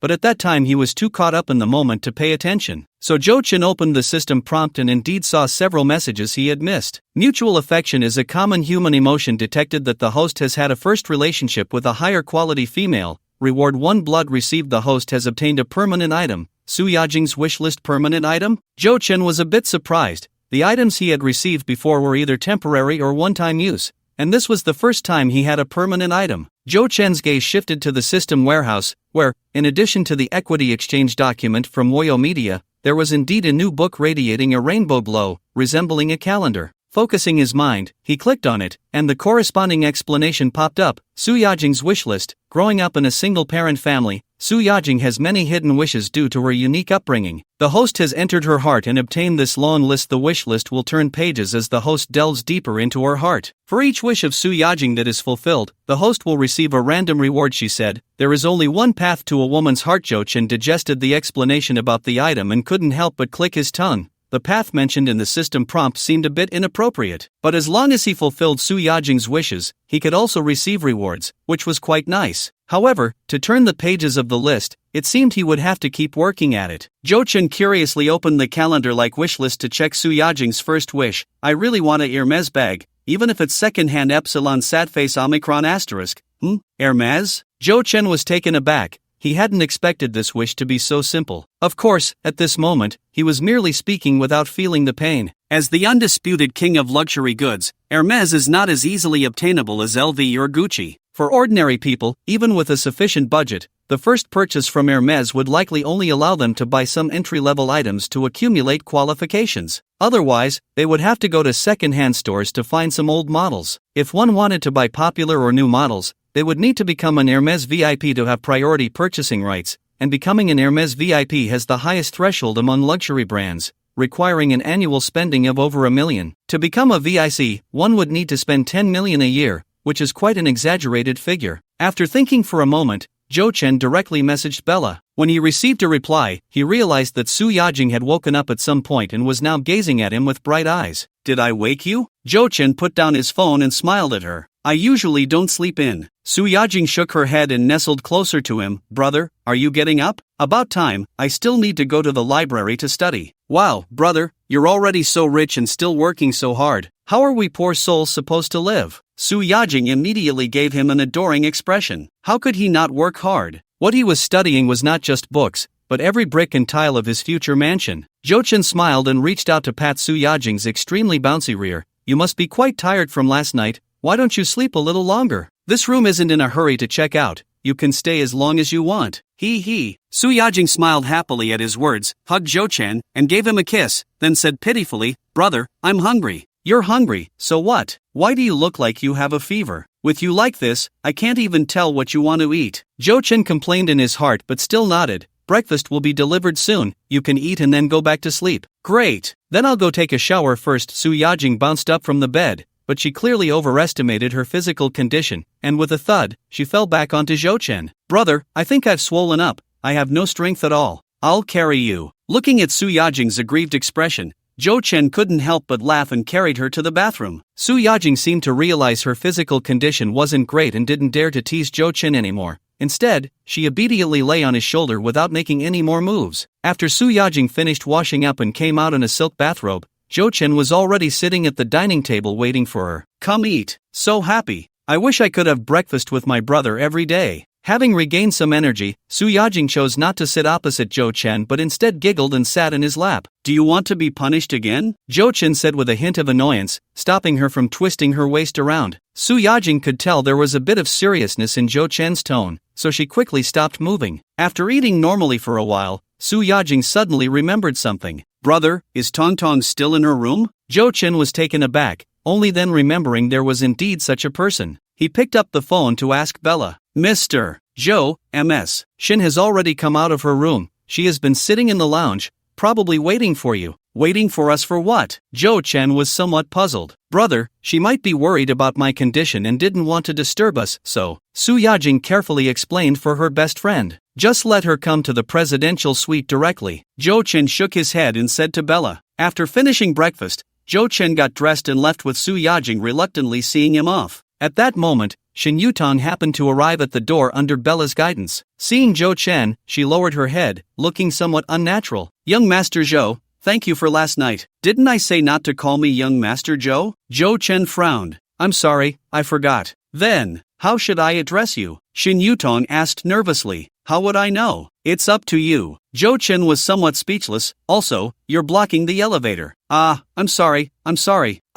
Shin Yutong hurriedly moved aside but stumbled due to her hasty steps and fell into Zhou Chen's arms. Zhou Chen, supporting her, was somewhat puzzled. Shin Yutong definitely seemed smarter than Su Yajing, so why did she feel a bit foolish upon contact? But her chest was indeed quite large. Shin Yutong trembled slightly, secretly looked up but saw Zhou Chen's expression was normal. After she steadied herself, Zhou Chen entered the private elevator with Bella, not looking at her again. Shin Yutong stared at the closing elevator doors, feeling a bit lost. "Mr. Zhou, are you driving yourself today?" Bella handed the keys to the Ferrari to Zhou Chen while asking. "Yeah, let old Yang take a couple of days off." With the new car in hand, Zhou Chen was far from satisfied. As for whether driving a Ferrari to the library to study would seem a bit showy, why should he care what others think? "Okay, I've already contacted the Hermes sales team for you. They'll be bringing the products over shortly." "Thanks." Zhou Chen nodded. If he had contacted the Hermes store directly, they might not have taken him seriously, but going through the hotel made it much easier. "Mr.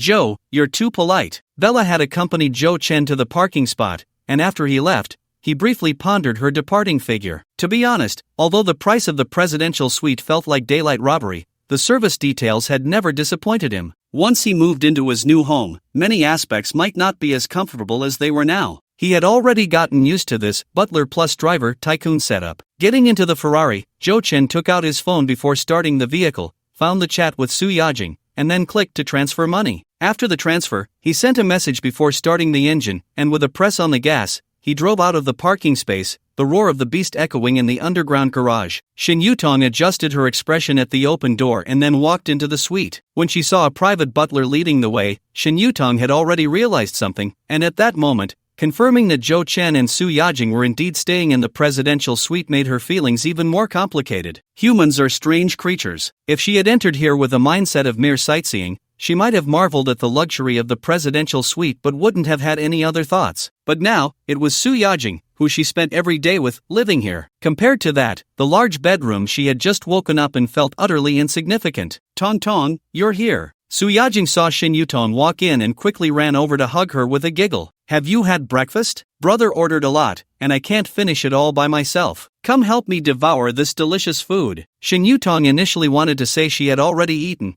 but as Su Yajing pulled her to the dining table, she swallowed her words. She had indeed eaten. The breakfast voucher from the room was a buffet and quite generous, but compared to the exquisite and expensive dishes on Su Yajing's table, she felt the disparity once again. Lobster Benedict, fish maw and scallop soup, golden abalone porridge, Spanish roasted golden powder bread. With every excited introduction from Su Yajing, her smile stiffened a bit more. These delicacies, specially prepared by the hotel's Western kitchen with top-notch ingredients at Zhou Chen's request, she hadn't even heard of most of them before today. She believed that before today, Su Yajing was probably the same. The sense of disparity that had arisen in Shin Yutong since entering the suite intensified at this moment. Ran, you and Zhou Chen, have you too done it?" Sitting down at the dining table, Shin Yutong looked at Su Yajing, whose brows were filled with joy, and couldn't help but ask. "Of course. Although I didn't expect it to happen so soon, I didn't want to make brother unhappy." Su Yajing showed no signs of concealment. "You really are decisive. You've only met twice, right?" Shin Yutong had guessed this beforehand, but hearing Su Yajing admit it still surprised her. She knew Su Yajing well, and she also knew that, like her, Su Yajing enjoyed watching adult films but had no real experience. If it were her, even if she liked a guy a lot, she wouldn't be able to give herself so quickly. That would make her feel too cheap. So what? I feel happy. Su Yajing giggled. If it were a man I didn't like, even if we spent 10 years together, I wouldn't want to sleep with him. Shin Yutong was at a loss for words. After thinking for a moment, she said, has he made any promises to you? Are you considered a couple now? Well, he said he wouldn't marry me. Mentioning this, Su Yajing's smile dimmed a little, and she said gloomily, what? Shin Yutong asked in disbelief. Are you telling me that he clearly said he was just playing with you, and you still gave him your precious first time? Oh, even though my brother won't marry me, he will support me. Did he say how much he would give you? Not really, but it definitely won't be little, right? Su Yajing rested her chin on her hand and just smiled. Actually, I'm not greedy. I've calculated that if I can have 20,000 a month, I'd be satisfied. That way, besides daily expenses, I can occasionally buy a nice piece of clothing or a discounted bag. Su Yajing, are you crazy? Su Yajing was daydreaming, but Shin Yutong couldn't take it anymore. She said angrily, you should have negotiated the terms when he wanted you the most, and now you're here daydreaming alone? Have you thought about what if he just walks away after getting what he wants? My brother is not that kind of person. Su Yajing, however, was completely unconcerned. Wait, my brother just sent me a WeChat. Su Yajing interrupted her, eagerly picking up her phone, and then froze for a moment. The suspicious Shin Yutong leaned over and saw the two glaring transfer amounts on the chat interface. Please receive 100,000 yuan. 00-inch please receive 88,888 yuan. 00-inch the latter transfer also had a message from Zhou Chen. This includes my expectations for you. 188,000. Shin Yutong looked at it repeatedly to confirm she wasn't mistaken. It was indeed 188,000, not 18,000. This amount would be enough for a bride price in most parts of the country, right? Shin Yutong found it hard to believe that Zhou Chen would be so generous. Yes, Su Yajing was indeed a first-timer, and her conditions weren't bad either. Even in a sea of beauties, she could at least be considered a campus flower. But, just a moment ago, she was lamenting her friend's worthlessness, and at this moment, she felt that Su Yajing actually wasn't worth that price. Close to 200,000, according to rumors. This price would be enough to support some well-known senior sisters in the circle, right? Shin Yutong was in a daze, while Su Yajing jumped up happily. I knew my brother liked me too. Compared to the number itself, Su Yajing was even happier at this moment because it showed that Zhou Chen really cared about her. No matter how open-minded she was, after all, she was the one who took the initiative, and it was impossible for her to have no anxiety at all. But these two transfers were enough to dispel all her deep-seated doubts. Well, even if it was a lot of money that Su Yajing described, according to her own imagination, 100,000 was already the ceiling. Looking again at Zhou Chen's last message, the hint of 5 digits was already very obvious. Su Yajing, being such a sensible girl, naturally wouldn't let Zhou Chen down. Not caring that Shin Yutong was right beside her, Su Yajing opened the voice message and coquettishly said, I know. Daddy, the last 2 words were drawn out with a long tone and a hint of breathiness. Her emotions were very full, applying the little professional knowledge she learned in her acting class to the fullest, making Shin Yutong next to her break out in goosebumps. But she couldn't blame Su Yajing for being shameless.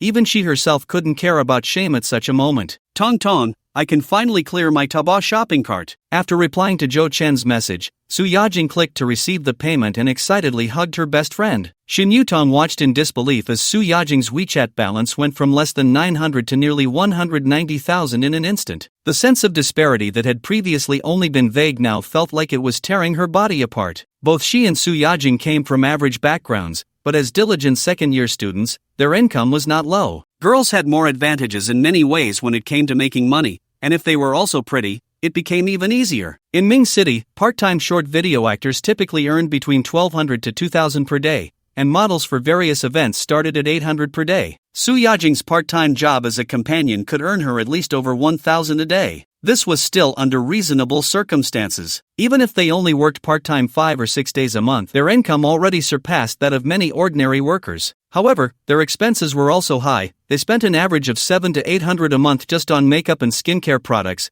and buying a couple of decent quality clothes from places like Zara would easily add 2 or 3 items to their monthly expenses, not to mention living costs. Both of them were also quite fond of luxury goods. The Prada bag Su Yajing was using was something she had saved for half a year, costing over 10,000. So neither of them had savings, but Shin Yutong, who was better at budgeting, was in a slightly better situation than Su Yajing. Just a day ago, Shin Yutong had even hesitated about whether to lend Su Yajing some money, knowing that she wouldn't make it through the month. But this reversal came too quickly. Ding ding ding. The doorbell suddenly rang, interrupting Shin Yutong's thoughts. She exchanged a puzzled glance with Su Yajing, who picked up the video phone on the dining table and clicked to answer. Miss Su, sorry to bother you. Is it convenient for you to open the door now? Yes, it is. Seeing it was their personal butler Bella, Su Yajing quickly nodded and opened the door. Immediately, in the dazed eyes of Su Yajing and Shin Yutong, Bella walked in with 3 female attendants and a woman who clearly looked like a sales manager. Each of the 3 attendants held a brand new bag. The iconic classic carriage logo was strikingly visible. Miss Su, due to time constraints,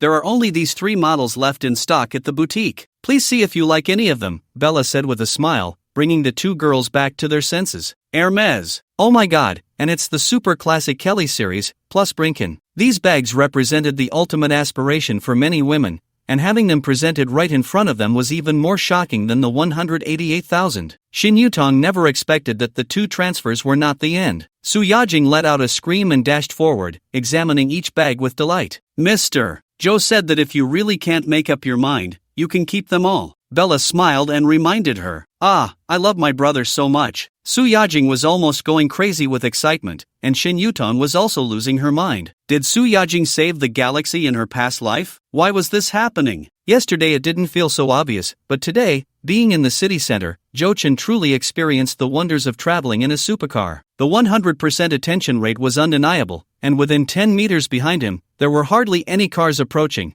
Changing lanes was incredibly smooth. He had never felt that everyone was driving quite civilly. He found a parking spot by the Emerald Lake and stopped, picking up his phone to check, then replied to Bella, "Got it." Jo-chan was somewhat surprised. He had clearly stated that Su Yajing could keep all the ones she liked, but in the end, she only chose one. Although Jo-chan didn't mind, her behavior of knowing her limits indeed made him like this girl even more. Ding! Detected that the host has fulfilled Su Yajing's wish. Random reward has been issued. Host received Plank's golden lucky bag. Plank's golden lucky bag. Upon opening, a random amount of gold will be obtained. Gold? Jo-chan didn't expect this reward to be so straightforward. His eyes lit up as he clicked open. Host received 3,000 G of gold, 3 kilograms of gold. Jo-chan checked the current gold price, which was about 700 yuan per G. Converted to cash, 3 kilograms of gold would be 2,100,000. The permanent item was more powerful than he had imagined. Considering he had spent over 300,000 on Su Yajing, including the 100,000 for the bag, this close to 7-fold return was a bit astonishing. But, where was the gold? Jo-chan looked around in confusion and opened the system warehouse to take a look, but he couldn't find the gold anywhere. Ding dong! Just then, a text message came in on his phone. China Merchants Bank, your card ending in 1111 successfully opened a gold account on July 10th at 10:26. China Merchants Bank, your gold current account ending in 1111 received a deposit of 3,000 G of gold on July 10th at 10:27. Directly deposited in the bank? Jo-chan curiously opened the bank's app to check, and sure enough,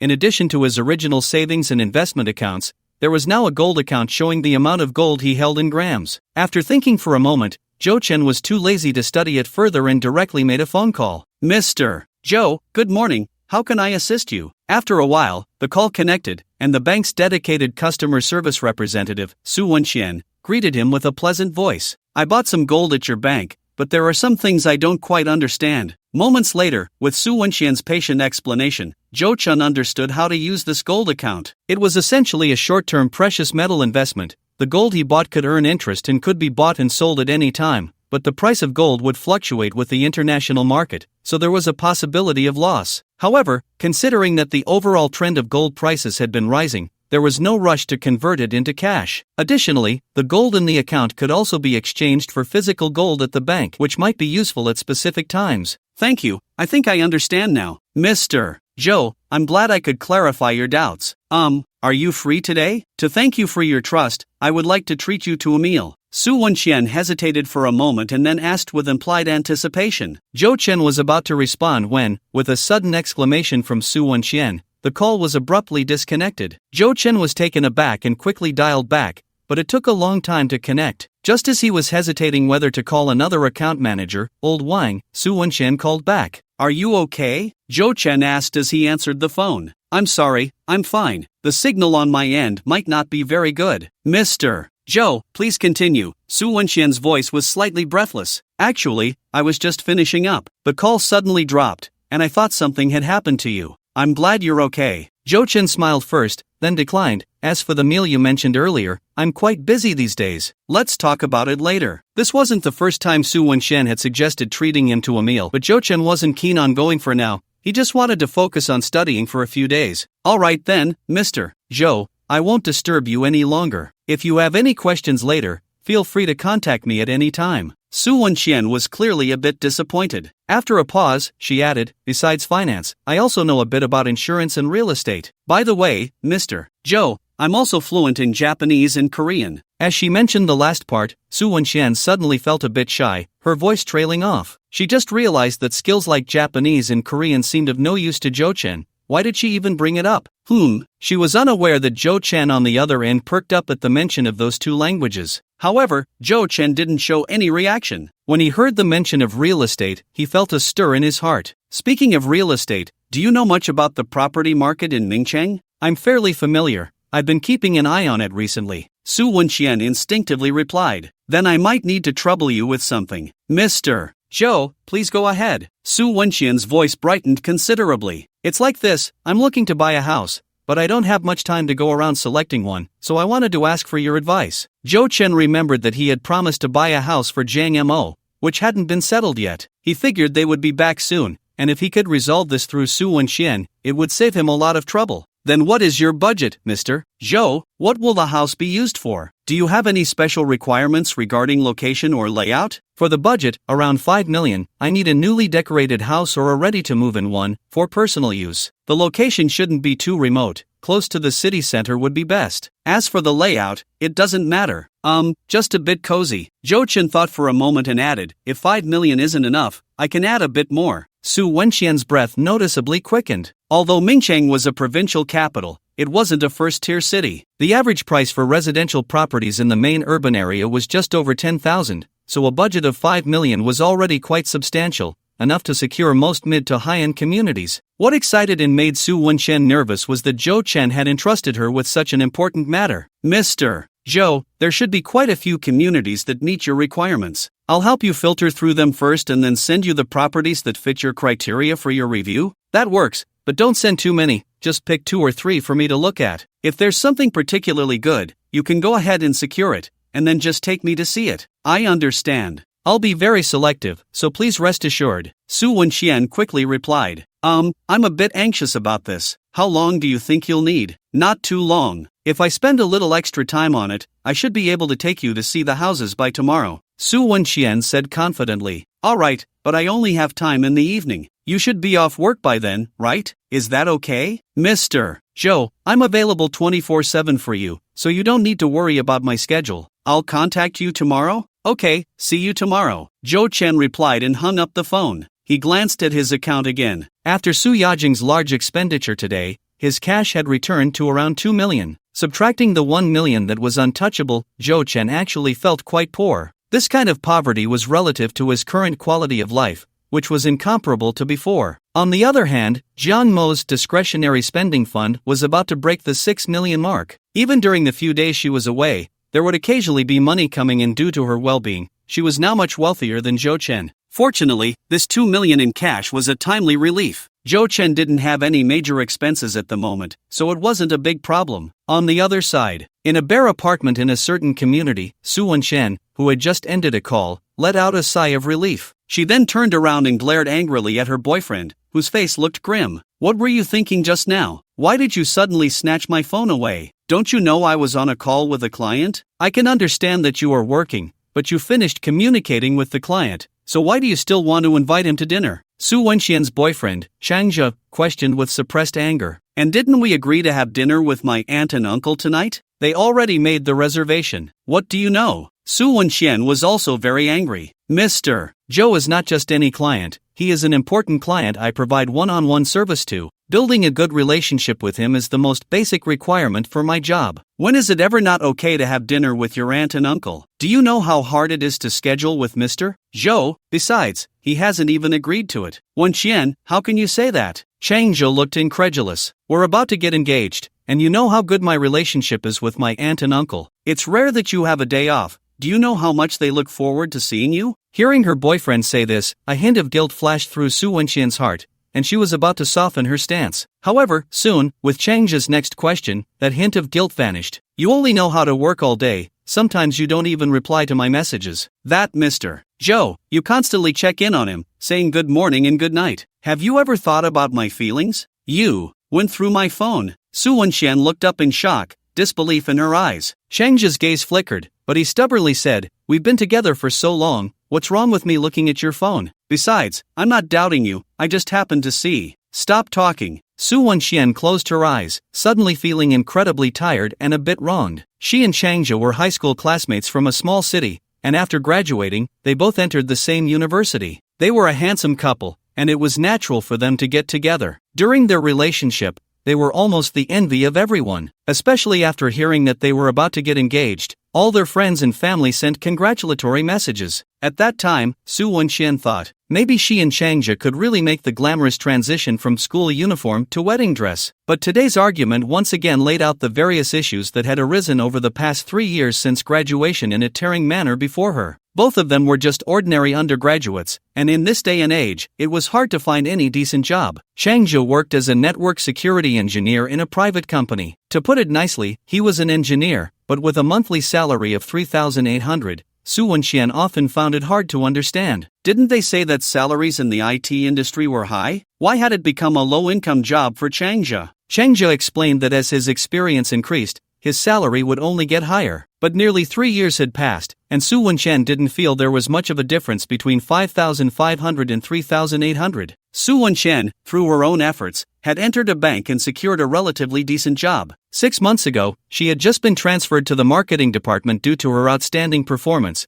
and Zhou Chen was the first important client she encountered since her transfer to client manager. Zhou Chen had a high comprehensive rating within the bank, and her leaders had high hopes for her. It was no exaggeration to say that serving Zhou Chen well would directly impact her performance evaluation and was key to whether she could be promoted to senior client manager. So she found it increasingly unacceptable that while she was doing her utmost to work hard for her future, Changjia was dragging her down. "Wenxian, I'm sorry, I shouldn't have looked at your phone." Noticing that his girlfriend's expression was off, Changjia finally panicked. "I have to go back to work. Let's look at the house another day." Su Wenxian picked up her couchy bag from the side and turned to leave. "Hey, you too." At that moment, the real estate agent who had been watching for a while quickly spoke up. "I have to remind you, although this house is a resettlement property, this location is really in demand. If you don't confirm it soon, I can't guarantee you'll find something this good at the same price." Su Wenxian paused for a moment, looked back at the still bare 2-bedroom apartment, and thought of Zhou Chen casually throwing out 5 million to buy a house. She suddenly laughed. As she laughed, tears streamed down her face. Without looking back, Su Wenxian turned and walked away. "Wenxian, Wenxian." A flustered Changjia hurriedly chased after her. In the afternoon, when Zhou Chen received a video call from Su Yajing, he happened to be resting in the coffee bar on the upper floor of the library. He thought for a moment and then walked out to the rooftop. "Brother," sure enough, as soon as the call connected, Su Yajing's sweet voice floated out. If someone were nearby, Zhou Chen would definitely die of embarrassment. What kind of proper girl calls someone brother like that? "Did I interrupt you?" Perhaps seeing Zhou Chen's somewhat unnatural expression, Su Yajing quickly asked cautiously. "It's fine, go ahead." Hee, brother, look quickly, isn't this bag super pretty?" Su Yajing held her phone a bit further away, showing Zhou Chen the milk-white Brinken bag she was carrying on her shoulder. "I love this color, it feels whiter than my skin." "Really?" Zhou Chen laughed. "I think your skin is still whiter. You're so annoying." Su Yajing bit her lip and laughed, pulling down her collar a bit. "So, when are you coming back to drink milk? It's all natural. I might be a bit late today." Although he felt a bit tempted, Zhou Chen still shook his head. He had wasted quite a bit of time in the morning and definitely needed to stay until the evening to catch up on his reading. "Ah." Su Yajing looked disappointed, hesitating to speak. "What's wrong?" "Well, brother, I might have to go back to school with Tong Tong tonight. We have a final exam tomorrow morning, and I'm afraid I won't make it in time." Su Yajing said hesitantly, then quickly added, "But I'll come to keep you company right after my exam tomorrow, okay?" Zhou Chen was taken aback, only then remembering that this period was indeed the time for many universities' final exams, but their school had a relatively early break. "Is the exam over tomorrow?" "Not really. Our performance department is more complicated. We have to take exams for 5 days. 5 days? Zhou Chen frowned. "Brother, don't be angry. Actually, I can still keep you company tonight. I can rush to school tomorrow morning. Seeing Jo Chen frown, Su Yajing seemed a bit flustered and quickly said, "What are you thinking? How could I be angry about this?" Jo Chen shook his head helplessly. "I'm just saying you shouldn't tire yourself out. You don't need to come keep me company tomorrow. Just stay at school and focus on your exams. Sai is not in the city, and it takes at least over an hour to travel back and forth. It's really not necessary for just a few days." "Really?" "Yeah, it's just right for you to rest a bit. Next time we face off, I won't go easy on you. Hee hee, I'm looking forward to it. With you, I can practice a lot of things." Su Yajing was even more excited about this topic than Jo Chen. "At your young age, where did you learn all this?" Jo Chen couldn't help but ask out of curiosity. "There's so much online. I've read a lot of related knowledge before. Seriously, I might be more curious than many boys." Su Yajing generously shared her experiences and shyly added, "I was just afraid of causing any problems before, so I didn't dare to go too far. Now that I have these skills, I can finally indulge myself with you, brother." Little fairy. Jo Chen, now filled with excitement,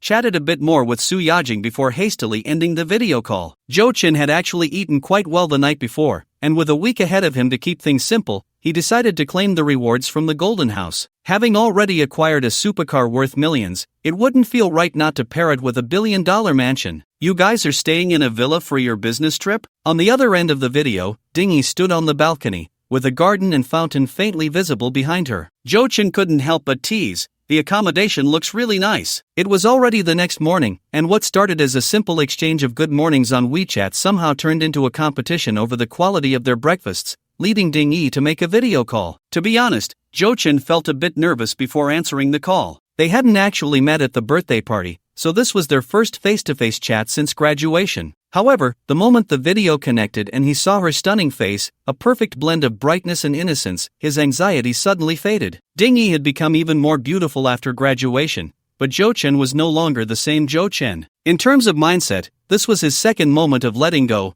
The first was with her, and this time, it was with himself. It was arranged by a client who asked Professor Wang to handle a lawsuit. "It's a private estate in Hangzhou, quite beautiful," Ding Yi said, turning the phone around to show the surroundings. Although she was admiring it, Jo Chen could sense the casualness in her tone. As Jo Chen gradually stepped into the world of the wealthy, he began to realize just how well off Ding Yi's family was, likely on par with that young Master Zhang. So, with their relationship warming up, Jo Chen felt a bit troubled. He was indeed attracted to Ding Yi. After all, she was a stunning beauty on the same level as Jiang Mo, and with the white moonlight effect, it would definitely be a unique experience. But he also knew that Ding Yi was different from Jiang Mo. His financial prowess would be ineffective in front of her. Theoretically, unless he wanted to rekindle love and step into marriage, it would be best not to pursue a girl like Ding Yi. "I'm already this rich, and I still want to be bound by empty emotions? How ridiculous." Jo Chen thought clearly about this. Recently, it was mostly Ding Yi who took the initiative to contact him. Jo Chen had already made up his mind to adopt a three-nose principle with Ding Yi, and he wouldn't take the initiative no matter what, unless she strongly requested it. "The one sitting in the living room reading, is that Senior Jiang Mo?" Jo Chen asked, pretending to be surprised as Ding Yi turned the camera around. He actually already knew that Ding Yi and Jiang Mo shared a room, but Ding Yi didn't know they were acquainted, so Jo Chen thought it was time to lay some groundwork. Otherwise, it could become a hidden issue later. Although he repeatedly claimed he wouldn't pursue Ding Yi, he still subconsciously made long-term plans. He even boldly entertained a fantasy in his mind. If he could have Jiang Mo and Ding Yi on equal footing, with their distinct personalities, the resulting dynamic would be a Song of Ice and Fire. See chapter 462 for details. "Yeah, she's a real beauty, right?" Ding Yi chuckled, deliberately turning the camera to Jiang Mo. "Oh, I think I know that senior." "Really?" Ding Yi seemed a bit surprised. "Yeah, I should have seen her at school before, but I don't know if Senior Jiang Mo remembers me." Jo Chen pondered, "How about this, you pass the phone to Senior Jiang, and I'll say hello to her." "Alright." Ding Yi didn't think much of it, even finding it quite amusing. She laughed and ran over to Jiang Mo, pulling the still somewhat dazed Jiang Mo into the frame. "Sister Jiang, Jo Chen said he knows you. Do you remember him?" Jiang Mo already knew that Ding Yi was video chatting with Jo Chen. She had just been pretending to be calm, never expecting Jo Chen to suddenly throw a direct question at her. She felt a bit flustered and didn't know what to say. "Sister Jiang, don't you remember? We took an elective class together. Let me think. I think it was called Physiological Fruit Cultivation or something like that. Does Kai University have that elective?" Ding Yi asked curiously while Jo Chen was struggling to recall. Yes, I think so. Jiang Mo's ears were already flushed red, and she stammered, not knowing how to respond. Knock, knock, knock. Just then, there was a knock at the door. Dingy stuck out her tongue, stood up with an ah, and said, "It should be the professor. I forgot to reply to her message. You two chat first." Saying this, Dingy handed the phone to Jiang Mo and hurried out of the living room. How can you? Jiang Mo, who had just breathed a sigh of relief, hadn't had time to scold Zhou Chen before she saw the smile on his face vanish. "Sister, now is a good time. Let me check your homework." Upon hearing this, the blush that had faded from Jiang Mo's face surged back. "Hurry!" Zhou Chen frowned slightly and said softly. Jiang Mo nervously glanced back and then quickly tilted the camera down, lifting her black skirt. In view were her fair and evenly proportioned thighs, each adorned with two elegant characters. The left read Zhou Chen, and the right read exclusive. As Jiang Mo, with her eyes tightly shut, trembled in shame, Zhou Chen's lips curled into a smirk. "Not bad, I'm very satisfied." After finishing breakfast, before driving to the library, Bella, holding several gift boxes, found Zhou Chen. "Mr. Zhou, do you think these gifts are appropriate?" The reason was that the night before, Su Wenxian had already informed him that she had found a house, along with a video and a detailed introduction she had prepared. Zhou Chen was very pleased with her efficiency. Although she was nominally his exclusive client manager, serving him was only natural, but since this was his personal matter, Zhou Chen felt he should show some appreciation. So he had Bella help him prepare a gift to give back, and later thought it would be better to prepare several at once, as there would inevitably be times when he needed to return favors. "Bulgari?" Zhou Chen glanced at the logo on the gift bag and asked curiously, "Isn't this brand's budget a bit low?" Bulgari, is a top luxury brand from Italy, and his budget for Bella was under 10,000, so Zhou Chen was a bit puzzled. "I chose a fragrance gift box, which contains 4 of Bulgari's latest perfumes. It's perfect for giving to girls. As for the price, one gift box is around 6,000, so it doesn't exceed your budget," Bella explained with a smile, even opening the box for Zhou Chen to take a look. Not bad, not bad." Zhou Chen glanced at it and nodded in satisfaction. It had class and wasn't too expensive, just right as a small gift. After placing 5 identical gift bags in the trunk, Zhou Chen drove his Ferrari 812C to the provincial library. Until dusk, Zhou Chen stretched and broke away from his reading state, picking up his phone to send Su Wenxian a message. "I'm done. Send me your location, and I'll come pick you up." Su Wenxian quickly replied, and Zhou Chen glanced at the location she sent. It wasn't far from the library, but that was normal. The provincial library and the colorful university are actually next to the Emerald Lake, and Zhou Chen specifically asked Su Wenxian to find a house in the city center. From the looks of it, Su Wenxian has probably been waiting nearby in advance. After leaving the library, a few girls were once again gathered around his Ferrari, taking all sorts of photos in the public parking spaces by the roadside. Zhou Chen had gotten used to the scene over the past couple of days. Mingqing's Emerald Lake was originally a hotspot for many influencers to take pictures. This was just what he could see. Who knows how many people had taken pictures with his car when he wasn't around. However, he didn't mind the photos, but Zhou Chen was worried that some shameless influencer would just sit on it, which would really annoy him. Zhou Chen's solution was simple. He slipped 2 bills to the old man in charge of collecting parking fees, asking him to keep an eye on things. The old man was quite diligent, even moving a small stool in front of Zhou Chen's car, keeping watch all day. Zhou Chen was very satisfied with the effect of the 200 yuan. He walked over to unlock the vehicle, and the few little influencers taking pictures nearby showed surprised expressions when they saw Zhou Chen's handsome face. "Hey, handsome." However, before they could come closer, Zhou Chen, experienced as he was, spoke first. "The car is rented, and I have aides." Whoosh! The girls immediately stepped back in fear. Zhou Chen didn't want to slander himself like this, but there was no other way. He had already tried a more polite approach yesterday,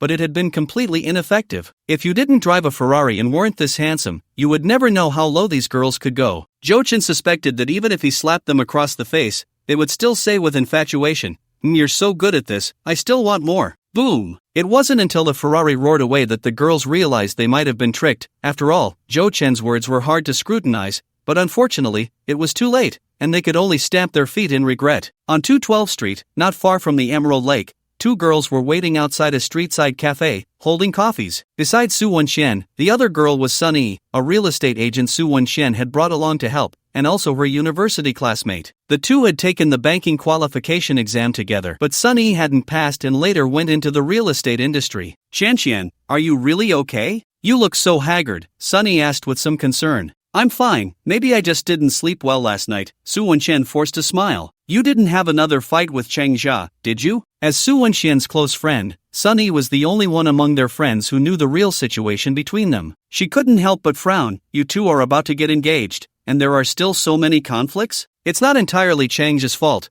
I've indeed been too busy with work lately and might have neglected his feelings. Su Wenxian shook her head. Sigh, you always do this. You helped him with the down payment for the house, and your family only wants a few tens of thousands for the betrothal gift. What else could he be dissatisfied with? Sunny felt a bit indignant for her friend. With your conditions, finding a rich guy shouldn't be that hard. Let's just work hard to make money. Talking about these useless things won't help. Su Wenxian smiled. Thank you for pushing the meeting to help me today. You still say that. I hope this deal can really go through smoothly, or I will definitely get scolded by our supervisor. Sunny huffed. You have no idea what our supervisor's face looked like when I asked for leave. He didn't believe my reasons at all and thought I just didn't want to attend the meeting. For meetings like yours, it doesn't make much difference whether you attend or not. I remember you used to take leave often. Su Wenxian was a bit puzzled. You know that was in the past. This year the market isn't doing well, and I haven't closed a single deal this month. Sunny sighed. Although our company is the industry leader in Mingcheng, we are struggling a bit. We've planned a lot of events recently, and in a few days, we have to invite a big internet celebrity from Hangcheng to attend the ceremony. I've been busy with this lately. Which big internet celebrity? Hua Sui Sui. You know her, right? Oh, her. Of course, I know her, but I wonder if she looks as beautiful in person as she does on Douyin. I'm curious too. I'll secretly take a photo for you to see when the time comes. As Sunny spoke, her smile faded again. Xian, is this client of yours really reliable? If I don't close a deal this month, I'm going to be eating dirt. Of course, Mr. Zhou has assets worth over 10 million just in our bank. I'm not doubting his financial power. You haven't really sold a house, so you don't understand. Sunny shook her head. Often, the wealthier someone is, the more cautious they are. I once followed a client who wasn't short on money, but it still took months to close the deal. The effort and the reward were completely disproportionate. It's all tears when you think about it. Hearing Sunny say this, Su Wenxian also felt she had been a bit presumptuous. After all, she didn't really know Zhou Chen, and Sun Yi's point was indeed valid. No matter how casual Zhou Chen's tone was, this was still a matter of several million. The process probably wouldn't be that smooth. Xiao Yi, don't worry. I will do my utmost to help you close this deal. Just as Su Wenxian made up her mind, a roaring sound like a dragon echoed through the streets, drawing curious glances from passers-by. Sunny exclaimed, "Wow, it's a Ferrari." Just as her words left her mouth, the striking blue supercar had already come to a steady stop in front of the two. The window rolled down, and amidst the somewhat dazed expressions of the two women, Zhou Chen leaned out and waved. "Hello, Manager Su." "Ah, Mr. Zhou, hello." Su Wenxian came back to her senses and quickly nudged the still-dazed Sunny beside her, saying in a sweet voice, "Let me introduce you. This is my college classmate Sunny, also a property consultant at Yalong Real Estate. Those few properties were recommended to me by her." "Hello, Mr. Zhou." Sunny, somewhat nervous under the powerful aura of the 812C, hurriedly greeted Zhou Chen. At the same time, she marveled inwardly. This important client Su Wenxian spoke of was too handsome, and he drove a Ferrari. Was this a character from a romance novel, the domineering CEO? "Hello." Zhou Chen looked over the two women. They were both dressed in their respective professional OL skirts, but interestingly, Sunny wore black stockings while Su Wenxian wore nude ones, which gave a certain charm at first glance. Of course, in terms of looks, Sunny couldn't compete with Su Wenxian. She was just the ordinary kind of pretty, and standing next to the strikingly beautiful Su Wenxian made her seem a bit overshadowed. After getting to know each other, Zhou Chen found himself in a bit of a dilemma. "Manager Su, I didn't expect you to be two people, but it seems my car can only fit one. As this book is about to begin the internet celebrity chapter, a solemn statement is hereby made. Please do not project reality onto it, nor search for it on Douyin. Anyway, the characters written by the author are all fictional and do not refer to any real-life individuals. Additionally, the 2 consecutive updates have ended. Please follow along." To the guy reading this, "You are really handsome. It's fine, Mr. Zhou. The community we're going to is nearby. You go ahead, I can just share a ride with Xiaoyi." Su Wenxian quickly waved her hand. "Isn't it far?" Zhou Chen pondered for a moment. "I see you both look quite slim. How about you squeeze in?" Zhou Chen pointed to the passenger seat.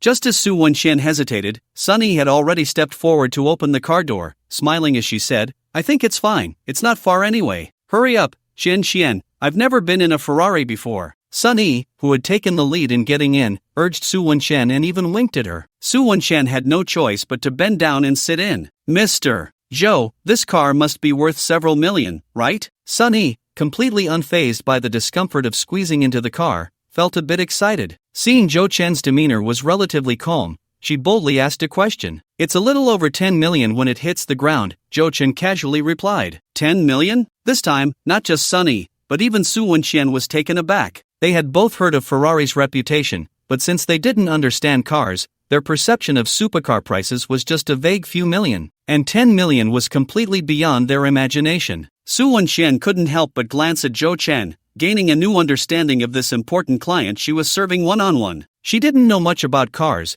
but she understood the concept of asset allocation. A car worth over 10 million, how much wealth must one have to afford that? Su Wenxian suddenly realized that Zhou Chen's assets at the bank were likely just the tip of the iceberg. While Su Wenxian was lost in her thoughts, Sunny, who originally wanted to touch the interior, instinctively pulled her hand back and instead gave Su Wenxian's waist a hard pinch. Su Wenxian couldn't help but roll her eyes at Sunny, mouthing, "No matter how expensive, it has nothing to do with you, stop daydreaming." "I know, but if he's driving such an expensive car, this deal really seems promising," Sunny whispered in Su Wenxian's ear, clenching her fist to show that she was only seeing hope for closing the deal. While the two women were quietly exchanging words, Zhou Chen glanced at them, and his gaze lingered a bit. Although they were squeezed together, sitting sideways was definitely not realistic, so their actual sitting position was that Sunny was hugging Su Wenxian. They were both wearing similar styles of professional suits, with fitted skirts paired with stockings, and everyone knows how fitted skirts behave. When sitting down, they tend to ride up. Su Wenxian, sitting on top, was fine, but due to the tightening of the skirt, a section of her thigh wrapped in flesh-colored stockings was exposed. Sunny below, perhaps because her skirt was already a bit tight, and with Su Wenxian pressing down, her stockings were even more pronounced. It was at this moment that Zhou Chen noticed that Sunny's stockings were not pantyhose, but rather boulder garter stockings, with the delicate straps contrasting against her snow-white skin, creating a striking visual impact. Zhou Chen couldn't help but click his tongue. He had initially just wanted to avoid trouble, but unexpectedly, he was rewarded with such a visually pleasing scene that felt like a photo shoot. Well, just for this delightful sight, even if he got fined for overloading, it would be worth it. Mr. Joe, after the traffic light ahead, just go straight for 500 meters and we'll be there. As the Ferrari started, Su Wenxian focused on directing Zhou Chen, unaware of the unusual atmosphere. On the other hand, Sunny, who had been secretly observing Zhou Chen, noticed that his gaze would occasionally drift over. She knew her current sitting position was quite ungraceful, so she quickly realized where Zhou Chen was looking. Sunyi's pretty face flushed slightly, but she pretended not to know, and as her legs slightly parted, the garter tightened even more. During the pause at the red light, a bus happened to stop next to them. The men on the bus were initially just admiring the coolness of the Ferrari, but when they saw the two women stacked together through the open window, their already unbalanced mindset completely exploded. Are the rich nowadays so blatant? Damn, that's really extravagant. I want to play too. This rich guy knows how to double the fun. Uniform stockings get a thumbs up. Damn it, I was wondering why I can't find a girlfriend. Isn't this maliciously occupying public resources? The bastard isn't afraid of getting tired. At first, Zhou Chen didn't notice anything, but when he saw someone taking pictures on the bus, he couldn't help but frown and quickly closed the car window. It seemed he would need to put on a privacy film in the future. When the green light turned on, Zhou Chen quickly started the vehicle, shaking off the slow-moving bus, and after driving a bit further, the Ferrari turned into the internal road under Su Wenxian's guidance. Mr. Joe, the community we are visiting is called Tsuehuipin, and it is currently the only new property for sale within the first ring of Ming City. It was just delivered this year, and it is positioned as a low-density, high-quality flat-style residence. As the Ferrari entered the community with a fountain garden and excellent greenery, Sunny instantly got into the zone and began to seriously introduce it to Zhou Chen. During the parking process, Zhou Chen also took a moment to feel the external environment of the community, which he found quite pleasant. The main thing was that the location of the community perfectly met Zhou Chen's requirements. It only took about 7 or 8 minutes to walk to Kai University from here, making it very convenient for Jiang Yamo to go to school. With a general inclination in mind, the remaining task was to see if the layout and decoration were satisfactory. The layouts in Tsuehuipin are all flat, and there are two types that fit your budget. One is 152 square meters, and the other is 189 square meters. Mr. Joe, which one would you like to see first? After parking in the underground garage and giving a brief introduction to the community, Su Wenxian asked at this moment. Let's go directly to see the 189 square meter one, Zhou Chen said after some thought. The average price in this community is around 27,000 per square meter, and the 189 square meter unit would be about $1 million more expensive than the 152 square meter one. Jo Chen felt there was no need to save on this after all. His little MOMO would earn that money back herself. Okay, this way please. Sunny perked up at his words. Although she was prepared for a tug-of-war, Jo Chen's choice to see the more expensive unit was certainly a good sign. The 189 square meter unit is the second largest layout in Jitsuehuipin, located in Building 2, which has a configuration of 2 elevators serving 3 units. Building 2 has a total height of 18 floors, and the unit we are looking at is on the 7th floor. The advantages are strong privacy and security. Taking the elevator to the 7th floor of Building 2, the 2 women continued their introductions without pause until they opened the door to Unit 703. Jo Chen also noticed an interesting detail. Sunny was expected to be knowledgeable, given her profession, but Su Wenxian spoke confidently throughout without even glancing at the materials in her hand, which could only mean she had memorized all the data. Such an attitude and capability made Jo Chen unconsciously admire her a bit more. This led his thoughts to wander. Benefiting from his recent frenzied accumulation of knowledge, Jo Chen's perspective and mindset were quietly changing. He could now foresee that in the foreseeable future, as his assets steadily increased, he would ultimately need to assemble a professional team for himself. Secretary, assistant, driver, doctor, finance, bodyguard, housekeeper, lawyer. Since he aspired to be a high-profile tycoon, he couldn't do without any of these. Su Wenxian currently seemed like a good potential candidate, and he could explore further contact with her. Mr. Joe, should we go in and take a look? Su Wenxian's soft call brought Jo Chen back to his senses. He smiled apologetically. Sorry, Manager Su, I was just lost in thought. Let's go in. Don't be so polite. Just call me Xiao Su or Wenxian, Su Wenxian said with a smile as she rummaged for shoe covers to hand to Jo Chen. Jo Chen nodded and put on the shoe covers, while the 2 women behind him directly took off their high heels and walked in with their bare feet wrapped in stockings. The house has a layout of 4 bedrooms, 2 living rooms, and 3 bathrooms, facing north and south, with 2 balconies. The developer's design concept for the decoration is to be close to nature. Sorry, Mr. Joe, let Xianxian explain to you first. I'll take a call. When they reached the living room, the urgent ringing of the phone interrupted Sun Yi's explanation. She apologized and hurried to the balcony to answer the call. Jo Chen didn't pay much attention, but at that moment, Su Wenxian noticed that Sunny had walked away and softly said, Mr. Joe, I need to explain something to you. Although this is a new community, there are actually very few suitable ready-to-move-in homes left. The benefit of finding Xiao Yi is that she can help you filter out the most suitable properties and also help you secure the best discounts. Jo Chen understood her concerns halfway through her words. Since Tsuehuipin is still a new development for sale, theoretically, Jo Chen could go directly to the sales office to buy a house without necessarily going through Sunny. Su Wenxian was clearly worried that he might misunderstand her intentions, which is why she took the time to explain. Don't worry, I'm not that narrow-minded. Besides, this society is all about connections. Having you help me makes things easier. We won't let you down. Hearing Jo Chen's trust, Su Wenxian was visibly moved and quickly said, Let me take you for a tour so you can get a feel for the place? Okay. Following Su Wenxian's explanation, Jo Chen took a tour around. Overall, Jo Chen was quite satisfied. Although 189 square meters can't be called a large flat, it was already spacious. If it were someone like Jiang Mo, who has social anxiety and prefers solitude, Jo Chen would genuinely worry if she would be scared alone. The overall decoration style of the house is a natural theme with a marble tone, which suits the cool and aloof Jiang Mo quite well. Of course, the style isn't that important. If you don't like it, you can always tear it down and start over. This is the benefit of having money. By the time they finished the tour, Sunny had returned, and Su Wenxian hadn't noticed, but Jo Chen caught on immediately. Did you cry? Jo Chen asked in surprise. Su Wenxian quickly looked at Sun Yi and indeed found her eyes red. Xiao Yi, what's wrong? I'm fine, Sunny forced a smile. Is it that your supervisor is giving you trouble again? Su Wenxian frowned.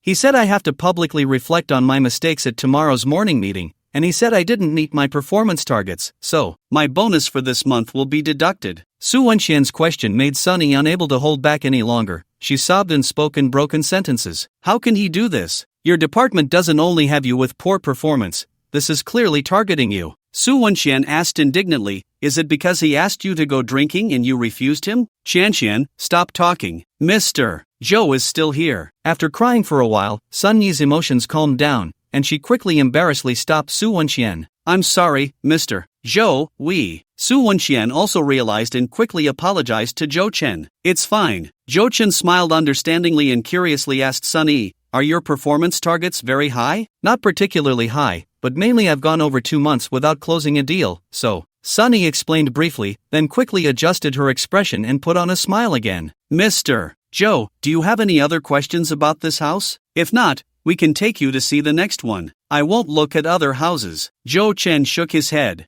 Sunny thought it was the earlier incident that had caused Joe Chen's aversion, and her face turned pale. Just as she was flustered and about to say something, she saw Joe Chen smile faintly. This set, I think it's very okay, let's go with it. Joe Chen was too lazy to fuss about. After all, the budget was set, and there might be better houses, but essentially, there wouldn't be much difference. At least the location of this house was definitely the best, and that was enough. Hearing Joe Chen's words, Su Wenxian and Sunny were momentarily stunned. Mr. Joe, do you mean? Sunny, who had regained her composure, breathed rapidly, still somewhat in disbelief. It's exactly what you think. I want this house. Can we sign the contract now? Ah, yes, we can sign. Sunny exclaimed, quickly asking in succession. As a seasoned salesperson, Sunny wouldn't normally lose her composure like this, mainly because she had never seen such a decisive buyer as Joe Chen. From entering the community to reaching a purchase intention, the entire process took no more than half an hour, which was even less time than it took for them to buy a piece of clothing. This was a product worth over 5 million. Moreover, Joe Chen had hardly asked any details, not even the most important price. If she hadn't experienced it herself, Sunny would have thought such a person must be a fool. Mr. Joe, let me confirm, are you paying in full or? In full. Okay, please wait a moment. I'll contact the sales department and have them bring the contract over to handle the procedures for you. Sunny was so excited that she almost jumped up, quickly pulling out her phone and getting busy aside. At this moment, Su Wenxian also came back to her senses. Although she was eager to help her best friend close this deal, it was just too fast, so fast that she felt uneasy. Mr. Joe, are you really not going to look at other houses and compare them before making a decision? Or, could you consider it more carefully? Su Wenxian couldn't help but cautiously persuade Joe Chen. No need, it's not a big deal. Let's just go with this. Joe Chen's casual demeanor once again stunned Su Wenxian. She opened her mouth but ultimately said nothing. Perhaps, this was the world of the wealthy? It was normal for her not to understand. Remembering how she and her boyfriend had been entangled for months over a wedding house and still couldn't make a decision, Su Wenxian's feelings became even more complicated. By this time, it was already past the normal closing time, but in the sales industry, there were no holidays. Half an hour later, Joe Chen had finished swiping his card and signing the contract. He just needed to go to the housing authority tomorrow to register the transfer, and this house would completely belong to him. After sending off the sales department staff, Sun Yi's heart, which had been hanging in suspense, finally settled down. She turned to look at Joe Chen, who was chatting with Su Wenxian on the balcony, and couldn't help but bite her lip, suddenly feeling nervous. After a moment, Sun Yi made up her mind. She walked over and called out to Su Wenxian. Xianxian, I forgot to buy water. How about you go get 2 cups of coffee? I still have some details to confirm with Mr. Joe about this house. It might take a little time. Okay, Mr. Joe, what would you like to drink? Su Wenxian didn't think much and turned to ask. Just help me buy a bottle of Dongfang Shai at the supermarket. Preferably green tea flavor. Joe Chen casually said, not particularly fond of coffee. Shall we? Why don't we just drink the supermarket drinks? The coffee shop is a bit far. Oh, Xianxian, I just want to drink coffee. You're so kind. All right. Faced with Sun Yi's coquetry, Su Wenxian could only agree helplessly. Then you two chat first. I'll be back in a bit. After watching Su Wenxian leave, Joe Chen walked to the glass door of the balcony, looking at Sunny with a half smile. Confirm details? What kind of details? When Sunny insisted on wanting coffee, Joe Chen noticed a slight problem, but he couldn't fully determine what Sunny really wanted. Facing Joe Chen's somewhat playful gaze, Sun Yi's heart raced. Layers of blush spread across her neck to her cheeks like cherries climbing a branch. With a transaction price of 3 million, even at the lowest 5% commission rate, she would earn over 70,000 from the developer. For Sunny, who had been scraping by for 2 months, this commission meant she wouldn't have to worry for at least the next few months. But that wasn't what Sunny was most grateful for. What mattered more to her was that this achievement would give her the confidence to confront her boss at tomorrow's morning meeting. How to repay Joe Chen? This question didn't require much thought. They were all adults, and it was time to be sensible. A girl who had suffered workplace persecution had little to offer besides her meager looks. Mr. Joe, of course. It's the details of my body. Taking a bold step, Sunny approached Joe Chen, untying the small tie on her white shirt, her eyes becoming watery. Sun Yi's looks could be described as decent, but her figure was well maintained. The combination of black stockings, a white shirt, and a fitted skirt added a touch of allure under the bright lights. Perhaps seeing that Jo-chan didn't show any obvious interest, Sunny reached for the buttons of her shirt, trembling slightly as she began to unbutton. When her fair shoulder was revealed, Jo-chan finally moved closer to her and, in the midst of Sunny's astonished gaze, grabbed her wrist. "Don't take it off anymore. I'm not dirty, Mr. Jo. This is my first time doing this. I really just want to repay you sincerely, with no other intentions." Sunny seemed a bit flustered, stumbling over her words. "You didn't understand." Jo-chan shook his head. "What I mean is, wear it. What I want is exactly this outfit of yours." "Ha?" Sunny was momentarily stunned, then quickly realized, blinking her eyes before bursting into a laugh. "You men are really..." Though her tone was teasing, Sunny obediently turned around, leaning against the wall with her hands. Smack! Jo-chan shook his head and gave her a light slap. "You still don't understand, mm?" Sunny turned back in confusion. "You let Su Wen-shan go buy coffee. How long can she be gone?" "At most, 20 minutes, right? Who would look down on that little time?" "Then, what should we do?" Sunny asked, bewildered. Jo-chan remained silent, just staring at her rosy lips. Sunny understood. Jo-chan also hoped she would remain quiet. So, with a flirtatious glance at Jo-chan, she knelt down, biting the small tie she had just unfastened, using her free hands to tie up her hair. While Sunny was busy, Jo-chan looked up at the patterns on the ceiling, the lines soft, like rippling water plants. This craftsman had taste. Jo-chan silently lit a cigarette, letting out a comfortable sigh. Vaguely, Jo-chan seemed to hear a sound at the door. About 10 minutes later, Su Wen-shan knocked and walked in, just as Jo-chan was listening to Sunny explain some details about the community's property management access control. "By the way, Mr. Jo, I also managed to secure a parking space for you. It's usually not complimentary." Sunny said this with a smile, as if seeking praise. "Thank you. I almost forgot to ask about the parking space. You're quite meticulous." Jo-chan smiled knowingly. "You're welcome." Sunny pressed her dry lips together and turned to see Su Wen-shan carrying a plastic bag, and she couldn't help but ask in surprise, "Oh, Shan-shan, didn't you buy any coffee?" That coffee shop is closed." Su Wen-shan smiled. "But I bought a bottle of Starbucks at the supermarket. Which is your favorite?" "Wow, Shan-shan, you're so nice." Sunny, who was quite thirsty, quickly took the bottled coffee and handed the green tea to Jo-chan. "Mr. Jo, have you finished your conversation?" Su Wen-shan asked at that moment. "Yeah, almost done, let's go." Jo-chan stood up first and stretched lazily. "Mr. Jo, I'll contact you again before we go to the housing authority tomorrow morning. Is 10 o'clock okay?" Sunny also stood up. "Sure." Jo-chan nodded and walked towards the door first. Su Wen-shan surprisingly didn't wonder why the two finished their conversation so quickly. She just chatted and laughed with Sunny as they walked out. During this time, Jo-chan glanced back at her, deep in thought. Back in the underground parking lot, Sunny was the first to say goodbye. "Mr. Jo, I live nearby, so I won't squeeze in with Chan-chan. If it's convenient, could you please give her a ride?" No need, I can take a taxi." Su Wen-shan quickly waved her hand to refuse. "I'll give you a ride. I have a few things to ask you." Hearing Jo-chan say this, Su Wen-shan could only nod. "Shall we? Wait a moment." Jo-chan called out to the puzzled Sunny, then opened the trunk of the Ferrari 812C and pulled out a gift bag, handing it over. "Just a small token of appreciation." "Bulgari?" Sunny exclaimed after seeing the logo on the bag, then quickly shook her head. No, Mr. Jo, this is too expensive. I can't accept it. Just take it. It's just perfume, not that much money." Jo-chan looked at her meaningfully. "And you did work hard today. I'm quite satisfied in every way." "Well, okay then." Sunny hesitantly accepted the gift bag, glanced at Jo-chan, and shyly said, "Mr. Jo, if you have any needs in the future, feel free to call me anytime." After bidding farewell to the two, Sunny walked lightly towards the elevator, while Jo-chan called Su Wen-shan to get in the car. Once Su Wen-shan was settled, Jo-chan started the engine and casually asked, "Did you see it?" Snap! Su Wen-shan's hand, which was fastening her seatbelt, trembled, and the seatbelt snapped back. She nervously turned her head and met Jo-chan's deep gaze.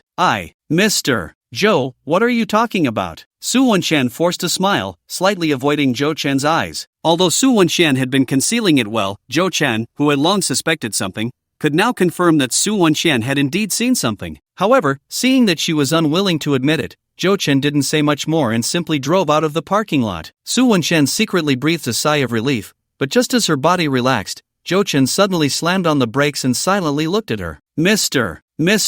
Jo. Su Wen-shan's body tensed up again, the light blue shirt revealing a full geometric curve under the pressure of the seatbelt. "Location? Ha? I don't know where you live. Don't you need to send me your location? Jo-chan said helplessly. What are you so nervous about? I'm sorry, I forgot. Su Wenxian hurriedly took out her phone and sent her location to Jo-chan. Once the Ferrari started moving again, Su Wenxian, whose heartbeat had calmed down a bit, stole a glance at Jo-chan, who was focused on driving, feeling extremely embarrassed. What was she even thinking? Actually, there's one more thing I want to trouble you with. After getting on the road smoothly, Jo-chan spoke up. Please go ahead. Su Wenxian had returned to normal and quickly responded. I haven't had much time lately, but I still need to buy some furniture for the house. Could you help me arrange it? Jo-chan put forward his request. It doesn't need to be too detailed, just enough to be ready to move in. That shouldn't be a problem. Xiaoyi and the others have a partnership with a home furnishing company, and the design is free. Su Wenxian thought for a moment, but before she could finish her sentence, she was interrupted by Jo-chan. I want you to handle this matter for me, so we won't trouble Sunny. Su Wenxian was a bit confused, not understanding why Jo-chan didn't want Sunny to be involved in this matter, but seeing that Jo-chan had no intention of explaining, she could only agree. I can do it, but I'm worried that if I handle this myself, I won't meet Mr. Zhou's requirements. Don't feel pressured, I trust your taste. Jo-chan smiled. In fact, you can arrange it according to your preferences as a woman. This house isn't for me. Upon hearing this, Su Wenxian looked at Jo-chan in surprise. The implication of that short sentence was immense, leaving her momentarily unable to digest it. So Mr. Zhou bought this house to give it away? And it was clearly for a woman, a young woman at that. But if it were for a couple or a married couple, Jo-chan himself wouldn't be living there. Gradually understanding something, Su Wenxian didn't ask further, just gently nodded. Okay, Mr. Zhou, I understand. I'm a bit in a hurry, so you might only have 2 to 3 days. It shouldn't be hard for you to take leave from the bank, right? Jo-chan pondered for a moment. If not, should I speak to your manager Wang? No.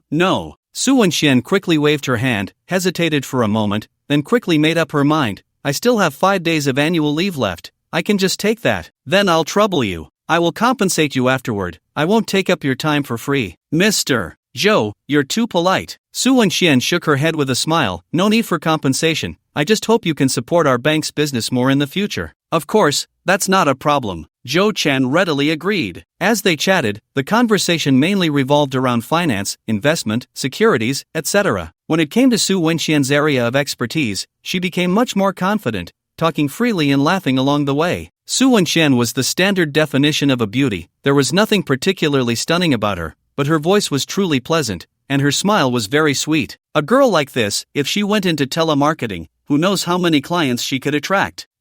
This kind of voice is also very suitable for reporting work. Jo-chan was increasingly satisfied with this potential financial assistant. With the support of his father, Jo-chan had already read several finance-related books, and chatting with Su Wenxian made him appear very composed. He also enjoyed the process, as it allowed him to fill in the gaps in the knowledge he had already mastered. During the conversation with Jo-chan, Su Wenxian was actually quite surprised. She discovered that Jo-chan was not a novice in finance. On the contrary, some of the professional terms he occasionally threw out made her think carefully before responding, fearing that she might say something wrong and leave a bad impression on Jo-chan. Although Jo-chan would occasionally show some awkwardness, under his good demeanor and temperament, it didn't give her the feeling of someone pretending to understand. Instead, it exuded a sincere eagerness to learn. Gradually, Su Wenxian found it hard to look away. Is it this intersection? Should we drive in? Hearing the navigation prompt, you have arrived at your destination, Jo-chan asked. Oh, no need, just stop here. Su Wenxian came back to her senses and quickly said. The Ferrari stopped by the roadside, and Su Wenxian said somewhat shyly, Mr. Zhou, you were supposed to come up for a visit after driving me home, but my boyfriend might come over today, so? Jo-chan was taken aback for a moment, then smiled nonchalantly. It's fine, there will be more opportunities to work together in the future. As long as you don't resign, I will definitely stick with you as my client manager. Thank you for your trust. Don't worry, I will definitely serve you well. Hearing Jo-chan's promise, Su Wenxian was excited and blurted out, only to realize that her words seemed to have some awkwardness. Her face flushed, but she didn't want to explain much, so she opened the car door and got out. Wait, Jo-chan called out to her, leaning out to say, I'm too lazy to get out of the car. You go to the trunk and get your gift. It's a perfume gift box just like the one Sunny received. Take it, otherwise, I would have prepared it for nothing. Hearing Jo-chan say this, Su Wenxian couldn't refuse any longer. She walked over to the already open trunk and picked up a Bulgari gift bag. When Sunny received her gift earlier, although she didn't show it, she must have felt a bit disappointed. After all, she had put in quite a bit of effort and even sacrificed her rest time. Now, looking at the exquisite gift bag, Su Wenxian's surprise naturally grew a little. Then Mr. Joe, you should rest early when you get back. I'll contact you later. After waving goodbye to Zhou Chen, Su Wenxian walked alone into the dimly lit intersection. Zhou Chen watched her enter the gate of the old community, his expression thoughtful. Su Wenxian actually has a boyfriend? But that's normal. For a beauty of this caliber, if she were still single at 25 or 26, that would be a problem. Fortunately, Zhou Chen wasn't just. He wasn't just after her looks, but appreciated her talent and diligent attitude, so it didn't matter much. After thinking for a moment, Zhou Chen followed his original plan, opened his phone to operate it a bit, and then started the vehicle to turn around and leave. Su Wenxian walked alone on the internal road of the old community. In today's Ming City, there aren't many old communities that haven't been demolished yet, but there are still quite a few. Some are due to poor location, while others are because of sensitive ownership issues in the past. Interestingly, these dilapidated old communities, which should have been homes for many elderly people, are actually seeing an increasing number of young residents. No other reason, just cheap rent. Online searches show that the average monthly salary in Ming City is 8,700 yuan, but the reality is that most people are dragging their feet, with 4,000 to 5,000 a month being the norm for workers. Su Wenxian is doing quite well among them. She has worked hard and has been promoted twice in her 2 years in the industry. With various subsidies, her total income is around 9,000 yuan, and after deducting social insurance and housing fund, she actually takes home over 7,000. Normally, without a mortgage or car loan, such income is enough to live a decent life in Ming City. However, girls have high expenses, and Su Wenxian, who has made detailed plans for her future with her boyfriend, rejected his suggestion to rent an apartment and ultimately rented a place in this old community affiliated with a state-owned enterprise for 1,000 yuan. Compared to renting an apartment, this way she could save at least 1,000 a month. This is also one of the reasons why Su Wenxian, who has only worked for 2 or 3 years, can save up 80,000 yuan for a down payment on a house. Chang's company is in the new district of Ming City, dozens of kilometers away from the city center, so he usually only comes over during his days off. Therefore, when Su Wenxian returns home alone like this, she always feels the inconvenience of the old community. The dark corridor building stood in the shadows. It was only a little past 9 in the evening, but the community was as quiet as midnight, with a single yellow streetlight at the intersection being the only source of light in the entire community. If it weren't for the fact that the public security in Huaxia is really good, Su Wenxian wouldn't dare to walk this stretch of road after dark. Even so, at this moment, looking at the pitch black on both sides of the road, she still felt a bit uneasy. Ding dong! The phone in her hand rang, and Su Wenxian was momentarily stunned after unlocking it. Zhou Chen, please receive payment, 8,888 yuan. 00. Su Wenxian quickly replied, Mr. Zhou, what is this? Zhou Chen, voice message. I'm very satisfied today. This is an extra thank you red envelope for you. Just a small token, it's not much, please accept it. Su Wenxian's mood became complex for a moment. Her monthly salary had turned into not much money in Zhou Chen's eyes. But soon, Su Wenxian firmed her resolve and typed, Mr. Zhou, thank you, but I have already accepted your gift. I can't take the money again, smiley face. After sending that, Su Wenxian returned the transfer. After a while, Zhou Chen finally replied, and Su Wenxian opened the voice message to hear Zhou Chen say,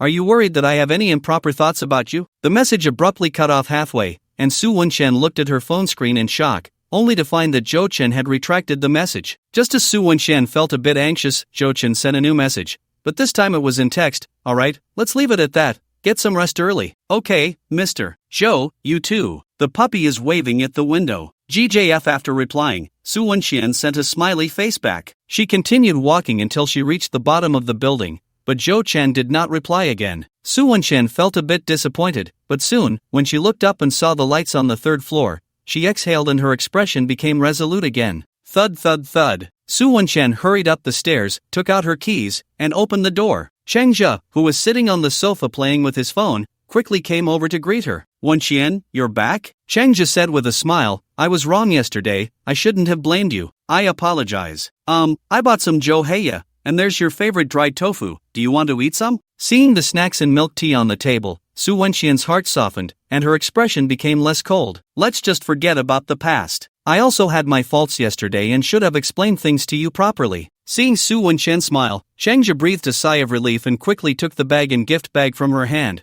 but when he saw the logo on the gift, a look of suspicion appeared on his face. Bulgari? Chengju was very surprised because Su Wenxian was not the type of girl who would buy luxury goods. The most expensive outfit she owned was just a theory women's suit bought for work image requirements. It had cost over 5,000 after discounts, and Su Wenxian had felt distressed about it for a long time, complaining to him more than once about how she felt she had overpaid. So when he suddenly saw Su Wenxian carrying a gift bag from a top luxury brand, he was astonished. "Oh, that's a small gift from a client. It's perfume inside. It shouldn't be worth much," Su Wenxian casually replied while unboxing the Johaya. Chengja fell silent, quietly taking out the gift box inside, then pulled out his phone to search. Moments later, Chengja's expression turned extremely ugly. "This is Bulgari's latest ceremonial fragrance gift set." Chengja's hand trembled, and his voice involuntarily rose. "You call a 6,000 yuan item a small gift? What's 6,000? Are you talking about this perfume?" Su Wenxian was initially confused,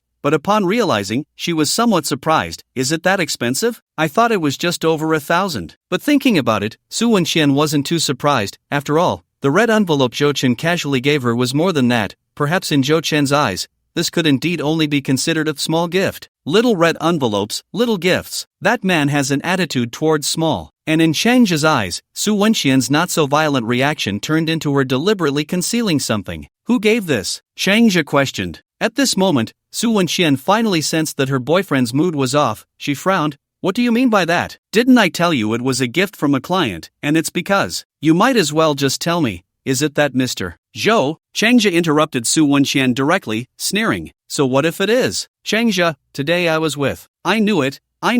Chengja, trembling with anger, interrupted Su Wenxian once more, growling furiously. "So your so-called overtime today was actually a date with that Mr. Zhou? Su Wenxian, how can you do this to me, to our 5-year relationship? When did you become such a vain woman?" Su Wenxian, who wanted to explain, looked at her boyfriend's distorted face in disbelief. No matter how much they had quarreled before, Chengja had never lost control like this. Seeing the veins bulging on his forehead, Su Wenxian felt an inexplicable fear. "Chengja, calm down. Today was because I helped Mr. Zhou with something." "Ha, helped?" Chengja laughed loudly. "What kind of help could warrant a gift worth 6,000 yuan? Fulfilling a physical need?" Slap! Su Wenxian could no longer hold back and slapped Chengja across the face. Now it was Chengja's turn to be stunned. "Get out!" Su Wenxian, with red eyes, pointed to the door. "Get out! You!" Chengja, covering his face, had a few changes of expression, but ultimately picked up his coat and slammed the door as he left. Bang! The old iron door slammed shut, causing Su Wenxian to tremble slightly. After confirming that Chengja had gone downstairs,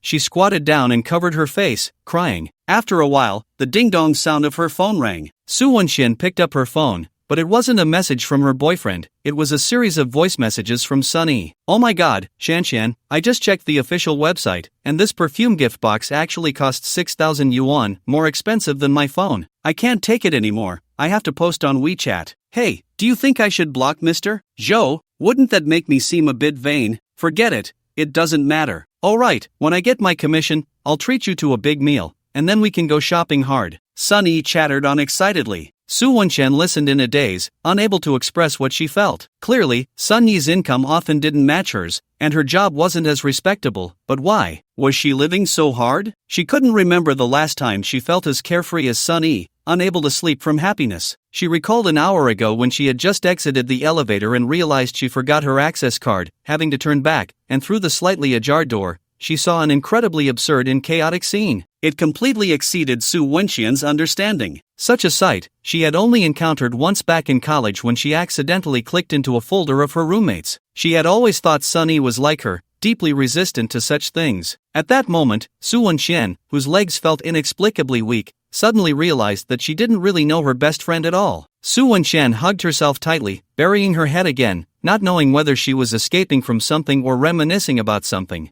Zhou Chen saw that Su Wenxian had returned his transfer and didn't pay much attention. Not every girl is so materialistic, of course. It could also be that the money he spent wasn't enough. But using money to forcefully test human nature is like trying to see how much a cup can withstand being dropped. Once the thought arises, the cup is destined to shatter. On the contrary, Zhou Chen feels that in this society overflowing with material desires, it is quite rare to find people who still hold on to some principles, and there is no need to destroy anything. However, Zhou Chen temporarily removed Su Wenxian from the plantain list. After all, in the most sensitive area of finance, only trusted insiders can be involved. The next day, Zhou Chen, accompanied by Sun Yi, went to the Housing Management Bureau. He had already asked Jiang Mo for her ID in advance, and without asking what it was for, Jiang Mo sent over both the front and back.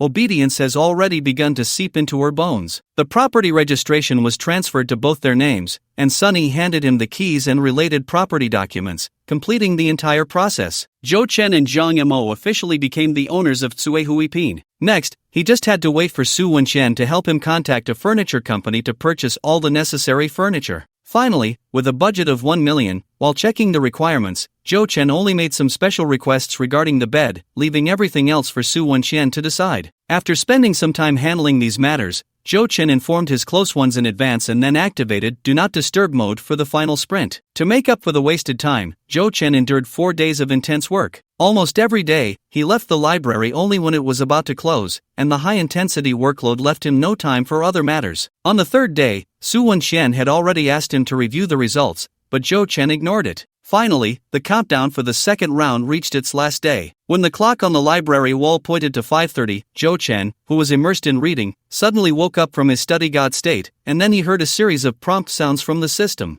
Ding! The second round has ended, data is being counted. The host has completed reading 41 books, accumulating points, 1880. Ding! The host has received 1880 property blind box X1 Note 1. Upon opening, the property will interact with reality, with a specific area having an error of X less than or equal to 50. Note 2. Hotel accommodation reimbursement privileges will last until the property becomes habitable. Looking at the series of prompts, Zhou Chen, already extremely exhausted, suddenly felt a surge of energy. After 14 days of continuous effort, during which he only wasted 1 day and 2 nights, wasn't he waiting for this moment? Glancing at the golden property blind box in the system warehouse, Zhou Chen did not rush to open it. Firstly, his current state was not great, and secondly, he felt that his luck had not been good lately. After the last Ezreal's treasure map, he hadn't triggered any reward for special books in the past week. After thinking for a moment, Zhou Chen returned to the hotel, had a Western meal in the executive lounge to fill his stomach, then went back to his room for a short rest, and after getting up,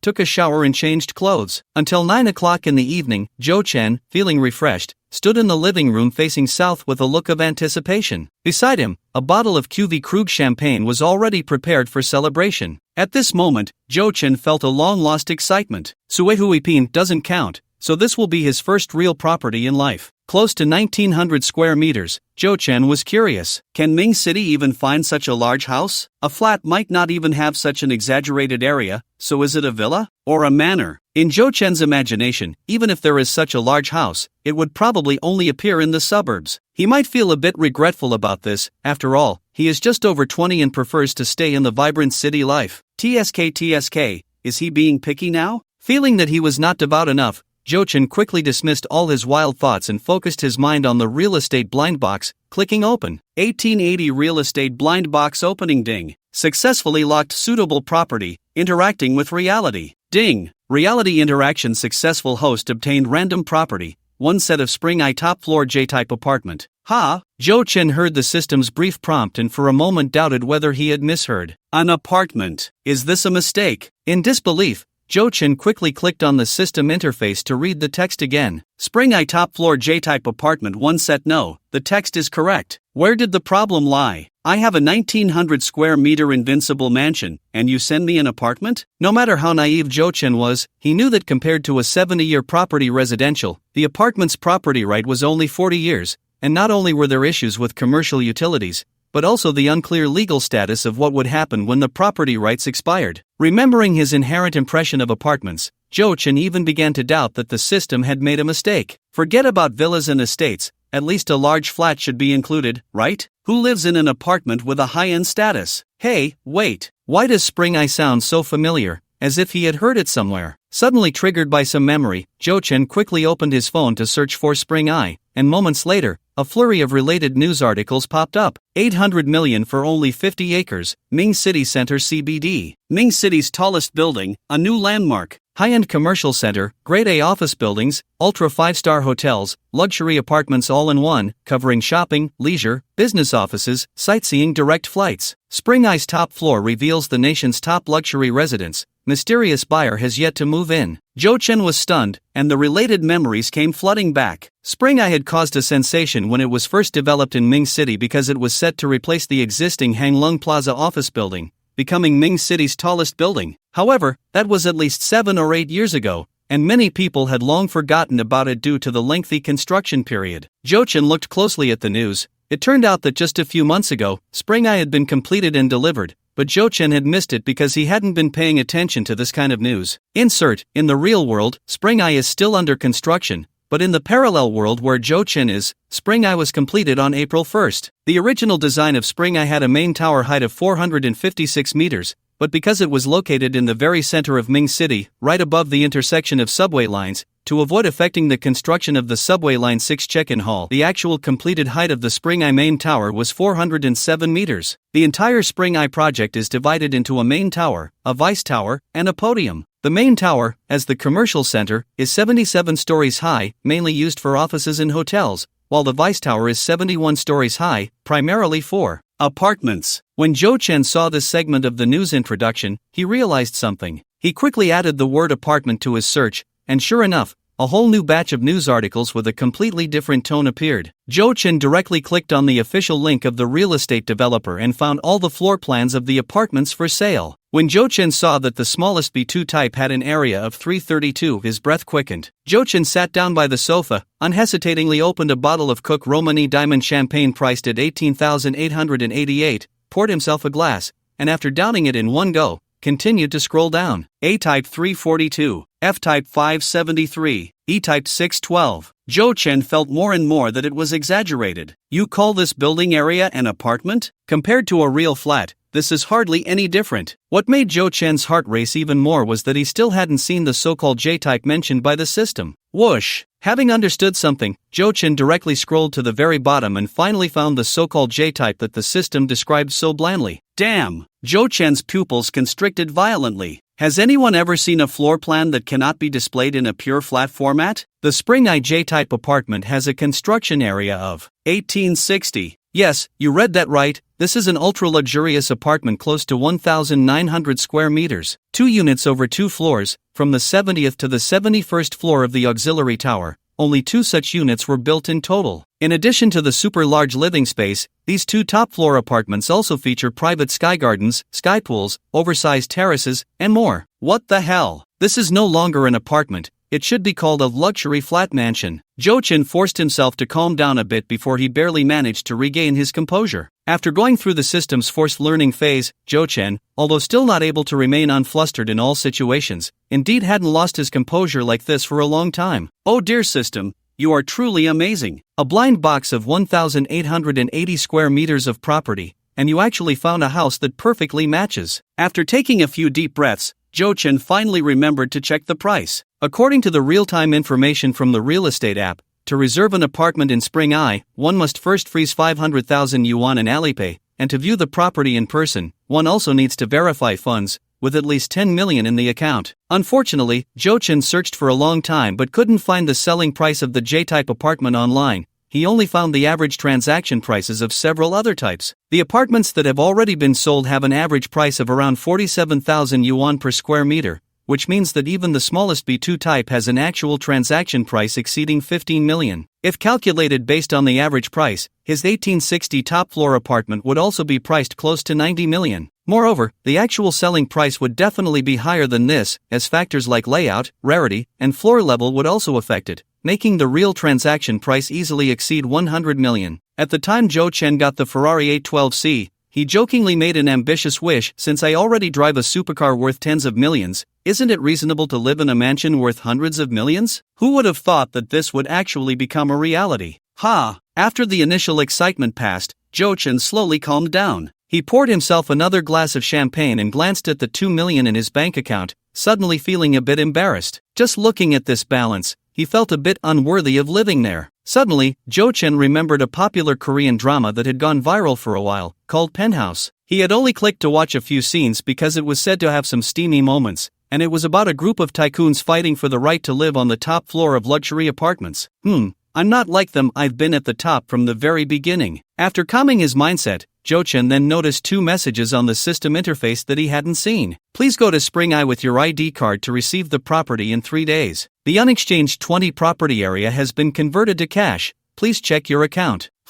Jo-Chen's eyes lit up. The extra 20 square meters were actually converted to cash. What a considerate system, this deserves a good review. J-type effect diagram 2, China Merchants Bank. Your account ending in 1111 received 1,100,000 yuan on July 15 at 2107. Jo-Chen glanced at the text message he had missed earlier. The system had converted it to 1 million for him. In the system's assessment, the price of this top-tier apartment is 55,000 per square meter. Jo-Chen's estimate was not wrong. At this price, the total price for the 1,860 square meters easily exceeds 100 million. Slowly finishing the champagne in his hand, Jo-Chen finally picked up his phone and began to deal with the large number of unread messages. Unsurprisingly, the most messages were still from Su Ranran. Even though Jo-Chen was immersed in reading and hadn't really responded to her, she maintained a frequency of sending 3 to 5 messages every hour, most of the time seeming to talk to herself, constantly sharing her itinerary with Jo-Chen. Kai's final exams had just ended yesterday, and she was excited to come find Jo-Chen last night, but he stopped her. After all, it was the final sprint,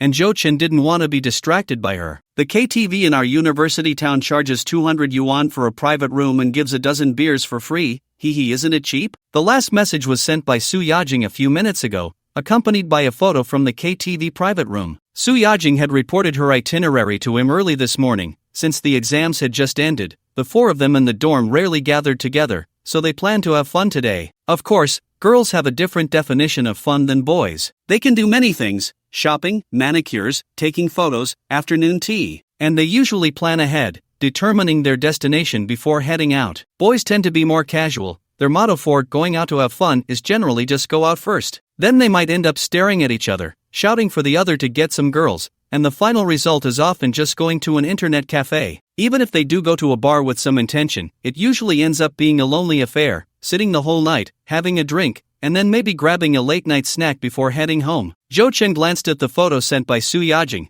Although it was taken from her angle, she only showed half her face, but he could clearly see the other 3 girls sitting on the sofa. Besides Shin Yutong, whom Jo-Chen had already met, there were 2 other girls, each with their own charm. Jo-Chen had heard Su Yajing say that their dorm was quite special, with 4 girls from 4 different majors. Su Yajing was in performance, Shin Yutong in dance, one studying broadcasting, and another studying drama. In the dim light, it was hard to see clearly, but he could still vaguely tell that the other 2 girls were also quite attractive. No wonder Su Yajing often boasted that they were the flower dorm. Which one is the exchange student from Korea? Jo-Chen asked curiously. Brother, are you done with your work? Su Yajing replied quickly, the one with long black hair that curls a bit at the ends is a big beauty. Brother, do you want to come see for yourself? Jo-Chen felt a moment of temptation, but thinking of the long distance to Kai University town, he was too lazy to make the trip. You guys are having a gathering, so I won't crash the party. I'm a bit tired today. Okay, then brother, can I come find you tomorrow? Su Yajing said while sending a sticker to show her anticipation and nervousness. Of course, I'm done for now. If you really miss me, you can come over as soon as you wake up. Jo-Chen replied and casually asked, do you need me to send a car to pick you up? Brother, you're the most considerate, but no need. They are also going to the city tomorrow. I can just hitch a ride. Oh, just thinking about seeing you makes me all watery-eyed. Jo-Chen didn't ask her where she was getting watery-eyed, or else he wouldn't be able to sleep well tonight if they kept chatting. After replying to Su Yajing, Jo-Chen sequentially responded to the other messages. Dingy, Jiang Mo, Su Wenchen, and Bigu, who invites him every day to try out new packages, Zhang Dashao, who called him to hang out at the club today, and Li Shang, who has been wanting to invite Jo-Chen to dinner. Besides these, there are a bunch of random messages, including sales from several luxury brands, the almost forgotten Xiao Maogu, and Sunny, who is tentatively inviting him. However, these messages only received Jo-Chen's read but not replied treatment, as he really couldn't keep up. Jo-Chen sorted through the things he needed to do in the next few days. Tomorrow, he would accompany Su Yajing. The day after, he must go to inspect the house at Tsuehuipin, because Jiang Imo is coming back soon, and then the day after that, he would go to receive the apartment at Chunjiyan. With these thoughts, Jo-Chen opened the system interface again. After 2 rounds, Jo-Chen increasingly felt that turn-based truly is the essence of the system. The first round allowed him to achieve a preliminary leap in class, and in the second round, he directly obtained properties worth over 100 million and a supercar worth 10 million. So what about the third round? Just looking at the silent system, Jo Chen had no idea how to trigger the third round. Reflecting on the previous 2 times, there was a bit of a from-the-heart feeling, as if there were no discernible patterns to follow. Not finding a clue for the time being, Jo Chen didn't dwell on it. He turned his attention to the unused items in the system warehouse. Treasure Equity Exchange Certificate, after use, obtained 10% equity in Wuyo Media. Now that the second round was over and he had some free time, this equity exchange certificate could be used. Moreover, Jo Chen had actually done some preparation in advance. Besides learning about the company through various channels, he had also read several books on online media and MCN construction in the past few days. With Jo Chen's intention, the document flickered and vanished in a flash of white light. Ding! The host used the equity exchange certificate. 10% equity in Wuyo Media has been locked. Interacting with reality, progress, 1%. Jo Chen glanced at the long progress bar, which hadn't moved at all for a long time, and immediately understood that this process wouldn't be quick. However, he also understood that given the scale of Wuyo Media, even a powerful system would need to go through a series of reasonable operations to transfer the equity to his name without any risks. The next morning, while Jo Chen was still in a dream, he suddenly felt something unusual. This feeling was hard to describe. It was like suddenly falling into warm seawater, but strangely, the waves were localized. At the same time, he heard some crackling sounds, but why were the sound effects overlapping? Jo Chen opened his eyes in confusion and saw his bulging blanket. He quickly lifted the covers and, upon seeing Su Yajing lying there still holding her phone, Jo Chen was instantly wide awake. Ran, what are you doing? Ah, brother, you're awake. Su Yajing, dressed in a light blue JK skirt, lifted her head, revealing a bright smile. I'm practicing unity of knowledge in action. What unity of knowledge in action? Jo Chen was puzzled. Look, it's this. Su Yajing leaned forward, her soft body directly resting on Jo Chen's chest, showing him the phone that was playing a short video. Jo Chen took a glance. It was indeed a teaching video. It told the story of a gentle and kind girlfriend helping her boyfriend, who suffers from difficulty getting out of bed syndrome, to wake up in the morning. The actors were professionals, and the perspective was close-up, showcasing the girlfriend's flexibility and patience in great detail. No wonder Jo Chen heard overlapping sounds. Su Yajing was playing it at a slowed speed, learning frame by frame. Silly girl, there's no need to go to such lengths. Jo Chen was touched and rubbed Su Yajing's head. I'm just trying it for the first time. I don't want you to feel uncomfortable. Su Yajing squinted her eyes in enjoyment, curling up like a little cat in Jo Chen's arms. When did you come? Jo Chen asked, inhaling her unique floral scent. I came half an hour ago. Sister Bella opened the door for me and said you had already told her. Su Yajing asked curiously, brother, have you been staying in a hotel these days? Why don't you go home? The house just got renovated, and it's still airing out, Jo Chen replied casually. I'll be back home in a few days. Oh right, brother, I brought you a gift. Su Yajing seemed to remember something, bouncing off Jo Chen and then running back,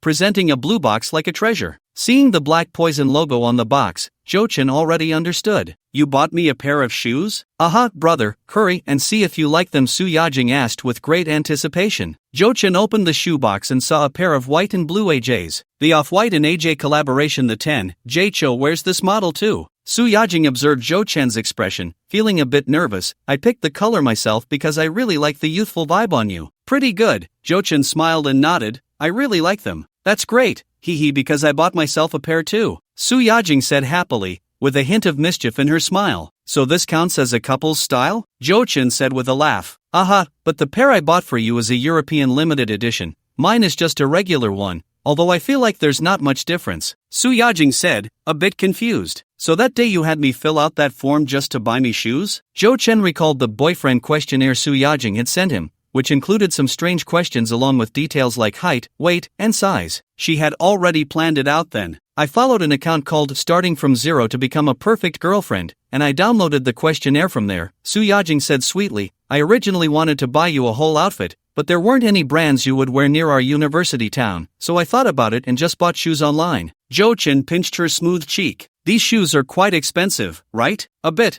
My pair was 11,000, yours is 32,000. Su Yajing said, then felt a bit anxious. Brother, do you think I'm spending too much? Jo Chen was taken aback. Objectively speaking, Su Yajing did spend a lot. He had just transferred her over 180,000, and buying 2 pairs of shoes took away a quarter of that. But considering that more than half of that was spent on himself and the emotional value Su Yajing brought him was always fulfilling, this amount of money wasn't much. It's not like he couldn't afford it. "Oh, this is nothing, spend freely. If you run out of money, I'll transfer you more," Jo-chin said nonchalantly with a smile. "Dad is so nice." Su Yajing started to get excited again, pouncing on Jo-chan and hugging him, even taking the initiative to grab Jo-chan's hand and tuck it into her JK plaid skirt. But just as Jo-chan was about to take the lead, Su Yajing stopped him.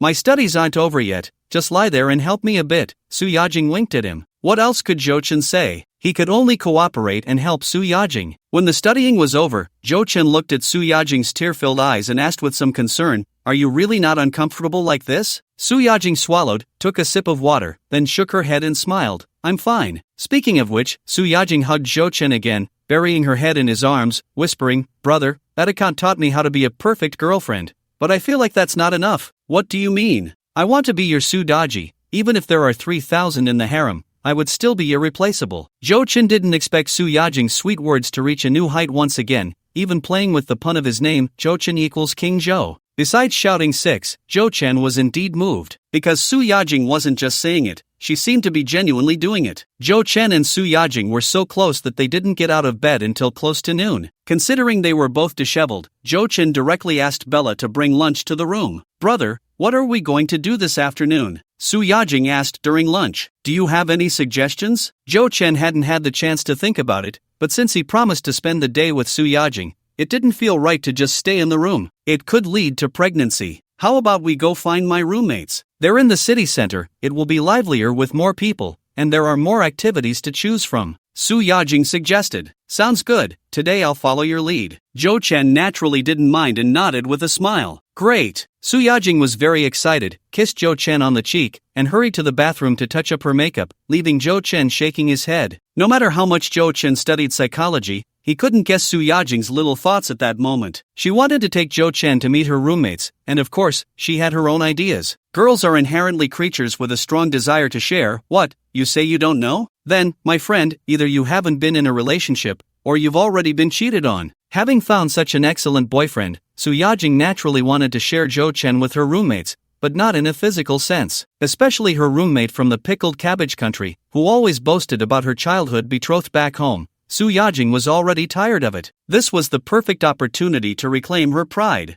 Mingcheng Nanping Pedestrian Street. Under the sunshade at the entrance of Haiti, 3 uniquely styled girls were waiting with milk tea in hand. This was the city center of Mingcheng, bustling with people, and in just a short while, the 3 girls formed a beautiful scenery line, having already turned down several street interviewers. Since the rise of online streaming, various street programs have also increased. Some intentionally ask value questions to provoke gender opposition, some help the top streamer find a date online, and others teach you how to flirt with girls, documenting the entire process from meeting to spending the night. For the last type, it's advised not to learn recklessly. The reason is simple. You won't find such professional actors to cooperate with you. "Tongton, where is Su Yajing?" "Aigu, I just want to enjoy the air conditioning. It's too hot outdoors." A somewhat strange-sounding Mandarin voice rang out from the tallest girl among the 3. In terms of body shape, she couldn't compare to Shin Yutong, but she mainly lost out in specific curves. You couldn't deny she still had the goods. Her short square-neck cardigan only covered above her navel, revealing a flat, toned abdomen and an X-shaped slim waist, with smooth, proportionate thighs under her hot pants, reflecting a fair sheen in the sunlight, long and straight. But the most eye-catching was her distinctly peninsula-featured appearance. In fact, the street photographer who had been following them was mainly attracted to her exotic and delicate looks. The photographer firmly believed that if this young lady from the Korean ethnic group could walk a few steps properly and let him shoot a short video, his nearly lifeless account could at least gain tens of thousands of followers. She looked so much like that star named Jin Ziyuan. "They've parked the car, they should be here soon." Shin Yutong kept craning her neck to look around, feeling a strange tension in her heart, though she didn't know why Jo-chan put so much pressure on her. Perhaps it was still the lingering effect of that 188,000. Shin Yutong thought to herself, after all, she had already figured it out. No matter how rich Jo-chan was, it had nothing to do with her. She was going to pursue a career as an actress, or at the very least, become an internet celebrity. At this stage, she still needed to find a way to integrate into Zhang Ziyuan's circle. While Shen Yutong was looking around, another round-faced girl with a bun hairstyle standing slightly behind her had quietly taken the straw from her hand. "Ah, you duo. Shin Yutong turned around and realized that her cool blackberry drink was already half empty. Angrily, she pushed the girl with puffed cheeks away. I finished mine, so I just wanted to taste yours. Duo blinked her long eyelashes with big innocent eyes. Shin Yutong was about to say something when she caught sight of Zhou Chen and Su Yajing walking hand in hand. She quickly stepped forward, smiling and waving at the two. Zhou Chen and Su Yajing had actually seen the three girls long ago. After all, even in a crowd, these three girls were quite eye-catching. Is that Su Yajing's boyfriend? The peninsula girl, Chui Minner, walked over to Duo, who was also curiously observing, and quietly asked, I don't know, it's my first time seeing him too. Under Su Yajing's intentional concealment, the two girls knew nothing about Zhou Chen, but they could tell from Su Yajing's tone that he should be a wealthy person. However, based on that, Chui Minner and Duo had no particular expectations about Zhou Chen's appearance. At first glance, both girls were taken aback. Don't doubt it, girls can also feel astonished by good-looking guys. Zhou Chen was dressed in simple casual wear, wearing Balenciaga sunglasses, brand new collaborative AJ sneakers, and his hair, styled by Su Yajing, looked very sharp. His angular face under the sunlight exuded a rebellious charm, but it was mainly his casual yet confident aura that made it hard for the two girls to look away. Wow, so Mingcheng has its own Edison Chen, Duo blurted out. Her voice was so loud that many passers-by turned to look. This scene instantly made Shin Yutong and Su Yajing feel embarrassed. Su Yajing quickly introduced, this is my roommate Duo. You can call her Duo or Xiao Duo, she studies broadcasting. She's a bit silly. The last few words were whispered by Su Yajing to Zhou Chen. Zhou Chen glanced at the girl who looked a bit silly, her figure slightly petite, and well, she might have inherited some traits from her father. But her looks were still decent, with fair skin and a typically youthful appearance. Having seen quite a few fashion magazines, Zhou Chen could barely recognize that the clothes she wore were all expensive brands, indicating a good family background. This one is the beauty of our dormitory, the exchange student from the peninsula, Chui Minner, majoring in drama. Then Su Yajing cheerfully introduced the last girl. Due to height differences, Zhou Chen noticed Chui Minner first when he came over, and Su Yajing wasn't exaggerating. Just from her features, Chui Minner was indeed more striking than the others. It was just that Zhou Chen, lacking experience, couldn't tell if she had undergone any enhancements. Hello, I'm Zhou Chen, Su Yajing's boyfriend. Without waiting for Su Yajing to speak, Zhou Chen had already taken the initiative to step forward, removing his sunglasses and greeting them. Upon hearing Zhou Chen so generously acknowledge their relationship, Su Yajing's anxious heart finally relaxed, and her smile became even more radiant. Zhou Chen, hello, and Ning Haseyo, I'm Chui Minner. Duo and Chui Minner responded in unison, with Chui Minner even reaching out to shake Zhou Chen's hand. In the land of kimchi, the culture of appearance supremacy is prevalent, and it is precisely because of their emphasis on looks that the world's most famous cosmetic surgery industry has emerged. Therefore, upon seeing Zhou Chen's outstanding appearance and demeanor, Chui Minner's expression shifted from impatience while waiting to a bit of awkwardness. Su Yajing, secretly observing Chui Minner's reaction, felt a sense of satisfaction. During yesterday's gathering, she had briefly mentioned Zhou Chen, praising his looks, and at that time, Chui Minner had expressed skepticism, looking unconvinced. Now you have nothing to say, right? Isn't he better than your domestic appa? I bought you guys milk tea. Mr. Zhou, I didn't know what you like to drink, so I ordered you a cup of succulent grape. Shin Yutong handed over the milk tea she had bought for the two. Your way of addressing me is getting weirder and weirder. Just call me Zhou Chen. Zhou Chen took the milk tea, glancing helplessly at Shin Yutong, really unsure what she was nervous about, and could only correct her forcefully. Shin Yutong was delighted. Is that really okay? This scene left Chui Minner secretly surprised. Shin Yutong's attitude towards Zhou Chen was quite strange. Mr. Zhou, what kind of inside joke is that? Then I'll call you Zhou Gu. In the end, Shin Yutong still didn't directly call Zhou Chen by his name, thinking of a compromise title, and seeing that Zhou Chen had no objections, she finally breathed a sigh of relief. Jimei, what's the plan for today? Su Yajing asked, hugging Zhou Chen's arm with a smile. Since we're in the city, of course, we should go shopping first. Minner wants to check out some bracelets at Cartier, so we'll go with her, Shin Yutong said. When the time is right, we'll go eat. Duo found a restaurant that's great for photos, and for the evening, I've already booked a spot. Didn't you keep saying you wanted to go to a nightclub to see the world? I'm not so keen on it now, but with my brother accompanying me, it would be fine to go play a bit. Su Yajing sweetly smiled at Zhou Chen. Brother, what do you think? You guys can arrange it. Today, my main role is to accompany you. You can go wherever you want. You're so nice, brother. Su Yajing didn't care that it was a public place and gave Zhou Chen a quick kiss on the neck. Then let's go, we'll head to the mall first. Shin Yutong called everyone to walk towards the mall. On the way, Zhou Chen, who hardly spoke, listened to the chatter of the four girls, and with Su Yajing's occasional quiet explanations, he roughly figured out their relationships. Su Yajing and Shin Yutong had been living together since their freshman year, and later, due to conflicts with their original two roommates, they applied to change dorms in their sophomore year. Coincidentally, Yu Duo, who had also been ostracized by her roommates, became their new roommate. Chui Minner was an exchange student who had just arrived this semester. Since the international student dormitory couldn't accommodate her, after consulting a few people at the school, she moved into their dorm. Thus, four beautiful girls from different departments came together, and surprisingly, they got along harmoniously, with their relationships growing closer. Among them, Su Yajing and Shin Yutong had the best relationship, while the innocent Yu Duo came in second. As for Chui Minner, her words, due to some conceptual barriers and perhaps her excessive popularity on campus, led her to always have an inexplicable sense of superiority. Therefore, Su Yajing and Shin Yutong were not very fond of playing with her. Instead, the relatively simple Yu Duo got closer to Chui Minner. Minner isn't actually a bad person, I just can't stand her occasional airs of superiority. Humph, it's not like she has money herself, it's her fiancé from that pickled cabbage country who's supporting her. By the end, Su Yajing muttered a bit indignantly. How many groups do you have in your dorm? Zhou Chen asked curiously. I have 3 on my phone, besides our big group. There's one excluding Minner and another excluding Tongtong. The last group wasn't created by me. It was when Tongtong and Minner had a conflict, and Duo pulled me in. Su Yajing said this with a bit of embarrassment, sticking out her tongue. You mustn't tell Tongtong, she doesn't know about this. You girls really are. Zhou Chen chuckled, unsure how to comment. Immediately after, Su Yajing performed a live face change,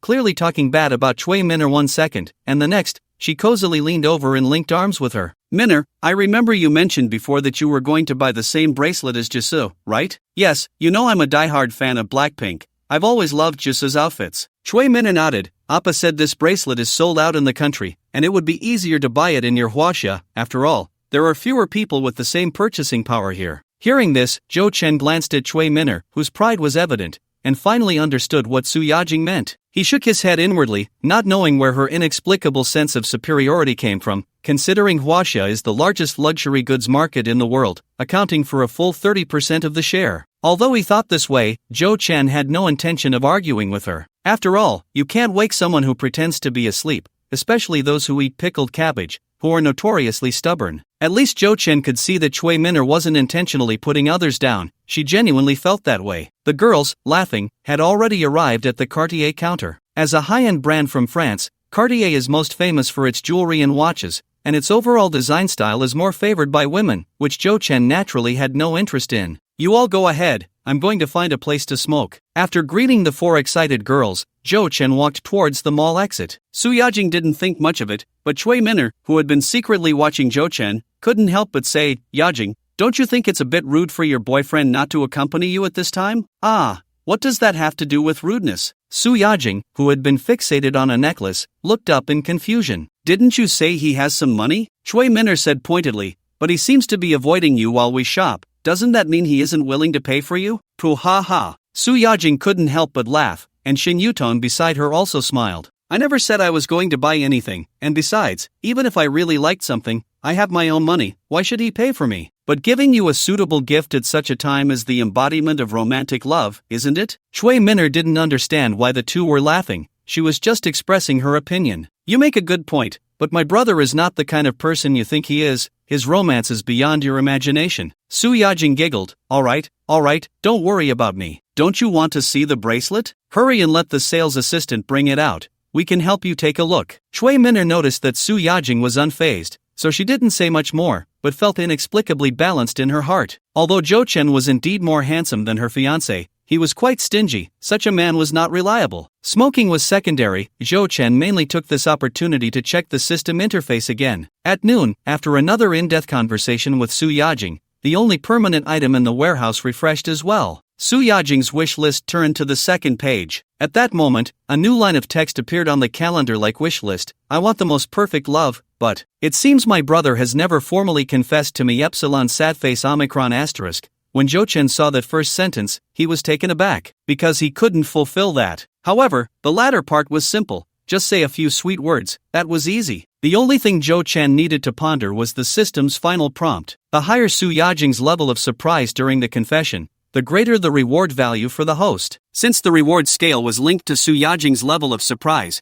this so-called confession couldn't be too casual. It needed to be tailored to Su Yajing's personality traits to make her feel the maximum surprise. Jo Chan hadn't thought it through completely yet, but it was always right to make some preparations first. After thinking for a moment, Jo Chan made a phone call. When Jo Chan returned to the Cartier counter, the four girls were already seated in the sofa area, trying on a bracelet that was the same as the one worn by Blackpink member Kim Jisoo. Wasn't this just a long nail that had been bent? Jo Chan glanced at the bracelet clasped around Chui Minner's fair wrist and couldn't help but scoff internally. The key was that there was more than one of this style of bracelet on the table. It seemed to be a classic series from Cartier. Jo Chan couldn't understand the inspiration behind these high-end brand designers, but it appeared that not only did Chui Minner like it, but Su Yajing and Shin Yutong also had sparkling eyes, while only Yu Duo looked completely uninterested. Ladies, we currently have only this one in stock for the small size of the just UNCLOU rose gold diamond version. If you miss it, who knows when the next shipment will arrive. You should understand this is one of our hot items. Noticing Chui Minner's interest, the sales assistant seized the opportunity to market. How much is it? Chui Minner asked. The current price for the diamond version is 38,800. If you purchase it now, I can give you some extra gifts. Please wrap it up for me first. I'll make a call. Chui Minner elegantly took off the bracelet, and while the sales assistant, whose smile had become much warmer, was busy packing,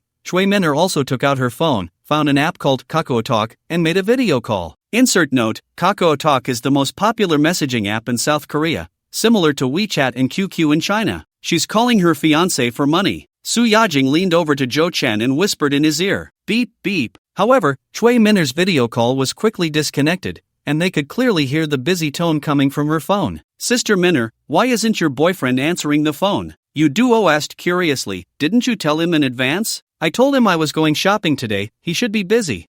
He replied that he was inspecting the family business and would call me back in a bit. When Chui Minner saw the message, her posture quickly relaxed again, and she deliberately emphasized the phrase family business, her gaze seemingly intentional as it flicked towards Jo Chan and Su Yajing. Jo Chan noticed her little gesture and couldn't help but find it amusing. Although Su Yajing hadn't made it very clear, after their interactions, Jo Chan was well aware that she and Chui Minner had been subtly competing with each other all along. Bringing him to participate in their dormitory's group activity today, Su Yajing must have had some small sense of showing off in mind. Chui Minner caught Jo Chen's playful smile and thought he was mocking her, unable to resist saying, Jo Chen, Yajing really likes this bracelet too. Oh really? Jo Chen glanced at Su Yajing. I think it's quite nice, but unfortunately, there's only this one in stock with diamonds set in rose gold, so I can only let Minner have it. Su Yajing nodded, speaking with a hint of regret. The diamond version is sold out, but we still have the more affordable regular version. Su Yajing's explanation, in Chui Minner's eyes, naturally became an excuse for Jo Chen, and Chui Minner just smiled and said, ugh, the regular version is so plain, I don't like it. Su Yajing said cheerfully, pointing to another sample on the table. If I really want to buy, I should get this diamond-studded platinum bracelet,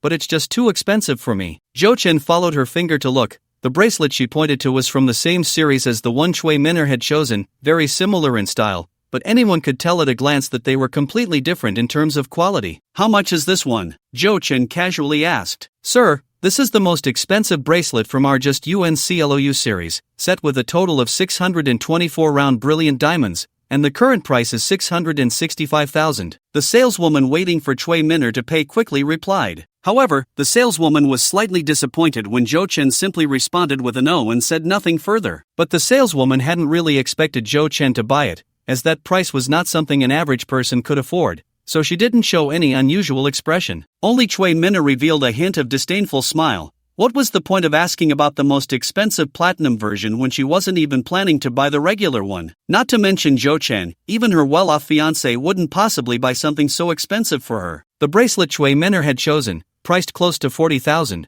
was already what she considered within her fiancé's acceptable range after careful selection. Ding ding ding. At that moment, Chui Minner's phone rang. She glanced at the screen, quickly smiled, and answered the video call. Dear? With Chui Minner's greeting, a man's voice soon came through the phone, sounding quite gentle. Of course, Jo Chen couldn't understand a word of their conversation, nor could Shin Yutong and Su Yajing, but Yu Duo beside them perked up her ears, listening with great interest. To communicate better with Minner, I taught myself Korean. Facing Zhou Chen's curious gaze, Yu Duo puffed out her almost non-existent chest and said softly with some pride, I know, the whole world knows you're the best. Shin Yutong shot her an annoyed glance and said quietly, then hurry up and translate. They are greeting each other. After the greetings, Minna is talking about the bracelet, and her Yubin Appa is asking about the price. Yu Duo, who was providing simultaneous interpretation, suddenly froze, and the three of them noticed that Chui Minner's smile had become stiff. What happened? Su Yajing urged eagerly, Duo, say something. It seems her Appa thinks it's too expensive and believes there's no need to spend money on such decorations. Yu Duo's voice became even smaller. As Su Yajing and Shin Yutong exchanged various expressions, Chui Minner anxiously said a few more words, and the man's voice on the other end grew impatient. All they heard was the man say something at the end before hanging up. Facing the three pairs of curious eyes, Yu Duo quietly said, Appa said that Minner's sister's expenses exceeded the budget this month, so he can only transfer her 1 million won to buy some clothes. How much is 1 million won? Zhou Chen asked, finding the number quite large. Su Yajing coughed lightly and whispered, about 5,000 yuan. When the smile faded from Chui Minner's face as she put down her phone, Shin Yutong and Su Yajing casually sat over, looking concerned. Minner, what's wrong? Did you have a fight with your fiancé? You look really pale. Under the concern of the two women, Chui Minner instinctively glanced at Yu Duo, who was sitting opposite her. Yu Duo, puffing her cheeks, quickly shook her head, signaling that she hadn't said anything. Only then did Chui Minner relax a bit, forcing a smile as she said, I'm fine, it's just that Appa's bank account has a limit, so he might not be able to transfer the money to me today. I see, that's not a big deal. International remittances are troublesome anyway. Indeed, we can just come back another day to buy it. If it really doesn't work, you can always shop online later. Zhou Chen glanced at the two women who were sincerely comforting Chui Minner, then at Yu Duo, who looked innocent beside him, and could only silently mutter a word in his heart. 6. Yeah, and I suddenly feel like this bracelet isn't that pretty after all. I might as well think about it some more. Chui Minner seemed to have adjusted her mood, and there was no longer a hint of abnormality on her face. Ladies, are you sure you don't need it? The most speechless person on the scene was the saleswoman, who was still managing to keep a smile only out of professional duty. Yajing, didn't you just say you liked this bracelet too? Why don't you buy it? I feel like I really might not need it. Chui Minner held Su Yajing's hand sincerely. Brother, what do you think? Su Yajing seemed to be a bit tempted, instinctively looking at Zhou Chen. Forget it, this one is pretty average, Zhou Chen said without looking up from his phone. Then let's not buy it, let's go. Hearing Zhou Chen make the decision for her, Su Yajing stood up without hesitation, calling everyone, Bigogo. Chui Minner muttered. Zhou Chen couldn't understand, but he could sense the disdain in her tone, and he looked at Yu Duo beside him again. Yu Duo quickly shook her head, indicating she hadn't heard anything. Zhou Chen just smiled lightly. If you don't tell me, I'll tell Chui Minner that you translated the content of her call with her fiancé for us. Yu Duo's little face fell, and she could only lean close to his ear when Chui Minner wasn't paying attention. Sister Minner said you clearly don't want to spend money, that's why you said that. The girl's warm breath made Zhou Chen feel ticklish, and it seemed Yu Duo was afraid that Chui Minner walking ahead would hear, her lips very close to his, allowing Zhou Chen to occasionally feel that soft touch. Zhou Chen had already guessed the general content, he just wanted to confirm it through Yu Duo. He squinted at Chui Minner's graceful figure.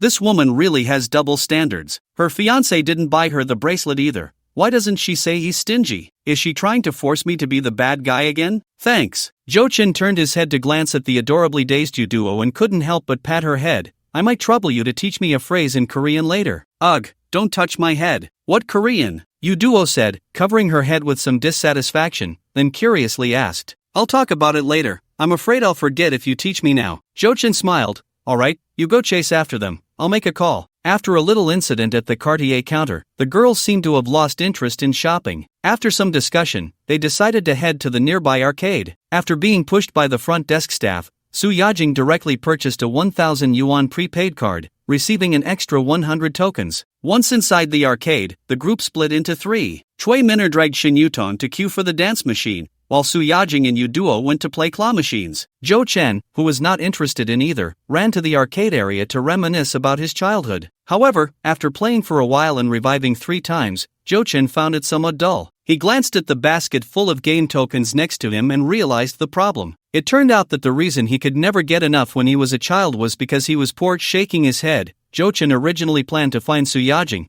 but as he passed by the dance machine, he heard a commotion. He leaned in to take a look and found a crowd had gathered, with several boys clapping and cheering, and many others recording videos. Through the gaps in the crowd, he saw Chui Minner energetically dancing on the 5th-generation dance machine set to single-player mode. With every twist of her limbs, her hot body wrapped in hot pants and a short top exuded a provocative aura, and coupled with her enchanting expression, she looked like a member of a girl group stepping out of an MV. No wonder the boys on site were so excited. Even if an ordinary girl could dance with such intensity, they would probably be thrilled and shout, let alone someone as stunning as Chui Minner. Aren't you the one studying dance? Why don't you go up and dance? Zhou Chen curiously walked over and asked Shin Yutong, who was standing nearby. I study classical dance, the movements don't match. Surprised that Zhou Chen would take the initiative to talk to her, Shin Yutong felt a bit flattered. Minner was a serious girl group trainee before going to college. This dance machine is child's play for her. Then why didn't she enter the entertainment industry? Zhou Chen pretended to be gossiping as he asked, is it because of her fiancé? Aha, Minner's fiancé's family is a prominent local household. They definitely wouldn't accept a daughter-in-law who enters the entertainment industry. You must have heard that the scene over there is quite chaotic. They really value reputation in that country. Is that so? Listening to Shin Yutong's explanation, Zhou Chen pondered. Chui Minner's stamina was quite good. She danced 3 songs in a row before stepping down, and only then did she notice Zhou Chen standing next to Shin Yutong. Seeing Zhou Chen's gaze clearly lingering on her fair thigh, where sweat was trickling down, Chui Minner smirked slightly, but her expression remained calm. She simply took the bottle of water Shin Yutong handed her and started chatting with her, ignoring Zhou Chen. Next, Shin Yutong and Chui Minner also joined the claw machine fun. Although the 4 girls had no skills, they had tokens, so they successfully got quite a few prizes from the claw machine. Until everyone had their hands full, Duo looked at the time and cheerfully said, it's almost 6 o'clock. We can head out for dinner. Is that restaurant really as good as you say? Su Yajing giggled and pinched her cheek. Look at you getting so anxious. It's really delicious, and the environment is top-notch. Duo said with a smug expression, although it's me treating you all, you better take it easy later and don't bite your tongue. The restaurant Duo found was right next door. The girls had planned meticulously, unwilling to take an extra step while shopping,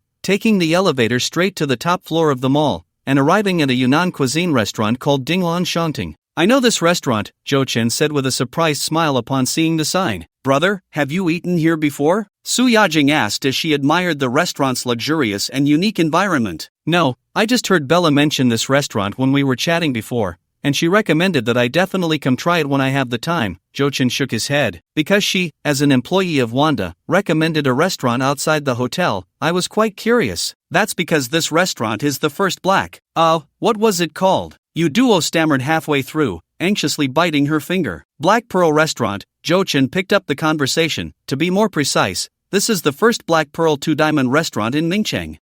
Yes, that's it. Black Pearl Restaurant. Duo nodded first, then pouted in frustration. That should have been my line. So you chose the wrong major, with such a poor memory. What are you even doing studying broadcasting? Shin Yutong said with a look of disdain as she pulled Duo away, then curiously asked Zhou Chen, what is a Black Pearl restaurant? I know, it's, Duo was cut off again as Su Yajing covered her mouth. She winked at Zhou Chen, signaling him to continue. You can understand it as our Chinese culinary standard, evaluated from 3 dimensions, cooking level, innovation and heritage, and restaurant environment, rated from 1 diamond to 3 diamonds. Zhou Chen explained, having specifically looked into it. Currently, there are only 11 Black Pearl 3-diamond restaurants in the world, with 3 of them abroad, and there are only a little over 62 diamond restaurants in total. This Jinglan Shanting is the only one in Yunnan province. Wow, brother is amazing, knows everything. This is my first time hearing about it. Su Yajing and Shin Yutong were trying hard to create emotional value for Zhou Chen, while Chui Minner, who had been silent for a long time, couldn't help but curl her lips. It's just copying the Michelin restaurant system. Chui Minner's voice wasn't loud, but it was just enough for a few people to hear. The Qing dynasty is gone, and you're still talking about Michelin. But speaking of this, do you know how many Michelin restaurants your pickled cabbage country has? Zhou Chen asked with a faint smile. When Chui Minner was at a loss for words, Zhou Chen kindly reminded her, as far as I know, it should be 34, which is quite a lot. Hearing this, Chui Minner proudly lifted her head. Of course, we have a unique understanding of food. Indeed not bad, just work a little harder, invent a few more universe-level pickles, and you can catch up to the standard of our city. What? Chui Minner was taken aback. Just in Huaxia's Baidu, there are 35 Michelin restaurants. Don't you think that's just a little bit off? Zhou Chen said very seriously. At this moment, Chui Minner finally reacted, her pretty face instantly turning red. and she angrily walked into the restaurant. Su Yajing was both amused and worried. Brother, Minner was already in a bad mood. Don't tease her. Although I do enjoy seeing her get put in her place. Su Yajing stuck out her tongue and quickly chased after Shin Yutong, who had shot her a glare. Bad person. The last to arrive, Yu Duo huffed and pointed at Zhou Chen. Do you want to see someone even worse? Zhou Chen suddenly leaned closer to her, almost touching her delicate nose. Yu Duo stood there dazed, not knowing if she was scared, and surprisingly had no reaction, until Zhou Chen, unable to hold back his laughter, suddenly rubbed her nose. Whoosh! Yu Duo's pupils trembled, her little face turned rosy, and she stepped back in panic, stammering, You're teasing me, but I'm Ran Ran's sister. Zhou Chen laughed heartily, gave her bun a playful rub, and then walked into the restaurant. As for the meal, others might not know, but Zhou Chen enjoyed it quite a bit. Hawthorn low-temperature slow-cooked foie gras, lobster mapo tofu, Yunnan guizhou rare bean powder with tempura crab, small coffee sugar braised fresh abalone. The combination of high-end ingredients and local cuisine, the collision of traditional Chinese and modern cooking, brought an excellent enjoyment to the taste buds. Zhou Chen had never eaten at a Michelin restaurant, but the Black Pearl rating surprised him. Zhou Chen was satisfied with the meal, and Su Yajing, who had been chatting and laughing with him, was also very happy, but only Shin Yutong, sitting in the middle, felt a bit strange. Cui Minner was one thing. After all, she had previously shown her displeasure towards Zhou Chen, but why had Yu Duo also become quiet? What puzzled Shin Yutong was that she had noticed more than once that Yu Duo was secretly observing Zhou Chen, then muttering to herself. This scene made Shin Yutong's heart skip a beat. She knew Yu Duo was also someone who appreciated looks. Could it be? In the midst of everyone's different thoughts, dinner ended and it was already past 8 o'clock. Although the Black Pearl Two-Diamond restaurant had top-notch flavors, the prices were indeed not cheap. In the end, the bill for 5 people totaled 8,000. However, half of that price was spent on a small plate of sturgeon caviar. 30G priced at 48.88. The seafood assassin lived up to its name. Caviar shouldn't be ordered in 3 portions, even if our country produces the best caviar in the world. Not many people would be so extravagant. When Yu Duo was paying, Cui Minner looked at the long bill and once again spoke sarcastically. The reason was that they had originally ordered only 1 portion of 10G caviar, but since Zhou Chen thought it was quite delicious, Yu Duo ordered 2 more portions. That little bit of caviar is enough for who? If the foreigners at the table see it, they might think we can't afford it, right, Duo?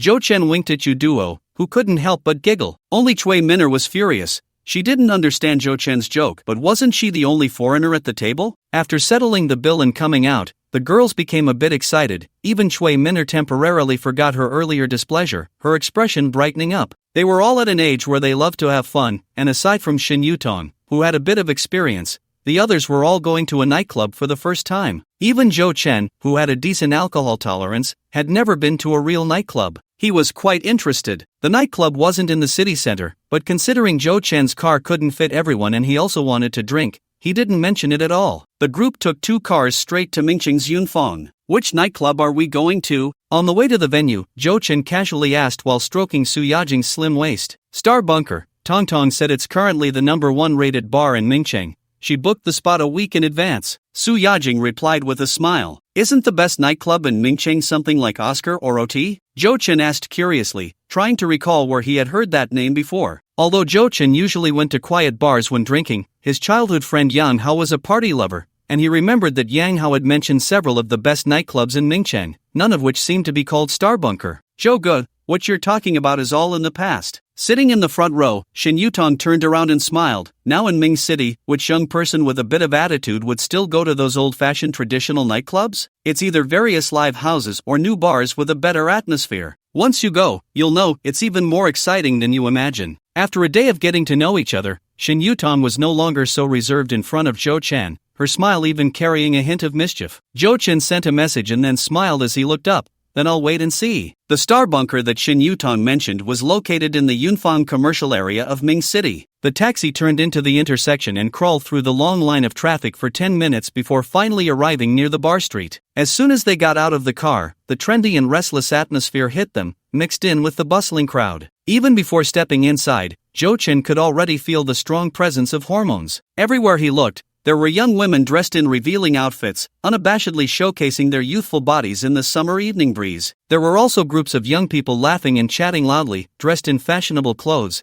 making it hard to define whether they were trendy boys or rappers. Jogu, isn't it lively? Shin Yutong chuckled. It's only a little past 9 now, you have to wait until midnight for it to really peak. By then, you won't even be able to drive in. Zhou Chen looked around and nodded with a smile. It does look quite interesting. Just a glance at the facades of these bars allowed Zhou Chen to vaguely understand what Shin Yutong meant by new bars. Bar, house, bunker, club, camp. Unlike the small taverns Zhou Chen used to frequent, every night spot here exuded a trendy vibe from its decor, and just by the names alone, they couldn't be associated with traditional bars. The colorful neon signs intertwined, creating an atmosphere that would make any inexperienced kid hesitate. Minner and Duo are here too, let's go. Shin Yutong glanced at her phone and called for Zhou Chen and Su Yajing to move forward. The 5 of them gathered at the entrance of the Star Bunker, and Shin Yutong made a phone call. Soon, a staff member came out to lead them inside. After passing through security and putting on a fluorescent wristband, they navigated through a narrow passage and lifted a heavy curtain,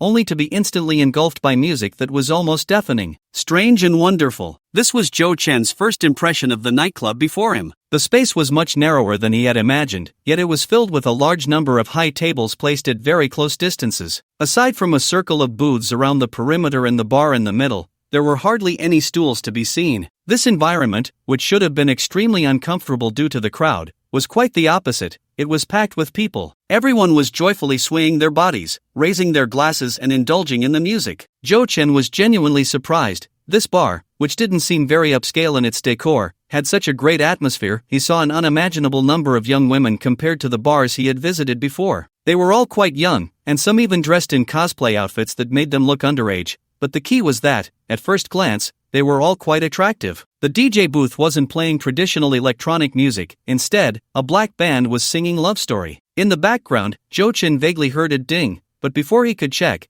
he was already urged by Yu Duo beside him. Zhou Chen, hurry up! The passage was a bit crowded, and Yu Duo grabbed Zhou Chen's hand while he protected Su Yajing behind him, and the group followed the staff deeper inside. It was truly a squeeze. In this process, Zhou Chen vaguely understood the meaning of this crowded indoor space. If one is not particularly careful, it is really hard not to have physical contact with others. Assuming you are a bit more lewd and want to accidentally take advantage of a certain girl, it would be incredibly easy. One can only say that the designer truly understands the psychology of consumers, and it's no wonder that nightclubs easily become the setting for all sorts of chaotic stories. My girlfriend can't come to places like this.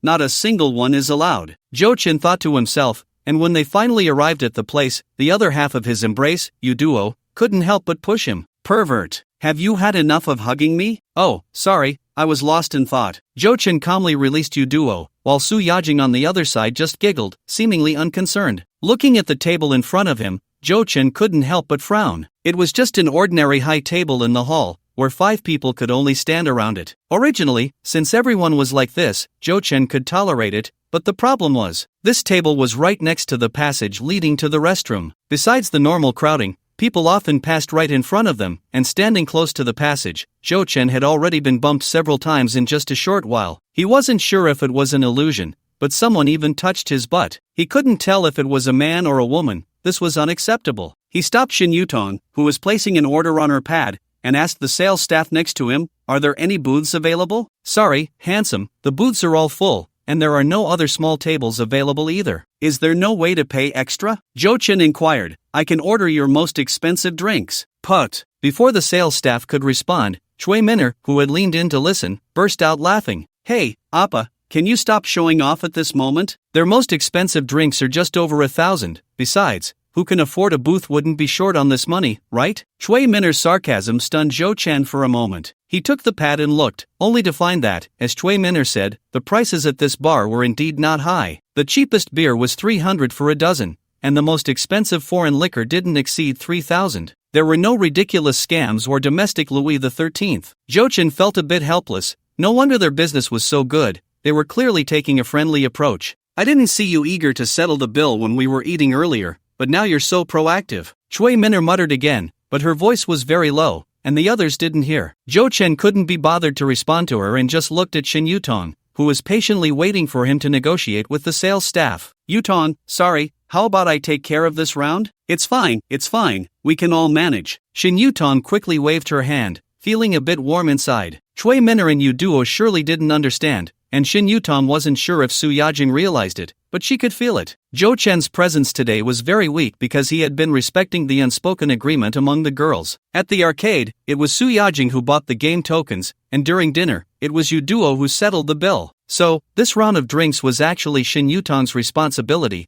After all, she had booked the table. Shin Yutong hadn't expected the location to be so bad this time. When she saw Zhou Chen showing dissatisfaction, she felt a bit anxious, not expecting that Zhou Chen not only didn't blame her but also wanted to intervene and apologize. At that moment, Shin Yutong was almost jealous of Su Yajing, because she knew that all of Zhou Chen's displayed manners stemmed from his consideration for Su Yajing's feelings. To put it bluntly, with his financial power and status, he didn't need to care about their feelings at all. Wait a moment, let me make a call. Zhou Chen waved his hand and walked alone to the restroom area, finding a quiet corner to pull out his phone. Hello, dog brother? The call was quickly connected, and the sound of mahjong tiles being shuffled could be heard on the other end, but it soon quieted down, followed by Zhou Ichuan's hearty laughter. Calling me at this hour? Are you finally inviting me for a drink? There's that intention, but I need you to do me a favor. Zhou Chen chuckled and explained his situation, then asked, I heard you say before that you're a shareholder in Oscars. Can you help me arrange a booth over there? Of course, no problem. Just go ahead. But you just said you're at the Star Bunker, right? Zhou Ichuan laughed. If you don't want to bother, I can actually arrange something at the Star Bunker too. A booth? Zhou Chen was taken aback. Of course, what kind of status do you think I have? Would I let you squeeze at a small table? Zhou Ichuan feigned anger and then chuckled. I'm not that talented, but I actually hold a bit of shares in the Star Bunker too. You have shares in this place as well? Zhou Chen was genuinely surprised this time. You might not know much about the bar scene in Mingchang, but how should I put it? Whether it's 10 years ago or 10 years later, the names of some bars might change, but certain things always remain constant. Zhou Ichuan chuckled. No one plays solo anymore. You can think of this as cross-shareholding. What the hell is cross-shareholding? Zhou Ichuan's words were vague, and Zhou Chen didn't press further. He simply thanked him. Then it's settled. Do you want to come over for a couple of drinks? Hold on.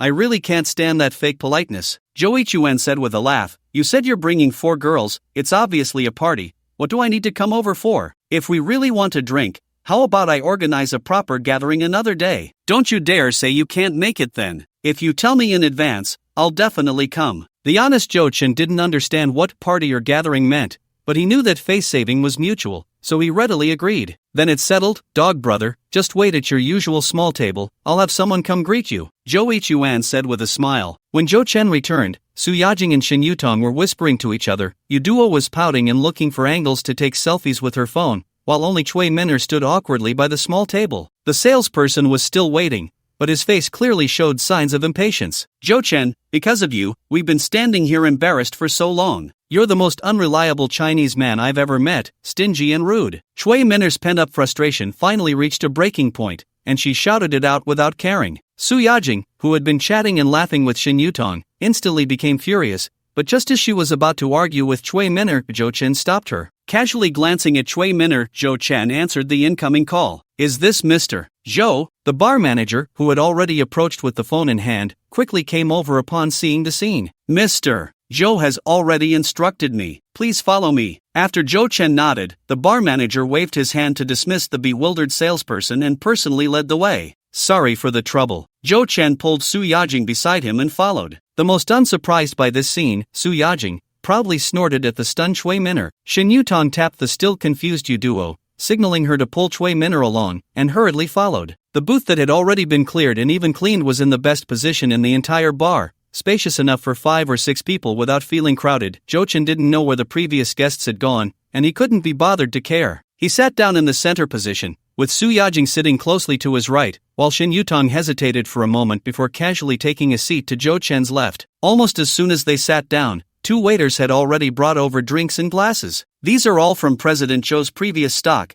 and the kitchen is already preparing snacks. If you need anything else, just call me anytime, the manager said with a smile. Zhou Chen glanced at the table, which had 24 cans of Budweiser, 2 bottles of Chivas 18 years, a bottle of Ace of Spades Gold, and a large amount of soft drinks. These drinks weren't cheap, but they weren't overly expensive either. Thinking about how to return the favor to Zhou Ichuan, Zhou Chen thanked the manager again. After the manager left, Yu Duo also came over, pulling along the somewhat hesitant Cui Minner. Wow, is this the legendary Ace of Spades? I want to drink it. I want to drink it, Yu Duo exclaimed, her eyes sparkling as she rushed over and sat next to Su Yajing. Chui Min'er stood by the table, her expression somewhat stiff. Shin Yutong quietly glanced at Zhou Chen, and seeing that he showed no reaction, she pulled Chui Min'er over. Min'er, what you said earlier was indeed a bit excessive. Go apologize to brother Zhou and Ran. Why should I apologize? Chui Min'er still felt unconvinced. Just because he was lucky enough to find a booth doesn't mean what I said was wrong. He's clearly a stingy man. Zhou Chen stingy? Shin Yutong couldn't help but laugh, looking at Chui Min'er with pity in her eyes. A man who just started dating and transferred 188,000 to his girlfriend, you call him stingy? What 188,000? Who are you talking about? Chui Min'er was taken aback. Who else could it be? Of course, it was Zhou Chen who transferred 188,000 to Su Yajing, and it was just the day after they confirmed their relationship. I'm talking about RMB. Impossible. Chui Min'er sat up straight as if she had been electrocuted, her face filled with disbelief. Then why didn't she tell me? Why would she brag about it to you for no reason? Shin Yutong said, but silently added in her heart, she was supposed to brag, but how could she when you look so pitiful at Cartier? She wouldn't dare. I don't believe it. You're just trying to trick me, right? Did Su Yajing say this to you to change my opinion of Zhou Chen? Chui Min'er still looked doubtful. Do we have any reason to lie to you? Shin Yutong huffed. Aren't you curious why Su Yajing suddenly bought at Hermes? Let me tell you, that was also a gift from Zhou Chen, and he gave her 3 at once. She just didn't want all of them. Ha, you must be crazy, or you think I'm crazy. Do you really think I would believe that? 3 Hermes bags. How could there be such a generous man? Do you think Zhou Chen is an heir to a domestic conglomerate? If Chui Min'er was half convinced before, now she found it completely ridiculous. Looking at Chui Min'er's absurd expression, Shin Yutong was utterly speechless and could only curse inwardly. Those netizens were absolutely right. You people from the pickled cabbage country, the thing that truly needs to be preserved is this stubborn mouth. While Shin Yutong was trying to persuade Chui Min'er, Zhou Chen, who finally had some free time, checked the system notifications he had missed earlier. The system notification had actually sounded the moment Zhou Chen entered the bar. However, it had been too noisy around him at the time, and only now could Zhou Chen confirm it was not his imagination. The system was really active. Indulgence in worldly pleasures, sinking into the mundane. Detected that the host is experiencing their first nightclub experience. Life experience richness +1, obtain temporary item Galagaz's hand drum. Knowing the mundane is the first step to not being mundane. After reading the system prompt, Zhou Chen turned his gaze to the temporary item that had appeared in the warehouse. Galagaz's hand drum, after use, within 3 hours of the drum sound echoing, when someone on site drinks a bottle of beer you treat them to, different effects will occur based on gender. Same sex, receive a cashback of 1 to 5 times the sale price. Opposite sex, receive 1 random item fragment. Every 100 item fragments can be combined into a complete item. Both sexes, receive both effects simultaneously. You pay the bill, and I'll come. The last sound that echoed was the game character's deep and hearty voice. Wow! Zhou Chen instantly became energized. What a good item! Moreover, with this item, his original surprise plan seemed to be able to advance further. The only slightly troublesome part was the triggering condition. It had to be someone drinking a complete bottle of beer he treated them to, but it was still beer, and if it were another type of alcohol, a normal person wouldn't even be able to finish 1 bottle, let alone a second. Zhou Chen thought for a moment and took out his phone to send a message to the bar manager he had just added on WeChat. The manager arrived quickly, but upon hearing Zhou Chen's request, his expression instantly became strange. Are you serious? Of course. I remember looking at the drink menu. Your most expensive beer should be 1664, right? Zhou Chen asked, still having some impression. Excluding craft beer, just bottled beer, yes. Both flavors are priced at 380 per dozen. If you really need it, I can give you the lowest discount. Just that 1664. Zhou Chen immediately interrupted him. Discount or not doesn't matter, but remember what I just told you. The process must not go wrong. He directly disregarded craft beer. That stuff has a much stronger after effect than regular beer, and most people really can't drink much of it. It's better to stick with the gentler 1664. I'm afraid I won't remember. Could you please say it again? The manager opened his notes and looked at Zhou Chen. So Zhou Chen repeated it again, and after the manager noted it down, he asked the manager to remove all the stored drinks from the table and replace them with 1664 beer, leaving only the bottle of Spade that Yu Duo had already drunk. At this moment, looking at the table piled high with 1664, Su Yajing and Yu Duo, who were originally whispering to each other, curiously looked over. Brother, why did you suddenly change the beer? Oh, no particular reason, just simply want to drink 1664. Zhou Chen casually replied, raising his head to see the bar staff already starting to act, delivering boxes of 1664 to various tables, but Jo-chin felt a bit regretful. After all, this bar was taking a friendly approach. If it were like traditional nightclubs selling a dozen beers for 700 or 800, his earnings tonight would definitely be higher. Jo-chin waited for a while, until the staff had basically delivered the drinks to all the tables, then he clicked to use the item in the warehouse. Countdown, 3 hours. Ran, let's all play a game together. Yutong, you come too. Seeing the countdown had started, Jo-chin quickly called over Su Yajing and the others. To consume more alcohol, it was obviously quicker to do it through games. Not counting the still sulking Chui Minner, there were 3 opposite-sex people at his table, which couldn't be wasted. Compared to simple cashback,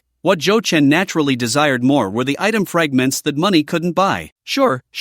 What game does brother want to play? Su Yajing and Yu Duo were both excited, and Shin Yutong no longer tried to persuade Chui Minner, obediently sitting down. How about 1 bottle at a time? One bottle at a time? The 3 girls were dumbfounded. Is that a bit much? Ahem. How about half a bottle at a time? Jo-chin realized he might have been too eager and quickly lowered the standard. Put. Shin Yutong suddenly laughed. If other boys were drinking with us, they would probably just want to play finger-catching, pass notes, or at worst, do angel and devil. Brother Zo, you really are different. Just for your gentlemanly demeanor, I'll accompany you. Half a bottle it is. Shin Yutong looked at Jo-chin with sparkling eyes, smiled charmingly, and cheerfully picked up the dice cup. Jo-chin felt somewhat bewildered. He didn't quite understand what Shin Yutong was saying, but as long as she agreed, that was good. With Shin Yutong's agreement, Su Yajing and Yu Duo had no objections. Su Yajing felt indifferent. Anyway, Jo-chin was there, so if she got drunk, she got drunk. Yu Duo, who rarely drank,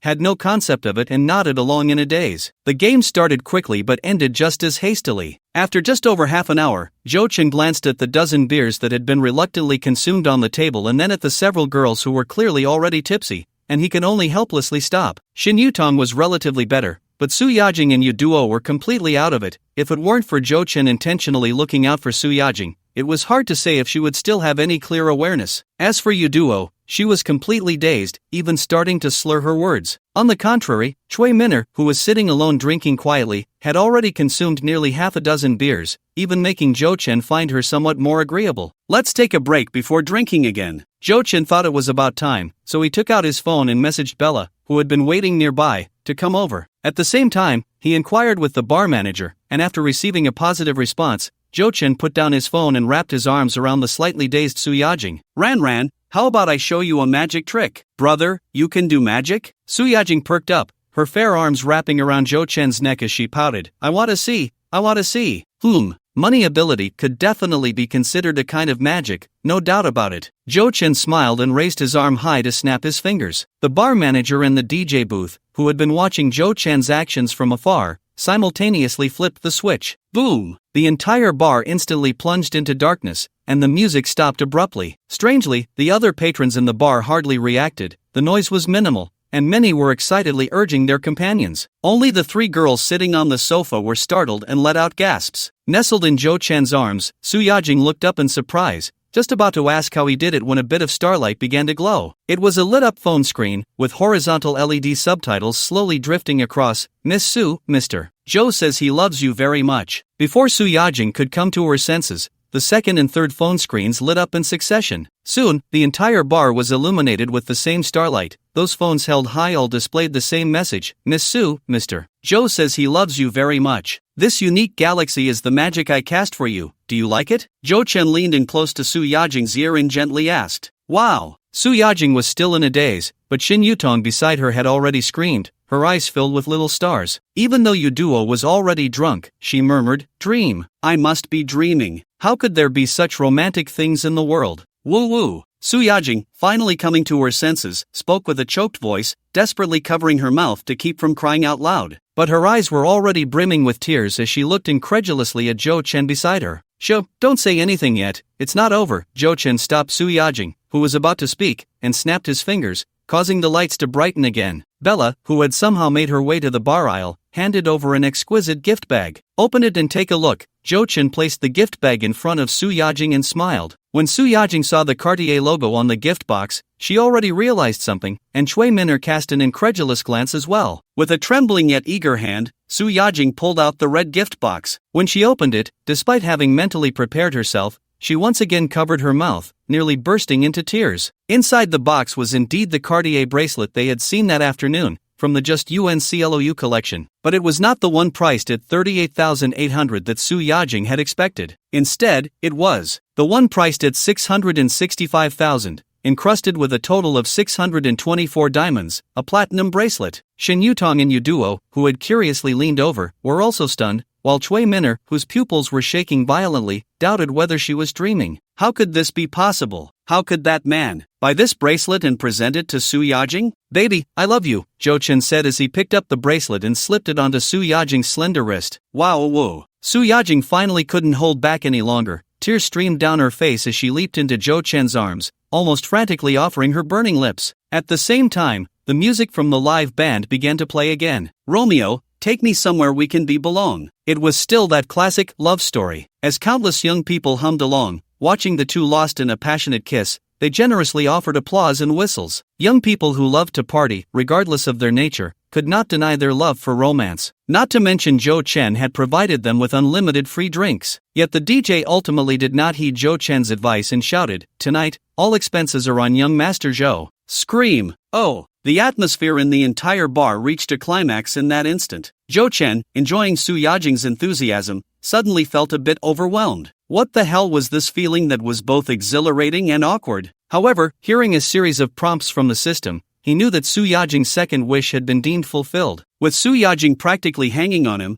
the reward should be quite generous, right? They drank until 1 o'clock. Aside from Zhou Chen, who retained some clarity, all four girls were drunk. Su Yajing was, needless to say, excited and thrilled. Shin Yutong seemed to be both excited and melancholic. Cui Minor couldn't be bothered to say anything, having spent the latter half of the time lying on the table pretending to be dead, not sure if she was really drunk. Only Yuduo, Zhou Chen really couldn't judge clearly. This girl truly had a low tolerance for alcohol. She was already struggling after just one bottle, but strangely, after a while, she would suddenly wake up as if resurrected, even able to chat normally with Zhou Chen, only to fall back into a drunken stupor again. Looking at the four girls swaying unsteadily, Zhou Chen had to abandon the idea of sending them back and called Bella again. With the help of Bella and the hotel staff, he brought all four girls back to the hotel. Since they were all in a dazed state, Zhou Chen didn't book a separate room but instead put them all together in the presidential suite. With over 400 square meters, it was more than enough to accommodate four girls. "I'm really sorry for troubling you tonight, making you buy things and go to the bar," Zhou Chen expressed his apologies to Bella after settling everyone in. "Mr. Zhou, why are you always so polite? I've said countless times that providing attentive service is my most important job," Bella replied helplessly. "If you ever think about leaving the hotel industry, you can contact me." Zhou Chen thought for a moment and threw out the olive branch. "Thank you for your consideration." "Okay, I will definitely think about it seriously." Bella paused, then smiled slightly. After Bella left, Zhou Chen glanced towards the bedroom, hesitated for a moment, and decided against looking for Su Yajing. She was completely wasted, mainly because he didn't like those who couldn't call out. Sitting on the sofa, Zhou Chen took a sip of the hangover soup prepared by Bella, enjoying the half-drunken feeling, and opened the system interface. The Gulaga's hand drum showed as invalid, but the rewards had not yet been settled. Zhou Chen guessed it was because he had purchased beer within the time limit, and someone had already opened it but hadn't finished drinking. He then turned his attention to the system's latest prompt. Ding! Detected that the host has completed Su Yajing's wish, completion rate 95%, random reward has been issued. Seeing the first line of text, Zhou Chen felt somewhat dissatisfied. He had meticulously planned, even spent a lot of money buying a bunch of so-called IQ tax diamonds, just to create such a romantic scene, and even though Su Yajing had cried her eyes out, it was only a 95% completion rate. However, when Zhou Chen's gaze moved down and he saw the system's second prompt, he instantly perked up, sitting up straight. "System, I misjudged you. Host received, Golden Law Ball X1, a Golden Law Ball. It was actually much rarer than the Grey Law Ball. The last time he had no hope for a Grey Law Ball, it had directly given him a globally limited Ferrari 812C, so wouldn't this Golden Law Ball make him take off right on the spot?" Looking at the Golden Law Ball flashing with a in the system warehouse, Zhou Chen hesitated whether to open it now or perform a ritual first, when suddenly there was a noise coming from the direction of the bedroom corridor. Ha! Jo Chen turned to look and vaguely saw a swaying figure rush into the bathroom. Ran? Not sure which girl it was, he called out from a distance but received no response, so he temporarily closed the system interface and got up to walk over. Passing through the corridor and arriving at the bathroom with the glass door wide open, Jo Chen first knocked on the door from outside. After receiving no response, he walked in. By the large bathtub,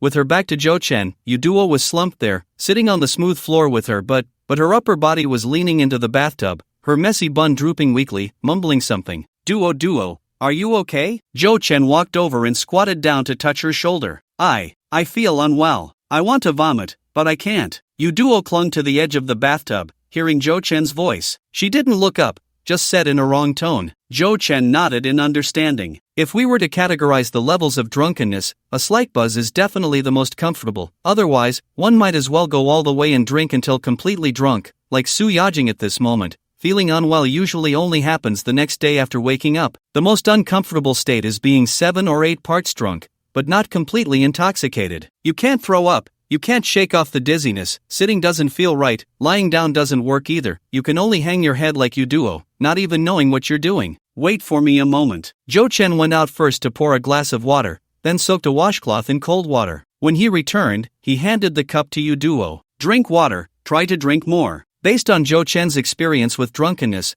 there really isn't a good remedy. The so-called hangover cure is useless even if you go to the hospital. They just inject you with glucose. It's better to drink more water to speed up your metabolism, which has some effect. Duo responded with an "oh," drowsily taking the cup. While she sipped water in small gulps, Jo Chen used the wrung-out washcloth to wipe her forehead and cheeks. Suddenly, Duo stopped drinking, and Jo Chen looked down in surprise to find her staring at him with dazed eyes. Jo Chen, you're a bad guy. Duo, with a cute expression, wrinkled her nose and suddenly spoke. What do you mean by that? Jo Chen thought she was just talking nonsense due to her drunkenness and casually asked. You tricked Su Yajing, but you can't trick me. I'm very smart. Duo giggled. You're a big flirt, right? You tease me, and you always look at Xing Yutong's chest, and also, Minner Jie's legs. You're a bad guy. While Jo Chen was taken aback, Duo suddenly sighed. But you're really so romantic, and you're handsome, and you seem to have a good temper. You're like a character from a comic book.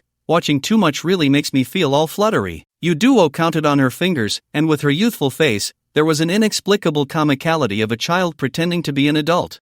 When Jo Chen heard her last words, he doubted if he had misheard. Such lewd words shouldn't come from a girl with such a childish appearance. Woo. I also want to have a starry sea. Duo suddenly pouted, looking up at Jo Chen with a pitiful expression. At that moment, Jo Chen's heart skipped a beat. The word cute, when used to describe a girl without any embellishment, is generally derogatory because it means there are no other highlights to mention. But if this girl is not only cute but also pure, beautiful, and adorably silly, with big, dark eyes and skin so fair you can see the blue veins, that combination is a bombshell. Jo Chen's gaze unconsciously shifted down, landing on Duo's slightly glistening lips. At this moment, the distance between them wasn't close, but it was just enough to touch the edge of ambiguity. Duo didn't know if she had sobered up or if Jo Chen's gaze was too intense, making her sense something. She suddenly shrank back, her eyes becoming evasive. You can't kiss me. You can't. I'm Ran Jie's roommate. Jo Chen raised an eyebrow and leaned in a little closer. With nowhere to retreat, Duo leaned against the bathtub, seemingly resigned, closing her eyes but still emphasizing, I'm also her close. The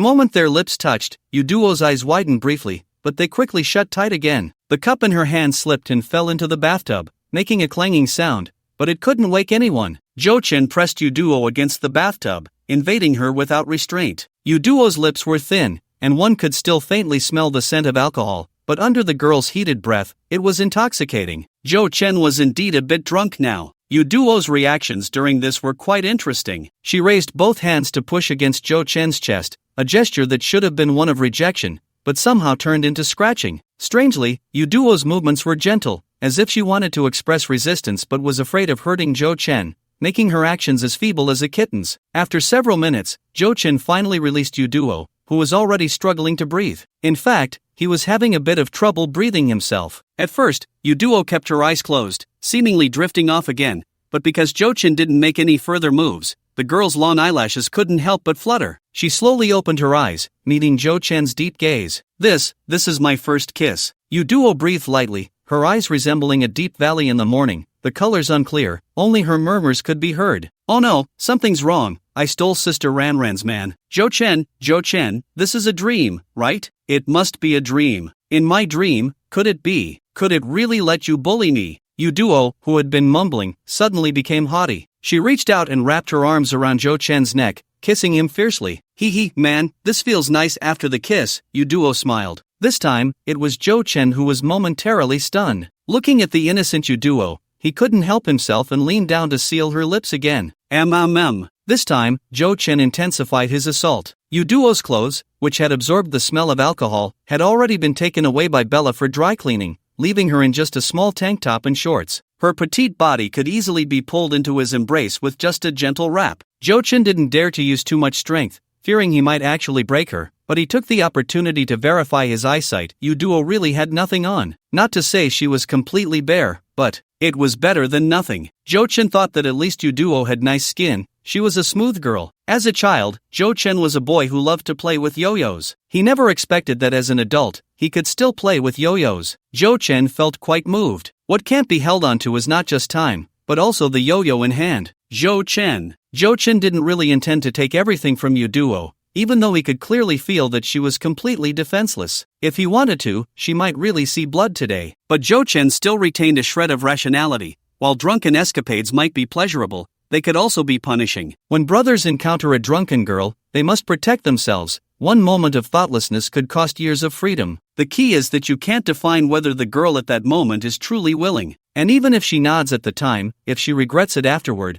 you will still face significant trouble. As a man of class, Jo Chen also looked down on taking advantage of others. However, he was indeed quite intoxicated by Yu Duo and a bit greedy for the innocent girl in his arms, unwilling to let go for a moment. Bang! Just then, a loud noise suddenly came from the corridor, as if someone had fallen to the ground, startling the dog couple in the bathroom. Jo Chen released Yu Duo, stood up holding her, and Yu Duo, perhaps feeling the effects of the alcohol again, leaned drowsily against Jo Chen, seemingly still a bit confused about the situation. Supporting Yu Duo, Jo Chen arrived at the bathroom door, glanced outside, and saw Chui Minner collapsed in the corridor, her body slightly twisting, her eyes half open and half closed. There was also a slipper that had flown off to the side. It was unclear what she had originally intended to do. Jo Chen frowned, and could only first take Yu Duo back to her room. After helping her onto the bed and covering her with a blanket, Jo Chen returned to the corridor. Jo Chen squatted down, listening to the drunken Chui Minner repeatedly mumbling a phrase. He thought for a moment, opened his phone, found the built-in translation app,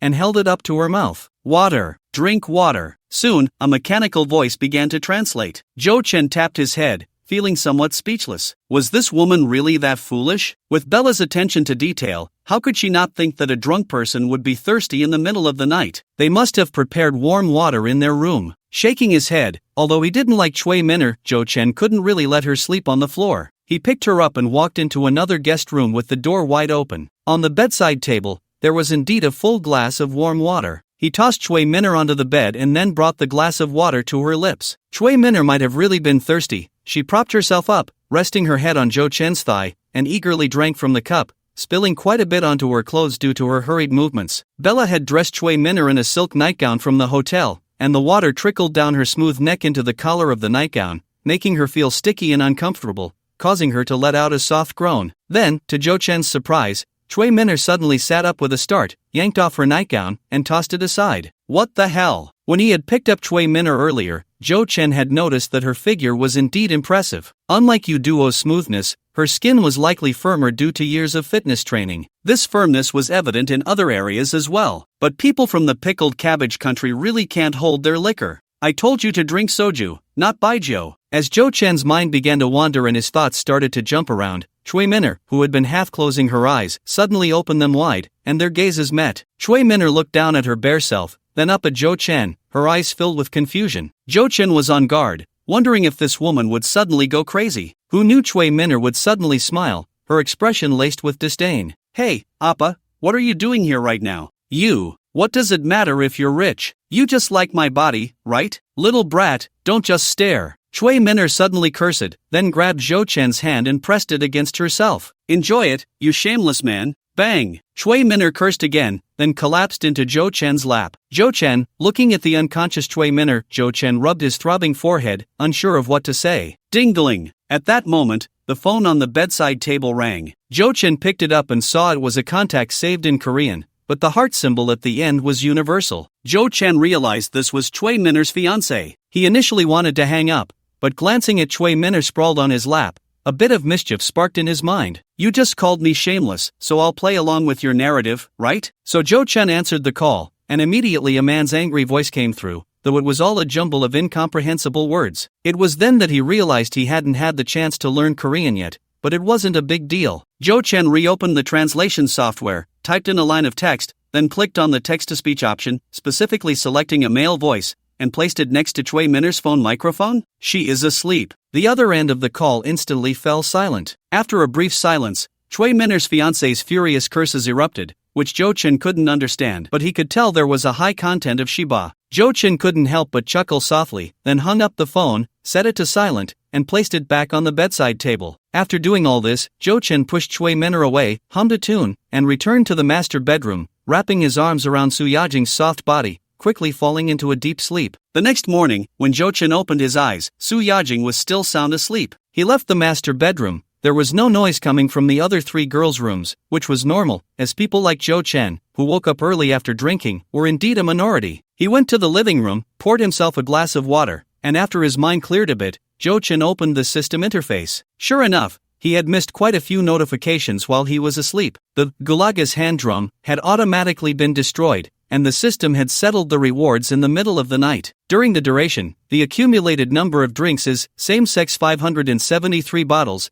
opposite-sex 166 bottles, bisexual 29 bottles. The host received a cashback of 51,341 yuan. The host received 195 item fragments, which have automatically synthesized into a random item *1. Please check the system warehouse. 95 fragments that failed to synthesize items have been converted into cash. Please check. China Merchants Bank, your current account ending in 1111 received 51,341 yuan on July 17 at 3:17. China Merchants Bank, your current account ending in 1111 received 950,000 yuan on July 17 at 3:18. Jo-chin glanced at the bank text message on his phone and couldn't help but curl his lips. It meant that the system had given him a cashback based on a price of 10,000 yuan per item fragment. But from Jo-chin's current experience, this price was a bit too harsh. The items he had already used, whether it was the trench coat, Xinglong knife, treasure map, or the still effective posture training book, had created value far exceeding 1 million. If 1 million could buy an item, he would rather exchange all his money for items. Shaking his head, Jo-chin briefly calculated his current assets. Aside from his car and house, he had a little over 4 million in cash that he could fully control, plus 2 million worth of gold. Not too shabby. It seemed to fit quite well for a billionaire with over 100 million in assets,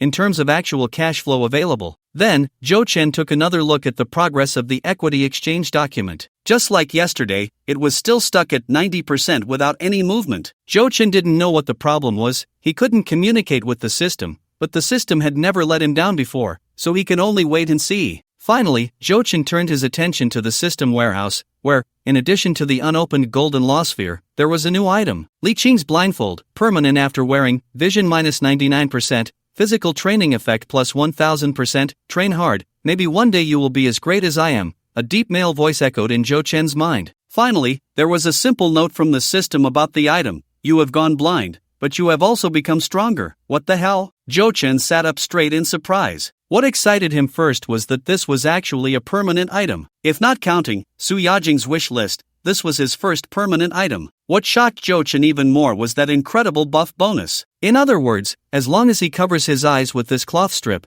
he can achieve 10 times the effect of ordinary people in any fitness-related exercise. This is simply unscientific. As for the 99% vision reduction debuff, Jo-chin thought it could be completely ignored. Except for a few specific activities, most exercises aimed at enhancing physical fitness do not require good eyesight. For example, with something as simple as running, if necessary, he could easily do it on a treadmill. Jo-chin actually liked sports quite a bit. His physical fitness wasn't bad either. However, considering the increasing number of girls who needed care, it was always a good idea to exercise more to enhance his physique. It seemed that working out needed to be prioritized. Ding ding ding. The phone suddenly rang. Jo-chin picked it up and quickly answered the call. Hello, Mom. Why are you calling me so early? You little rascal, does your mom need to pick a time to call you? Mom, That sounds a bit uncivilized. Zhou Chen chuckled. Stop with the smirking. Zhou Chen's mother, Zhao Hohat, scolded him lightly before asking cautiously, Are you already at work? Did I disturb you? Not yet. Is there something going on? Previously, when faced with his parents' inquiries,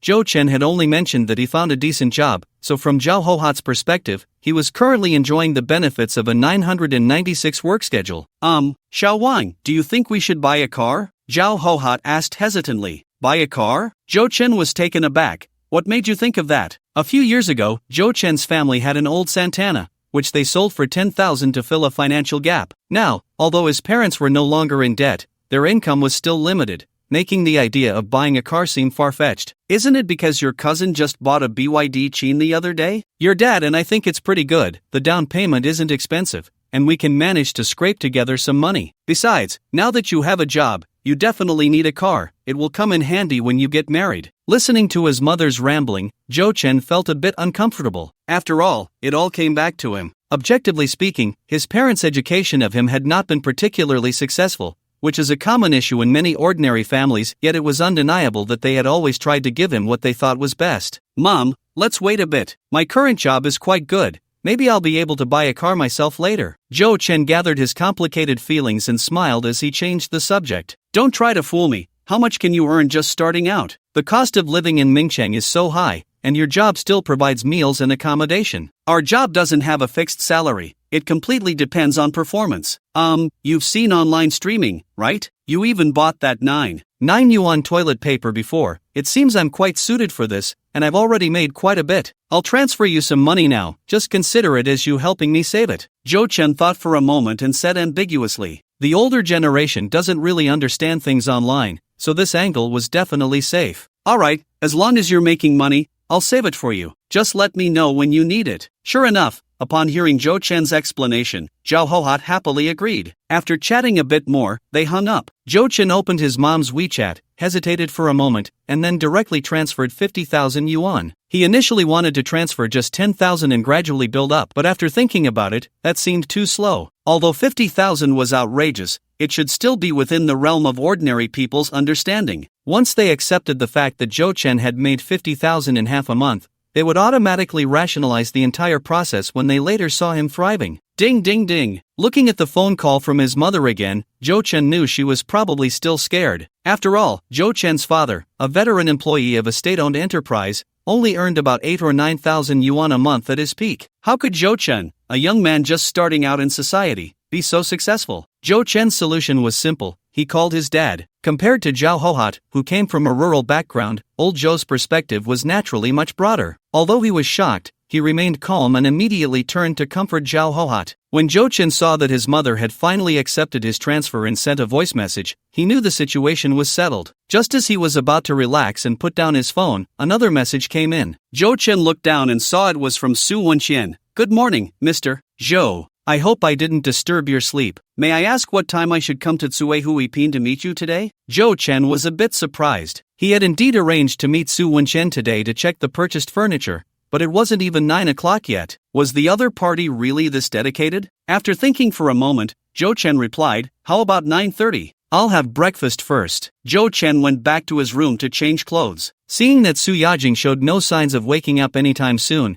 he left a message on WeChat and informed Bella before heading downstairs for breakfast. After a quick bite in the executive lounge, Zhou Chen had old Young take him to the mall. After picking up the Ferrari, Zhou Chen drove to Tsuehuipin. When Zhou Chen parked and went upstairs, he saw Su Wenxian squatting at the entrance of room 703, hugging her knees and staring blankly. She was still wearing a black professional suit, but the style was slightly different from last time, and her bare thighs were exposed without stockings. Zhou Chen felt a bit awkward as Su Wenxian seemed unaware of her wardrobe malfunction, which was quite embarrassing from his perspective. She actually. Sorry, there was some traffic. Why didn't you go in and wait? Zhou Chen averted his gaze and coughed lightly. Hearing Zhou Chen's voice, Su Wenxian, who seemed lost in thought, quickly snapped back to reality and stood up. I just arrived too, and I thought I'd wait for you. You have such heavy dark circles. Didn't you get enough rest? Zhou Chen looked at Su Wenxian in surprise. Yeah, I couldn't sleep last night. Su Wenxian forced a smile, used the code to unlock the door, and then gestured for Zhou Chen to enter first. Zhou Chen walked in and glanced around, instinctively nodding. He didn't have time to examine the details, but the house, arranged by Su Wenxian, felt much more like a home than before. Mr. Joe, please take a look at the kitchen first. Su Wenchen led Zhou Chen to the dining area on the right, pointing to the tall, high-end cabinets as she explained. The Western-style cabinets are custom-made, and inside, we have Kes BMW's hardware hanging baskets. Now look over here, the storage cabinet features an intelligent lighting system that gradually brightens. On the dining side, following a suggestion from a designer friend,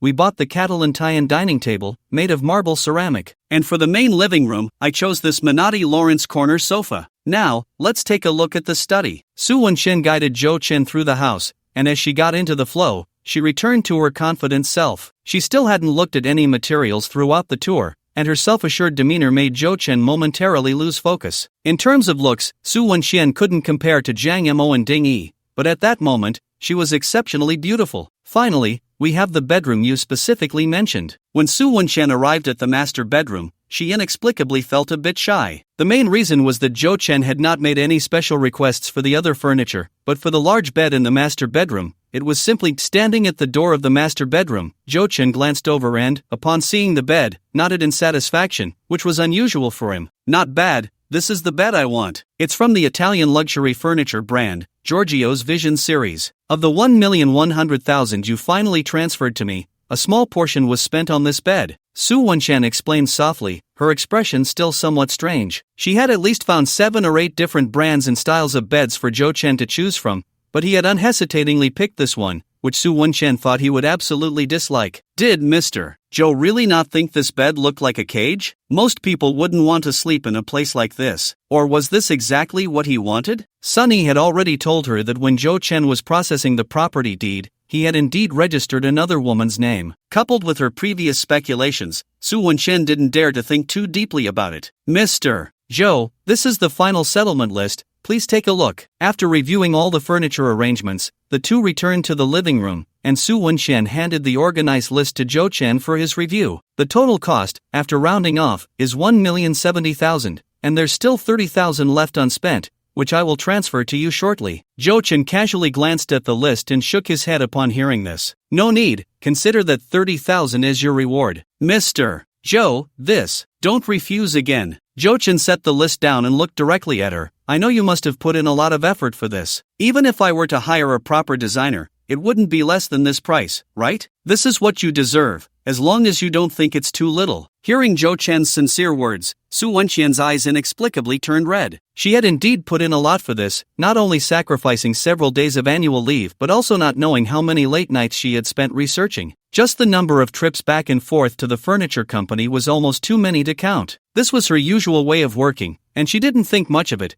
but she could feel that Zhou Chen truly recognized her hard work, which made her feel a bit uncomfortable. 30,000 is already a lot, so I won't be polite then. Thank you, Mr. Zhou. Su Wenxian sniffed and revealed a smile again. There shouldn't be anything else, right? Then we. After discussing the main business, Zhou Chen also stood up, preparing to leave. Mr. Zhou. Who would have thought that at this moment? Su Wenxian hesitated for a moment but called out to Zhou Chen. Is there something else? Zhou Chen was taken aback and then sat back down. Su Wenxian, however, hesitated again, looking somewhat at a loss for words. She didn't know why she thought to ask Zhou Chen about such a matter. Clearly, Zhou Chen was actually a few years younger than her, but she really didn't know who else to turn to. Moreover, although Zhou Chen was young, the demeanor he occasionally exuded somehow gave a sense of reassurance. At least, he was much better than her boyfriend, whom she could no longer understand. Seeing Su Wenxian remain silent, Zhou Chen smiled. This is quite difficult for you. You're not asking to borrow money from me, are you? No.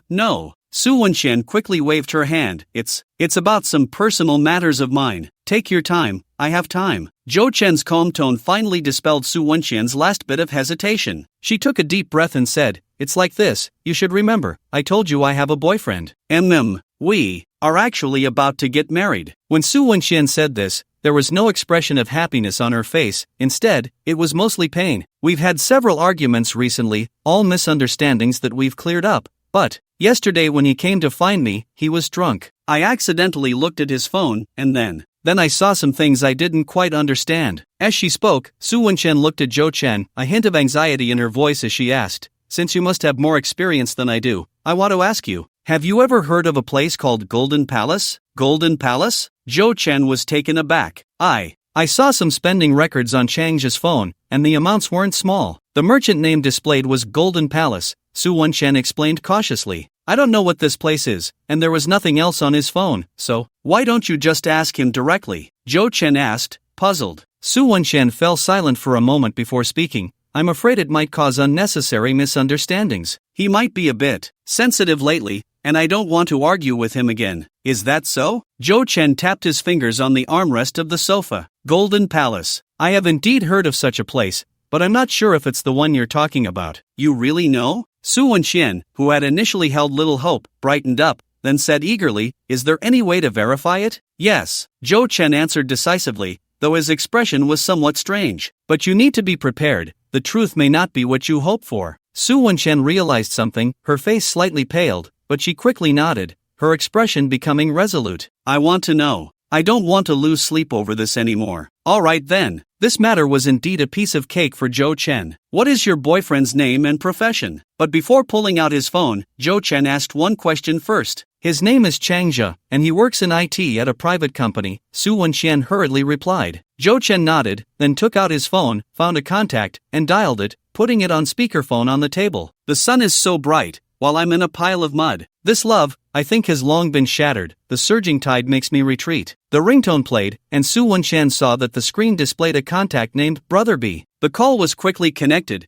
and a cheerful male voice came through. Dog brother, calling me so early. What's up, Brother B? Are you busy? I have something to ask you. Say it. I remember you told me last time about your high-end membership new store, the one that does cosplay. Is it called Golden Palace? Yeah, why? Finally thinking of coming to experience it? Wang Xiaobin chuckled. But even though we're open 24 hours, it's really a bit too early now. There are only a few on-duty technicians, and I'm afraid you won't be satisfied. How about you come over in the afternoon? Zhou Chen noticed that Su Wenxian's face turned noticeably paler when she heard the word technician, but her eyes still held a glimmer of hope. Zhou Chen could roughly guess what she was thinking and replied to Wang Xiaobin, let's talk about it next time. I just want to confirm, does Mingqing have a second Golden Palace? If you're talking about the bathing industry, then definitely not. I've registered the trademark. Which idiot would dare to copy us? Wang Xiaobin sensed that Zhou Chen had other motives and cautiously asked, Dog brother, is something wrong? It's just a little personal matter of mine. Brother B, could you help me check a name? It might be one of your members? Zhou Chen said thoughtfully, of course, if it's inconvenient, just forget it. Oh, since you asked, there's no trouble at all. I'm just reconciling accounts at the store, so it's a quick task. Just tell me the name, and I'll check it for you right now. Wang Xiaobin said with a smile, then casually asked, is this person a friend of yours? Or, not a friend, and not from our circle, just an ordinary office worker. Zhou Chen vaguely understood what Wang Xiaobin really wanted to ask, and he smiled. What's the name? Chang Jia, Chang with a, and Jia as in philosophy. Zhou Chen glanced at the phone Su Wenxian was holding up and said, hold on. The sound of keyboard tapping came from the other end of the line, and soon Wang Xiaobin's voice rang out, is the last four digits of the phone 3638? Zhou Chen looked again at Su Wenxian, who nodded, and replied, yes, that's him. He is indeed a member of our store. Let me check. He signed up 2 years ago, so he's considered a long-time member. Su Wenxian's body trembled, while Wang Xiaobin's voice continued. You know, he's actually a loyal customer of our club. Over the past 2 years, his spending has exceeded 100,000. How much? Su Wenxian, pale-faced, could no longer hold back and snatched the phone to ask. Wang Xiaobin was taken aback by the sudden voice of a woman but still answered, the records I can find show over 110,000, not including cash. How could he have that much money? Su Wenxian asked incredulously, how much is his monthly salary?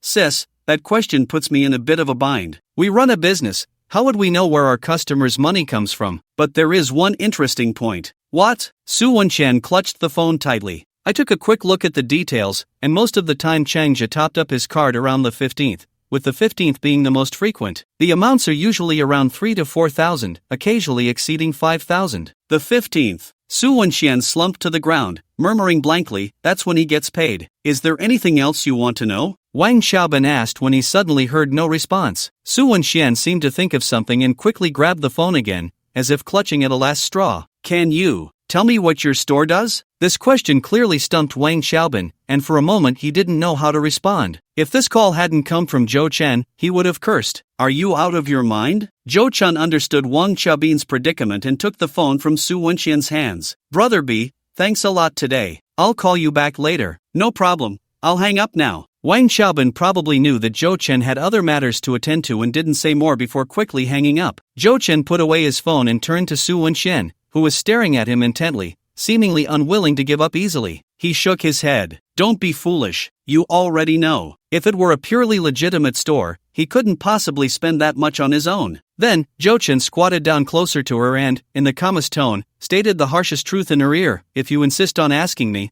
I can only tell you that it's a place that can drain a man dry. Click. Zhou Chen sat back on the sofa, lighting a cigarette with an 8 yuan metal lighter, silently watching Su Wenxian, who was still sitting on the floor. It felt more like a silent play, and he was the only audience member. He was witnessing a girl's silent breakdown. After Zhou Chen directly shattered her last shred of fantasy, Su Wenxian lost all movement. She neither cried nor made a fuss, just sat there, mechanically like a puppet. In truth, Zhou Chen didn't fully know the story between her and her boyfriend, but from Su Wenxian's few words, he could infer a lot. Su Wenxian clearly didn't know her boyfriend's real income, and the money he concealed had mostly flowed into the pockets of the club's girls. What puzzled Zhou Chen was how those technicians, with their looks, could possibly compare to Su Wenxian. The girl Xiaohe, whom Brother B had arranged for him, should have been a top-tier presence in their shop, but her looks were only about on par with Sun Yi, considered an ordinary beauty. Judging by her boyfriend's spending, his visits to the club could only be described as frequent. Su Wenxian and Changzhou were about to get married,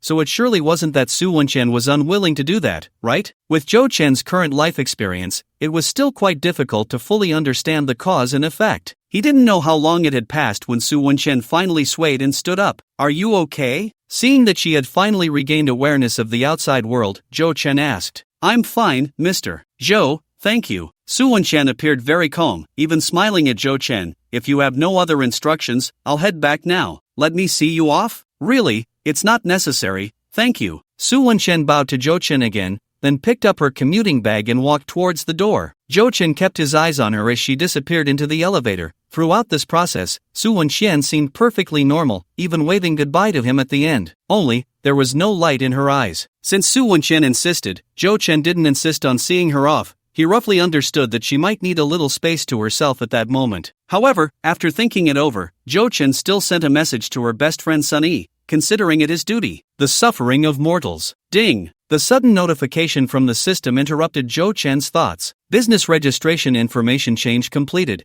Host successfully obtained 10% equity in Wuyo Media. Please go to the Wuyo Media headquarters in Hangzhou within 30 days to sign relevant documents and officially assume the role of director. A job package will be issued at that time. Zhou Chen quickly took a look and discovered that the progress of the equity exchange document had somehow jumped to 100%. He checked on his phone, and sure enough, he saw his name added to the shareholder list of Wuyo Media on the webpage. So, he was now considered a small half-president? This feeling was quite strange. After all, people are social animals, and who doesn't want both fame and fortune? With this additional identity, Zhou Chen, who already had some assets, gained an extra layer of protection. However, it was a bit troublesome to have to go to Hangzhou, but it was only right. As a new shareholder, he couldn't possibly not show his face, right? Plus, there was a job package as a reward, which he definitely couldn't miss. Fortunately, the time given by the system was quite ample, so there was no need to rush. Ding dong! WeChat rang, and Zhou Chen took a look. It was a message from Su Yajing, who had just woken up, asking if he wanted to wait for her to have lunch. Let's wait for each other. Zhou Chen then realized it was already 11 o'clock without him noticing. He replied to Su Yajing and then went downstairs, leaving Sui Huipin, driving his Ferrari towards the hotel. However, on the way, Zhou Chen suddenly thought of something very interesting. The most drunk Su Yajing had already gotten up. Yu Duo and Chui Minner should be awake too, right? It's just that he didn't know if they still remembered what happened last night. Wanda Hotel, Presidential Suite. Zhou Chen was not mistaken. Su Yajing was indeed not the first to wake up on the soft hotel bed. Yu Duo groggily opened her eyes, instinctively turned over, hugged the pillow beside her, and closed her eyes again. Zhou Chen, you bad guy. After Yu Duo mumbled this, her body suddenly stiffened, and then she whoosh opened her eyes, her small face full of confusion. Why did I say Zhou Chen's name? Some vague images began to surface in her slightly throbbing head. Then Yu Duo remembered. It was just a dream. Oh my god, I actually did that embarrassing thing with Zhou Chen in my dream. Yu Duo's cheeks flushed first, then her dark eyes rolled around and she felt justified again. After all, it was just a dream. Who could do anything to me? Although that feeling was terrifyingly real. As she thought about it, Yu Duo's gaze became a bit dazed again, and more stimulating details came back to her memory. She instinctively reached out to touch her lips, savoring that imagined first kiss. Ouch, it hurts a bit. Yuduo frowned, feeling like her lips were swollen. Yuduo, it's time to get up. At that moment, a voice called from outside the door. Oh, Yuduo responded, rolled off the bed, and then went to the bathroom. When she lifted her head in front of the mirror, Yuduo was stunned. What are these things on my neck? Yuduo's skin was very fair and tender, and those irregular red marks looked particularly glaring at this moment, like roses blooming in the snow. Yuduo finally began to realize a terrifying fact. Ah! A moment later, Yuduo let out a sharp scream. In the hallway, Shin Yutong, who was about to knock on Chui Miner's door, was startled. She instinctively turned to Yuduo's room, but unexpectedly, a scream followed from the room behind her, even more piercing than Yuduo's. Just as Shin Yutong was at a loss, the door was suddenly flung open with a bang, and a disheveled Chui Miner rushed out in her pajamas. Her expression was complex, a mix of embarrassment and panic. When she saw Shin Yutong, Chui Miner quickly lowered her head and hurried past her. Miner, where are you going? Watching Chui Miner run to the living room, even forgetting that she was right beside her, tearing off her pajamas and grabbing the clean clothes that had already been delivered, Shin Yutong quickly asked, I'm going back first, my phone is out of battery. Chui Miner replied as she put on her clothes and hurriedly walked out. Shin Yutong opened her mouth, wanting to say, there's a charger in the room, but before she could, Chui Miner was already out the door. A hint of confusion flashed in Shin Yutong's eyes. When Chui Miner was changing clothes just now, she seemed to have seen some strange bruises on her swaying chest. It must be an illusion, right? When Zhou Chen returned to the hotel, only Su Yajing and Shin Yutong were sitting at the dining table. Brother, you're back. Su Yajing, dressed only in a t-shirt and hot pants, smiled and ran over, leaping into his arms, her smooth thighs wrapping around his waist. The light in her eyes could even make one believe in love again. Last night's impact on Su Yajing was too great. Zhou Chen's confession hit all her points. Luxury goods, vanity, expensive romance, worldly envy. At that moment, Su Yajing felt she could give everything for Zhou Chen. Zhou Chen smiled and ruffled her hair, then pretended to be surprised and asked, where are Chui Miner and Yuduo? Su Yajing looked at Shin Yutong, signaling her to explain. Miner has already left. Seems like she had something urgent to attend to. As for Duo, she's still in her room and hasn't come out yet, saying she's not feeling well. Shin Yutong's expression was somewhat strange. In fact, she had seen Yuduo peek her head out of the door, but after seeing her, she quickly retreated. She didn't know what was going on. Zhou Chen was taken aback, thinking it did fit their personalities, but he was surprised that Chui Miner hadn't come to question him about that message. Then let's eat first, it's fine. If it doesn't get better, I'll have Bella find some medicine later. Zhou Chen smiled, and Su Yajing didn't mind. After all, it was Yuduo's first time drinking so much. Feeling unwell was quite normal. Brother, should I have the waiter bring the dishes? Seeing that Zhou Chen had no objections, Su Yajing pressed the call button, and soon, led by Bella, the waiter pushed in the food cart. When Zhou Chen saw the lunch they brought to the table, he couldn't help but be surprised. Crossing the bridge rice noodles? Although he was a local, he hadn't eaten this in a long time. Usually, he had more small pot rice noodles and fried potatoes. The cafeteria at Kaiyun University also had a window that sold crossing the bridge rice noodles, but the ones there could only satisfy students from other provinces and were not appealing to them. It was Sister Bella's suggestion. She said since we drank last night, having some soup would be more comfortable, Su Yajing explained with a smile. That's thoughtful. It looks pretty good. Zhou Chen nodded at Bella, who was smiling beside them. The hotel kitchen prepared this meal of crossing the bridge rice noodles for them. Regardless of whether the taste was authentic, it was clear that they had put in effort just by looking at the ingredients. When Zhou Chen visited Mengcheng, the birthplace of crossing the bridge rice noodles, to hang out with a high school classmate, his classmate came from a well-off family and treated him to a serving that cost 398 yuan. Generally speaking, that price was the ceiling for ordinary restaurants. However, compared to the carefully prepared meal at the hotel, it still felt a bit lacking. In addition to the usual ingredients, there were also high-end ingredients like sea cucumbers and matsutake mushrooms. The order of adding the ingredients was particular, and the chef even provided a detailed instruction sheet, but only Shin Yutong, the outsider, was studying it intently, taking several photos with her phone. Of course, they didn't need to do anything themselves. After inquiring, the waiter had already taken care of everything for them. The delicious old chicken soup mixed with rice noodles and ingredients instantly made Zhou Chen's appetite surge, but he still reminded Shin Yutong, the soup here is at least 85 degrees, be careful. Shin Yutong nodded, imitating Zhou Chen and Su Yajing, not rushing to eat the rice noodles but instead scooping out a bowl of soup to sip first. It's really delicious. Having stayed in Mingcheng for almost 2 years, it wasn't Shin Yutong's first time eating crossing the bridge rice noodles,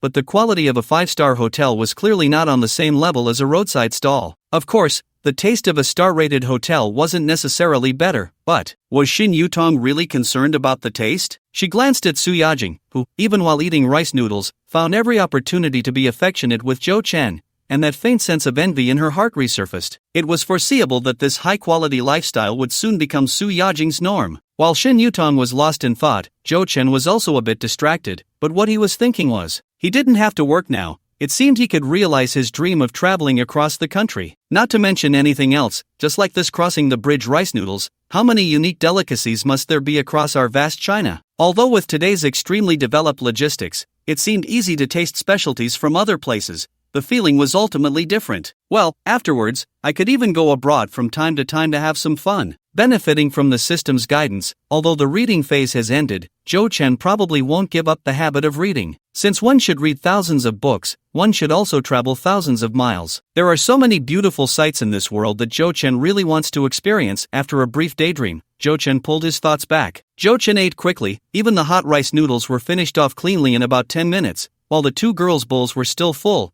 as if they hadn't touched them at all. Zhou Chen shook his head, wiped his mouth clean, and picked up the medicine box that Bella had sent, standing up. You guys take your time eating, I'm going to check on you duo. Su Yajing nodded in agreement, her expression normal, but Shin Yutong looked a bit confused, thinking it would be more convenient for Bella to go. But since Su Yajing didn't say anything, she held back. Zhou Chen arrived at the guest room door, knocked, and a somewhat lazy voice from inside said, "Who is it?" "Me." Upon hearing Zhou Chen's response, there was a rustling sound in the room, followed by silence. Zhou Chen knocked again, unhurriedly, as if he wouldn't leave until Duo opened the door. After a while, hurried footsteps were heard, and then the guest room door was opened a crack, revealing a pair of shiny black eyes. Seeing that there was no one else beside Zhou Chen, Duo breathed a sigh of relief, quickly pulled him inside, and then shut the door, locking it again. "Zhou Chen, what are you doing here?" Duo leaned against the door, her head slightly lowered, her expression awkward yet a bit flustered. Zhou Chen could tell she was trying very hard to maintain her composure,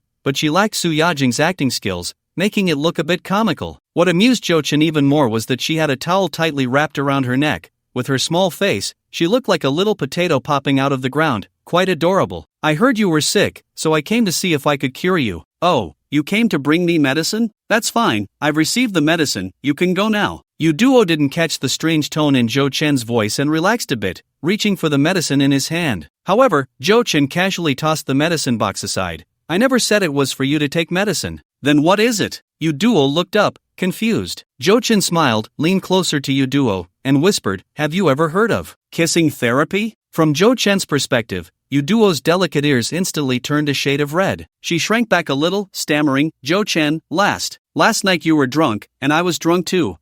Nothing happened. Are you still drunk now?" Zhou Chen pulled back a little. Duo quickly shook her head. "Then you better pay attention this time." Zhou Chen smiled again and lowered his head once more. At first, Duo didn't understand, but as she watched Zhou Chen get closer and closer, she suddenly realized what he meant. "Since you said kissing only happens when you're drunk, then I'll kiss you again when you're sober. Let's see what you say." Duo's heart was racing, almost in her throat, and her mind went blank. To be honest, she did have a bit of a crush on Zhou Chen. After all, he was handsome and willing to spend money on girls, perfectly fitting the image of her future first boyfriend that Duo had imagined, who only liked to indulge in comic books and novels. But at least before last night, it was just a little crush. This feeling was like when your buddy suddenly finds a particularly beautiful girlfriend. You wouldn't really do anything because you're a human, but you'd still steal a few more glances because you're an animal. This is the most primal attraction between the sexes, unrelated to anything else. The same principle applies to girls. In this regard, there are far more examples of girls taking practical action than boys. Otherwise, how could there be the ancient saying, "Prevent fire, theft, and your best friend"? Duo never thought about stealing Su Yajing's boyfriend. If it weren't for the influence of alcohol, she would never have gotten wet in the bathroom. But the problem is, regardless of the circumstances, this has already happened. This means the barrier has been loosened,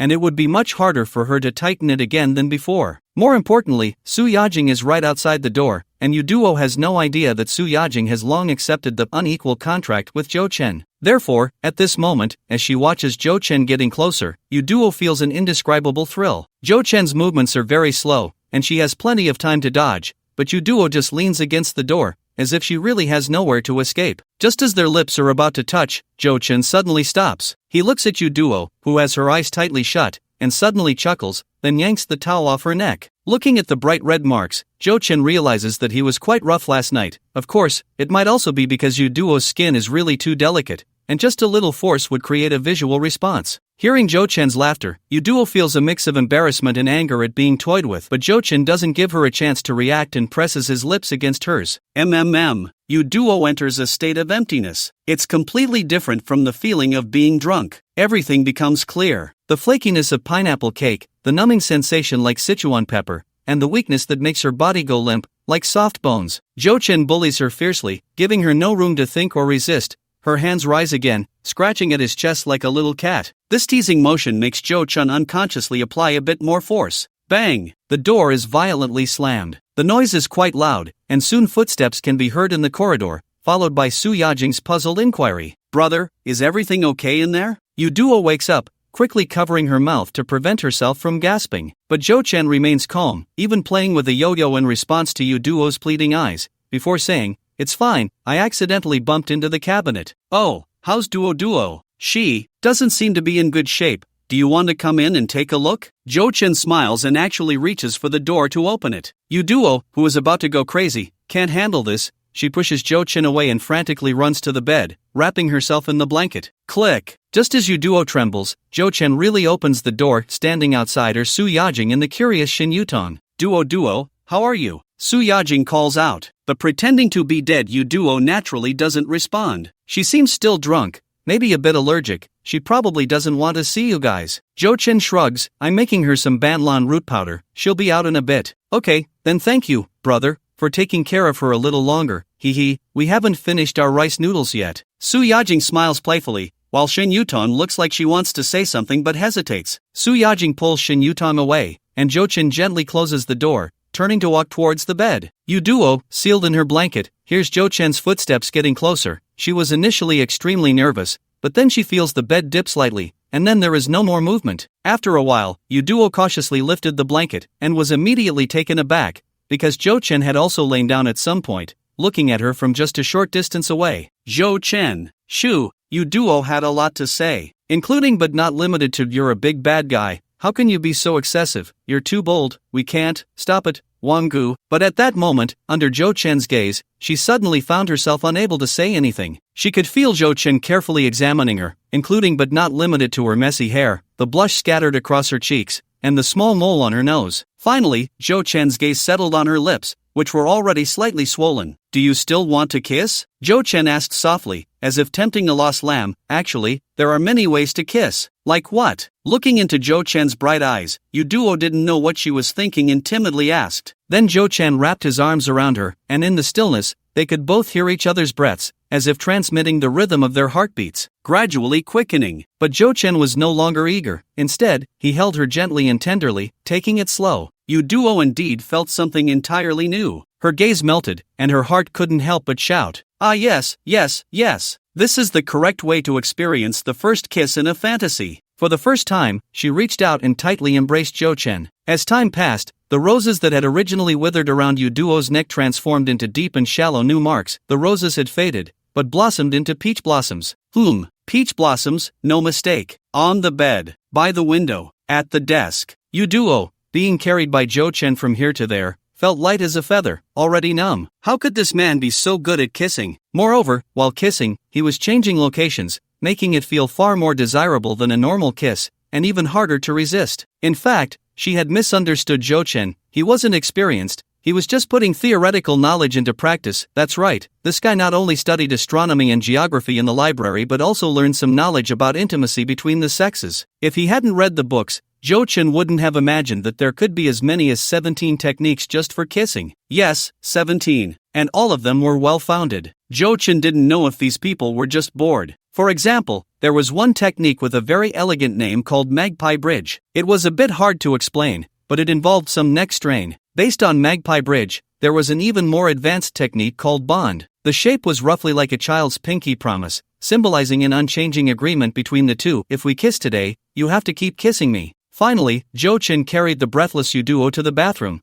placing her on the sink, whispering close to her ear, "The kisses I give you, I'll keep giving you. Zhou Chen. Yu Duo was almost fainting. She leaned against Zhou Chen's chest, clutching his collar, murmuring, "Take a break and tidy yourself up. I'll have Bella bring your clothes." Zhou Chen ruffled her hair. "I still need a silk scarf." Yu Duo regained a bit of clarity and quickly spoke up. "Don't worry, there will be one. It might be a bit late to buy one now, but there were plenty of clothes he had previously helped Jiang Yimou buy, many of which were still stored at the hotel, all unworn, so he could just take a new silk scarf from there." Looking at the eagerly waiting Yu Duo, Zhou Chen found it hard not to feel a sense of indulgence. He gently rubbed her small nose and smiled as he walked out. After Zhou Chen left, Yu Duo slumped against the sink, covering her burning cheeks with her hands. "Whoa, Yu Duo, what on earth have you done?" It wasn't until 3 in the afternoon that Yu Duo, dressed neatly and wrapped in a brand new LV scarf, finally emerged from her room. Shin Yutong and Su Yajing, who had already packed, were waiting for her. With summer vacation officially starting, they needed to return to the dormitory to pack their luggage. Shin Yutong's home was in Gue province, while Yu Duo's was in the neighboring city of Xicheng.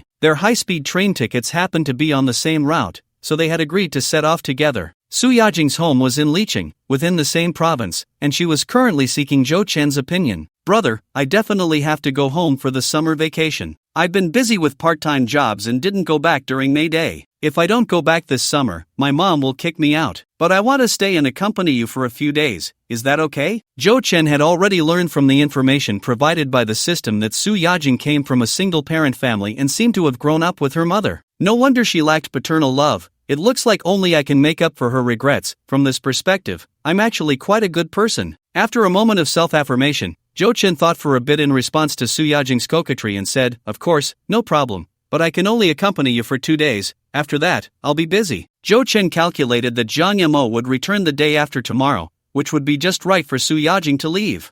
Unconsciously, I've also started dabbling in the profound subject of time management. 2 days is already great. Su Yajing looked very happy, her smile radiant. "Then I'll buy a high-speed train ticket for the day after tomorrow." "Do you have a driver's license?" Zhou Chen pondered for a moment and asked. "No, I don't." "Then if you have time during the summer, you should learn to drive." "Brother, do you mean?" Su Yajing guessed something but still found it hard to believe. "Yeah, I'll buy you a car then, so it'll be more convenient for you to go anywhere in the future." Zhou Chen pinched her smooth cheek and smiled. "I love you so much, Daddy." Excited, Su Yajing didn't even care that Yu Duo was there and gave Zhou Chen a hard kiss. Shin Yutong was fine with it, having already witnessed Su Yajing's shamelessness, but her envy grew wildly in her heart, almost to the point of distortion. After all, Zhou Chen had just given her a bracelet worth over 600,000 last night. Some things you can convince yourself of once or twice, but 3 or 4 times, and the feeling of jealousy grows stronger each time. Who can stand that? Yu Duo, on the other hand, was dazed, feeling as if her entire worldview had been forcefully refreshed. Just a little while ago, she had struggled with her thoughts, feeling that this was somewhat immoral. But since Zhou Chen had really kissed her, she thought, why not compete fairly with Sister Ranran? But at that moment, Yu Duo suddenly realized that the opponent was too flirtatious. This game was simply unplayable. "Let's go, I'll take you down." After all, he still needed to consider Yu Duo's feelings. Zhou Chen cleared his throat and patted Su Yajing's bottom. Accompanied by Bella, Zhou Chen escorted the 3 girls to the underground parking lot. Yu Duo's car was still parked at the mall, and old Yang would take them there. Zhou Chen followed down, naturally with another purpose in mind. He took the box that Bella had quietly handed him and walked over to the trunk of the Ferrari, calling out to the 3 girls who were about to get in the car. "A little gift, everyone gets one." Zhou Chen pulled out 3 Bulgari gift bags. At that time, in order to return a favor to Su Wenxian, Zhou Chen had Bella buy 5 fragrance gift boxes. Originally, the extra ones were meant for emergencies, but who would have thought they would be all given away in just a week? Thankfully, Shui Minor had left early, or there wouldn't have been enough to go around. The first to react was Su Yajing, who was pleasantly surprised and gave Zhou Chen a quick kiss. However, it was actually Shin Yutong who was the most surprised. She hadn't done anything but stayed one night in the presidential suite, and now she was receiving luxury gifts. She had enough material for 3 days of social media posts. "Bulgari? Thank you, Mr. Zhou." In her nervousness, Shin Yutong unconsciously changed her form of address. As for Yu Duo, her reaction was rather lukewarm, even a bit indifferent. Watching Su Yajing being close to Zhou Chen, her little face clearly showed her displeasure. Coming from a well-off family, a mere Bulgari perfume gift box naturally didn't catch her eye. What frustrated Yu Duo even more was that Zhou Chen, holding Su Yajing, even winked at her. "Dog man." Yu Duo turned her head away and muttered softly, In the business class back seat of the Toyota Alphard, Su Yajing and Shin Yutong sat in the back, while the Karsik duo sat alone in the front. Shin Yutong secretly checked the price and took several photos with the perfume, but after the initial excitement wore off, she glanced at Su Yajing, who was humming a tune, and her expression became quite conflicted. Jo Chen and Yu Duo were acting strangely. She had noticed it when she went to Yu Duo's room. What was with the Banlangen granules? The medicine box was thrown on the floor. Where were the granules? Moreover, Jo Chen's collar had clearly been a bit disheveled. When she came down just now, Shin Yutong had specifically observed that Yu Duo's gaze towards Jo Chen was problematic. Yu Duo was not the type to hide her emotions well, especially when Su Yajing hugged Jo Chen.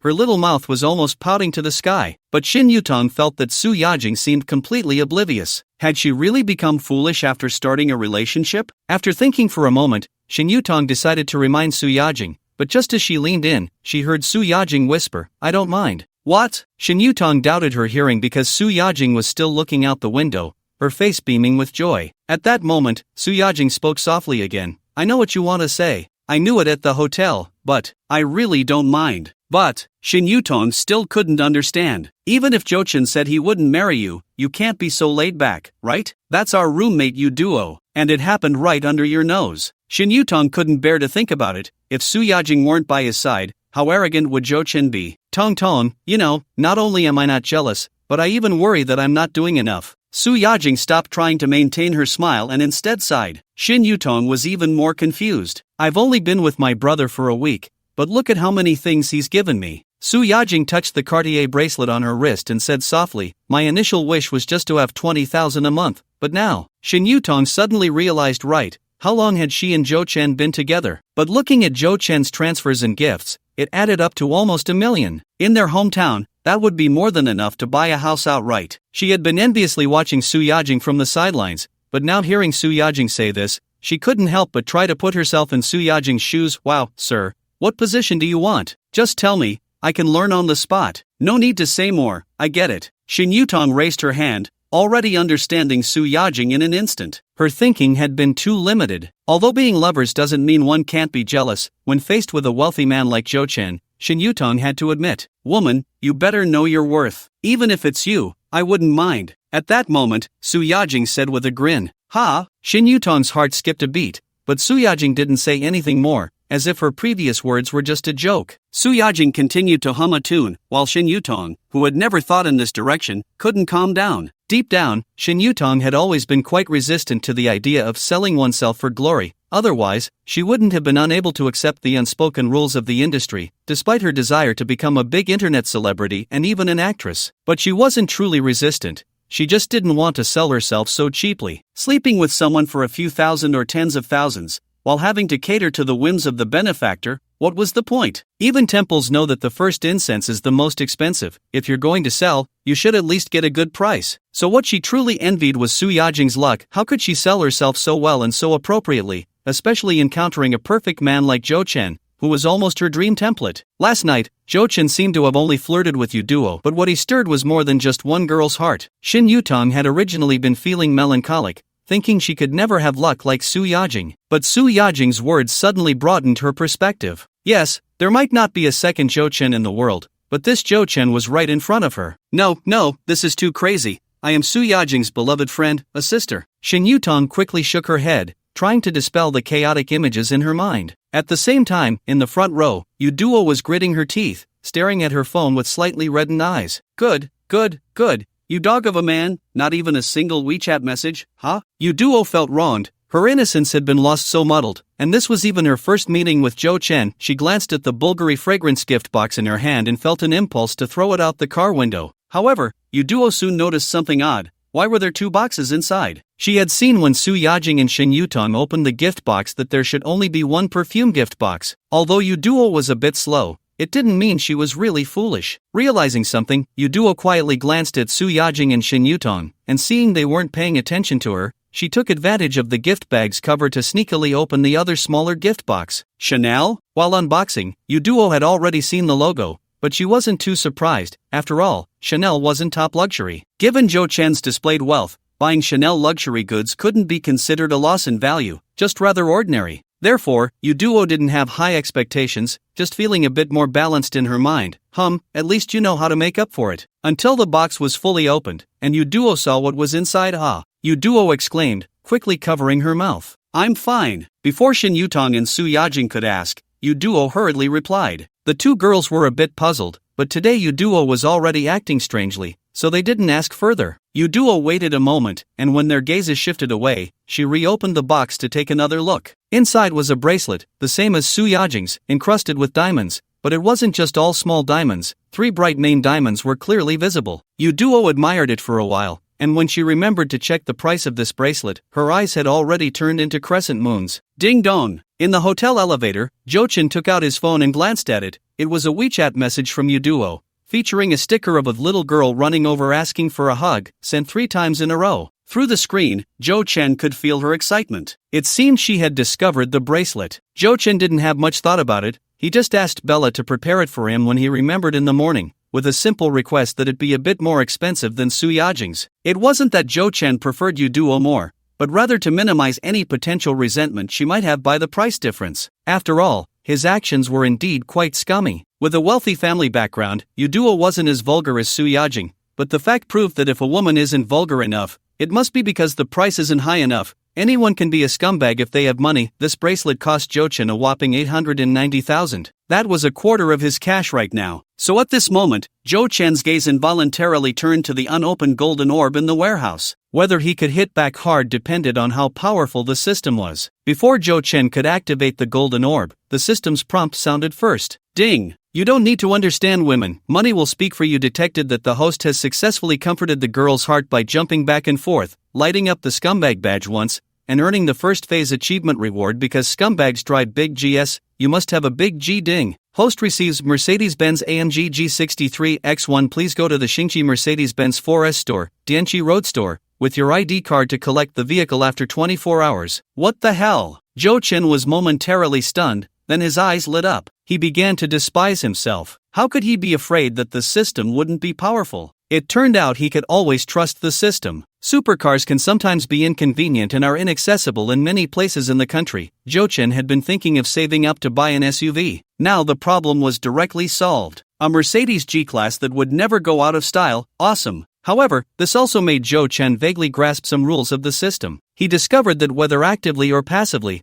as long as what he did was beneficial to his life, the system would definitely provide assistance, whether it was turn-based or randomly triggered events. Truly, a game of life. With such a system, he didn't know how to lose. Only, what was this scumbag badge? Jo-chen found the system's explanation and began to check it out. Scumbag, every girl has once longed to be scumbag. Lighting up the scumbag badge 10 times can permanently unlock this title and receive the ultimate reward. Current progress 1 out of 10. There are countless achievements in life waiting for you to unlock. Work hard, and you will ultimately be the final winner. Jo-chen understood. This was just like a game's achievement system, with various hidden titles waiting for him to discover and unlock, like this scumbag badge. Each time he lit it up, he would receive a phase reward. This time it was the Mercedes G-Class, next time it would be another reward, and the difficulty of lighting up the badges would increase as he progressed, but correspondingly, the rewards would also keep improving. It was like accumulating experience points to open treasure chests. In short, to sum it up in 2 words, newbie. Mr. Joe, we've arrived. Bella's reminder beside him temporarily interrupted Jo-chen's thoughts. The elevator stopped on the 6th floor of the hotel, where the Wanda Vista Hotel's self-operated swimming and fitness center was located. With nothing much to do for now,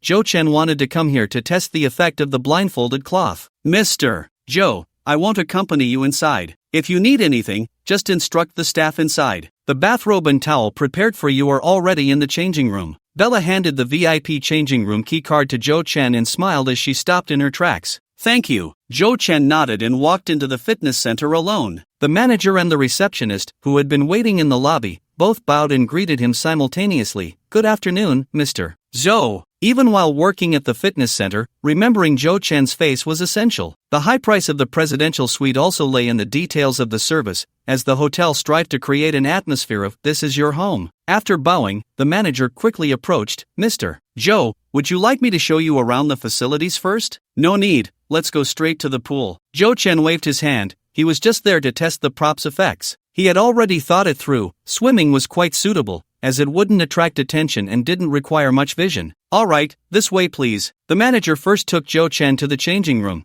and after he finished showering and changed into his swim trunks, he guided him to the pool area. The indoor pool wasn't large, measuring 25 meters long and 10 meters wide. However, the environment was quite nice, and at that moment, there were only 2 girls playing in the shallow area, with no other guests around, which suited Joe Chen perfectly. On the way, Joe Chen had already heard Bella mention that some 5-star hotels have pools open to the public, like theirs at Wanda, but due to the high price of 200 yuan per visit, there were few walk-in customers. Generally, the main guests here were hotel residents and a small number of annual cardholders, but to use the pool for free, one needed to book a room of at least an executive suite. "Mr. Joe, do you need personal training services?" the manager asked before leaving. "Is there a personal trainer?" Joe Chen asked curiously. "Is she pretty?" I suppose, she's alright," the manager replied awkwardly, caught off guard. "Forget it. I don't need it." Joe Chen was just asking out of whimsy and didn't really have any thoughts on it. After all, he had seen quite a few short videos of fitness beauties online,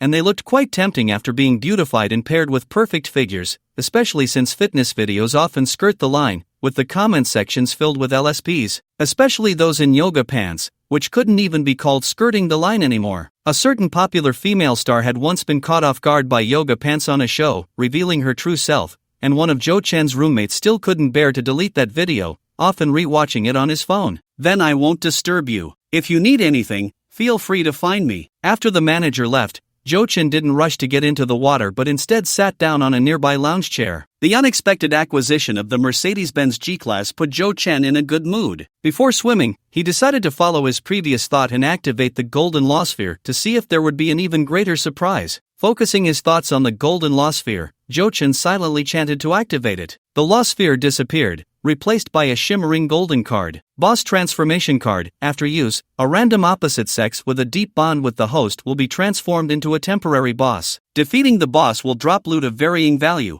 with a chance of extra drops on critical hits. Note, props and drugs cannot be used as assistants. Joe Chen stared at the description for a while before he barely understood how to use the card. TSK. The only one who currently meets the condition of having a deep bond with him should be Su Yajing. It seems that whether this reward is powerful or not can only be determined at night. However, since it was a reward from the golden law sphere, it shouldn't be too bad, right? Joe Chen shook his head, took out the blindfold band of Li Qing from the system warehouse, then removed his bathrobe and descended the stairs into the pool. The water in the pool was a bit cool, but at this moment, it was the hottest time of the day, so this temperature was just right. Splash! Joe Chen didn't rush to put on the blindfold band, but dove straight in with a graceful posture, and soon enough, he sank. Cough cough cough. I'm really bad at swimming. I don't even know if swimming less than 3 meters counts as swimming. Joe Chen surfaced from the water, shaking his head. He was just a pure breaststroke swimmer, but luckily he was here to expend energy, and breaststroke was just right for that. After all, it was definitely the most exhausting stroke, no doubt about it. Joe Chen's swimming skills could only be described as average. He remembered that in his childhood, there was a river in his hometown village, and there was a bridge over it. He envied those boys who dared to jump directly from the 7 or 8 meter high bridge wearing only a pair of shorts.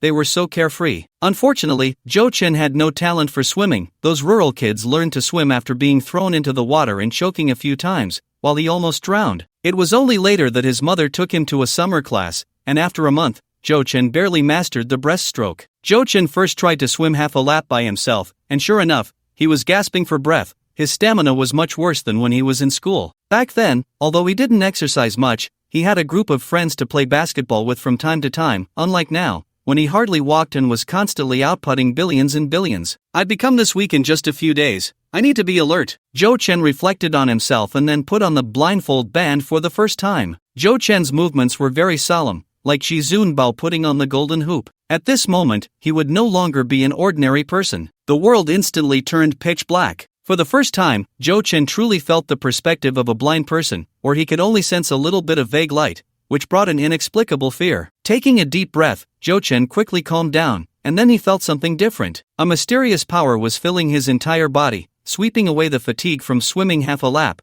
At this moment, Joe Chen felt he had endless energy. Joe Chen dove out again, and this time, he effortlessly swam out 7 or 8 meters. Refreshing! Joe Chen lifted the band to correct his direction and continued swimming. As he kept adapting, the distance he could swim at once grew longer and longer. However, the most impressive part was the seemingly endless stamina provided by the blindfold band, and his freestyle, which he had always been unskilled at, became smooth as he swam. Joe Chen was no longer satisfied with this. He began to try butterfly stroke, diving, and other styles. Soon, Joe Chen was pleasantly surprised to find that, although his movements were definitely not standard, he quickly grasped the tricks for these strokes that had previously been extremely difficult for him. Not bad, not bad, this is the joy of sports. Joe Chen, swimming freely in the water, gradually let himself go, and with a splash, he performed a long dive. Then he bumped into something soft.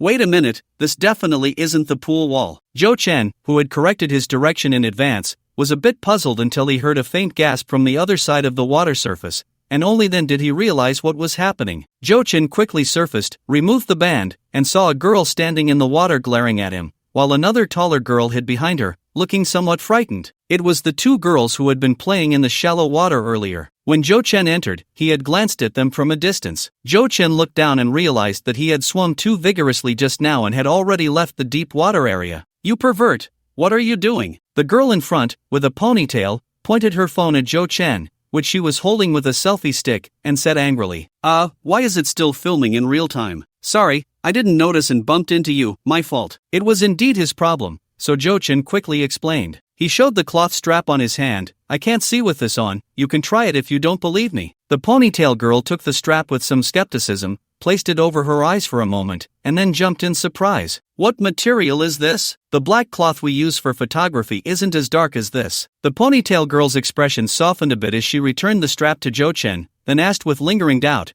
"But how do I know you're not using this as a cover to get close to us on purpose? He really was wearing this while swimming just now, I saw it." Before Joe Chen could speak, the girl with long black hair behind the ponytail girl quietly chimed in. "Hey, Sway, why are you helping him speak? I thought he was a video creator for cosplay, and he swims really well, so I looked at him a bit more." The girl with long black hair muttered. Taking advantage of their conversation, Joe Chen took another careful look at them. The ponytail girl was wearing a relatively bold two-piece swimsuit, her slim waist glistening. Her figure was good, but from the protrusion of her rear, Joe Chen concluded that he definitely hadn't bumped into her. So he shifted his gaze to the girl with long black hair. Compared to the ponytail girl, the long-haired girl was much more stunning. Although she wore a more conservative one-piece swimsuit, most of her body was hidden behind the ponytail girl, but just her sweet and fresh face was already eye-catching. "Oh!" The long-haired girl happened to look up and sneak a glance at him. Their eyes met, and Joe Chen suddenly felt that she looked somewhat familiar. "You are Hua Sway?" Joe Chen tentatively asked. "You know me?" The long-haired girl blinked. "I followed your account on a certain app before." Joe Chen smiled, feeling somewhat emotional. How could he not know? There's a saying that goes well, there are thousands of internet celebrities, and half of them are from Wuyu Media. However, there are just too many beautiful girls, and like many LSPs, Joe Chen had been dazzled by the selection every day, so he didn't have a deep impression of Hua Sway until her silver strap performance made her famous. Unfortunately, that was also her most daring moment. After that, Hua Sway became more cautious and never got close again. She was one of the few big internet celebrities in Wuyu Media who relied purely on her innocent looks to succeed. Hua Sway's Spoiled 8 Times was also hailed as the pinnacle of the series, unmatched to this day. Joe Chen then understood why the ponytail girl was holding a selfie stick in the pool. They were probably filming material for a short video. "Why before? Don't you follow me now?" Hua Sway noticed the blind spot and asked curiously.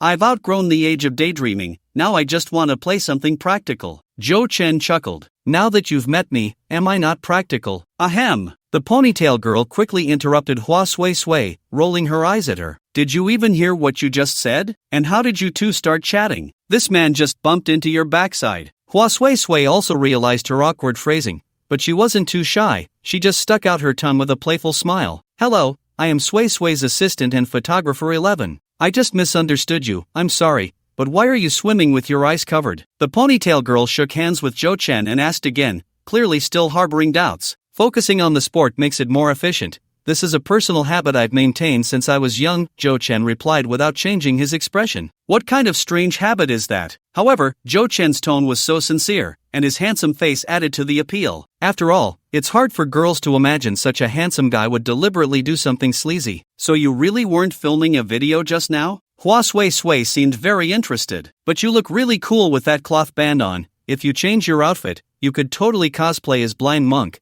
It would definitely be super handsome. After Hua Sui Sui said that, 11 began to reassess Zhou Chen from a photographer's perspective. After a moment, she instinctively nodded. Sui Sui, don't say it, you really shouldn't say it. 11's eyes lit up. Hey, what do you do for a living? Me? I just graduated from college, so I guess I'm currently unemployed, Zhou Chen said truthfully. Although he had obtained equity, he hadn't started working yet, so saying it this way wasn't wrong. Mainly, he wasn't sure if director counted as a proper job. Do you have any interest in becoming a streamer at our company? 11 chuckled. Since you know Sui Sui, you must have heard of Woyo Media, the #1 MCN company in the industry. I know, and I'm quite familiar with it, Zhou Chen smiled. But streaming is a no-go for me. I'm not really interested in being an internet celebrity. Hey, think about it. 11 persuaded. With your looks and your athletic skills, it would be easy to become popular, and the ceiling in our industry is really high. It's definitely better than working a regular job. But the 80-20 rule still applies, right? No, with the current popularity of short videos, it should be the 90-10 rule now, Zhou Chen chuckled. And as far as I know, your contracts are quite harsh. If you can't make it big, a few years of youth would be wasted. And you might even have to pay out of pocket, right? After the treasurer opened the equity exchange document, Zhou Chen had done some serious studying on related knowledge in the library. Although he didn't have much experience, he was no longer a novice. Oh, you know quite a bit. Did you sign with another company before? 11 sighed. There's no way around contracts. The company provides such a big platform, and if you want to be famous, you have to sacrifice a lot. Not to mention newcomers, even for big internet celebrities like us. 11, it's a bit cold. Let's go chat upstairs. At that moment, Hua Sui Sui suddenly pulled 11. Okay. 11 nodded and called Zhou Chen to leave the pool together. Zhou Chen felt a bit regretful because he was the last to leave, and before he could go up, Hua Sui Sui had already quickly wrapped herself in a towel, so he couldn't verify up close if her figure was as impressive as it appeared in the videos. This girl seemed naive and easy to deal with, even more so than 11, but in reality, she was not dull at all. Just now, she had interrupted 11 so naturally that Zhou Chen felt she had some depth. Mainly, Hua Sui Sui's youthful face was very deceptive. If Zhou Chen remembered correctly, she was actually several years older than him, already at a mature age. From a purely aesthetic perspective, Hua Sui Sui didn't differ much from the short videos, and even with a few flaws after losing some beauty filters, she looked even more distinctive. There were countless examples of internet celebrities failing in real life, but Hua Sui Sui's looks truly matched her popularity. After the three of them arrived at the lounge area, the manager, who had been waiting nearby, quickly walked over. Mr. Joe, is there anything you need? Get us something to drink. Do you want hot drinks or cold drinks? Zhou Chen smiled at the two girls, who were momentarily stunned. I was a bit awkward earlier, so please give me a chance to express my apology. I'll have something cold, and Sui Sui will have something hot, Zhou Chen said, and 11 helped Sui Sui make the decision. Then 1 glass of Aurora sparkling water and 2 cups of fennel hot milk. Is that okay? Zhou Chen asked for their opinions one last time. Both 11 and Sui Sui instinctively nodded. Alright, I'll arrange for the lounge to prepare it and have it sent over shortly. The manager smiled and left. After that, 11 quietly asked Sui Sui, Sui Sui, you've seen the world, so tell me, what is fennel hot milk? I don't know either. Sui Sui blinked. I've been to many places, but I haven't stayed in that many 5-star hotels. Are you staying at Wanda too? The three of them pulled out chairs and sat down, Zhou Chen asked. Yes, Sui Sui was invited to Ming City for an event, and the organizer booked the hotel. Normally, 11 wouldn't have needed to share this information with Zhou Chen,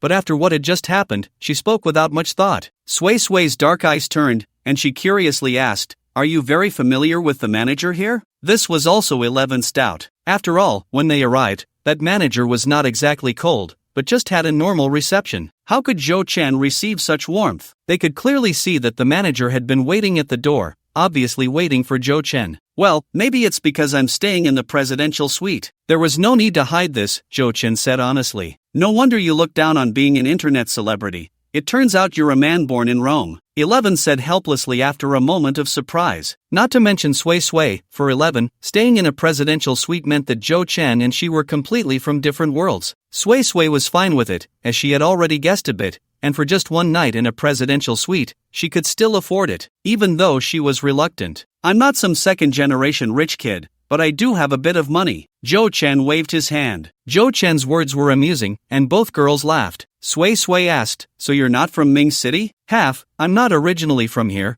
but I've settled down here." "Then why are you staying in a hotel?" Sui Sui asked, puzzled. "I can't stay at home because it's being renovated, so I had to come to the hotel." The system's scheduled time for receiving the property was tomorrow, so indeed, tomorrow would be when Zhou Chen left the Wanda Hotel. Because of home renovations, he was staying in a five-star hotel's presidential suite? The two girls exchanged glances. It sounded logical, even though it felt a bit strange. 11 suddenly sensed something was off. But if your home is being renovated, it can't be just a one-day renovation, right? "I didn't say I only stayed for one day." Zhou Chen smiled lightly, glancing at the date on his phone. "To be precise, today should be the 17th day." "You mean, you've stayed for 17 days? 11's eyes widened, looking somewhat cute. 17 days in a presidential suite? Sui Sui stared at Zhou Chen, not blinking. "Yes." Zhou Chen nodded. "The renovation period is that long, there's no way around it." "Oh my." Before 11 could say anything, Sui Sui had already exclaimed. Once she realized, she quickly covered her mouth, looking innocently at Zhou Chen,